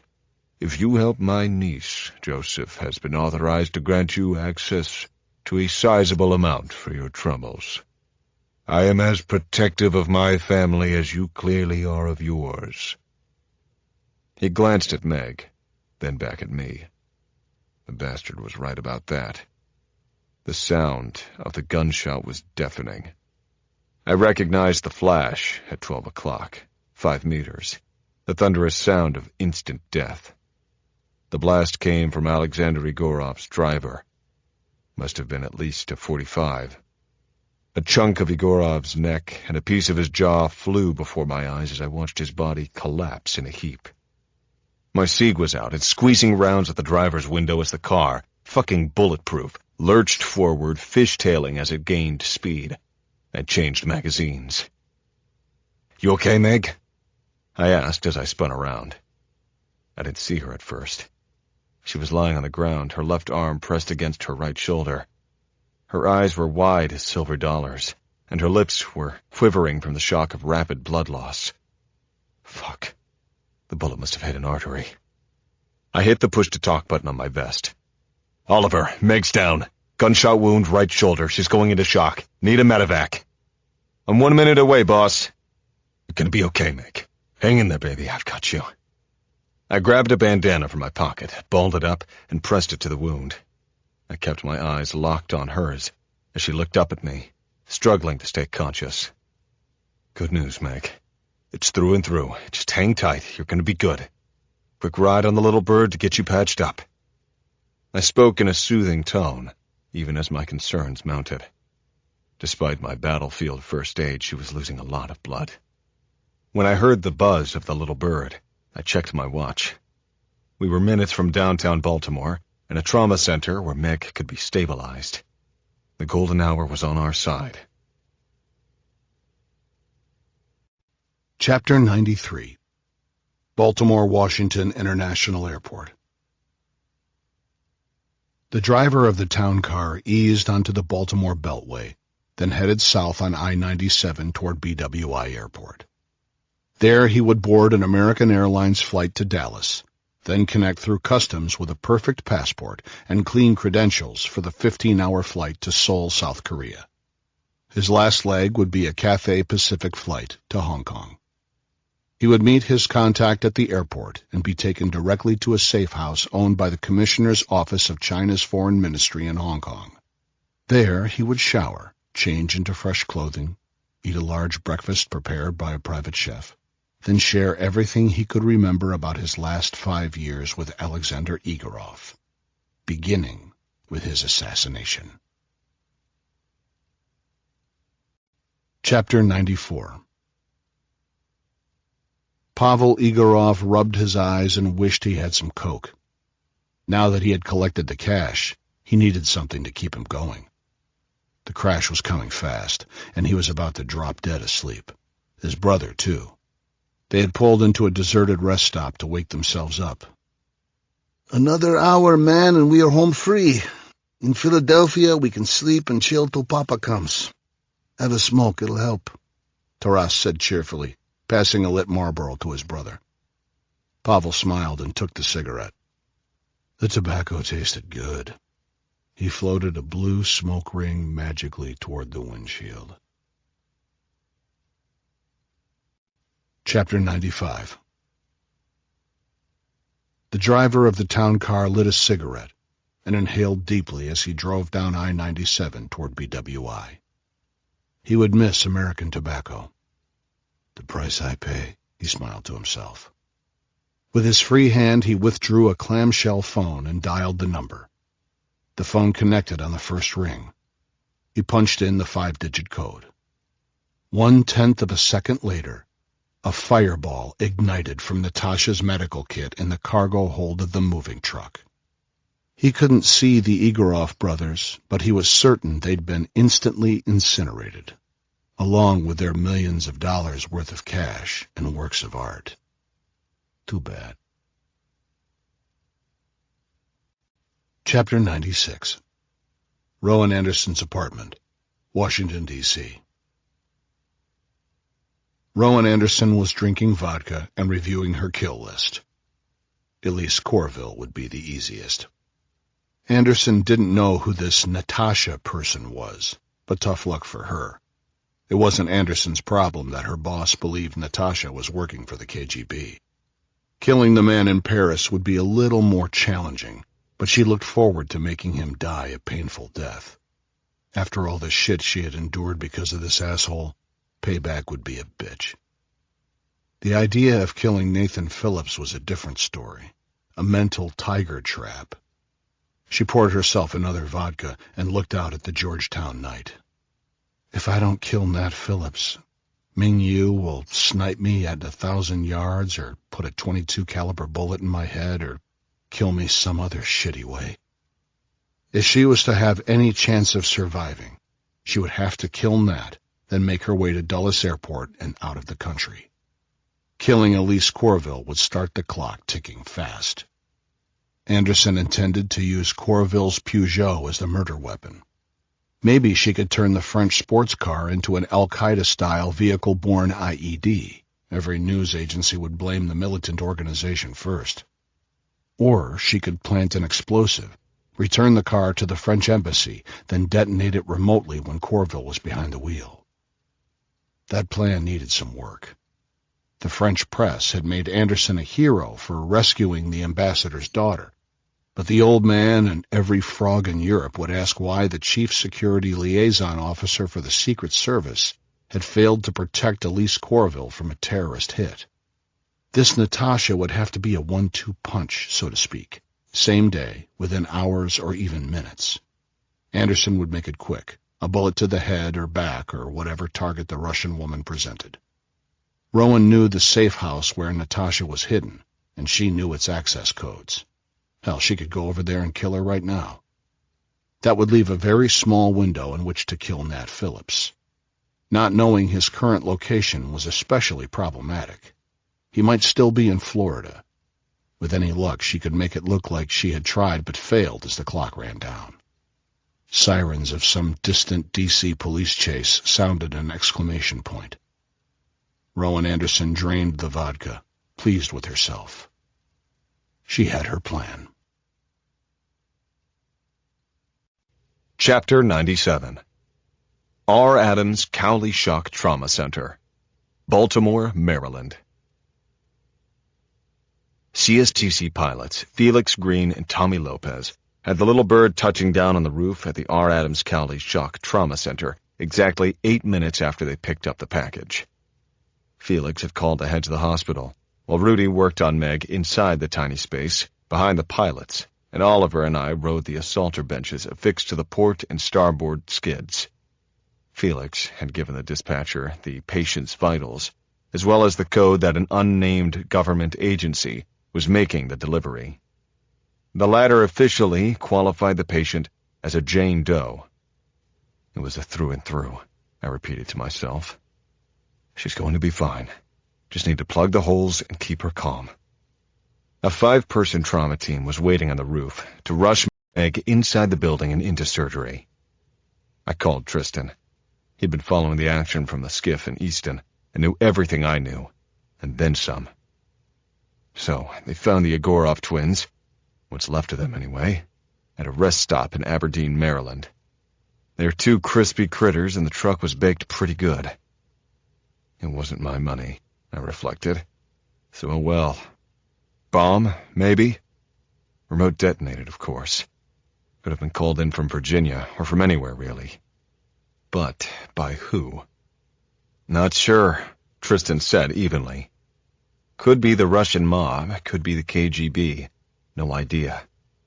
I've had no time to look at the information in that envelope Egorov handed me, I said. But every one of these events has to be connected. Talk it through, Nat. All 3 Egorovs got stung on the same night, in 2 different places. Meg took one in the shoulder. Bad shooting or bad luck? I'm thinking bad shooting. The driver didn't anticipate me returning fire. Tristan murmured encouragingly to keep me on track. For whatever reason, he had to kill Egorov, and the sons, too. Did he see Egorov pass me the envelope? If he figures out Meg is alive, he'll make another try at her. Suggest we get a protective detail up here, ASAP. Roger that, Nat. Tristan, being Tristan, he got to worrying about everybody else, starting with me. You doing okay, buddy? Meg's going to be fine. Sam Starnes will be up soon to make sure the hospital plays nice. Okay, Tristan, cool. Oliver and I will take turns until they get here. I'm going to stick around till we get news on Meg. Chapter 98. Anacostia, Washington, D.C. The neighborhood around 14th Street, referred to as Little Cobble, was long forgotten by the city. Even in daylight, the best D.C. cops were never in a hurry to respond to calls about the drug dealers, winos, pimps, gangbangers, or other degenerates who roamed the streets at will. It was a dangerous place to live. It was a perfect place for a safe house. When Natasha arrived that morning, Yuri had complimented her on her efforts to help apprehend the enemy, Alexander Egorov. While she waited to be recalled to Moscow for her next assignment, KGB agent Natasha took refuge in the ground-floor apartment. The bars over the windows provided security from a street-level break-in. The front door was made of reinforced steel, with a deadbolt and hinges that had been drilled into several inches of solid cement. Egorov had used and abused his power and privilege to gain unfathomable wealth. Many had suffered because of him. His corruption was witnessed at the highest levels of government. Once enough evidence had been gathered against him, the security services would take action. Several years ago, Yuri had explained that perhaps a nurse could be assigned to treat a mysterious ailment diagnosed by doctors, actually fellow agents, who would show Igorov phony X-rays to persuade him he had inoperable cancer. Natasha was indeed a trained nurse, but the crippling symptoms of Alexander Igorov's illness were induced by the chemicals she administered as his daily medicine. "Stay close. Stay closer," Yuri demanded, instructing her to feed him information about Igorov's business associates and travels while treating him, as well as sharing the arms dealer's bed. Through Natasha's sacrifice, she was told, she would uncover information beneficial to the state. Natasha's thoughts were interrupted by the coded knock on the door. She looked at her watch. Yuri had said he would bring food and wine in celebration of her first successful operation. She tapped a response code, 12312, in rapid succession, on the inside of the door, and waited for the confirmation. The deadbolt slipped easily, but as she turned the doorknob, the steel door slammed into her face, knocking her back several steps. Slightly dazed, she blinked her eyes to focus. Before she could, the first 9mm bullet entered her left eye and exited just behind her left ear. The second bullet hit her in the throat center mass, and the third turned her heart to jello. Chapter 99. The hit took less than 5 seconds. Rowan Anderson walked back to the Peugeot with the diplomatic license plates and hoped that whoever was watching would remember the car more than its driver. Anyone bothering to look at the driver would have seen only someone. Could have been a man or a woman, no idea, in a black ball cap, a long black coat, and dark sunglasses, with a scarf covering most of the person's face. Besides, on the off chance that some toothless crackhead did remember the car's make and model, or even its tag number, who the fuck were they going to tell anyway? Anderson made her way back to I-295 and blended seamlessly into traffic. Someone would find Natasha at some point and call the cops. Maybe. It really didn't matter, since she would be long gone. 20 minutes later, Rowan was southbound on the George Washington Memorial Parkway, passing Ronald Reagan National Airport. She reached into her go-bag for another burner phone to make a call. "It's me. We've been summoned." "When? Where?" Elise Corville asked, her voice trembling. "What does he want?" "I got an encrypted message a little while ago. I'm out in your car, just driving. I don't know if he's here himself or if it's one of his goons. It just said to meet him tonight at 9 somewhere over on Capitol Hill. He'll send a location when we get close. Listen, Elise, just relax. We haven't done anything wrong. And if that shithead tries to say we have, I'll kill him myself right there." Rowan said all this with the calm confidence she knew Corville needed to hear. "But how can he be here? We said we weren't going to contact him. Did you?" "No, Elise, I didn't contact him. Look, for all we know, he just wants an update, which we do have, and it's a good plan. Now don't get carried away. It'll be okay." "If you say so. I was supposed to have dinner with my father. Should I just tell him that you and I are getting together for a drink?" "Don't do that, Elise. My boss will frown my ass if we're seen doing social stuff outside normal work hours. We're too close. Tell your father we're going to see Nathan Phillips, that he wanted to check in and see how you and I were doing. Totally believable, and nobody's the wiser."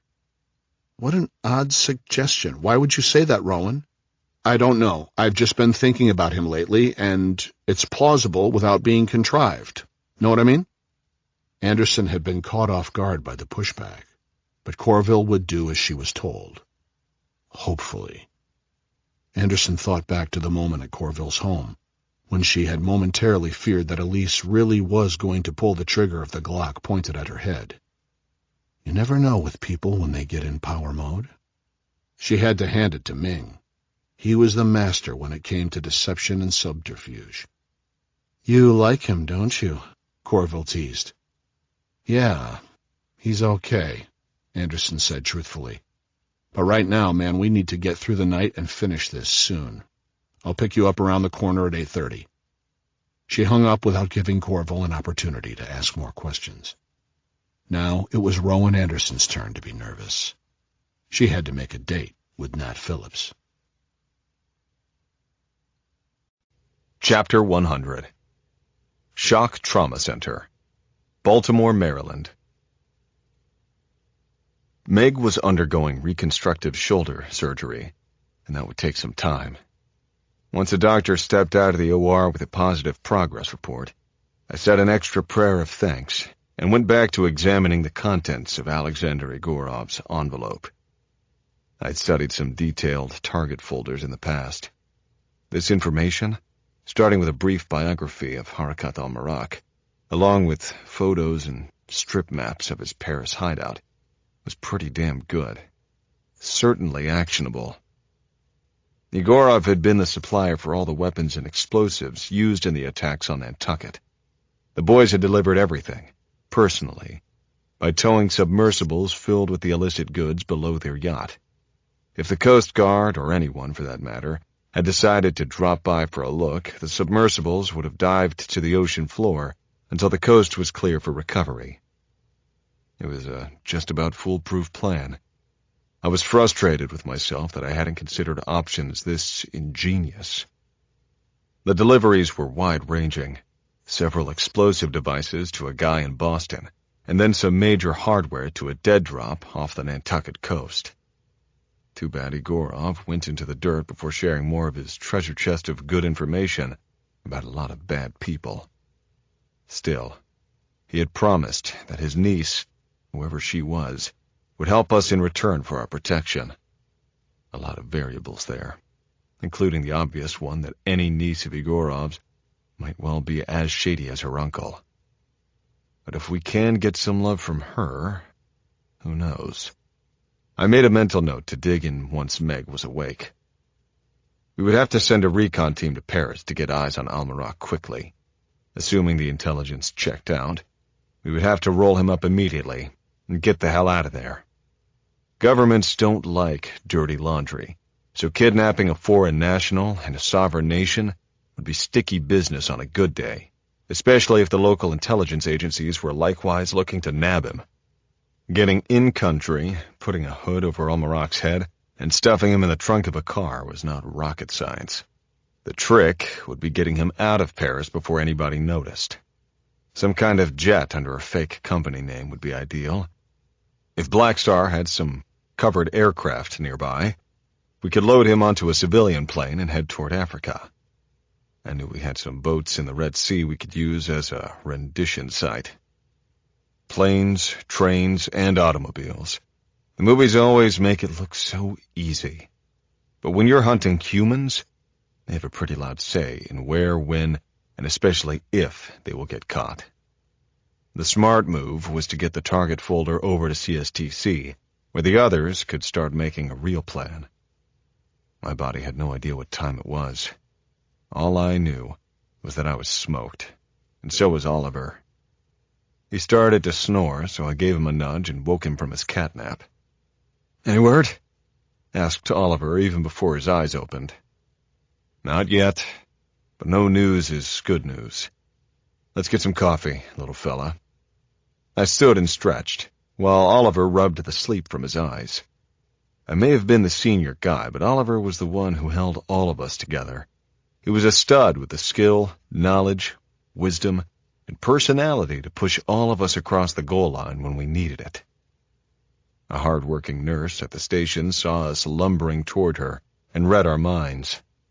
"There's a river of coffee for you two down that hall to the right."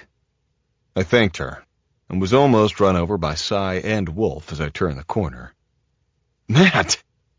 There was no mistaking how happy the team was to be back together.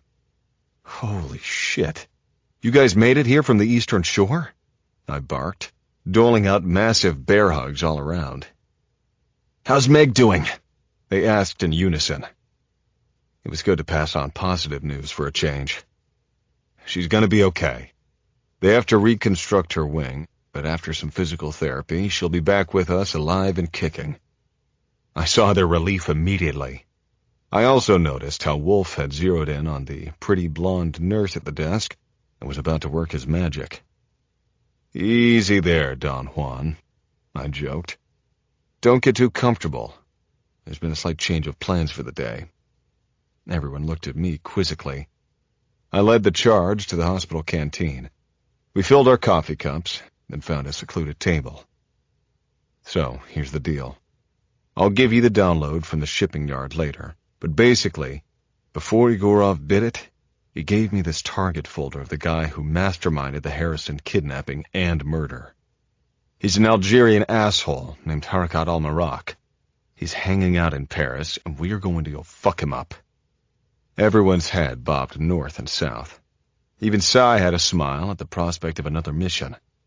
I explained that I wanted them to head back over the Chesapeake Bay Bridge and make a real plan, or at least one a little more sensible than the gibberish I'd conceived in my sleep-deprived brain.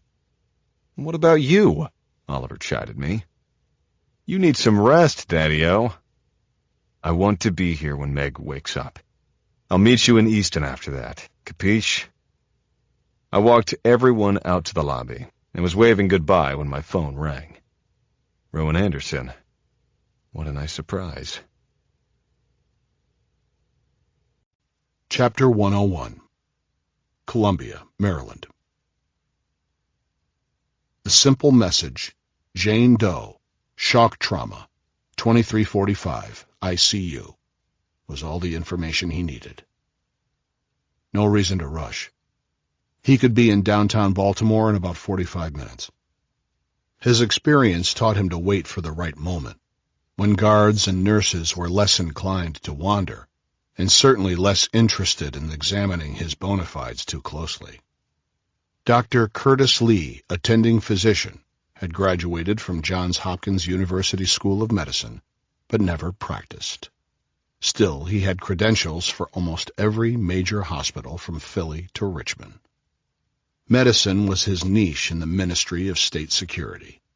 Virtually anyone in the medical system, diplomats, politicians, entertainers, and especially enemies of the state, was his to observe, or, as in this case, exterminate. Dr. Lee had been recruited as a young student in Beijing. He then began his cycle of intimidation among the thousands of Chinese medical students in the mid-Atlantic region. All he had to do was mention the words state security, or offer someone the choice between keeping their badge or having immeasurable pain inflicted on a loved one, and he was in business.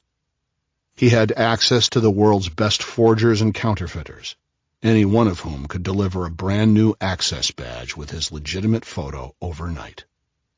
Dr. Lee gathered his props for the drive to Baltimore, making certain that the small glass vial was securely packaged in its crush-proof box.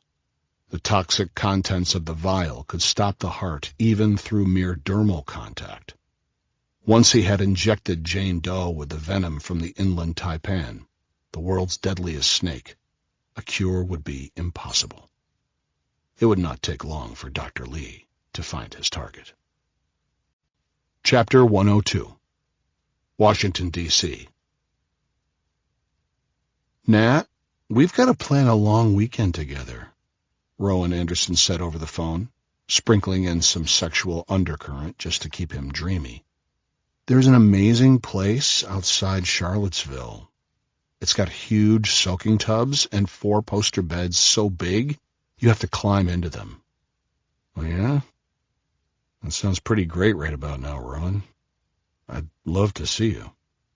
She believed him, carrying on the heavy flirting that would help her gauge whether he was in love, or at least in lust, maybe even just crushing on her. Despite Anderson's many debriefings, the CSTC business remained a mystery to her. It was also clearly one that had spooked Ming Yu enough that he wanted Nat dead. "How about a late-night cocktail? Tonight? We can get bombed and watch the sunrise." I'm so sorry, Rowan, but I can't. I'm in the middle of something, and then I might have to head out of town again. Won't know till later. Rowan detected a little pain in his voice as he sighed. I hope you're okay, Nat, she said truthfully. You sound beat. Nat was enough of a pro that he definitely wasn't sharing his current whereabouts, nor the status of his trip south, but she decided to lob a long shot. Any information he provided might help her box his location.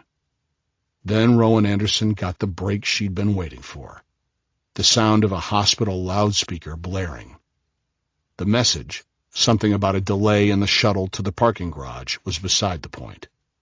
Now that she knew Nat was at a hospital, maybe she could persuade him to tell her which one. Even better if she could discover why he was there. Are you in the hospital, Nat? Buddy, what's going on? I'm worried about you. Where the hell are you? Rowan said, rapid fire, giving it as much fake concern as she could muster. Yeah, I'm at shock trauma in Baltimore. We were in a little scrape last night, and Meg got banged up. I'm sorry, Nat. Is Meg okay? Anderson's luck was improving by the minute. She could take care of Elise Corville in D.C., drive straight to Baltimore, hit Nat, then fly out of BWI. Hoping so. I'm hanging out while she's in surgery. Oh, Nat, I'm so sorry for you and Meg. I know how much she means to you. I'd love to come see you for a bit, even for a cup of coffee. Anderson hoped the emotional tapestry she was weaving was enough to ensnare Nat. That would be great. Hate to take you out of your way, but some company would be awesome. Can't wait, Nat. See you tonight. I'll take good care of you. I promise. Circumstances now dictated that Rowan Anderson send an SOS to Ming Yu. She parked Elise Corville's car on a side street in D.C., and following the emergency protocol, sent Ming an encrypted message. The reply was simple. 3D, Shock Trauma Garage, Southeast Corner, Black Camry, Phillips, 2400 E&E. Those were her orders. Kill Phillips in the garage. At midnight, escape and evade in the Black Camry. Chapter 103. Amtrak Maintenance Facility, Washington, D.C. The massive Amtrak maintenance facility loomed from across Route 50, marked by the welcome sign. Elise Corville has swallowed Rowan Anderson's explanation for their trip to the train yard, that the man in Paris wants us to tell his guy how we're going to do it. That's all. The train yard, Anderson explained, was the safest place for them to meet because it ran 24/7. Someone was always nearby, she said, leaving out the detail that the Brentwood neighborhood, where gunfire was a part of daily life, was perennially named D.C.'s most dangerous. The rail yard provided perfect cover for Anderson's lethal intent, though navigating their way through the extensive construction on the facility's north side proved difficult. They crept along until the Peugeot found the gate in the chain-link fence surrounding the construction site. Anderson was in hunter mode, her killing senses on high alert. This was a perfect spot to end the life of Elise Corville, ambassador's daughter, senator's wife, terrorist co-conspirator. If Anderson felt any emotion about what she was going to do, she didn't show it. Somehow she had always managed to talk Corville down from the ledge of her perpetual anxiety. She would lend the frightened woman her welcome strength and support this one final time.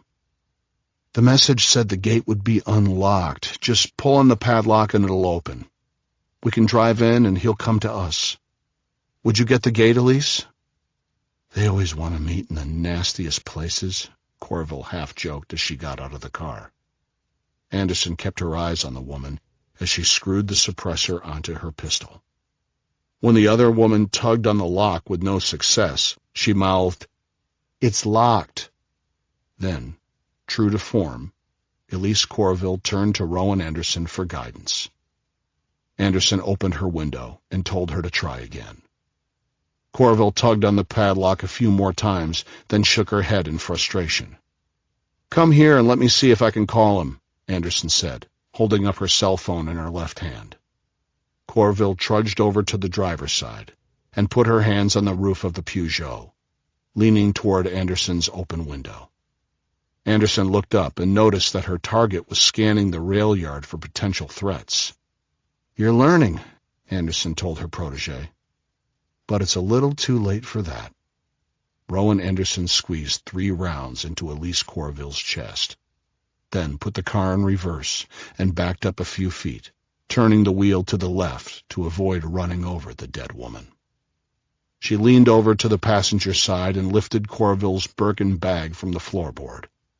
Being the kind of person who might fly to Monte Carlo on a whim, Rowan knew Corville carried her passport everywhere she went. Anderson used a handkerchief to open the bag and pull out the passport. Then she opened the door of the Peugeot and walked over to the body. Elise Corville's lifeless eyes stared into the darkness, and the bullets had made a mess of her chest. Gingerly, Anderson lifted the lapel of her coat and slid the passport into an interior pocket, making it a simple matter for the DC cops to determine the identity of the deceased. Careful to avoid any blood, Anderson swept her foot side to side so as to erase her footprints. They might get one, and they might even identify her as its owner, but by then she would be living under non-extradition status in Morocco. Rowan checked her watch. A particular sequence of events now needed to happen in order for her to make her escape. First, someone must find Elise Corville's corpse. Second, they'd have to find Nat's body and the gun, too. She practiced her breathing during the hour-long drive north on the Capitol Beltway and eventually I-95. It was just work, she told herself. The bad music on the radio bothered her more than what she had just done to Elise Corville, a woman with whom she had laughed and cried on several occasions. Yet she had killed her without blinking an eye. But Nat Phillips? Totally different. The connection Rowan Anderson felt to him was primal, instinctive, unfamiliar yet hypnotic. And now she was about to destroy perhaps the only bit of goodness she had ever experienced in her life.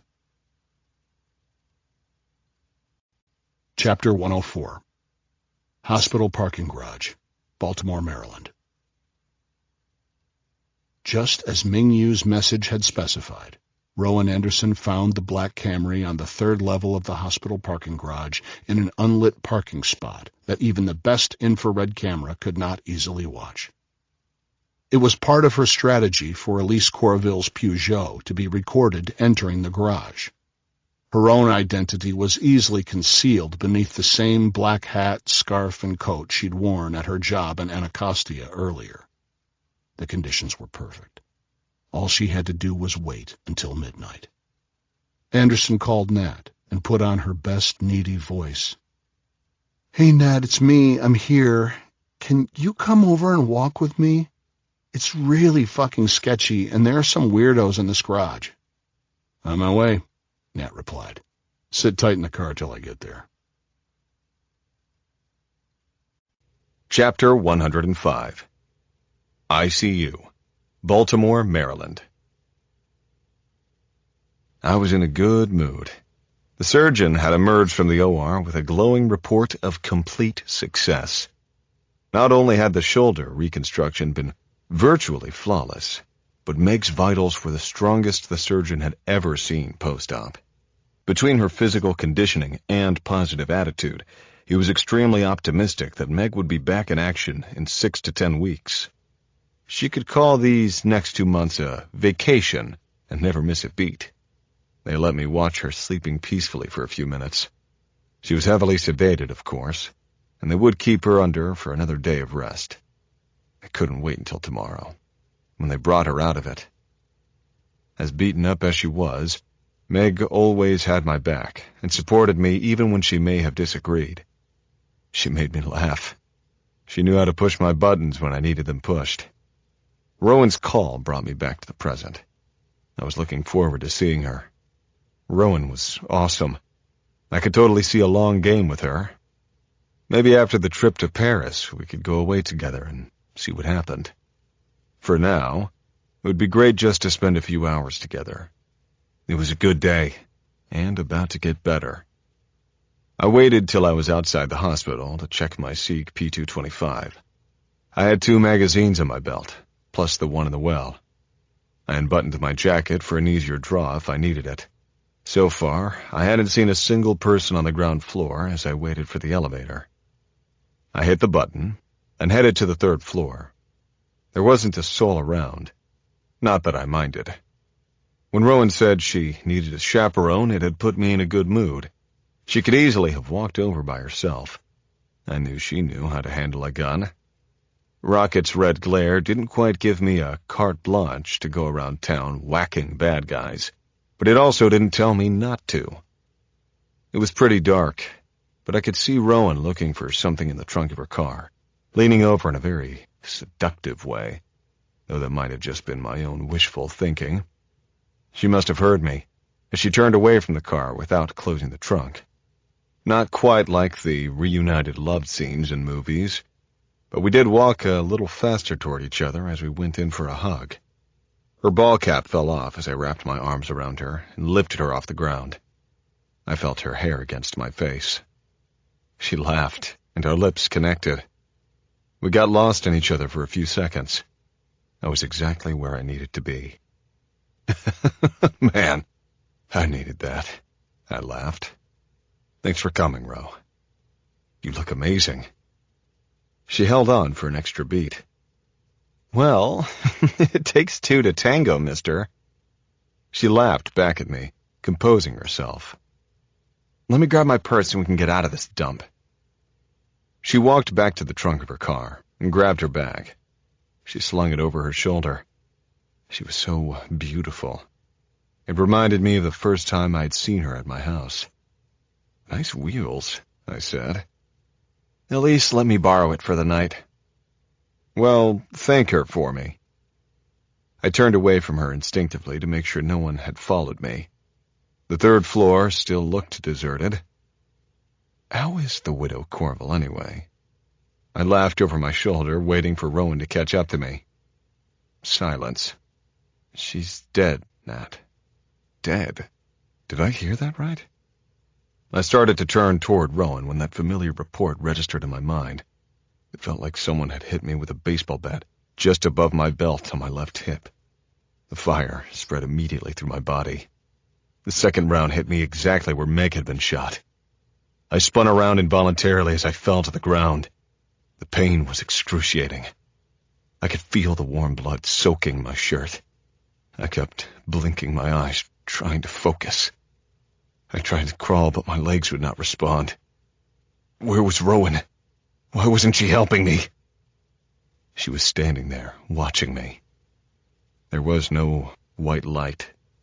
No chapters of my life went spooling at warp speed. There was pain, and there was anger.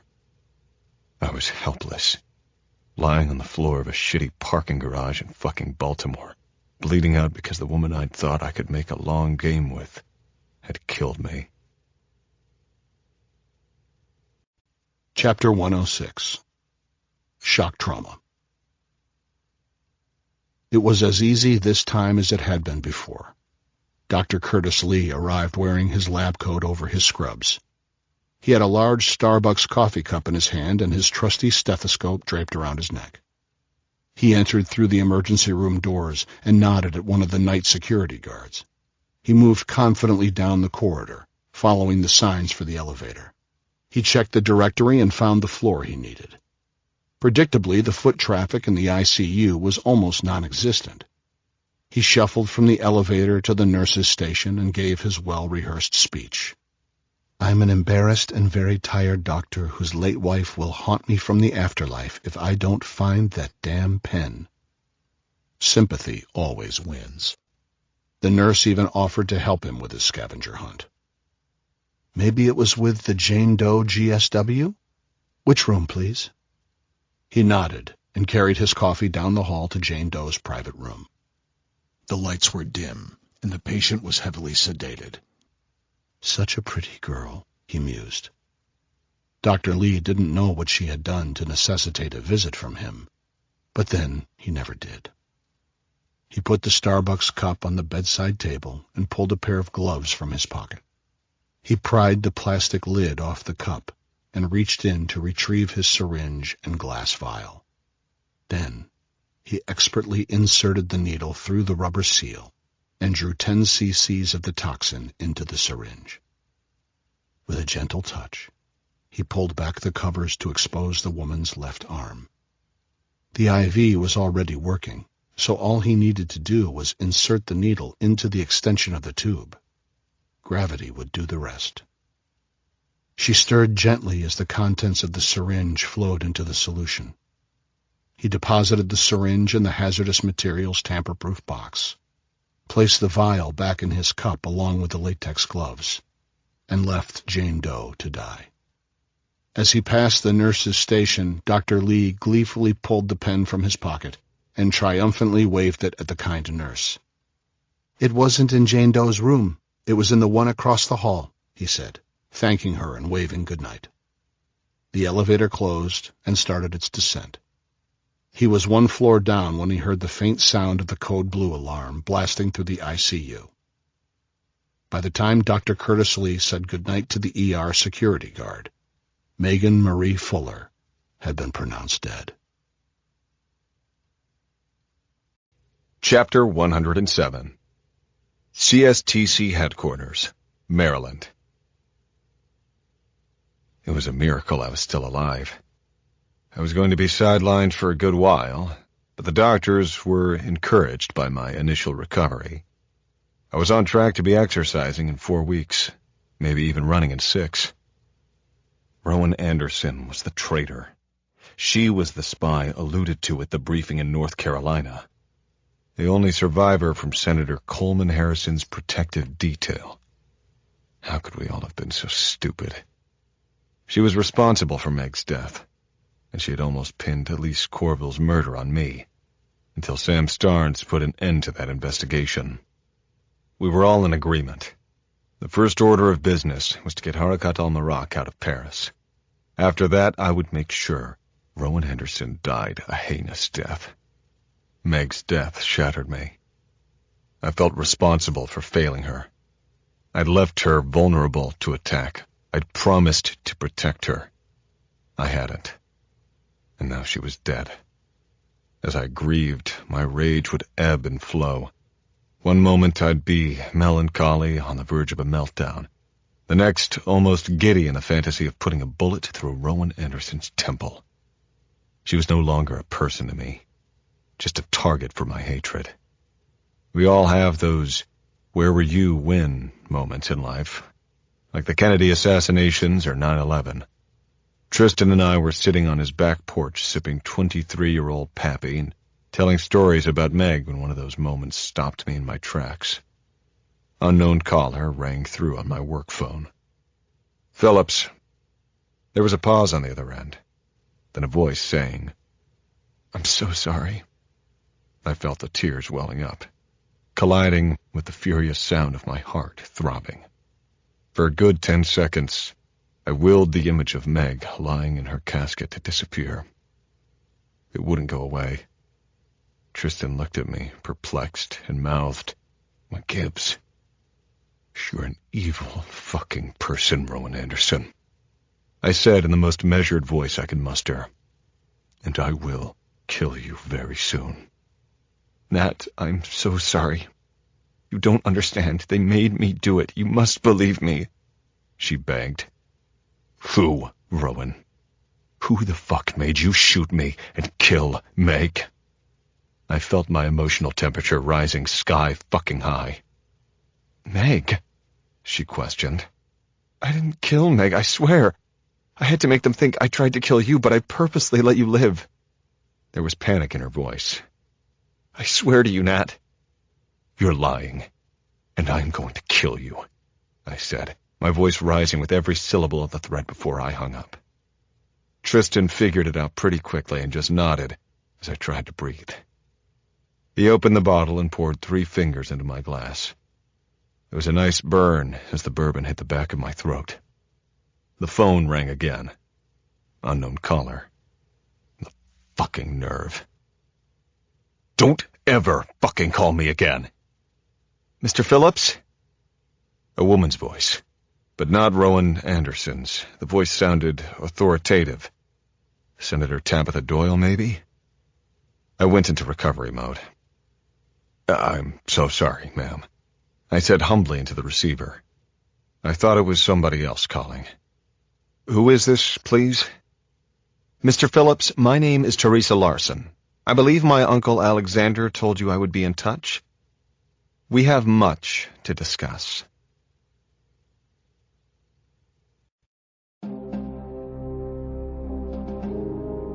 This has been a Hachette audio production of Rocket's Red Glare, a thriller. Written by James Patterson and Matt Eversman. Read by Blythe Moline and Kif Vandenheuvel. Production supervised by Melanie Schmidt. Produced by Literati Audio. Directed by Dennis Cahill. Post-production supervised by Laura Zaccardi. Post-production by Literati Audio. Quality control by Aaron Chandler. Rocket's Red Glare is also available in print and as an ebook from Little Brown & Company, a division of Hachette Book Group. For more Hachette audio productions, visit us at hachetteaudio.com. Thank you for listening. Text copyright 2026 by James Patterson. Audio production copyright 2026 Hachette Audio. All rights reserved. No part of this publication may be reproduced, stored in a retrieval system, or transmitted in any form or by any means without the prior written permission of the publisher, including any use or reproduction for the purpose of training artificial intelligence technologies. The publisher expressly reserves this work from the text and data mining exception in accordance with Article 4, Section 3, DSM Directive 2019/790, and any other equivalent legislation in force from time to time or elsewhere. The characters and events in this audiobook are fictitious. Any similarity to real persons, living or dead, is coincidental and not intended by the author.